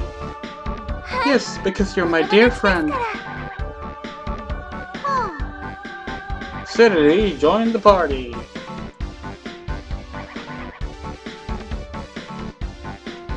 Did my stream just crash?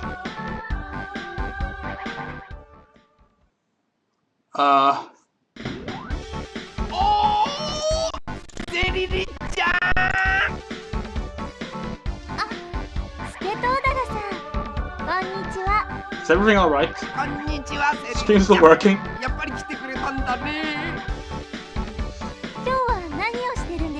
Because my Firefox window just flashed white. Okay, good. Yeah, Stakadori says that he's been waiting for Seriri. she wonders if something's happening today.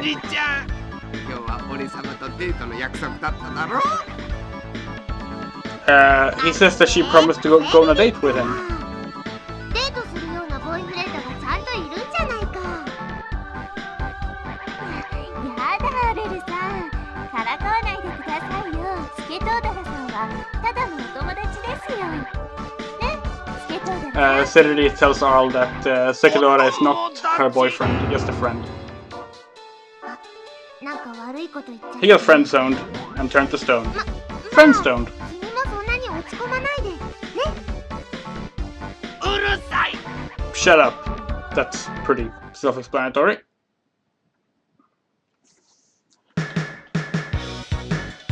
Okay, so now we get to pick if we want Serity or Draco's abilities. Let's go with Serity's.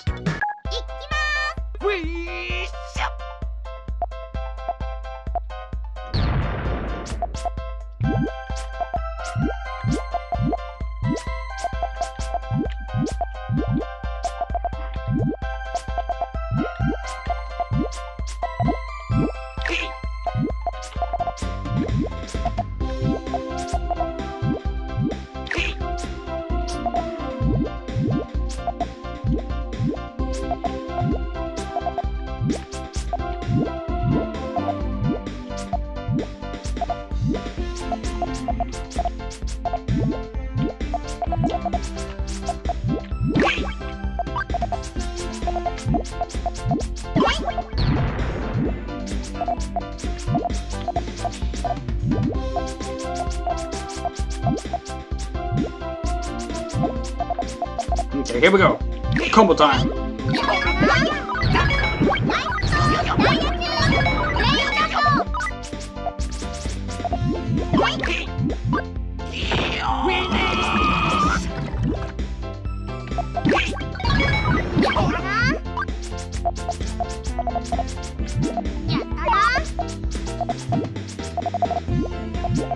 Oh, I miss Power Stone. That was a good series of 2 games.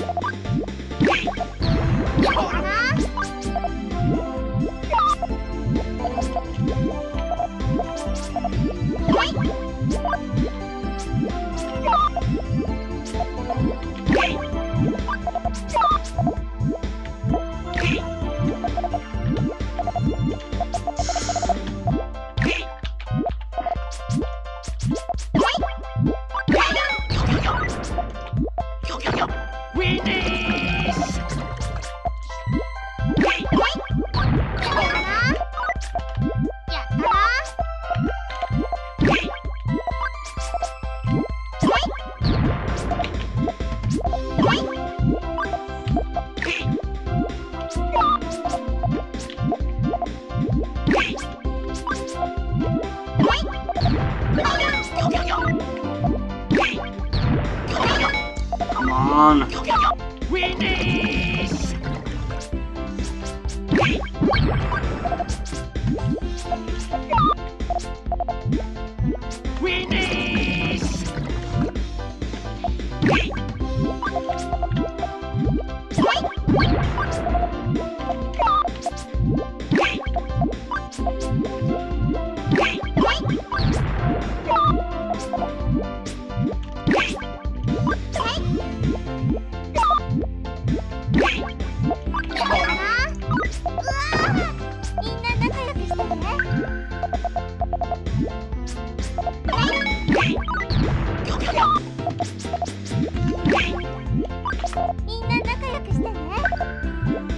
No, Power Stone is the fighting game. It's a 3D fighting game, like full control 3D fighting game. Capcom did it for the SEGA Dreamcast.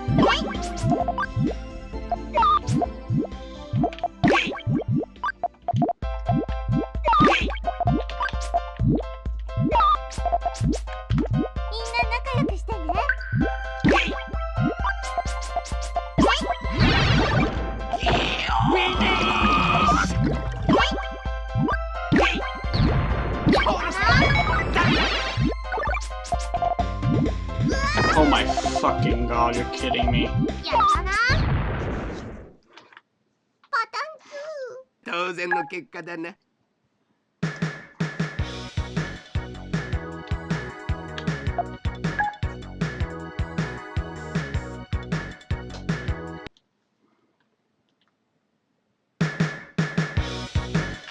I'm gonna go with Draco. I didn't like Trinity's ability.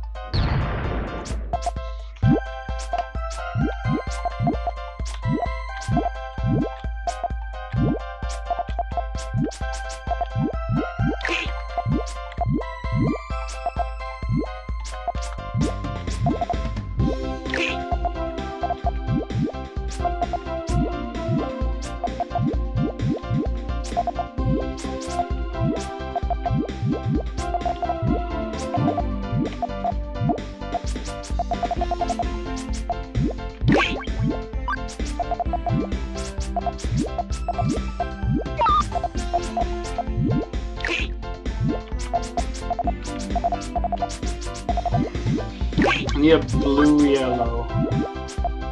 I need it quick. Blue yellow, there we go. This should be right.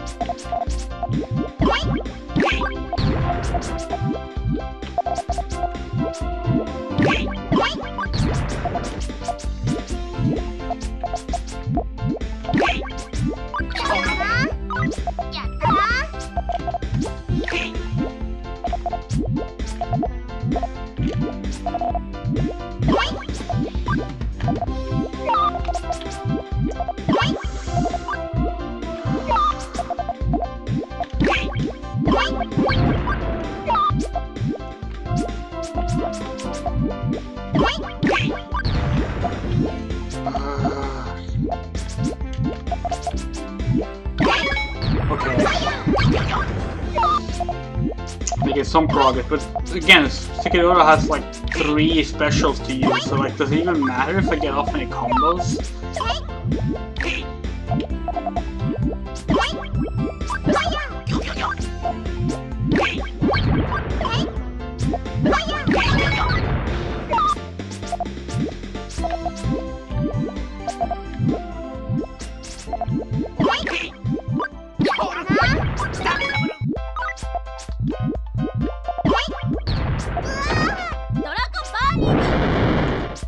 Good night, Thomas.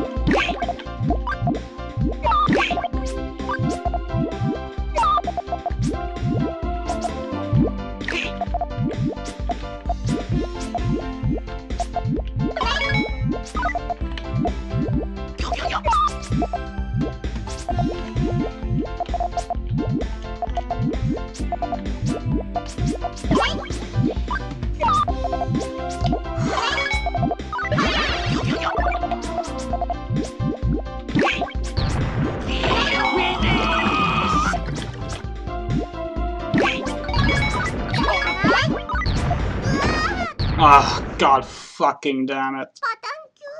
当然の結果だな。 I'm gonna try out until the end of the hour. If I haven't beaten him, then we'll just call it a night, and we'll continue the next stream. I already figured this would take more than one stream because Puyo Puyo is like it's longer, it's harder, it's unbalanced as hell. So I was prepared for this in that regard.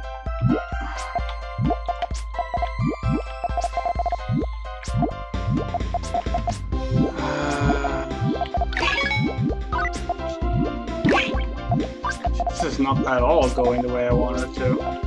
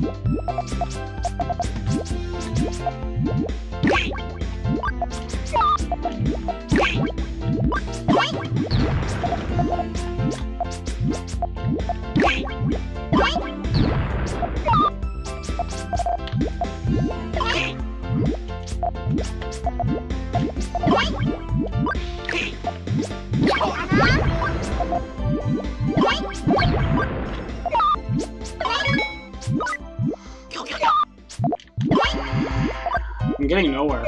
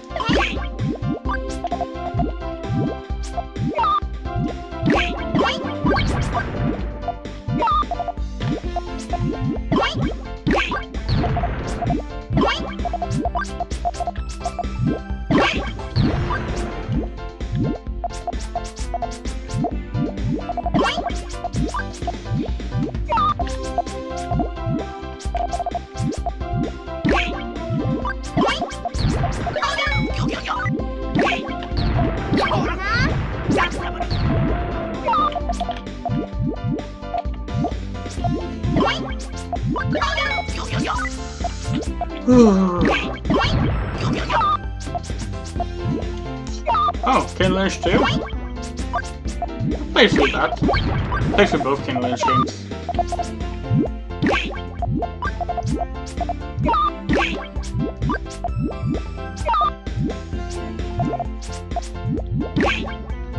I actually kind of like Ken Lynch too. Like, it's very unpolished and rough and not, like, it's not good. But, like...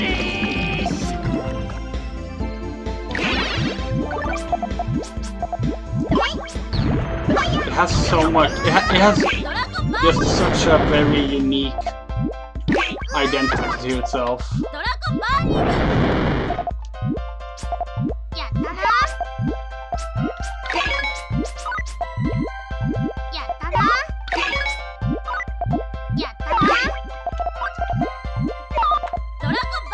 And that's all my specials. I'm back down to 0.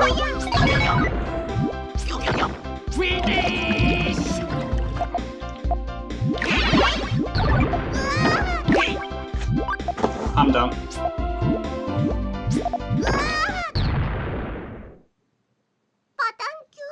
当然の結果だな。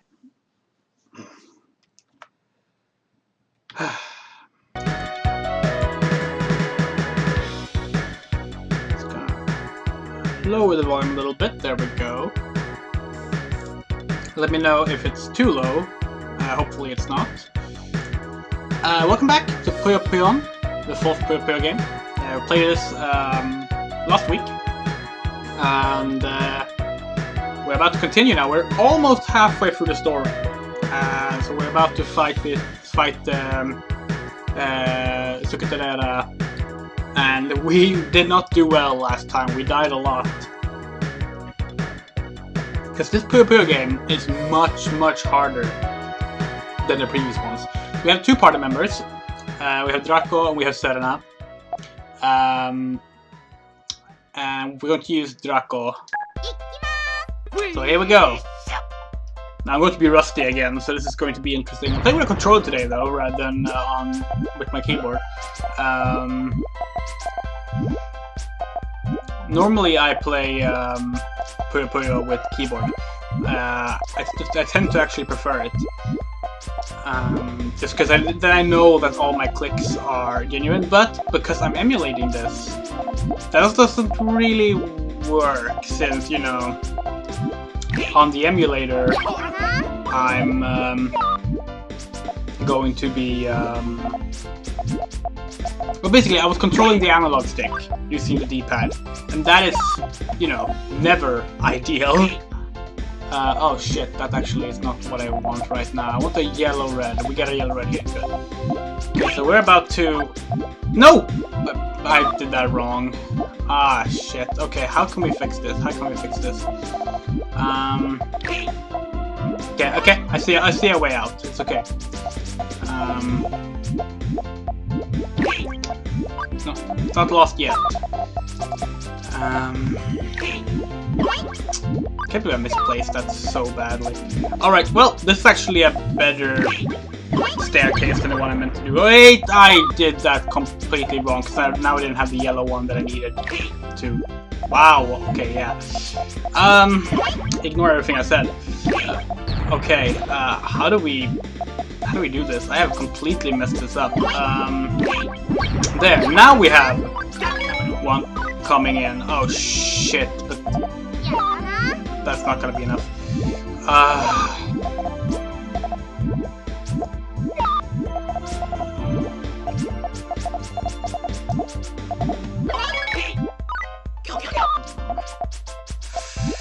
Okay, if I can get a yellow one, yes, good.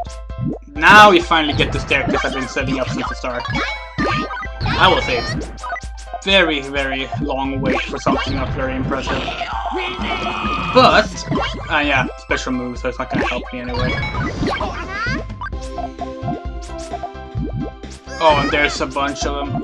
Which button is special move again? There we go, okay, good.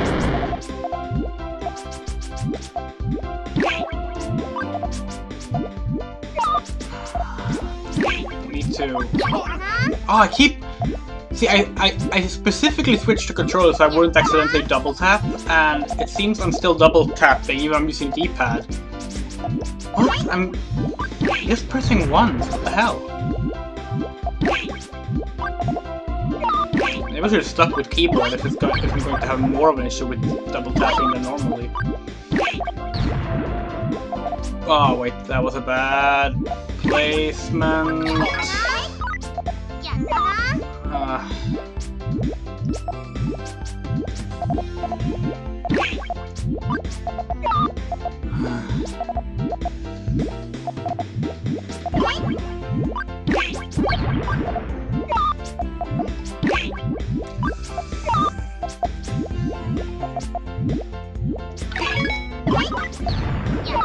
Oh, come on! That was 当然の bullshit. 結果だな。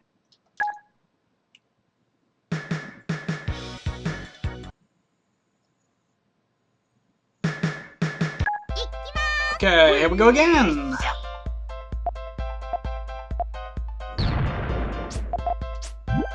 Let's hope we don't mess up as much this time.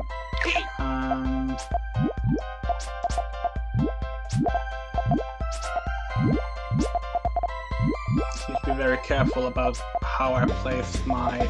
Is this right? No, it's not. Gotta get rid of that green one so I don't accidentally think I need to play something for it. Okay, let's see.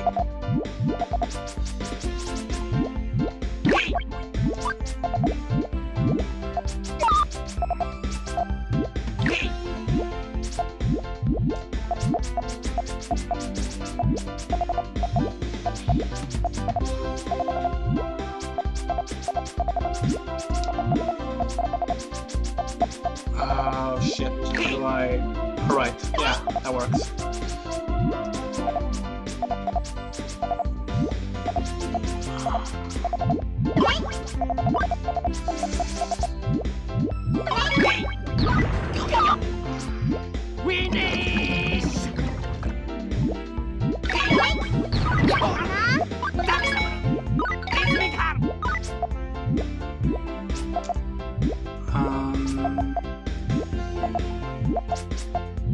That should work. Oh, that was not enough.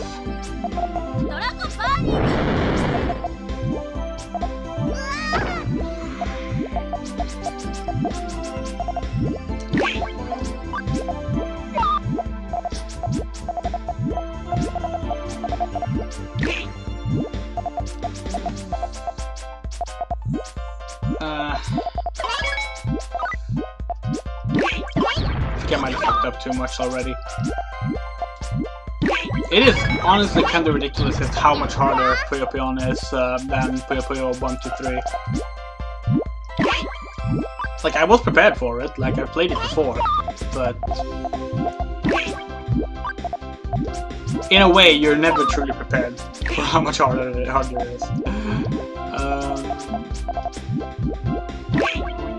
That was a misplacement, but that's okay. That was also a misplacement. Doing lots of those.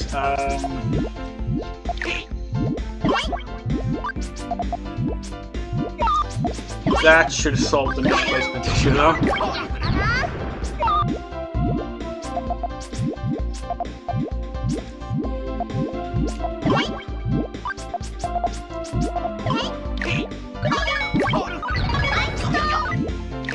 Is that gonna be enough? No, it's not. It's not doing anything.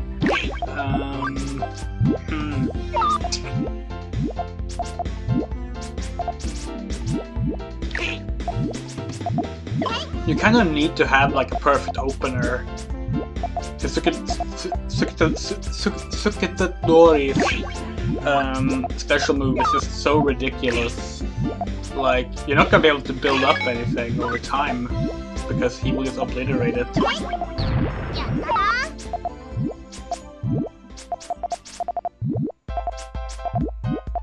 Like, he's got basically no nuisance puyos because he can just remove them when he feels like.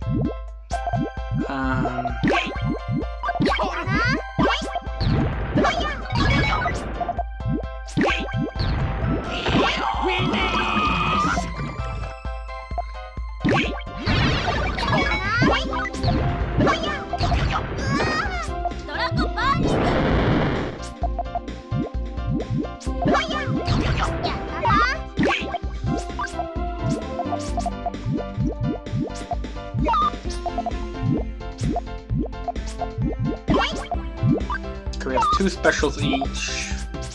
That's the thing too, I need to remember that I have specials, because I don't remember that a lot.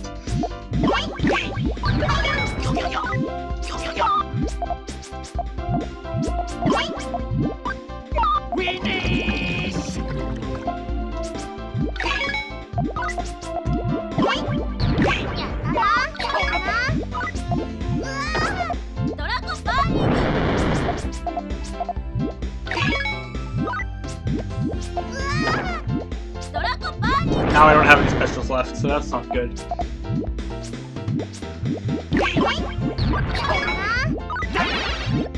Yeah, and there comes the fucking killer move.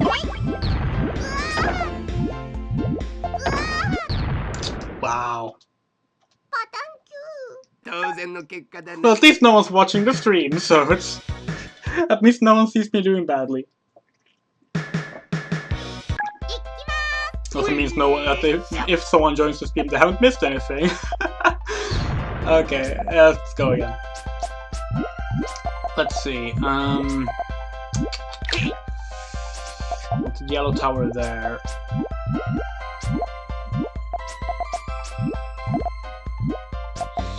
Oh, that's actually really good. That's actually really good. Can we maybe even get... Yes, we can. Oh. This is too good to be true. This is too good to be true. I'm going to get a proper, actual staircase for once. You know, unless I hype it up and fuck up. But... maybe I should just go for it. Yeah, fuck it, let's just go for it. I think I did it correctly. Oh! Oh! Die! Oh no, that's not gonna help you. Yeah. Yes! Yes! Fuck yes! Oh, that was the most satisfying staircase I have built on stream. Like, I'm not gonna say ever, because I have played better than that. But, oh shit, I forgot. Storyline.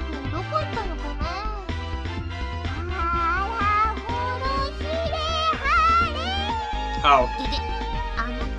Yeah, so we're hearing some strange singing.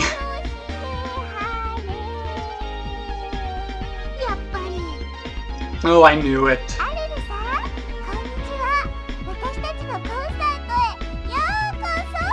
Oh, welcome, Miss Arl, to my concert!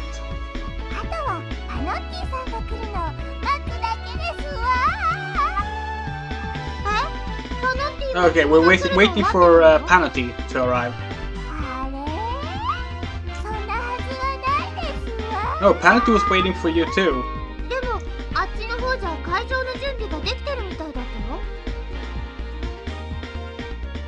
It looks like he was done preparing in the concert hall over there. I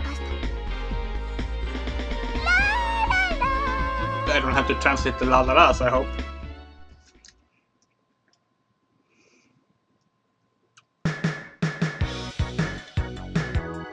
Okay. Here goes. Let's see if we can get us lucky again as we did that time. I love the sprite work in this game. This game is gorgeous.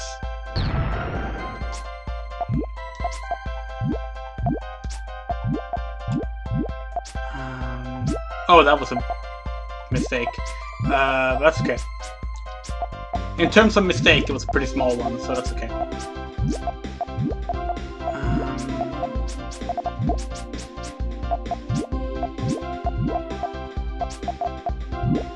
No!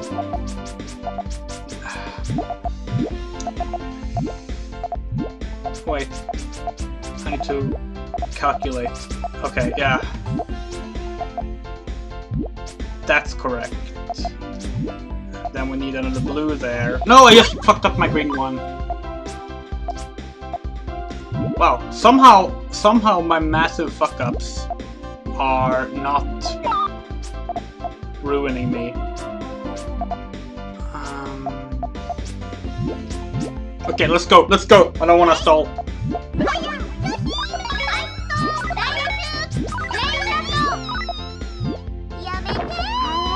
Okay, now we get to see the special move.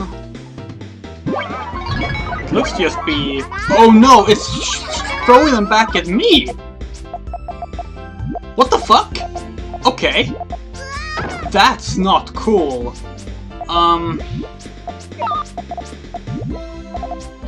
Okay, so that's how you want to play, huh? In that case, two can play at that game. That should set off... What? Do the actual attack. What? What?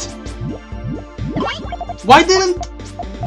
I do not understand the special abilities. You know, a smart person would have looked up exactly how the special moves work in between streams, but I am not a smart person.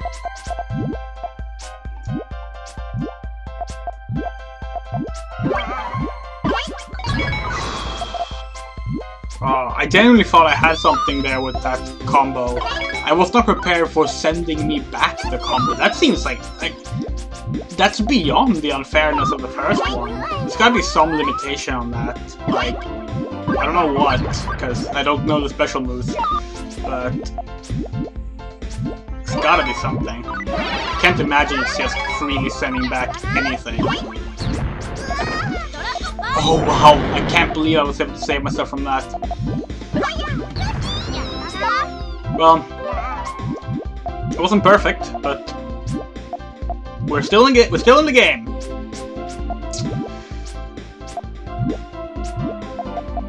And that's just a small 2 combo, just to get rid of those. We can do that, and then we can do that. Oh no, here comes the rain.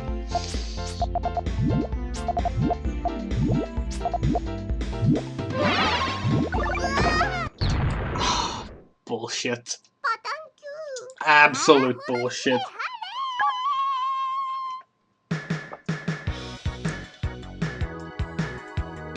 Do we even want to write my name? I guess I can do it.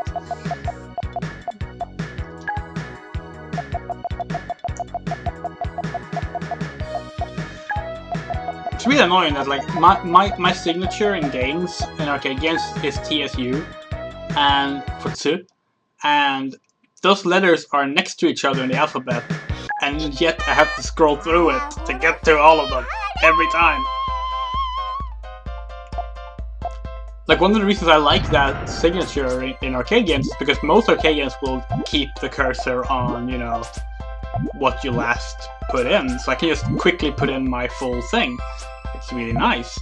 Not in Puyo Puyo.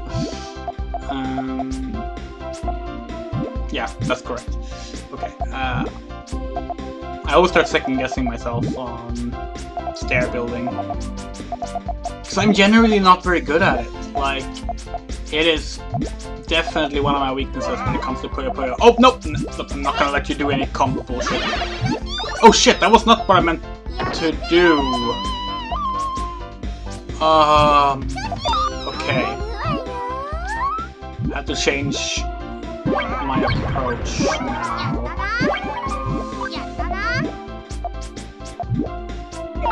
Oh, that's a bit annoying. But not too bad. Not too bad. I don't want to get rid of that green tower, so we're just gonna do that, and then that. If I crush that, then that will be set off. So if I do that, yeah, okay, that should set off a small, very small combo, but it's something.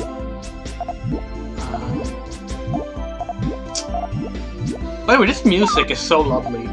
Like, one of the reasons I really like playing Puyo Puyo, even when I'm doing badly and I get like a bit frustrated, is that the music has just the most positive feeling to it.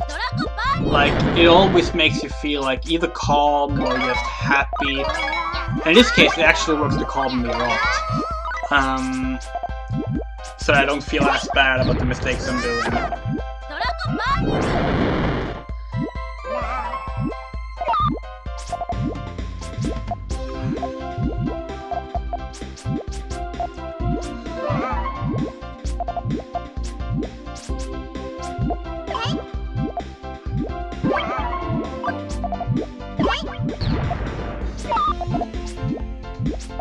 not sure which Puyo Puyo has my favorite soundtrack. It might be this one, but some of the later ones, like 7 has a really good soundtrack as well. And I do like the first game soundtrack. The first game soundtrack is like iconic in the best way.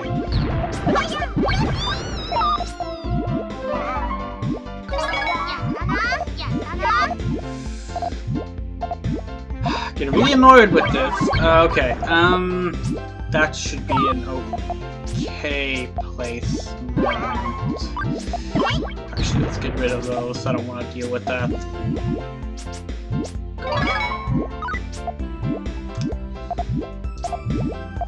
I don't know why I turned it. It didn't change what happened. It was the exact same combo.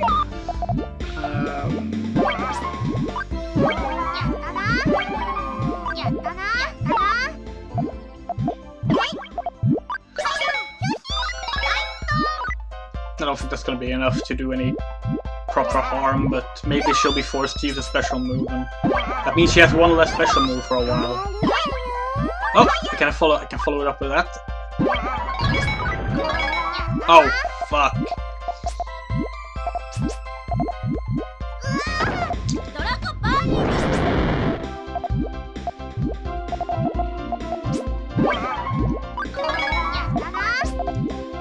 Oh shit. Okay, we're gonna let that fall. And hope that it works as I want now. Please get rid of the nuisance. Thank you.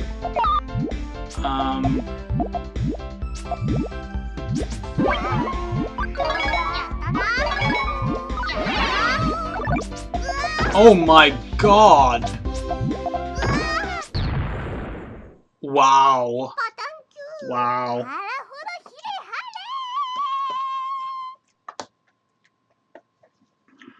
Harpy is annoying.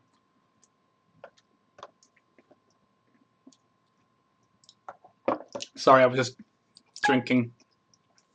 You don't really get an opportunity to drink while you're playing. That's not entirely true. I have a straw, so I can. But... let's try again.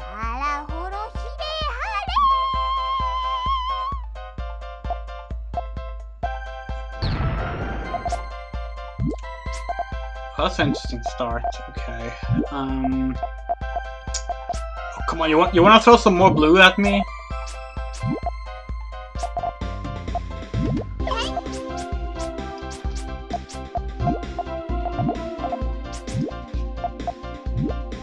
Oh shit. Yes, that works. I just realized while I was doing that, like, wait. I can't place this the way I'm planning on placing it anymore. Because I changed my opening approach. That works. That's a decent staircase.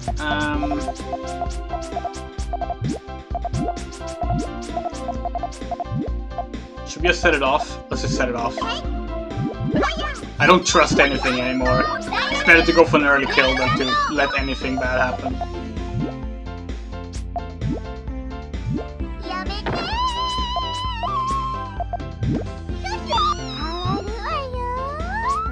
Oh, and there comes the bullshit.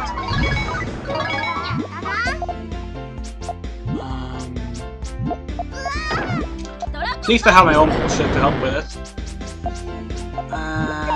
Right, these. We want that one there. That one there. What do we want in the middle? Green? No. Green? What the fuck am I saying? I thought purple and said green. Now I need a green though, now that I'm not getting one.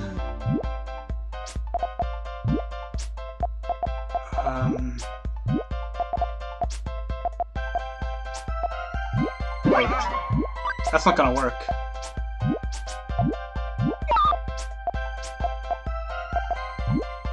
Shit. What do I do?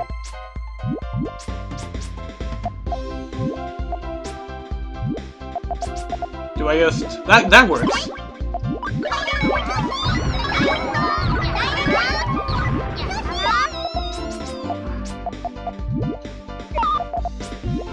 panicked there for like...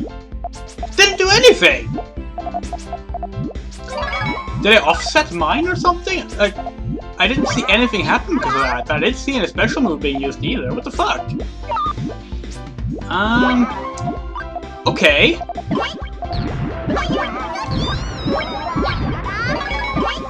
Oh, stop. Okay.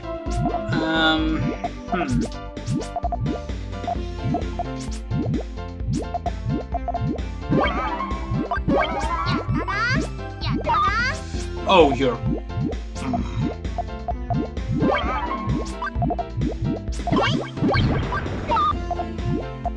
I can't use my special move, but I don't want to waste it. I don't even know exactly how it works, so I'm a bit scared of using it.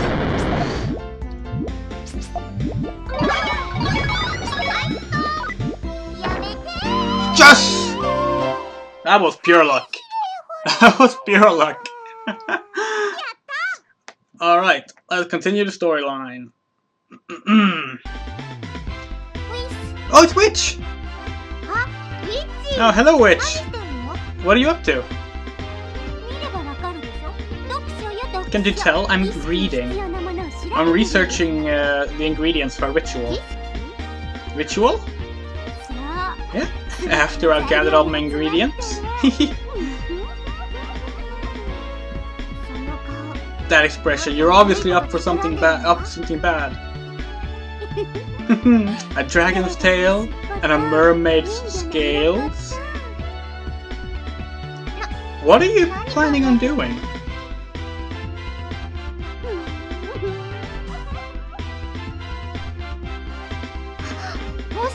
Oh, could it be? There she realized that she was planning on taking Draco and Serena. Hello, farmers! My day has been pretty good. Been working on database entries a lot. Okay, let's see how this goes. Which, as you might know, is my favorite side character in Puyo Puyo. Apart maybe from a character that I can't really mention the name of without spoiling something in this game, so I'm not going to.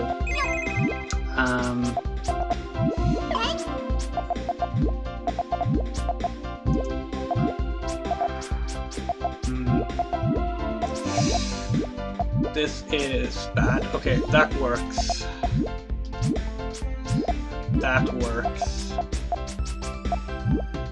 Like, which way are we going? It does not work. Okay.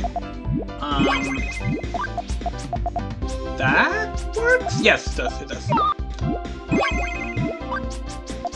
Shit. Okay. Don't panic. Don't panic. Got all the time in the world. Okay. Oh shit, how do I get rid of that one? Oh, this is bad. I need to do this. I need to just waste these quickly to get rid of them. Alright, and we need a purple. Shit, now we gotta get rid of them again.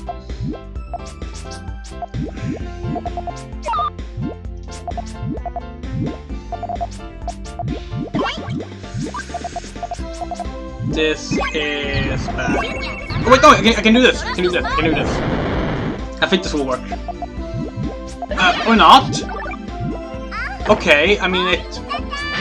Okay, what is her special?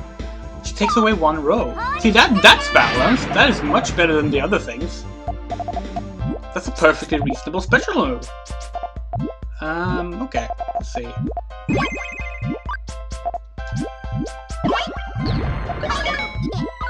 I don't know how to rescue my staircase. I think I might have to give up on it.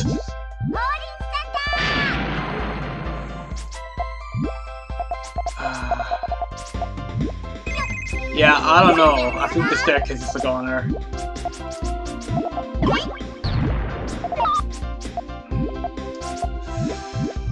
The question is, how do I even get rid of it? Because I still need to get rid of it somehow. Okay.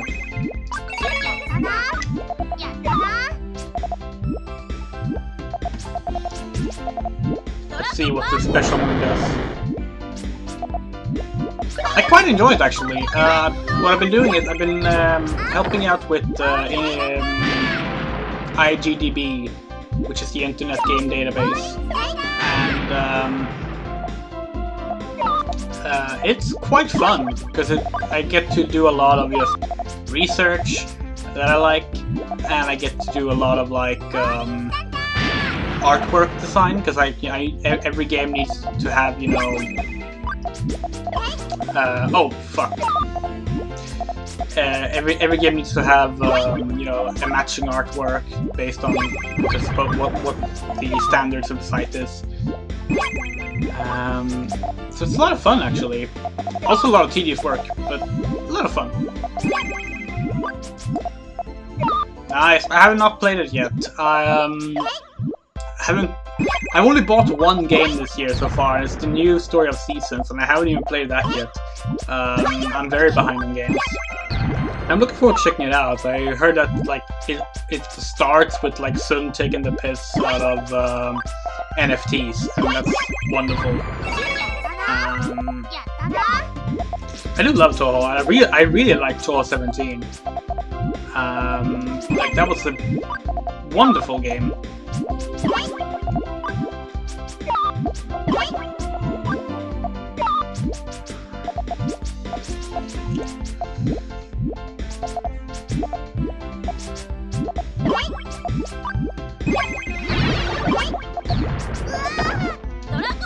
Oh shit, no! I didn't see I had a big one coming. Oh, you are...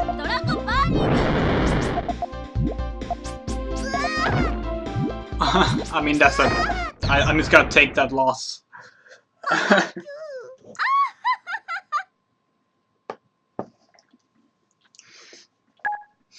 Which in this game wears green instead of her usual blue or black attire.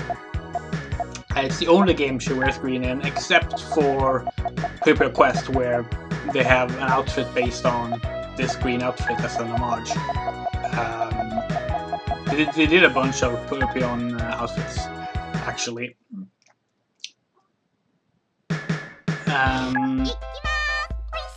But I really like it. I think she looks really good in green. It sets her apart from a lot of other characters too, because like when she wears black, I mean, I know she came first, but it's hard to not think of her as just Marisa from Toho, you know? So I really like the green clothes. I think they're really nice.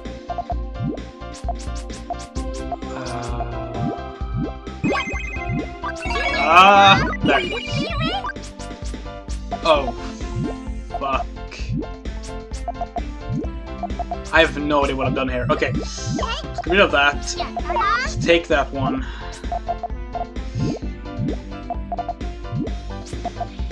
Okay, it's fine.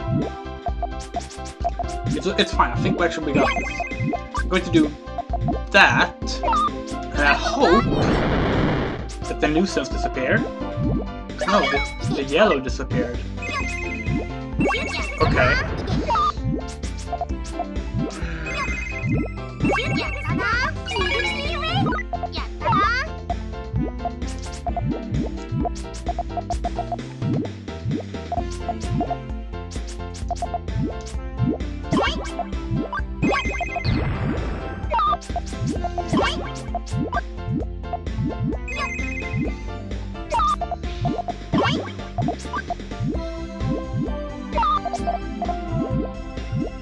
I'm getting quiet again. Bad habit. Whenever things get tough.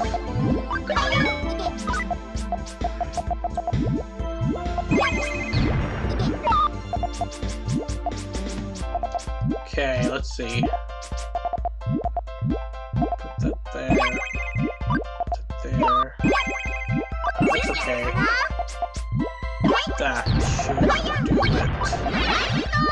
Oh, I was hoping for one more chain there actually.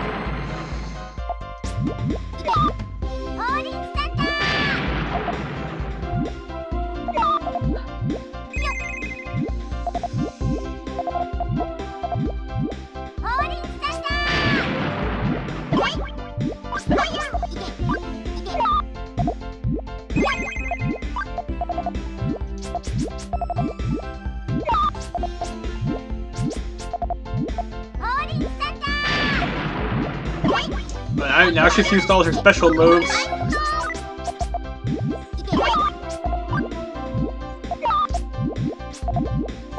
Oh, please.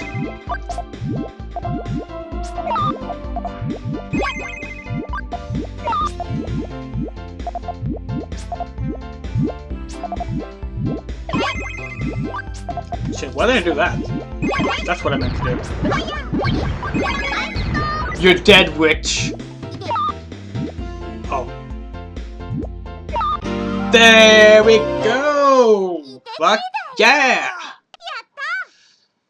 Oh, that was satisfying. That was really satisfying. That was not luck. I will attribute that one to skill. Alright, story.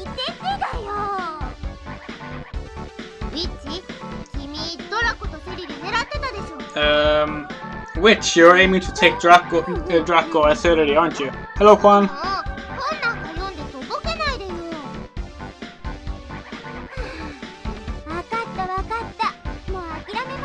Fine, I get it. I'll give it up.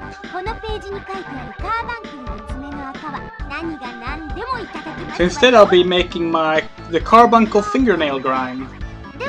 I'll be taking the carbuncle fingernail grime. Well, carbuncle isn't here, said Earl. Naturally, carbuncle went that way, so it's not. So of course it's not here. And Earl runs off to where Witch said carbuncle was. And Witch joined our party! Which, you know, I'm not sure her skill is actually worth having, so... We're all walking together, it feels like we're going on a picnic. Indeed. Ah, you kids are so carefree. Hey, a dragon.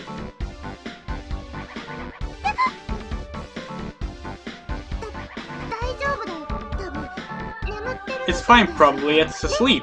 Right, Witch? Ah, this is my chance. A chance for me to obtain the legendary secret medicine Dragon Snot.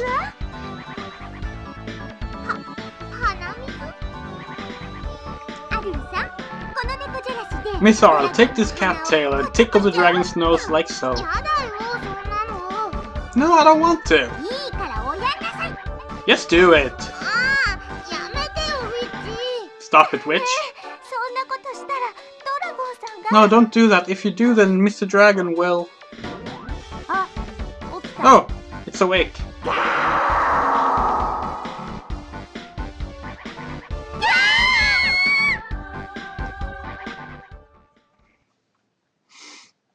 Alright.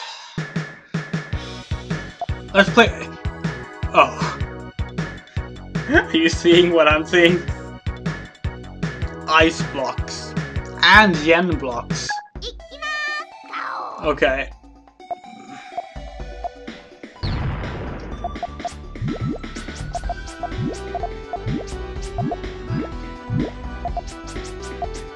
That was not what I meant to do.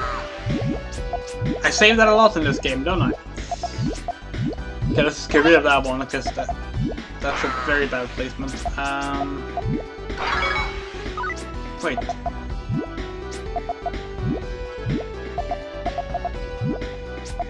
How is this gonna work? Okay, let's just go with that one. Oh, this really didn't go as planned. This might work. No, shit! I did not account for the nuisance whale. Oops. Okay. Let's see.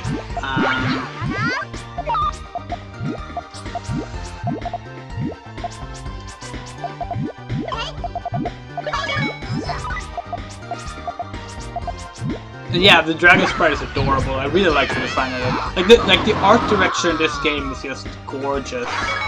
And while I do like the modern Puyo Puyo art direction, I mean, there's a reason I commissioned artwork of myself in the art style. I really do wish we would have gotten a few more games with this art style, just because it was the one that was used the least of all the Puyo Puyo art styles. It was used for this game, and it was used for the 1998 Monogatari game, and the 1998 or 9 Waku Waku Puyo Puyo Dungeon game. So the very late last games of the 90s was when it was used. And there's a similar art style in Minna de Puyo Puyo, but it's not quite this. In fact, Minna de Puyo Puyo has an art style that's never reused, now that I think about it, because it was a one-off thing. Sonic Team's first Puyo Puyo.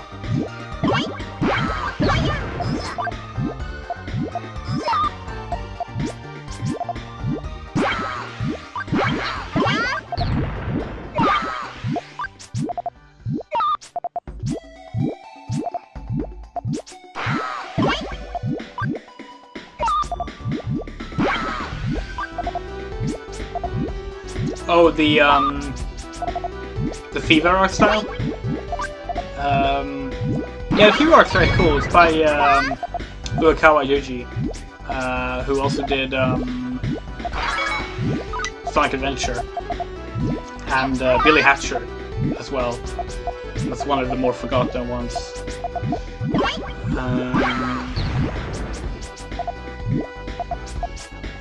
I think I prefer the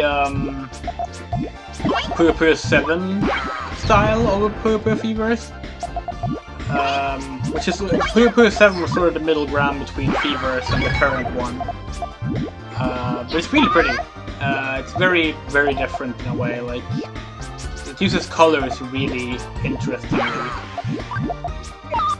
It's a lot of like high contrast in Puyo Puyo 7.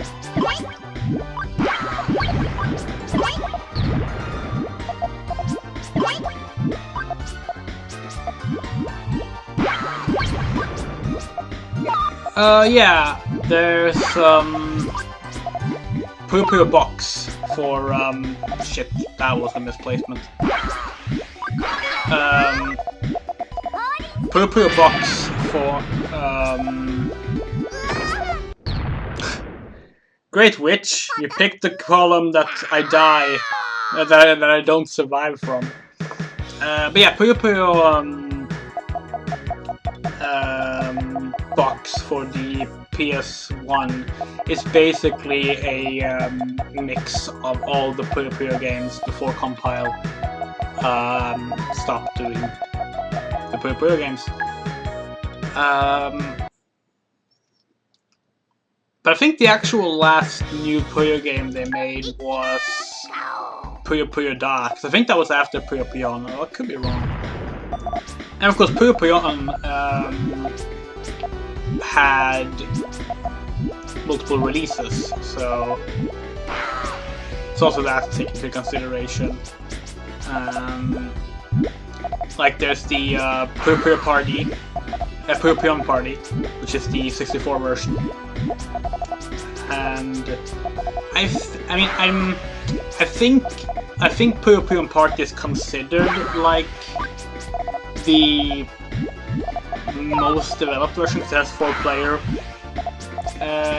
which the other ones don't. But I'm not sure I would agree with that personally, because like it doesn't even have voice acting, you know.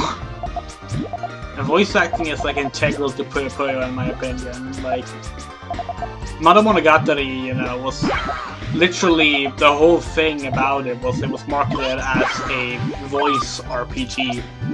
It had like voice acting in it in 1990. That was a big deal.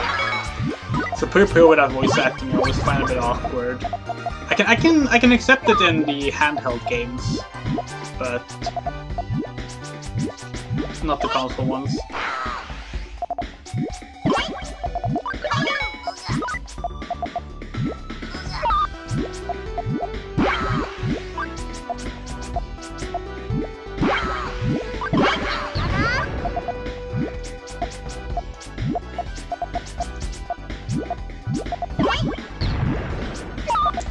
This is a very difficult stage to build stuff in, because the floor falls apart.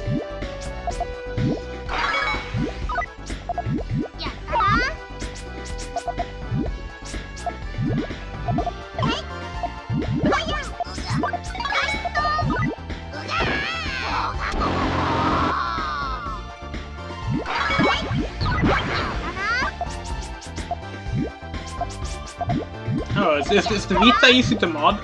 Because I know the PSP is. 'Cause I used the PSP as a homebrew machine for a while.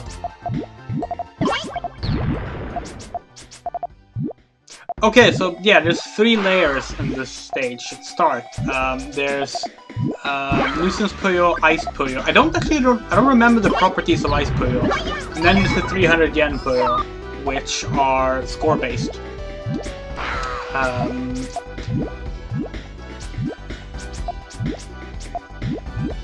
But it means you don't have a secure floor from the start, which is its own difficulty.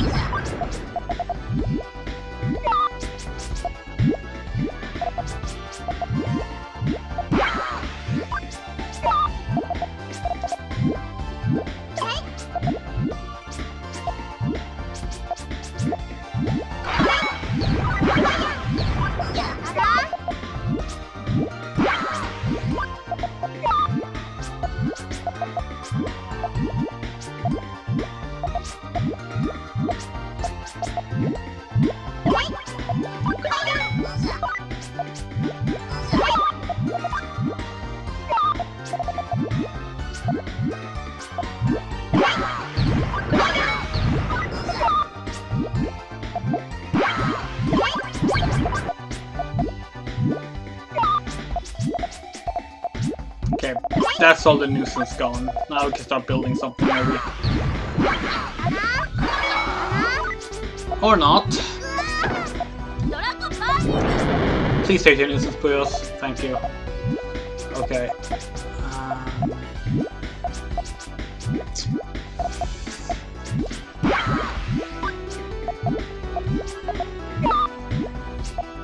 Well, that's annoying.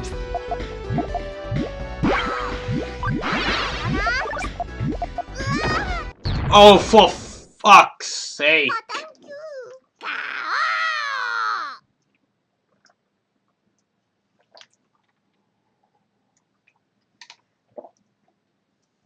That wasn't cool.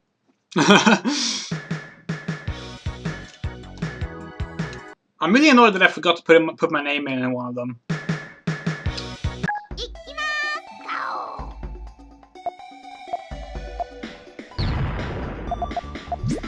No, actually, I forgot that this game doesn't introduce its villain until pretty late. I actually thought we would have met her by now.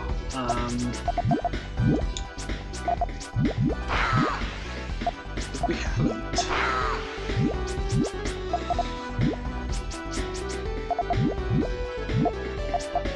Hold on. What do I need to do? That's what I need to do.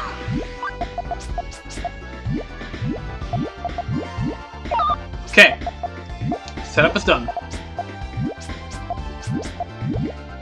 Now all that's left, execution. Please be enough.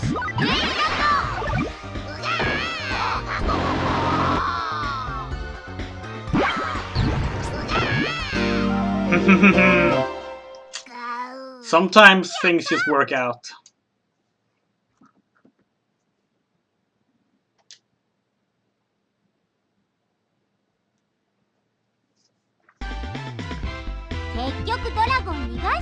No, the dragon got away. It was napping. We should have just snuck by.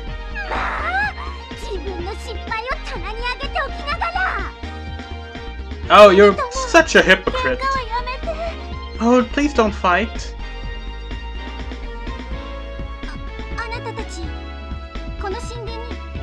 Hey, you there. Have you any business around here? Have you seen Carbuncle? It's a yellow, long-eared thing with a red jewel in the forehead. 宝石? Jewel? やっぱり You're after the sanctuary's この treasure. 水面の宝が目的なのね。ここから先は I can't let you continue ahead. ないわ。僕の Did you listen to me? 聞いてる？出て行かないなら If you won't leave, I'll expel you using force. Okay.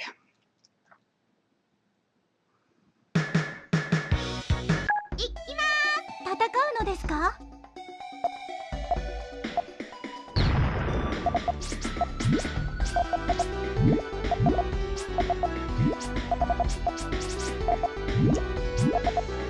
それでは。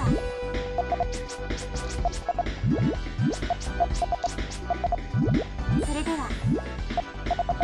Oh shit. それでは。 Okay, now I've decided on an order. Now it's gonna stick by it. That was, you guessed it, a misplay. Okay.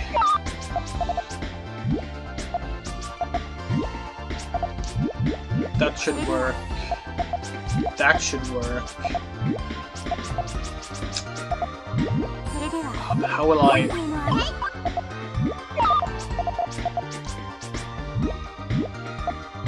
それでは。 Ah, fuck it. Let's just break that one for now. Try and rebuild it afterwards.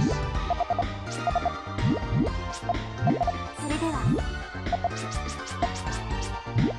This is really not working out for me right now. それでは。それでは。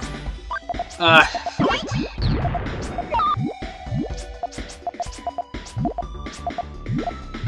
それでは。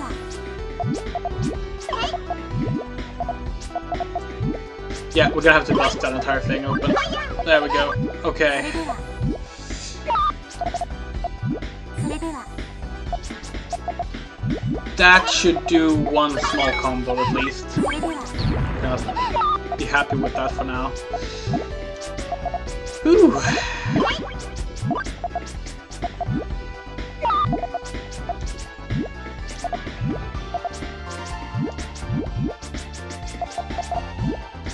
それでは。それでは。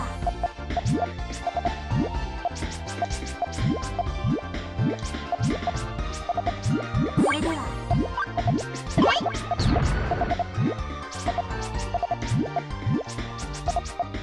Right, that should be the right one. それでは。 Oh.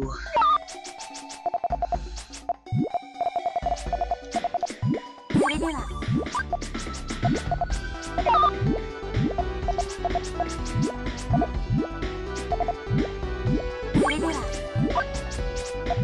それでは。それでは。 そ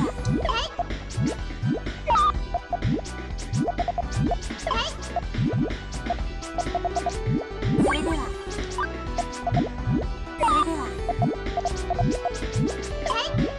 Oh yeah, so I それでは。 mentioned this on Twitter already, but I'm planning a little thing for the YouTube channel next month. June is going to be Jurassic June, where I do a bunch of dinosaur-related things. Ah, fuck! パタンキュー。勝っちゃった。 We've been playing a bunch of like dinosaur games, doing some scripted dinosaur-related videos. It's gonna be fun. Been setting up a bunch of games today, including plenty of ones that I haven't played before, so that's gonna be interesting. We're playing both some strange niche schlock titles and some classics too.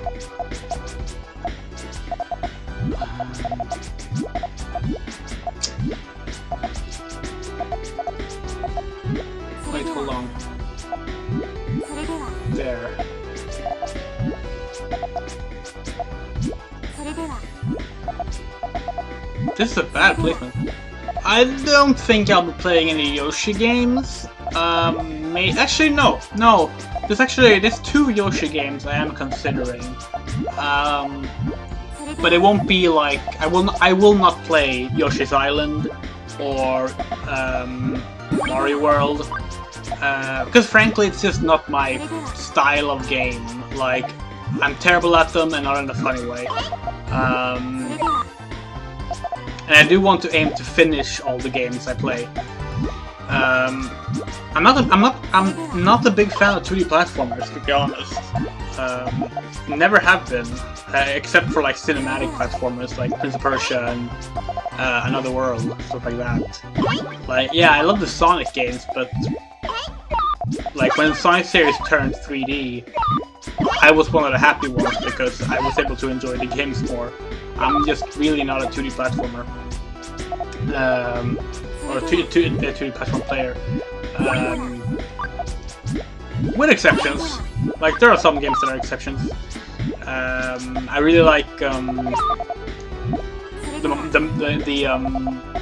Monster World and Wonder Boy games, for example. But yeah.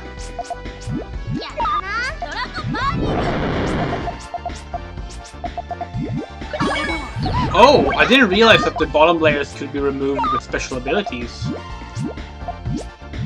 That kind of changes things.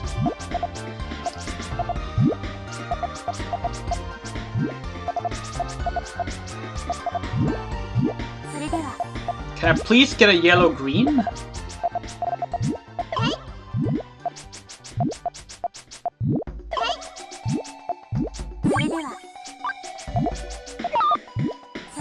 Fine, I'll take the green one.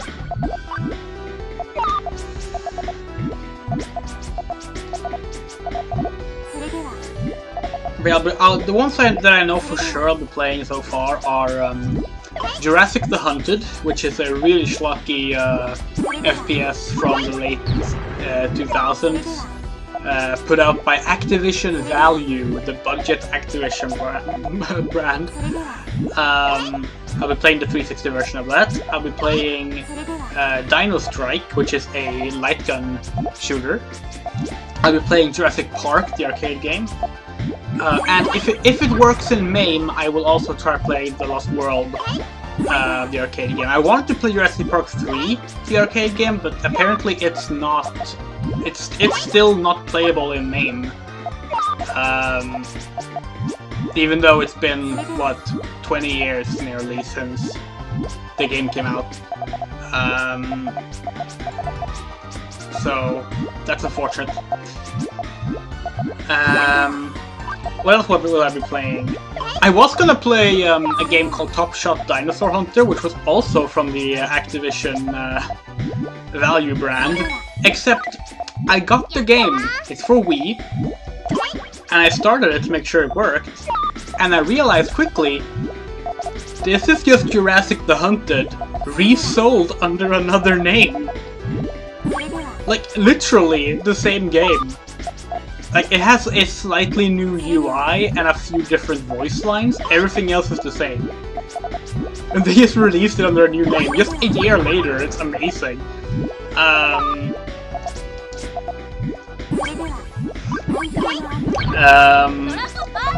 What else am I playing? Turok 1. I'll be playing Turok 1. Depending on how time turns out, Turok 2. Because Turok 2 is very much a maybe, I would say, at the moment. Jurassic Park for Super Nintendo. I think like I've been asking Twitter for suggestions, and Jurassic Park for Super Nintendo was the first suggestion, so I feel I had to do that one.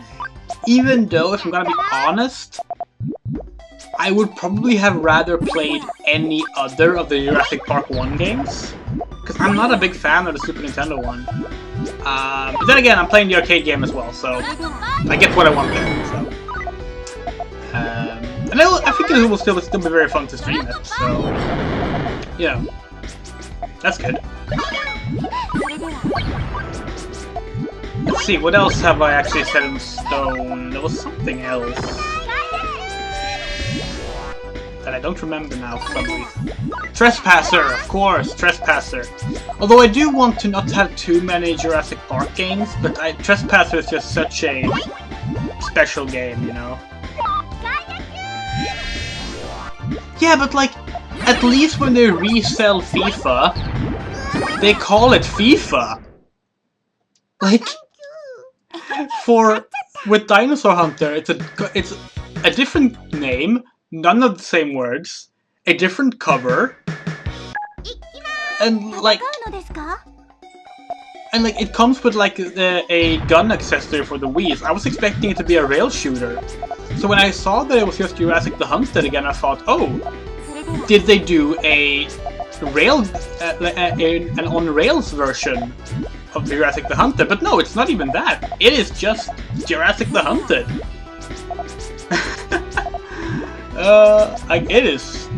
It was an interesting thing to discover, that's for sure.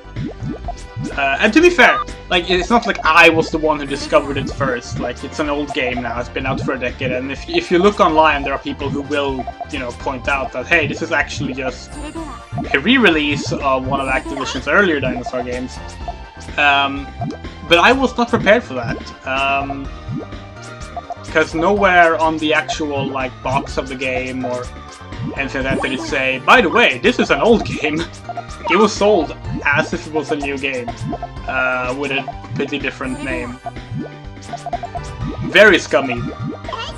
It's like, I don't know, it's like strange, because like, it's not even their accessory. It's the Top Shot accessory, which they licensed, yes. But for example, Dino Strike, which is one of the games I will be playing, which is a light gun shooter, comes with the same Top Shot accessory.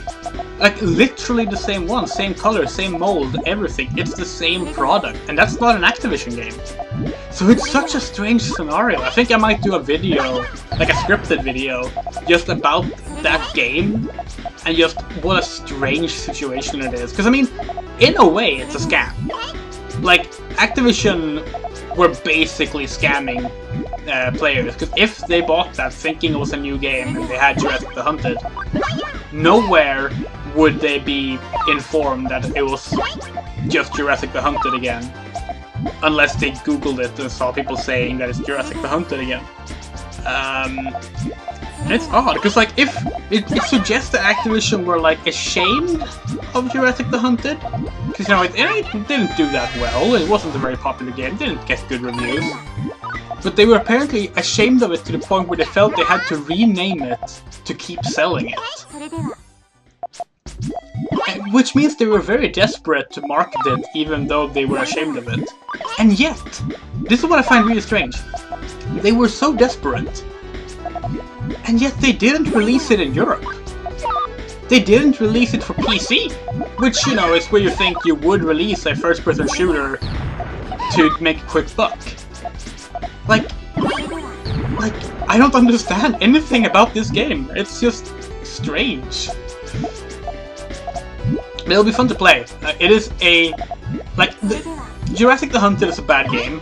Like, it's not a very fulfilling shooter, it's very lackluster, basic, generic, late 2000s FPS, but...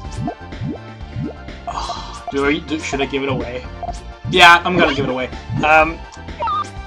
It is heavily voice acted, with some of the cheesiest, like, ultra cheesy, PG-13, we can't say swear words, like, cartoon voice acting you will ever find. It is, like, it is amazing. Like, at one point in the first line of the game is, "What the?" And not that the character actually gets interrupted, he just stops after the. And, like, when he sees a dinosaur for the first time, he's like, "What the foxtrot is that?" It's amazing. It's going to be hilarious. I'm looking forward to playing it. Like, as bad as the gameplay is, the voice acting just makes it solid gold. So that'll be fun. And yeah, if people have suggestions for dinosaur games, all that is required is that the main theme of the game is dinosaurs. So it can't just be a game that has a dinosaur in it at some point. Like, no, dinosaurs has to be the main deal. So, for example, I will not be playing Tomb Raider. I love Tomb Raider. I think Tomb Raider is one of the best dinosaur shooters. But, you know, there's very little dinosaur content in Tomb Raider. Unfortunately. I would love an entire dinosaur-focused Tomb Raider game. That would be incredible. But there isn't one yet. Square Enix, if you're listening, I will gladly develop a dinosaur-focused Tomb Raider sequel. It can be in the new timeline, the gritty, serious one. It's okay, we can make it work. But yeah, it's like, you know, stuff like Turok, the Jurassic Park games, Dino Crisis. Dino Crisis! Yeah, right, Dino Crisis. Dino Crisis could be fun to play. I haven't decided if we'll play it yet or not, but I might. The only problem with Dino Crisis is that it's pretty hard, and also pretty long, because it's a Resident Evil style game. I also don't know which one I would play, 1 or 2, because both of them have their pros and cons. I think I prefer 1 overall. Of course, if people want like to laugh at a bad game, I should play Dino Crisis 3, because that's god awful. But oh, that'd be yes. Oh my god, that would be no, not even a pet, like a little pet dino, but like a velociraptor that she can ride. Or maybe not a velociraptor, that's kind of cliche. And if it comes too close to Jurassic World, and we don't want that.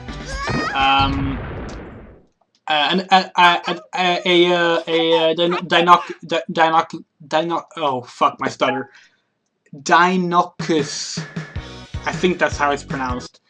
Yeah, a Dinocus with feathers. Would be amazing.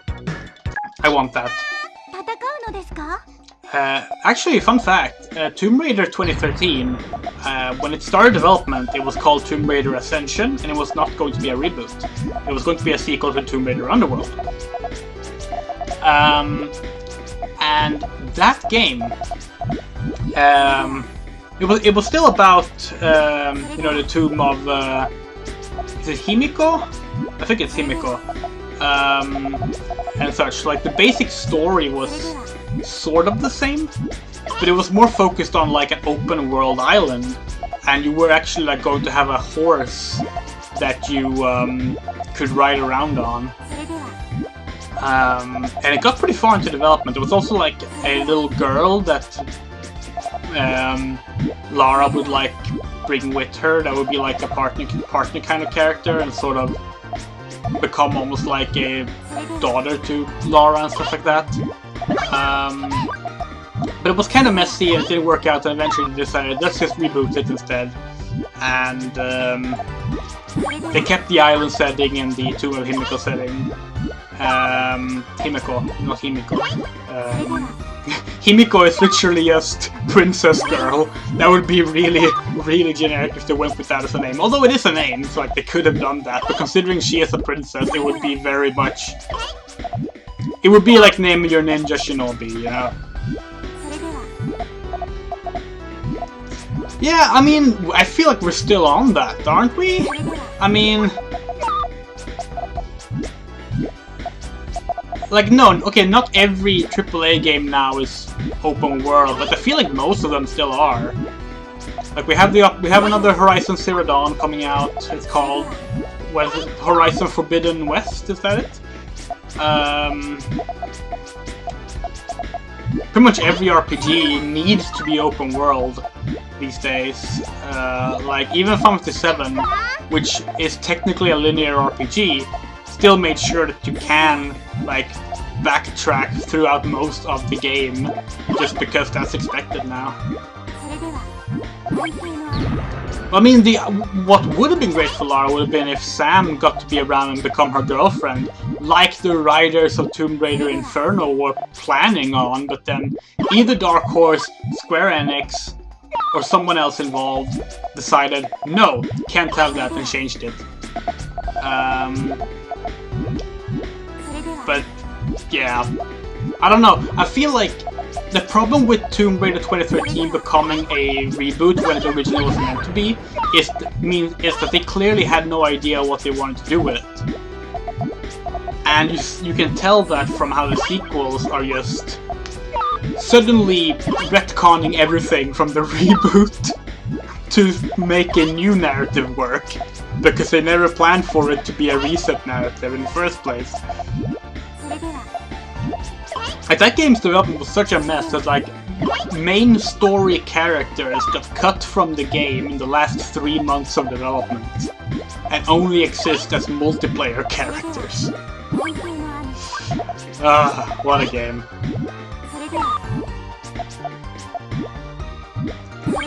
No, I don't think we are. I think we're actually moving away from that, because apart from Destiny, it hasn't worked out.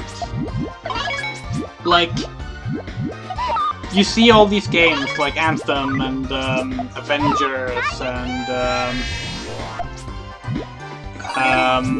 what's called Godfall, and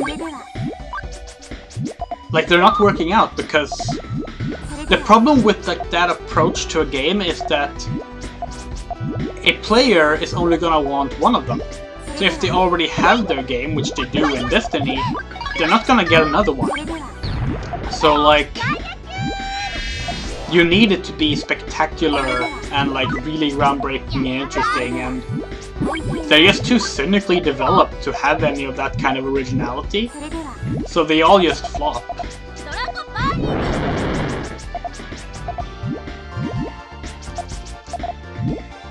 Like, they have strong initial sales and then they dwindle out. So I don't think we're moving into that. I think we're moving out of that, because I think they're realizing that now. Because EA cancelled their Star Wars service game plan they had, for example. And Anthem Next was cancelled. Final Fantasy XI-R, which was going to be the Final Fantasy XI remake, that was also going to be a service game, that's cancelled now. Etc, etc. So I think we're moving away from that. I'm hoping we're moving away from that, because it has only harmed video games. Like, I have my problems with Destiny, but I don't think Destiny's model itself is bad. I just think that trying to make every game fit this model is bad. And video game companies have been forced to realize that.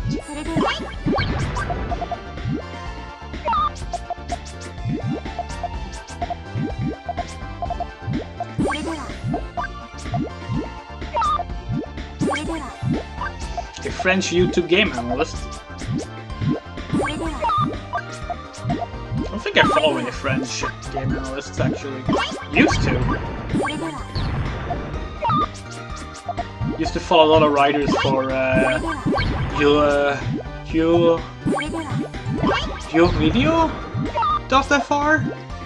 I don't remember actually what they were called. I think it was Video.fr, which was a French gaming site.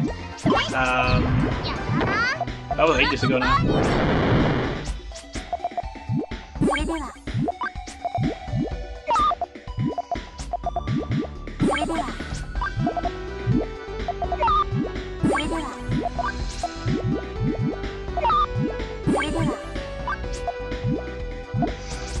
But yeah, I don't think the games as service model should just go away. Oh, I should go away. Because I think there are games it works really well for. But there's also a lot of games it does not work well for. I would say most games it does not work well for. Oddly enough, I was super on board with Animal Crossing being a service title until it happened. Because I am so disappointed in Animal Crossing New Horizons. Like, yeah, I loved it the weeks after it released, like everyone else did. But oh my god, the game had no content. Like, I have played every Animal Crossing Not even since the GameCube, since the N64. And like, New Horizons is the one that had the least content at launch. Because they just didn't have any of the basic features, I just figured we'll add them later. And like, sure, it's free updates, so like, it's not like you know, have to pay for it, but why would I stay with the game in the first place if I can do more in the 3DS game? Why will I stay with the Wii U game? I mean the Switch game.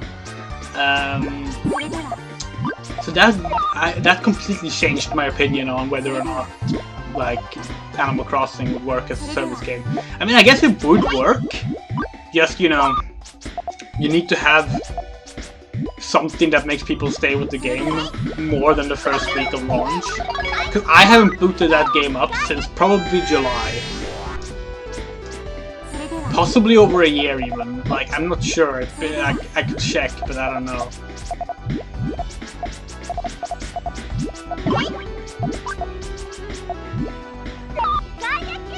Well, the thing is about that quote, yes, but again, I feel like we are moving away from that, because that's what a lot of game devs and publishers said 5 years ago, and almost every single game that was said about flopped.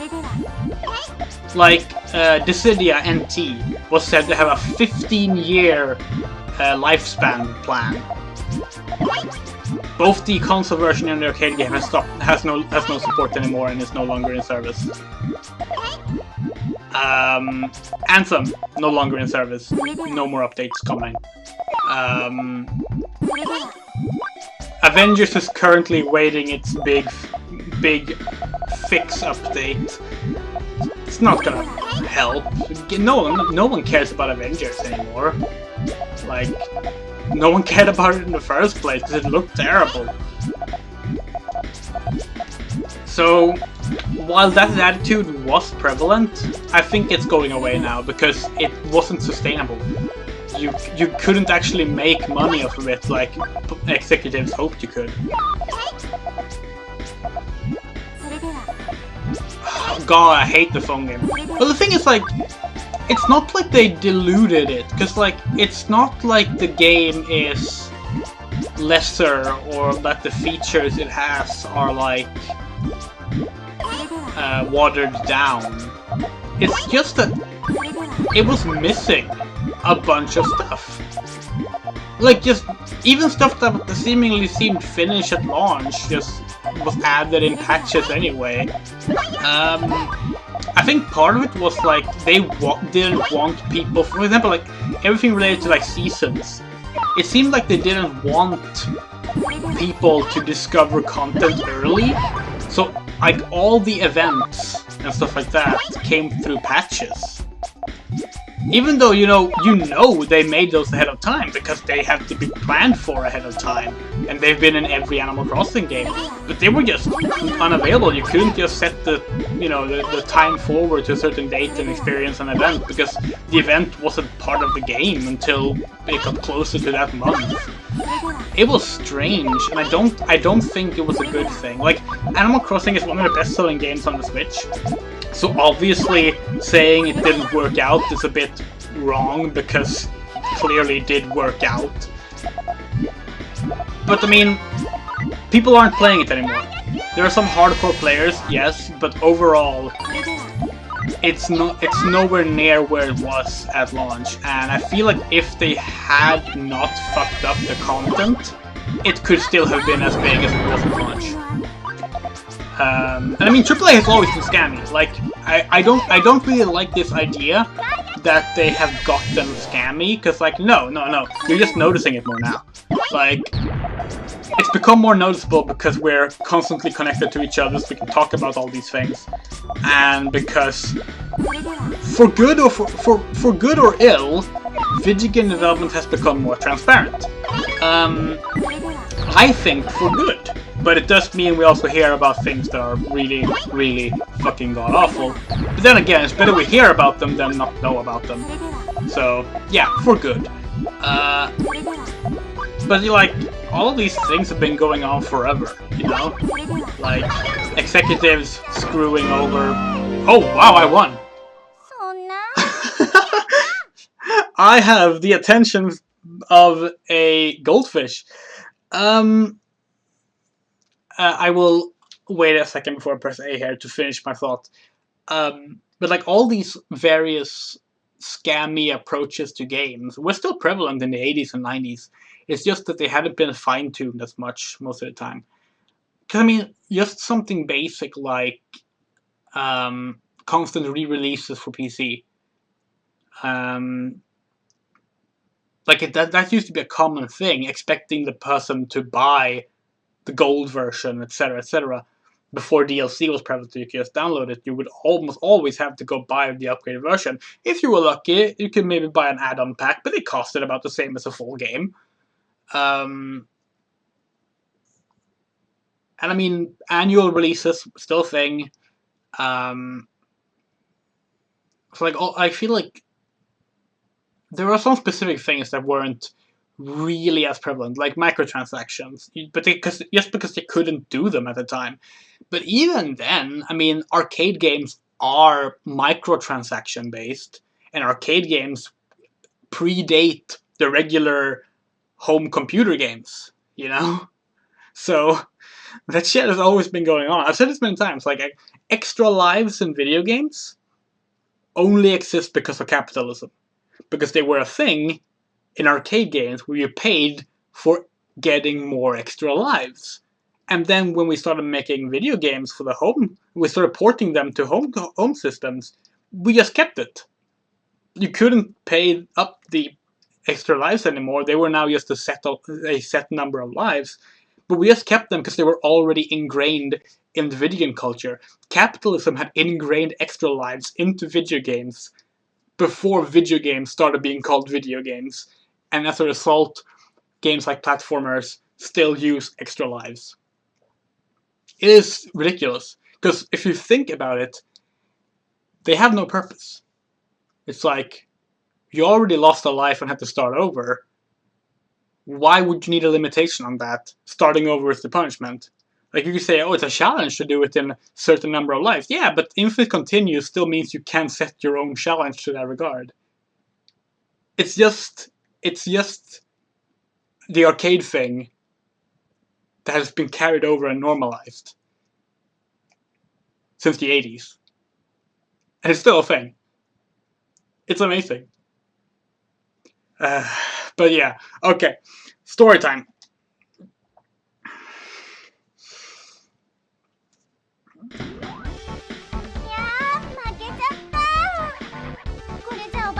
Oh, I lost. My grandmother will scold me.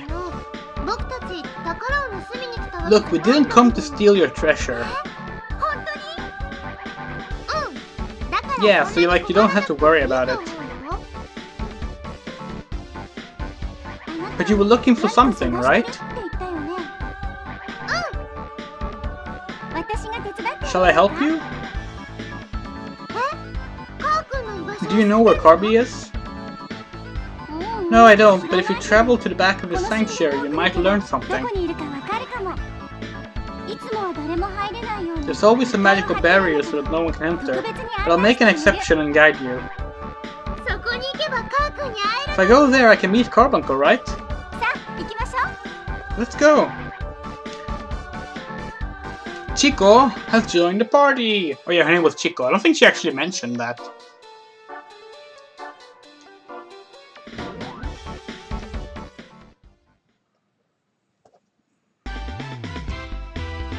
Oh no. How did you get in here? Who are you? There should be a barrier up. How did you... A barrier? Oh, that thing. There was indeed a barrier, but the back door was open, so I waltzed right in. Oh no, I forgot to shut the door! Oh, I said it before. I forgot to shut the door! What a fool. Hey, Cheso! Ah, Arl! I've come here with the intention of sucking you up. I don't know what you're saying, you pervert. How dare you denounce a Wizard of Darkness as a pervert? Ah, shut up. Perverts should just die, or fall dead, or give up, or something like that. I'm not entirely sure. Let's try Chico. So yeah, I'm not entirely sure about the translation here, because obviously the whole thing about Cheso, as I've said before, is that he accidentally makes things sexual when he doesn't mean to. That's the gag. And I'm not sure, because it was clear he said something about sucking up, and I think what he meant was that he's going to suck up Carl's magic, but I'm guessing it became something about suckling on her or something, and that's why she took it as a perverted comment. But that's just Cheso. That's what he does. It's been a gag since the I think it's been a gag since Malamonogatari 2, where he traps All to steal her magic. Of course, he didn't have a name at the time. He was just a dark magician or dark wizard or something. I think a lot of people who start playing Puyo Puyo find his thing a bit awkward, but honestly, after a while, you just sort of get used to it. I also think a lot of people who start playing Puyo Puyo get confused why the magician walks around with a giant fucking sword.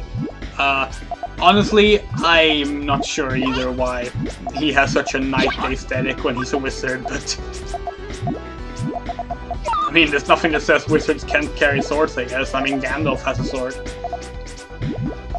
Ghosts and Goblins. Oh yeah, Ghosts and Goblins. Ghosts and Goblins does a thing I hate. It does the whole you can't get the true ending without playing on a harder difficulty thing. And I'm like, fuck you.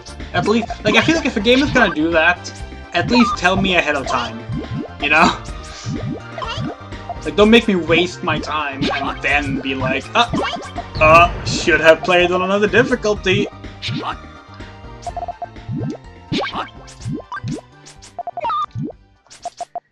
I'm terrible at Ghosts and Goblins though. I used to play it a lot at my, when I was a kid, at my, what's the word for it? Daycare. We had an NES with a few games. We had Ghosts and Goblins, Zelda 2, Blades of Steel, the ice hockey game, which is fantastic. I'm really not into sports, but there are some sports games. There are some sports games I just love, and Blades of Steel is one of them. Also, NHL 94 and 96. So I had both of those for Sega Mega Drive. They're mostly the same game, but they're good. They're really good. What was that? Oh, right. The games at my daycare.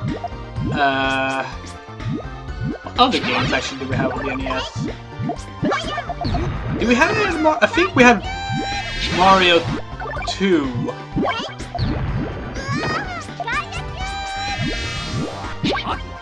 Yeah, I think we have Mario 2. Because I didn't really have Super Mario Bros. Wow, okay, I'm not gonna use this character special move. I don't like it. I didn't really have Super Mario Bros. 1 or 3 until Mario All-Stars when I got the Super Nintendo. Although, of course, I had played them before that. Mario 2. Mario 2 I like a lot. And by that I mean Doki Doki Panic, of course. Or Mario Madness, as the box art calls it. I don't think they intended for that to be a subtitle, but since I was a kid, I have read it as a subtitle, so to me it's the subtitle of the game. Because it says on the front of the box, Super Mario Bros. 2, Mario Madness! I'm just like, that's a brilliant name. That's what I'm gonna call it. Shit. Did not need that ice block there.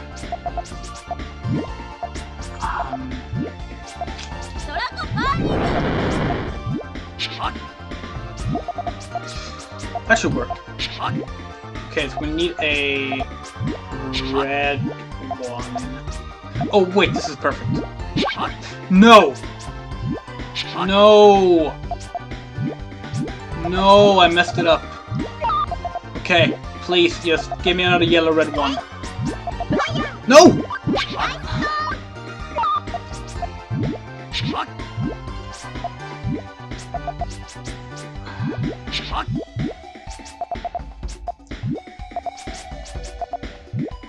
Fuck it.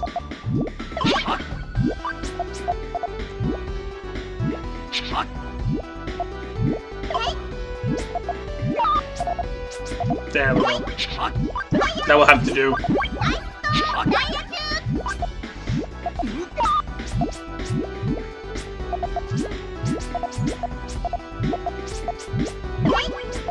What are we talking about? I know we're still talking about ice hockey games for some reason. Oh right. We're talking about like arcade games, right? Ghosts and Goblins. That was. They released a new one. Ghosts and Goblins Resurrection, I think. It's a remake, sort of. It's like a reimagination of like the first Ghosts and Goblins. What's the second one called? Ghouls and Ghosts? Is that it? So it's like the same story and like general ideas, but it's like an all new game. I heard it's really good. But I haven't played it because I haven't bought any games this year, and I suck at those kind of games, so I don't think I would buy it anyway. But it looked cool. It looked really cool. I feel like we've had sort of a resurgence of 2D platformers in the last 5 years. Like a really big one.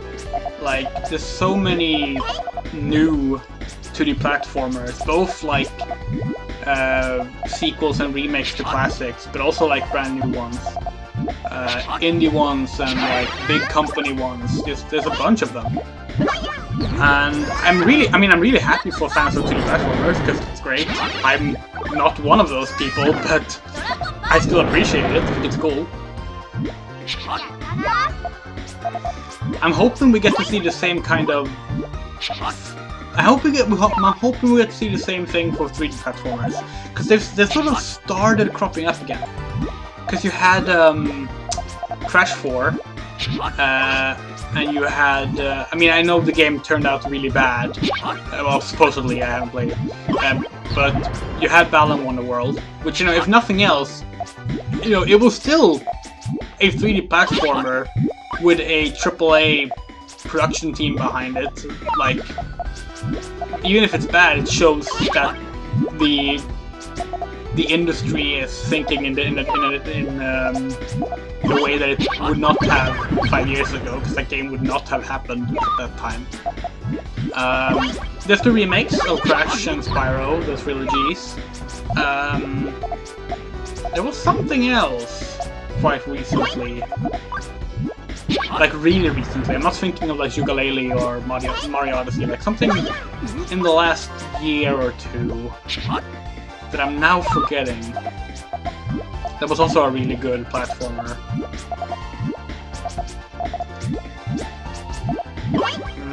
Can't remember it. But I'm hoping it leads to more 3D platformers. I'm hoping it leads to a good Sonic 3D platformer. Because while I have enjoyed the Generations Unleashed Forces and Colors style gameplay,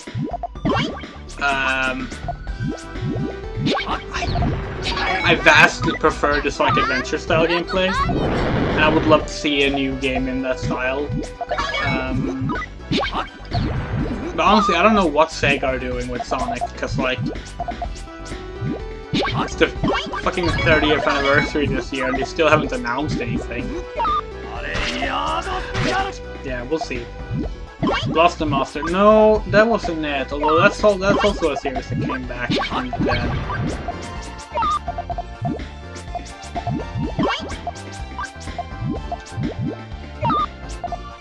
I can't remember it. I don't know why.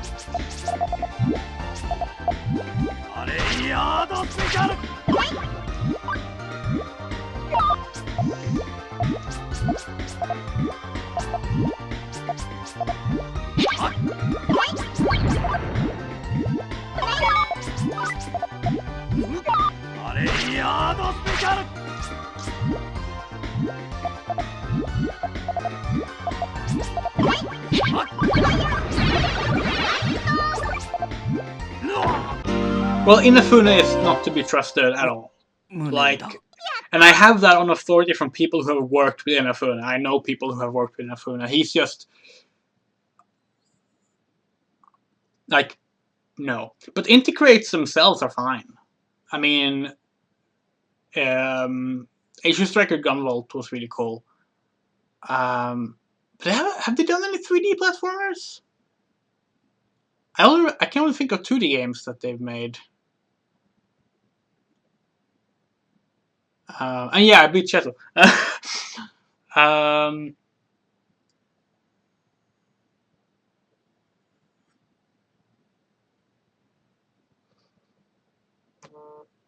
Oh. Email. Yeah, I don't know. Yeah, Inafune not to be trusted. Definitely not. Let's see.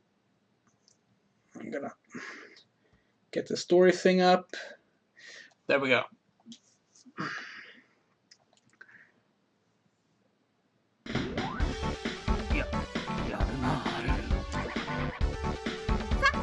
Yeah, let's hurry and get out of here. You're ignoring me? Hey, wait up! Hey. Oh, it's cold.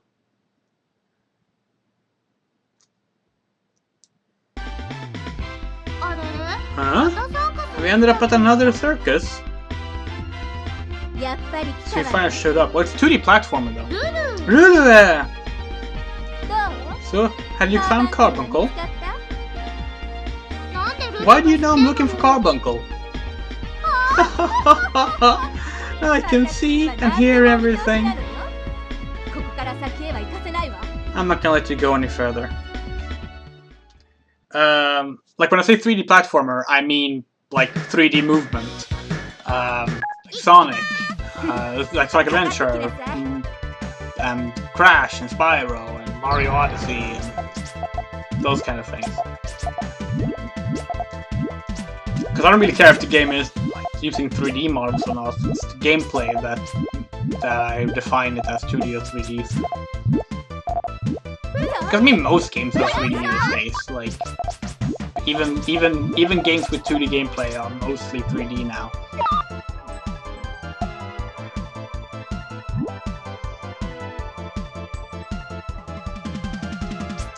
Well, yeah. I mean, part of that just comes with the fact that it's a, you know, big industry. Like, you can't really have a multi-million-dollar industry without awful people, because money leads to power, power leads to revealing. That made no sense. I'm going to rephrase it in my head and say it again. Money and power reveals the true sides of people, and those who will go for it tend to be the bad people. Because most of the time, if you want to make money, you're gonna have to treat people like shit. So, yeah, sucks. Capitalism! Oh yeah, that's a whole other thing. But yeah, Skullgirls, what's his name, Mike Z? Like, him being a sexual predator and a racist, or Maybe it wasn't one of those things. I don't know. I don't follow the fighting game scene. I just remember it was a really big deal because I follow other people within the fighting game scene that talked about it. And yeah, that's obviously an issue as well. You had the thing with Ubisoft as well. Ubisoft covering up years and years of abuse that they knew were happening and just didn't do anything about. There's no profit in that. And it sucks. It really sucks. But that's sort of what I mean with, like, video game development has become more transparent, and this is being talked about more. It's coming to light more. Not much is being done about it yet, but just the fact that it is brought up more and we see more of it means that, you know, people are starting to not get away with it. And that's good. That is very good. Because forever, until now, they have.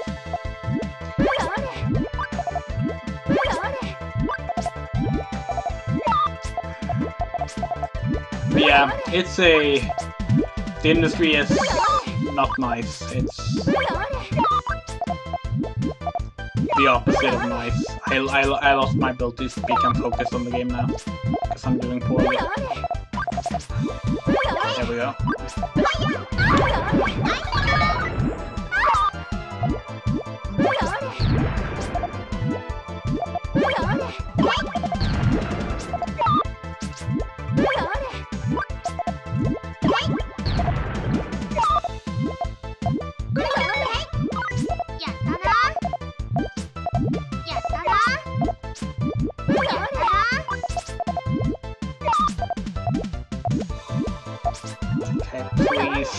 Please don't fall and ruin me. Okay, there we go. This should set off quite a nice... No!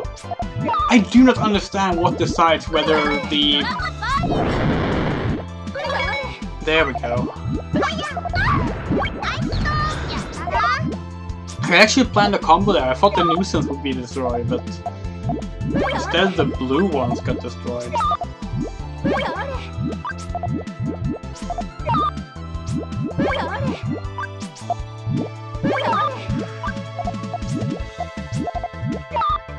God, she's really fast at, like, throwing down small ones. Okay. No! Fuck! I was trying to use the special move there, but I should use it with one Puyo earlier. I can't even beat my high score.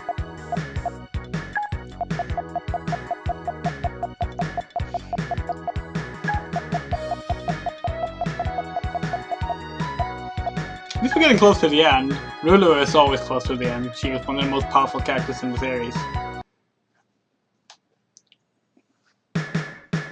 Magic-wise, she's generally seen as Aura's rival. I love her outfit in this game too. It's very different.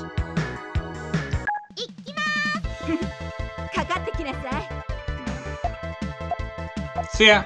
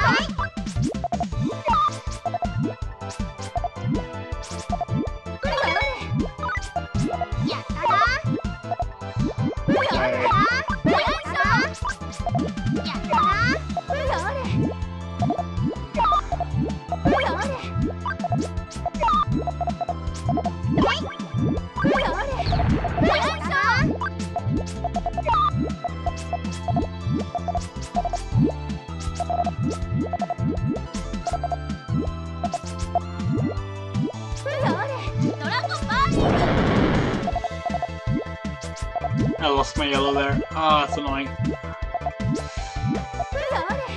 Still, it could have gone much worse.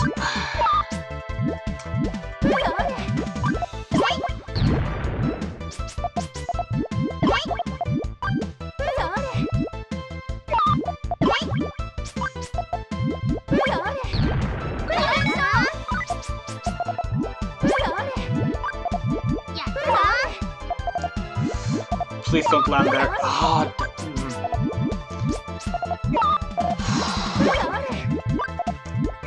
oh, come on!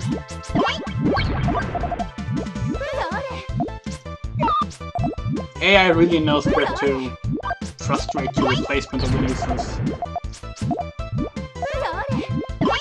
I think that's an intentional thing, like they've actually coded it to place it where you least would want it. Like the placement that the AI would consider the best placement of the upcoming Puyo. If they haven't, then it's very, very cool coincidences that always happen. But I've always been under the impression that that's actually like coded. Because otherwise nuisances could potentially just be useless.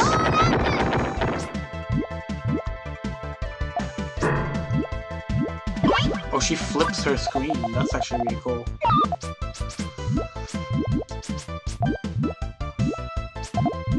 This is risky. I'm gonna go for it.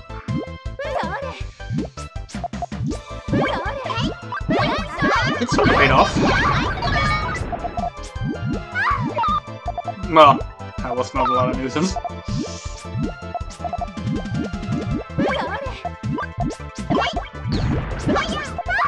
I'm surprised how hard this is considering it's a pretty, like, normal fight. It's not like, there's not a lot of gimmicks going on. Apart from her super ability, which doesn't seem to be too overpowered.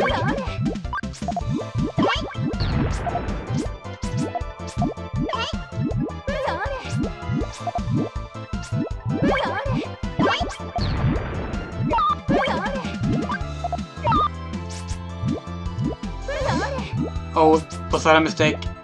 That might have been a mistake. No, it was not. No, yes, it was. God damn it! Ah! What do I do now?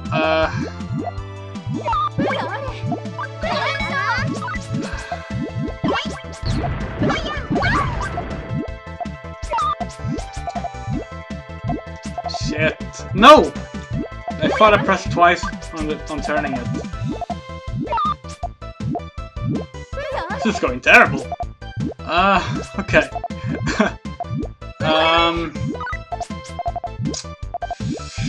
I guess we'll do that.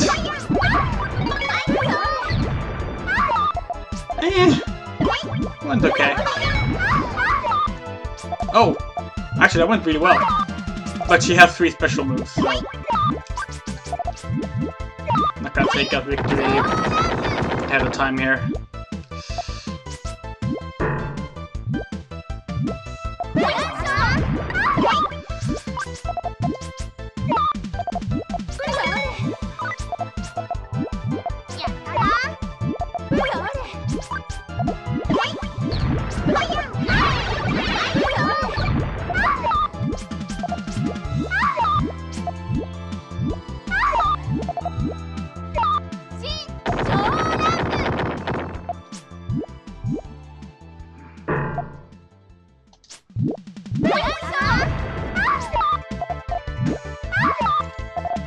I need a red-green.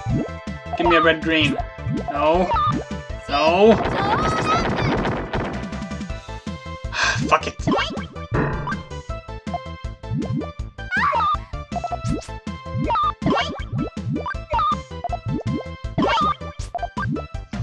Oh, now I can get a red-green. I don't need it anymore.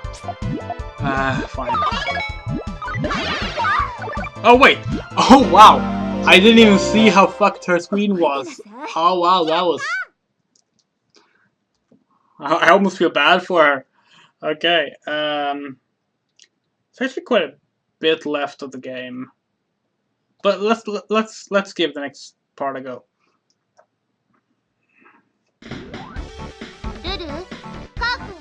Yeah, where's Carbuncle?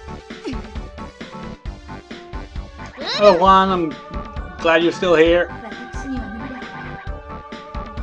I couldn't do it, but maybe if it's Arl, she'll be able to save him, is what Rulu thought to herself. Inside the tent. Oh, he's inside. Carbuncle's inside the tent? Okay, hey, let's go. Ah, the beauty contest is finally gonna start. Why am I coming along with these people? At last I can take Carbuncle's finger goo. I thought it was toenail goo. Hey, please wait for me too. And she still didn't think any secret thoughts. Arl, I'm counting on you. Why don't you join my party? Your special move is cool. Here we go. Oh wow, it sure is dark in here. Hello? Anyone here? That's strange. Is no one here? Welcome to the circus. Satan! Ah, that means this is all you're doing again? Carbuncle. Wait a second, something seems off about him. That Carbuncle is a doll. In fact, that person seems like a doll as well. Satan, where's my Carbuncle? What's with you? Did you come here to steal my Carbuncle? And you brought your friends with you. You fool.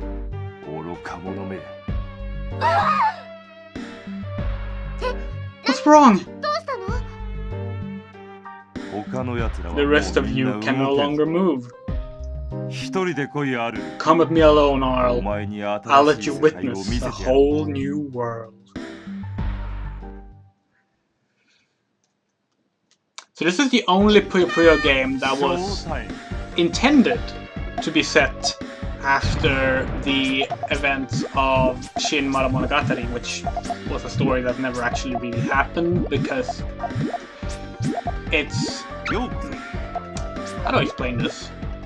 Shin Monogatari is a novel based on unused ideas for Puyo Puyo games. Or rather, Monogatari games. And one of those things involved Arl fighting fighting against God, and like it took hundreds of years, and like she's actually like the daughter of two angels, Satan and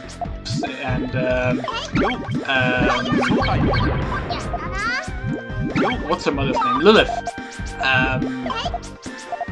And it turns out that the reason Satan has been like proposing to Arl all this time, even though Arl is actually his daughter, is because she looks like her mother and he thinks it's her. But then we find out that's not the case. And then Arl kills God and the world is destroyed.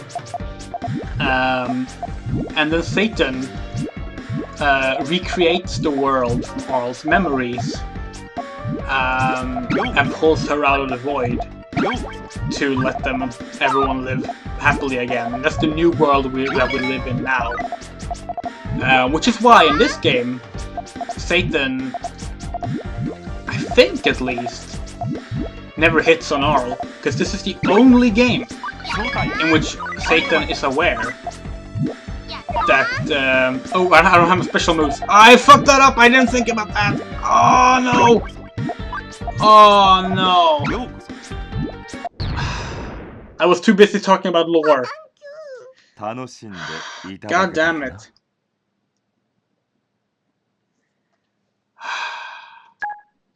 Anyway, this is the only game where, writing-wise, he's aware that Arl is actually his daughter. But he won't tell her that, because if she learns about her true past and what happened, then, well, she probably won't be happy. But yeah, it's like this really really like ingrained long story arc that never actually came to be. But they did do a novelization of the ideas just to let players know what was the plan for the future of the Monogatari series at one point. And part of it is canon. Part of it is canon because of things that happen in this game. Because this game is still canon after all. Like, this game did release. So even though most of the things in Shin Monogatari didn't happen, part of it must have happened for this game to exist. This game started with Satan finding a black box, opening it, and suddenly the events of the game take place with the whole mysterious circus and everything, and that is related to Shin Monogatari. Shin Monogatari, the novels, or rather the unused story ideas that was turned into a novel.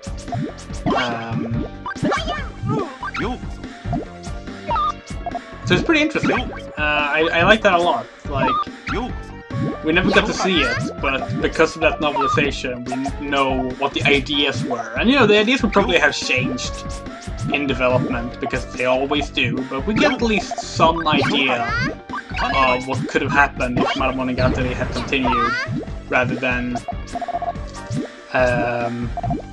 SEGA acquiring all the characters, Compile disbanding, and the Monogatari series being retired. It's also why this is the only Puyo Puyo game that sort of has a more serious tone. I mean, it's still a comedy. It's still super silly and makes very little sense. But the tone has its darker and serious moments, like just now, with Satan seemingly being a puppet of some kind. And, you know, actually using, like, dangerous magic. Like, I need to remind you, like, Puyo Puyo's Sun, the last game in the series before this, was about Satan wanting a good tan, and therefore he made the sun larger, and it annoyed people, and that's why they go fight Satan. And then this game just takes a completely different approach to everything. But I like it. I think that's cool. I think it's neat that we did have one that, you know, it's not actually serious Puyo Puyo. You can't really do serious Puyo Puyo, but it's more serious than regular Puyo Puyo, and that's interesting.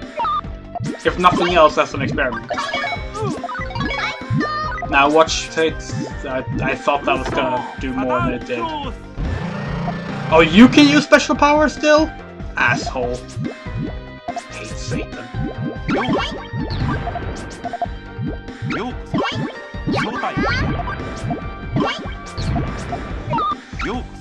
I do personally consider most, not all, but the most of Shin Monogatari canon, to be honest, because it doesn't get in the way of the existing canon much. Because of the whole element of the world being reset from Arl's memories, it doesn't really, like, get in the way, since that means whatever happened after Shin Monogatari would still be in a world as it was before Shin Monogatari. But there are definitely parts of the novel that simply does not work with current canon and also isn't very good. But overall, the whole arc of Arl becoming, acquiring the Seraphim's power, learning about her history,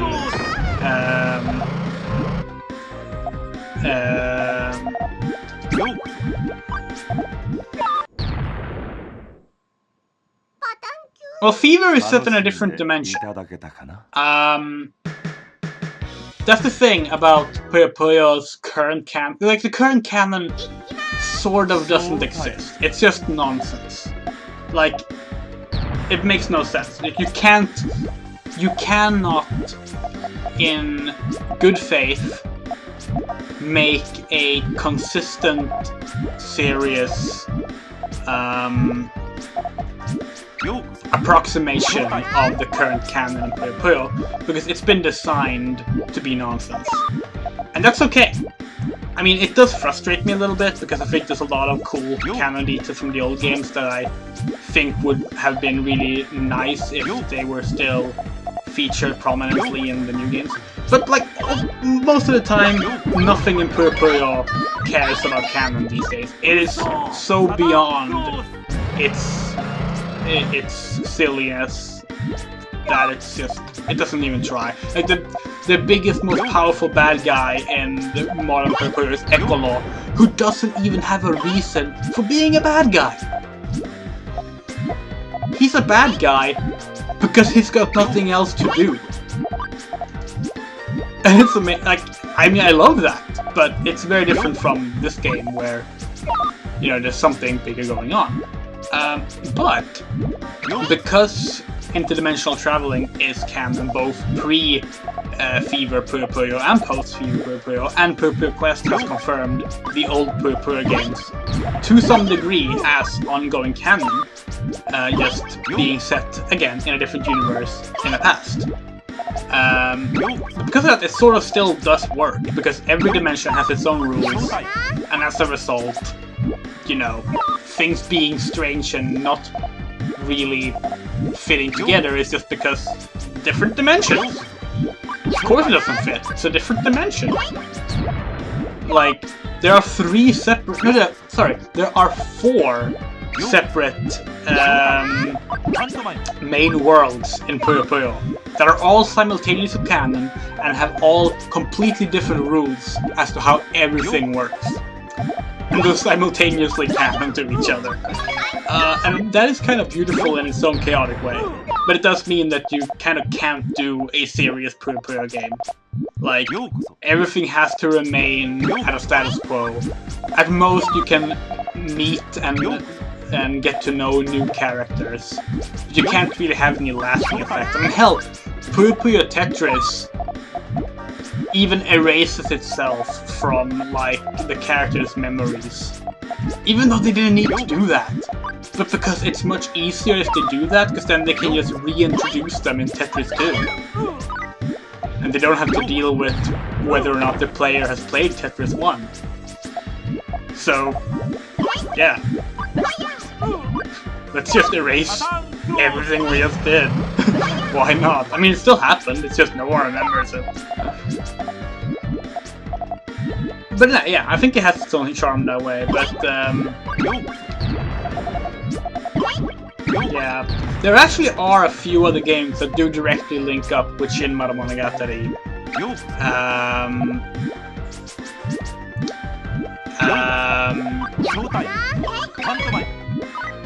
It's not just this one. It's also I don't remember the Japanese name. I think the translated name is Monogatari Final Exam. Yeah, it is, and it's a Windows 95 exclusive Monogatari game that was like really big. I showed a trailer for it when we finished Puyo Puyo Sun, and it's actually, in that game, Arl meets Lilith, which Shin Monogatari confirmed was her mother, and gets the Seraphim's power, which is the power of the angels, and the power that allows her to fight God. So, like, the setup for Shin Monogatari's events actually released. That part of the story, the setup, was released, and I think that's really cool. The game is a strange game, because they commissioned various Japanese artists to make artwork of the characters for the game, and as a result, the game has no consistent art style. Every character is drawn in a different art style. It is complete chaos, and it's super strange, and some of the art styles are honestly pretty ugly, but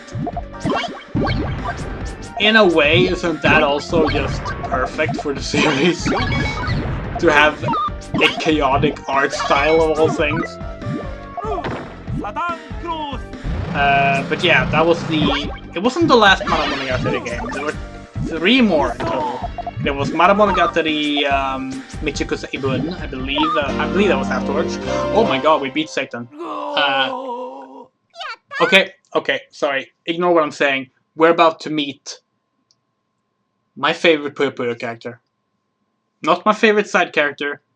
Not my favorite main character. Not my favorite villain. Well, yes.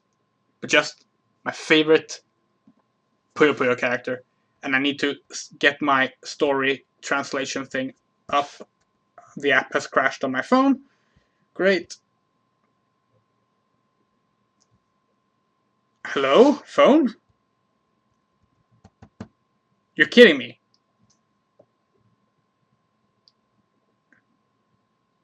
Oh, there we go. Okay.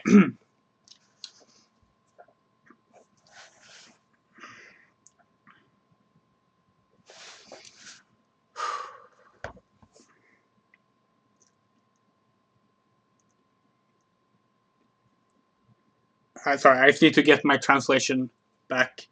We're about to have, I believe, the longest cutscene in the game.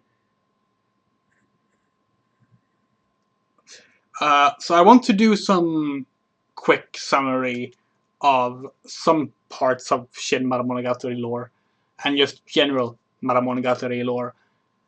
Throughout the original Maramonogatari games, every so often Arl would fight a doppelganger, someone who looked like her but wasn't her.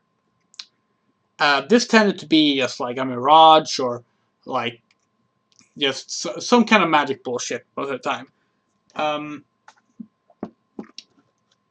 And there's no real consistency to those characters, they're just their own thing that happen every so often. Then in Shin Maramonogatari, as I mentioned, Satan pulled Arl from the void of nothingness and restored the world from her memories. And that's the world we live in now.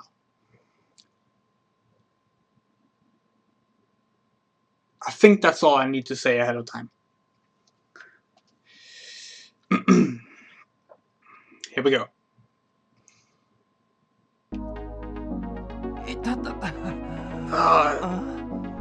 Where am I? Satan, where did you put Carby? Arl? Why are you here of all places? Why? Because you took Carbuncle here.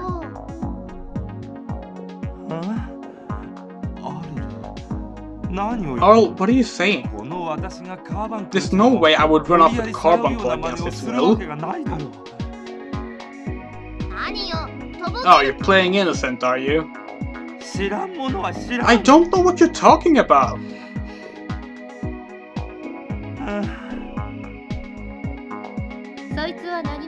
He doesn't know anything. Who said that? You did well to get this far, Arl. But you're too late. Carbuncle is mine. Who are you? Where are you hiding? Here, Arl. Pierrot, why did you take Carby? Give me back Carby. They never said it. Pierrot's the clown's name. No way. After all, Satan went out of his way to bring it to me. Then I'll force you to give him up. Can you really do that, I wonder?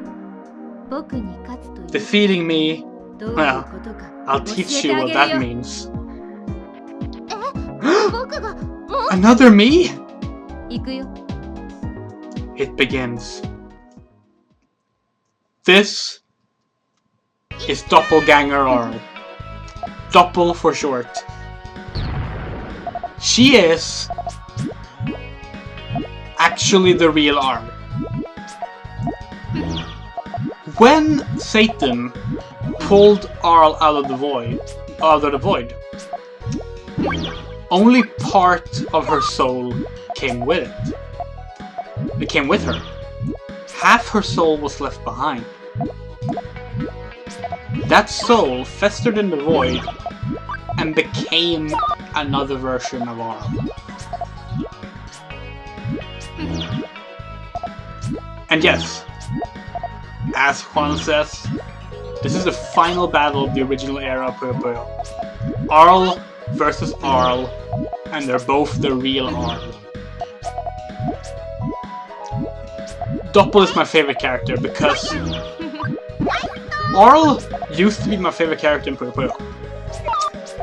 And with Doppel, we got Arl again, but with a tragic backstory, and just this really interesting dynamic of her being the real Arl, while also not being allowed to be the real Arl. And that is such an interesting concept. Like, because you can't fault her. Like, she is as much a real Arl as our Arl. They're the same.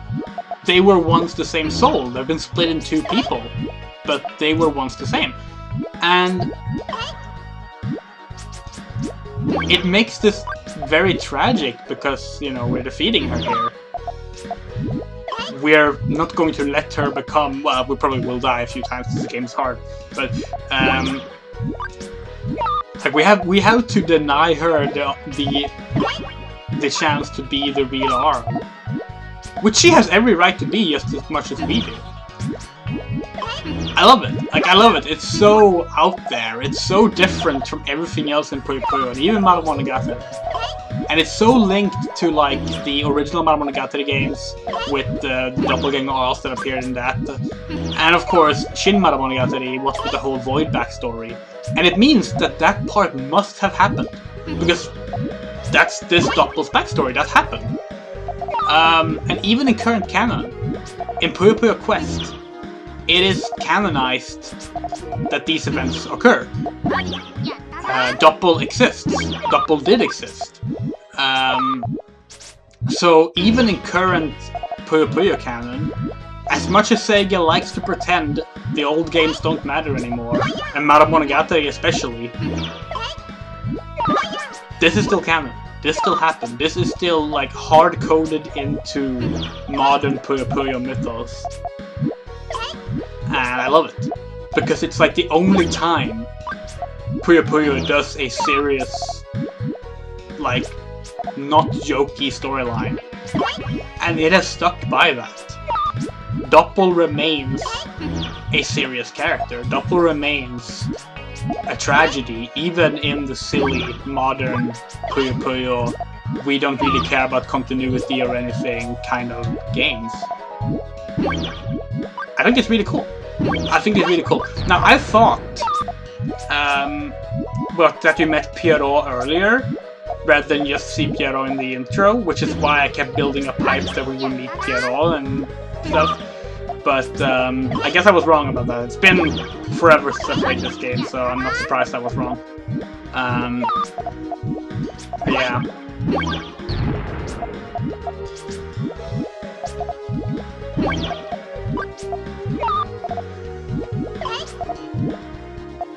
If you've ever seen me play, or you have played me on Puyo Puyo Champions, you would know that I also use a Doppel avatar in that game, because they do have Doppel avatars in the current Puyo Puyo games.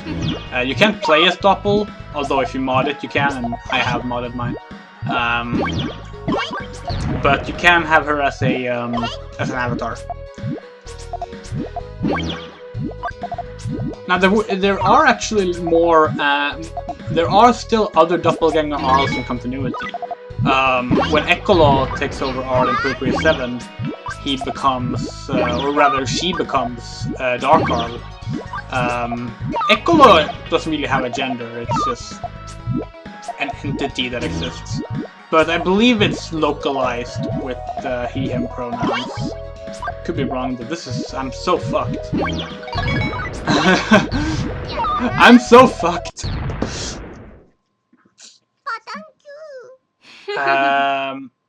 Yeah. Doppel 1. Let's try again. But yeah, so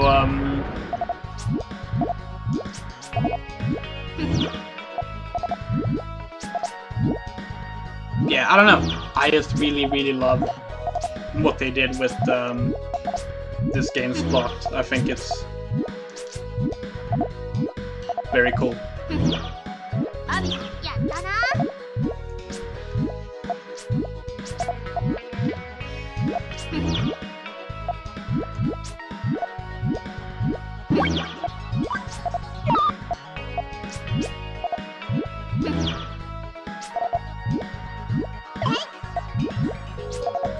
Shit! Fuck. Can I save this? Maybe.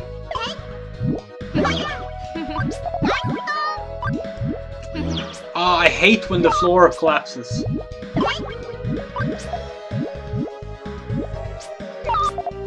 This is gonna be... I really hope I'm not gonna be stuck on this one for like an hour, like when we fought,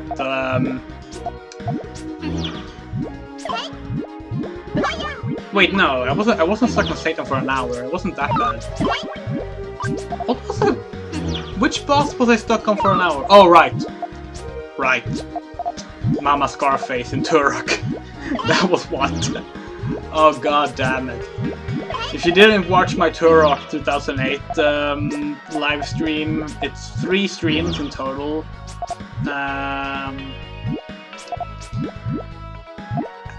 And I spend most of the stream talking about how the game has a bad reputation that I don't think is fair, because the game is not that bad. And then I get to the final boss fight. And I take back everything. I take back all of the praise I've given it. Because it has some of the worst bosses I have seen in video game history. But it was fun to stream. It was fun to stream, and you know, in the end, that's what matters. And it's part of why I decided to do Jurassic June, actually, because I had so much fun streaming Turok 08 that I wanted to play more dinosaur games, because I really like dinosaurs. I get excited about dinosaurs, and I want to talk about dinosaurs. And I like shooters, and there's a lot of dinosaur shooters. Actually, one game I want to try out is Second Extinction, which is a co-op, a 3-player co-op shooter about dinosaurs, but that's the problem too, it's co-op. And if I'm gonna play a game that's co-op, I want to play it with people. And if I'm gonna play with people, there needs to be people that I'm comfortable playing with and I know that are also like comfortable themselves with streaming and that are, you know, good at being part of streams. Because otherwise it won't be enjoyable for any of us. So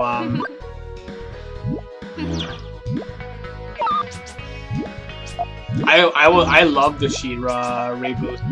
And I really liked how it ended, actually. I was glad that for once, because like I talked about this on Twitter yesterday. I like redemption stories. I don't think every villain should have a redemption story. Like, I do love redemption stories, yes. Not every villain deserves it. I am so glad that Horde Prime was not redeemed. Because lately, it felt like every kids show went the redeem route, and I was like, no, you can't redeem this asshole. That would be absurd, and they didn't, and I was so happy.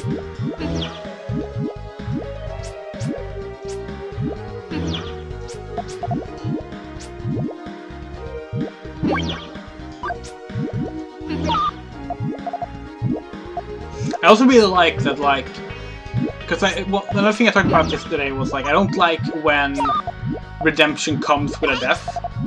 Like, a character has the redeeming moment and becomes good and then dies. Because, like, if you're going to kill the character, you could just kept them a villain. Because, I mean, otherwise, you're just teasing me with the promise of, they turned good, and then rip it away from me, which is not satisfying to me. But I did like Shadow Weaver, because while she technically has a death by redemption by death scene, I feel like she didn't actually regret anything she did. She kind of died perfectly happy with what she had done. And as a result, it didn't feel hypocritical. It didn't feel like it was teasing something we wasn't gonna get.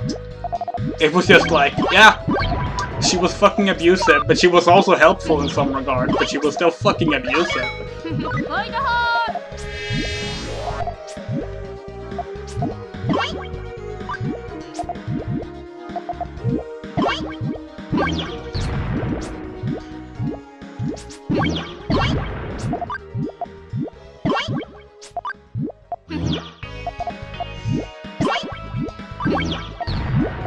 But yeah, I fucking adored the Shia reboot. I like out of like the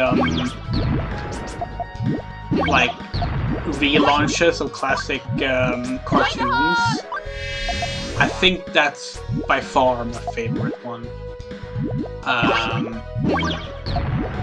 I did not care for the Thundercats reboot. I know some people loved it. I did not. And there were some other ones that I just didn't care that much about.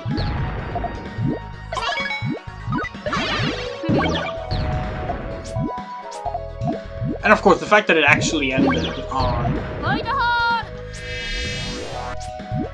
like, it fulfilled all its promises of, like, its relationships. Because, I mean...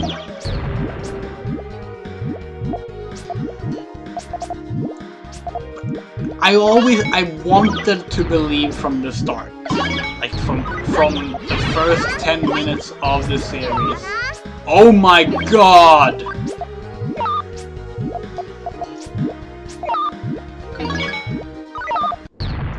I wanted to believe from the very first 10 minutes of the series that She-Ra and Adora and Catra would end up together. And you know, since Noel Stevenson was the director and the showrunner, I wanted to just believe that that was guaranteed to happen. But I've been burned so much by those things that I couldn't. I just couldn't feel secure in that it would happen until it actually happened. And you know, as someone who has been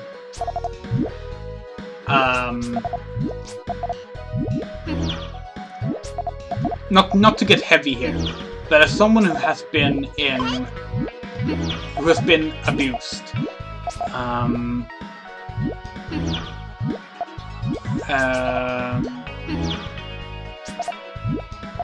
it was just really nice to see a proper depiction of what abuse does to you, and having the series say that you're still deserving of, you know, of.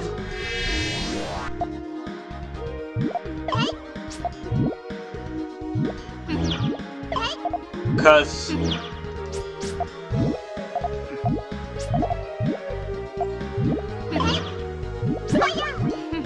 it's just so wonderful in that regard.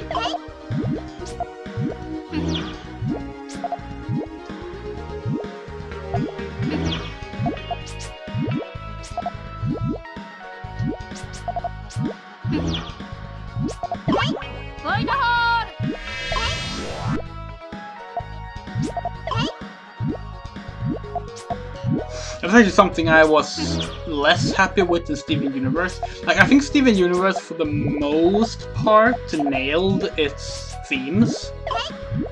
But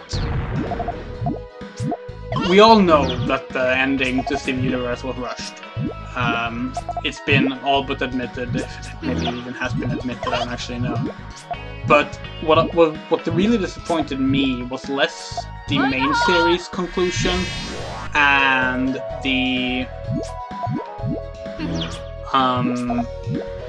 like, for me it was the future thing, because it felt to me like Future was building up to make a point about Rose.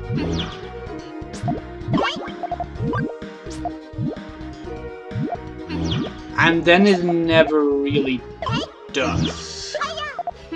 And it's so strange, because the show is so devoted to second chances and forgiveness and all these things.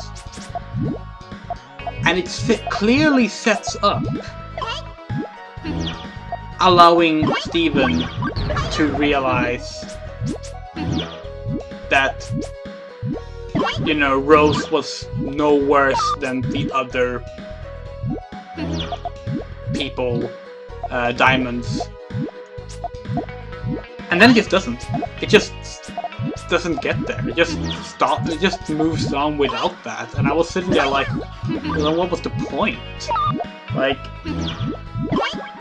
it's like, it's one thing to not want to redeem or forgive an abusive character. Fine. I can respect that. But when your show goes out of its way to forgive and redeem every single other abusive character in the series and explain away how they did things, why they did things, and then you don't do it for, like, the one that's, like, the key plot character of them?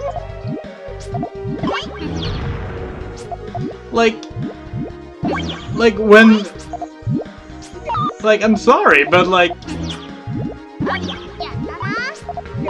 as bad as Rose was, she wasn't worse than the other diamonds.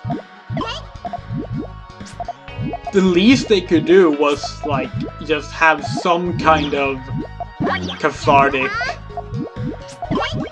like, yeah, I guess I have, like, judged Mom harder than I judged the others. And they can even point out that that makes sense because it's more personal. But they didn't, they just avoided it and just ended it. And I don't know, that really disappointed me. I hated the way Future ended. I love the movie though. I do love the movie. Movie was great. And there has been talk about whether or not, like, there should be a She-Ra movie. I know that Noel's, I believe they said that they would happily do one if they were offered, but I don't think they had, like, any set plans for it. But I know, like, the moment the season 5 ended, people were, you know, getting She-Ra movie trending on Twitter. And I don't know, like, on one hand, I would love that. On the other hand, the ending is so solid. You kind of don't want to risk ruining that. But I mean, if they have an idea, then it's no reason not to go for it, I guess. Right now I'm waiting for more episodes of, I almost said Gravity Falls. No, Gravity Falls has ended. Owl House. Owl House. Oh god, I love Owl House. Did not think I would. I did not think that show would be to my tastes. But I was wrong. I was so wrong. It is probably my favorite Disney Channel. Well, is it even Disney Channel? It's Disney, but I don't know if it's on Disney Channel. Disney had too many channels and services. But it's a Disney show. It's probably my favorite Disney show since early Phineas and Ferb, maybe? Like, it's really good. I mean, okay, actually that's not true. DuckTales was it's my favorite since Oh, we won. I always win when I'm talking about something else. Okay. Here we go.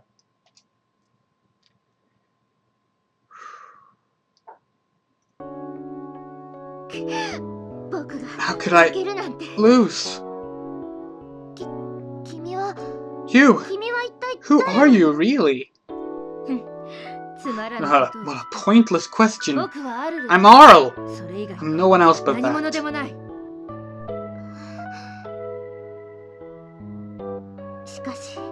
But I lost.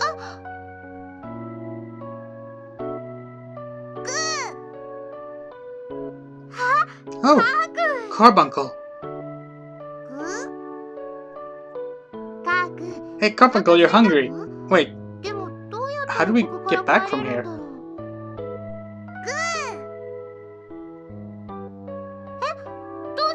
What's the matter, Carbuncle?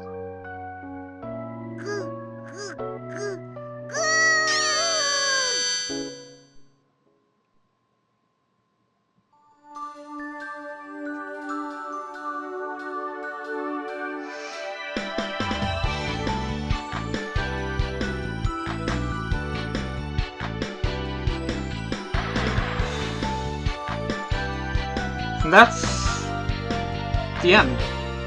It's a bit sudden, I know. But basically, I'll explain what happened. Doppel basically put the right to exist at stake.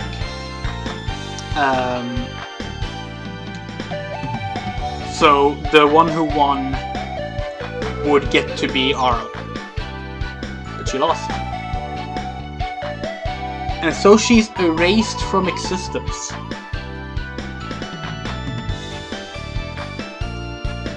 Or rather, that was the original implication. It has since been sort of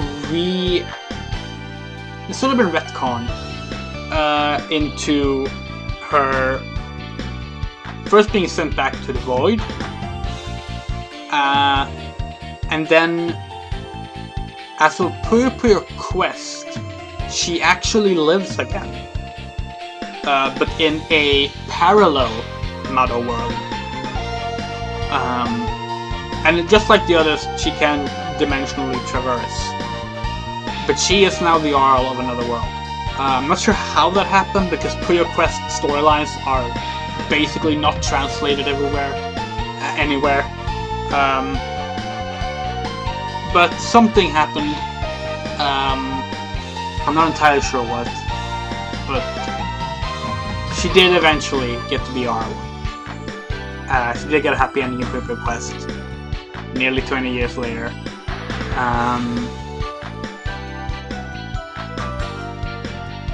But for the longest time, this was it. Like, we didn't have any other reading of it. Like, but what happened at the end of the intro was when Satan found the black box and opened it, that black box was a rift into the void. And Doppel came out through that and set up this whole thing. Satan has a rule in the current world. Satan is basically the god of the world at this point. And Satan has a rule that there are no clones. Basically, like, you're not allowed to exist if you already exist in the world. That's actually a rule that Satan has. And as such, Doppel had to win over Arl to be Arl. But she lost, and as such, she was erased. It's sad. And there it is. Doppel's main artwork. I love that picture. That picture is going to be the thumbnail for this episode. I have already made it. But obviously I didn't want to use it until we actually beat the game.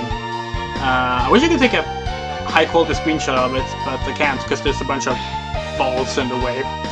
I think the PS1 version don't have these like glowing balls, so maybe I should like go emulate that and watch the credits.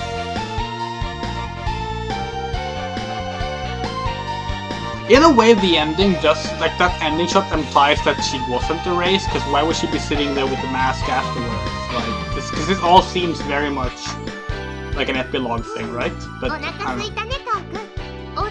Oh, you're hungry, aren't you, Comical? Let's go home. How about we make your favorite? Curry with rice.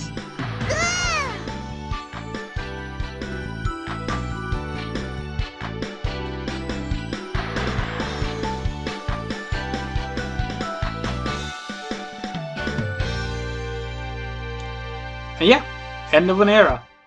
We have finished the compile mainline Puyo Puyo games.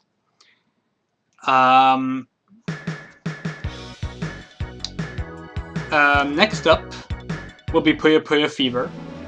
I did consider if we should play Midnight at Puyo Puyo first, but I decided to save that for spin-offs, which we'll be doing after 7. But Puyo Puyo Fever, next one, the first in the new continuity, or the new world, the new dimension, whatever you wanna, however you wanna phrase it. And it's a good one. It's a very good one. It's fully localized. It has English voice acting, but I actually have the Japanese voice pack installed. So we will be playing it with Japanese voices, which I just prefer the Japanese voices. The English voice acting is good though. It is good, but we will not be playing with it. I don't know when we'll be playing Puyo Puyo Fever. It probably won't be until after Jurassic June, unless I somehow fit it in before the end of May. Because in June, it's all dinosaurs, and there are no dinosaurs in Puyo Puyo Fever. Juan, thank you for hanging out in the chat, and this was the end of an era. And thank you all so much for watching. I will see you around.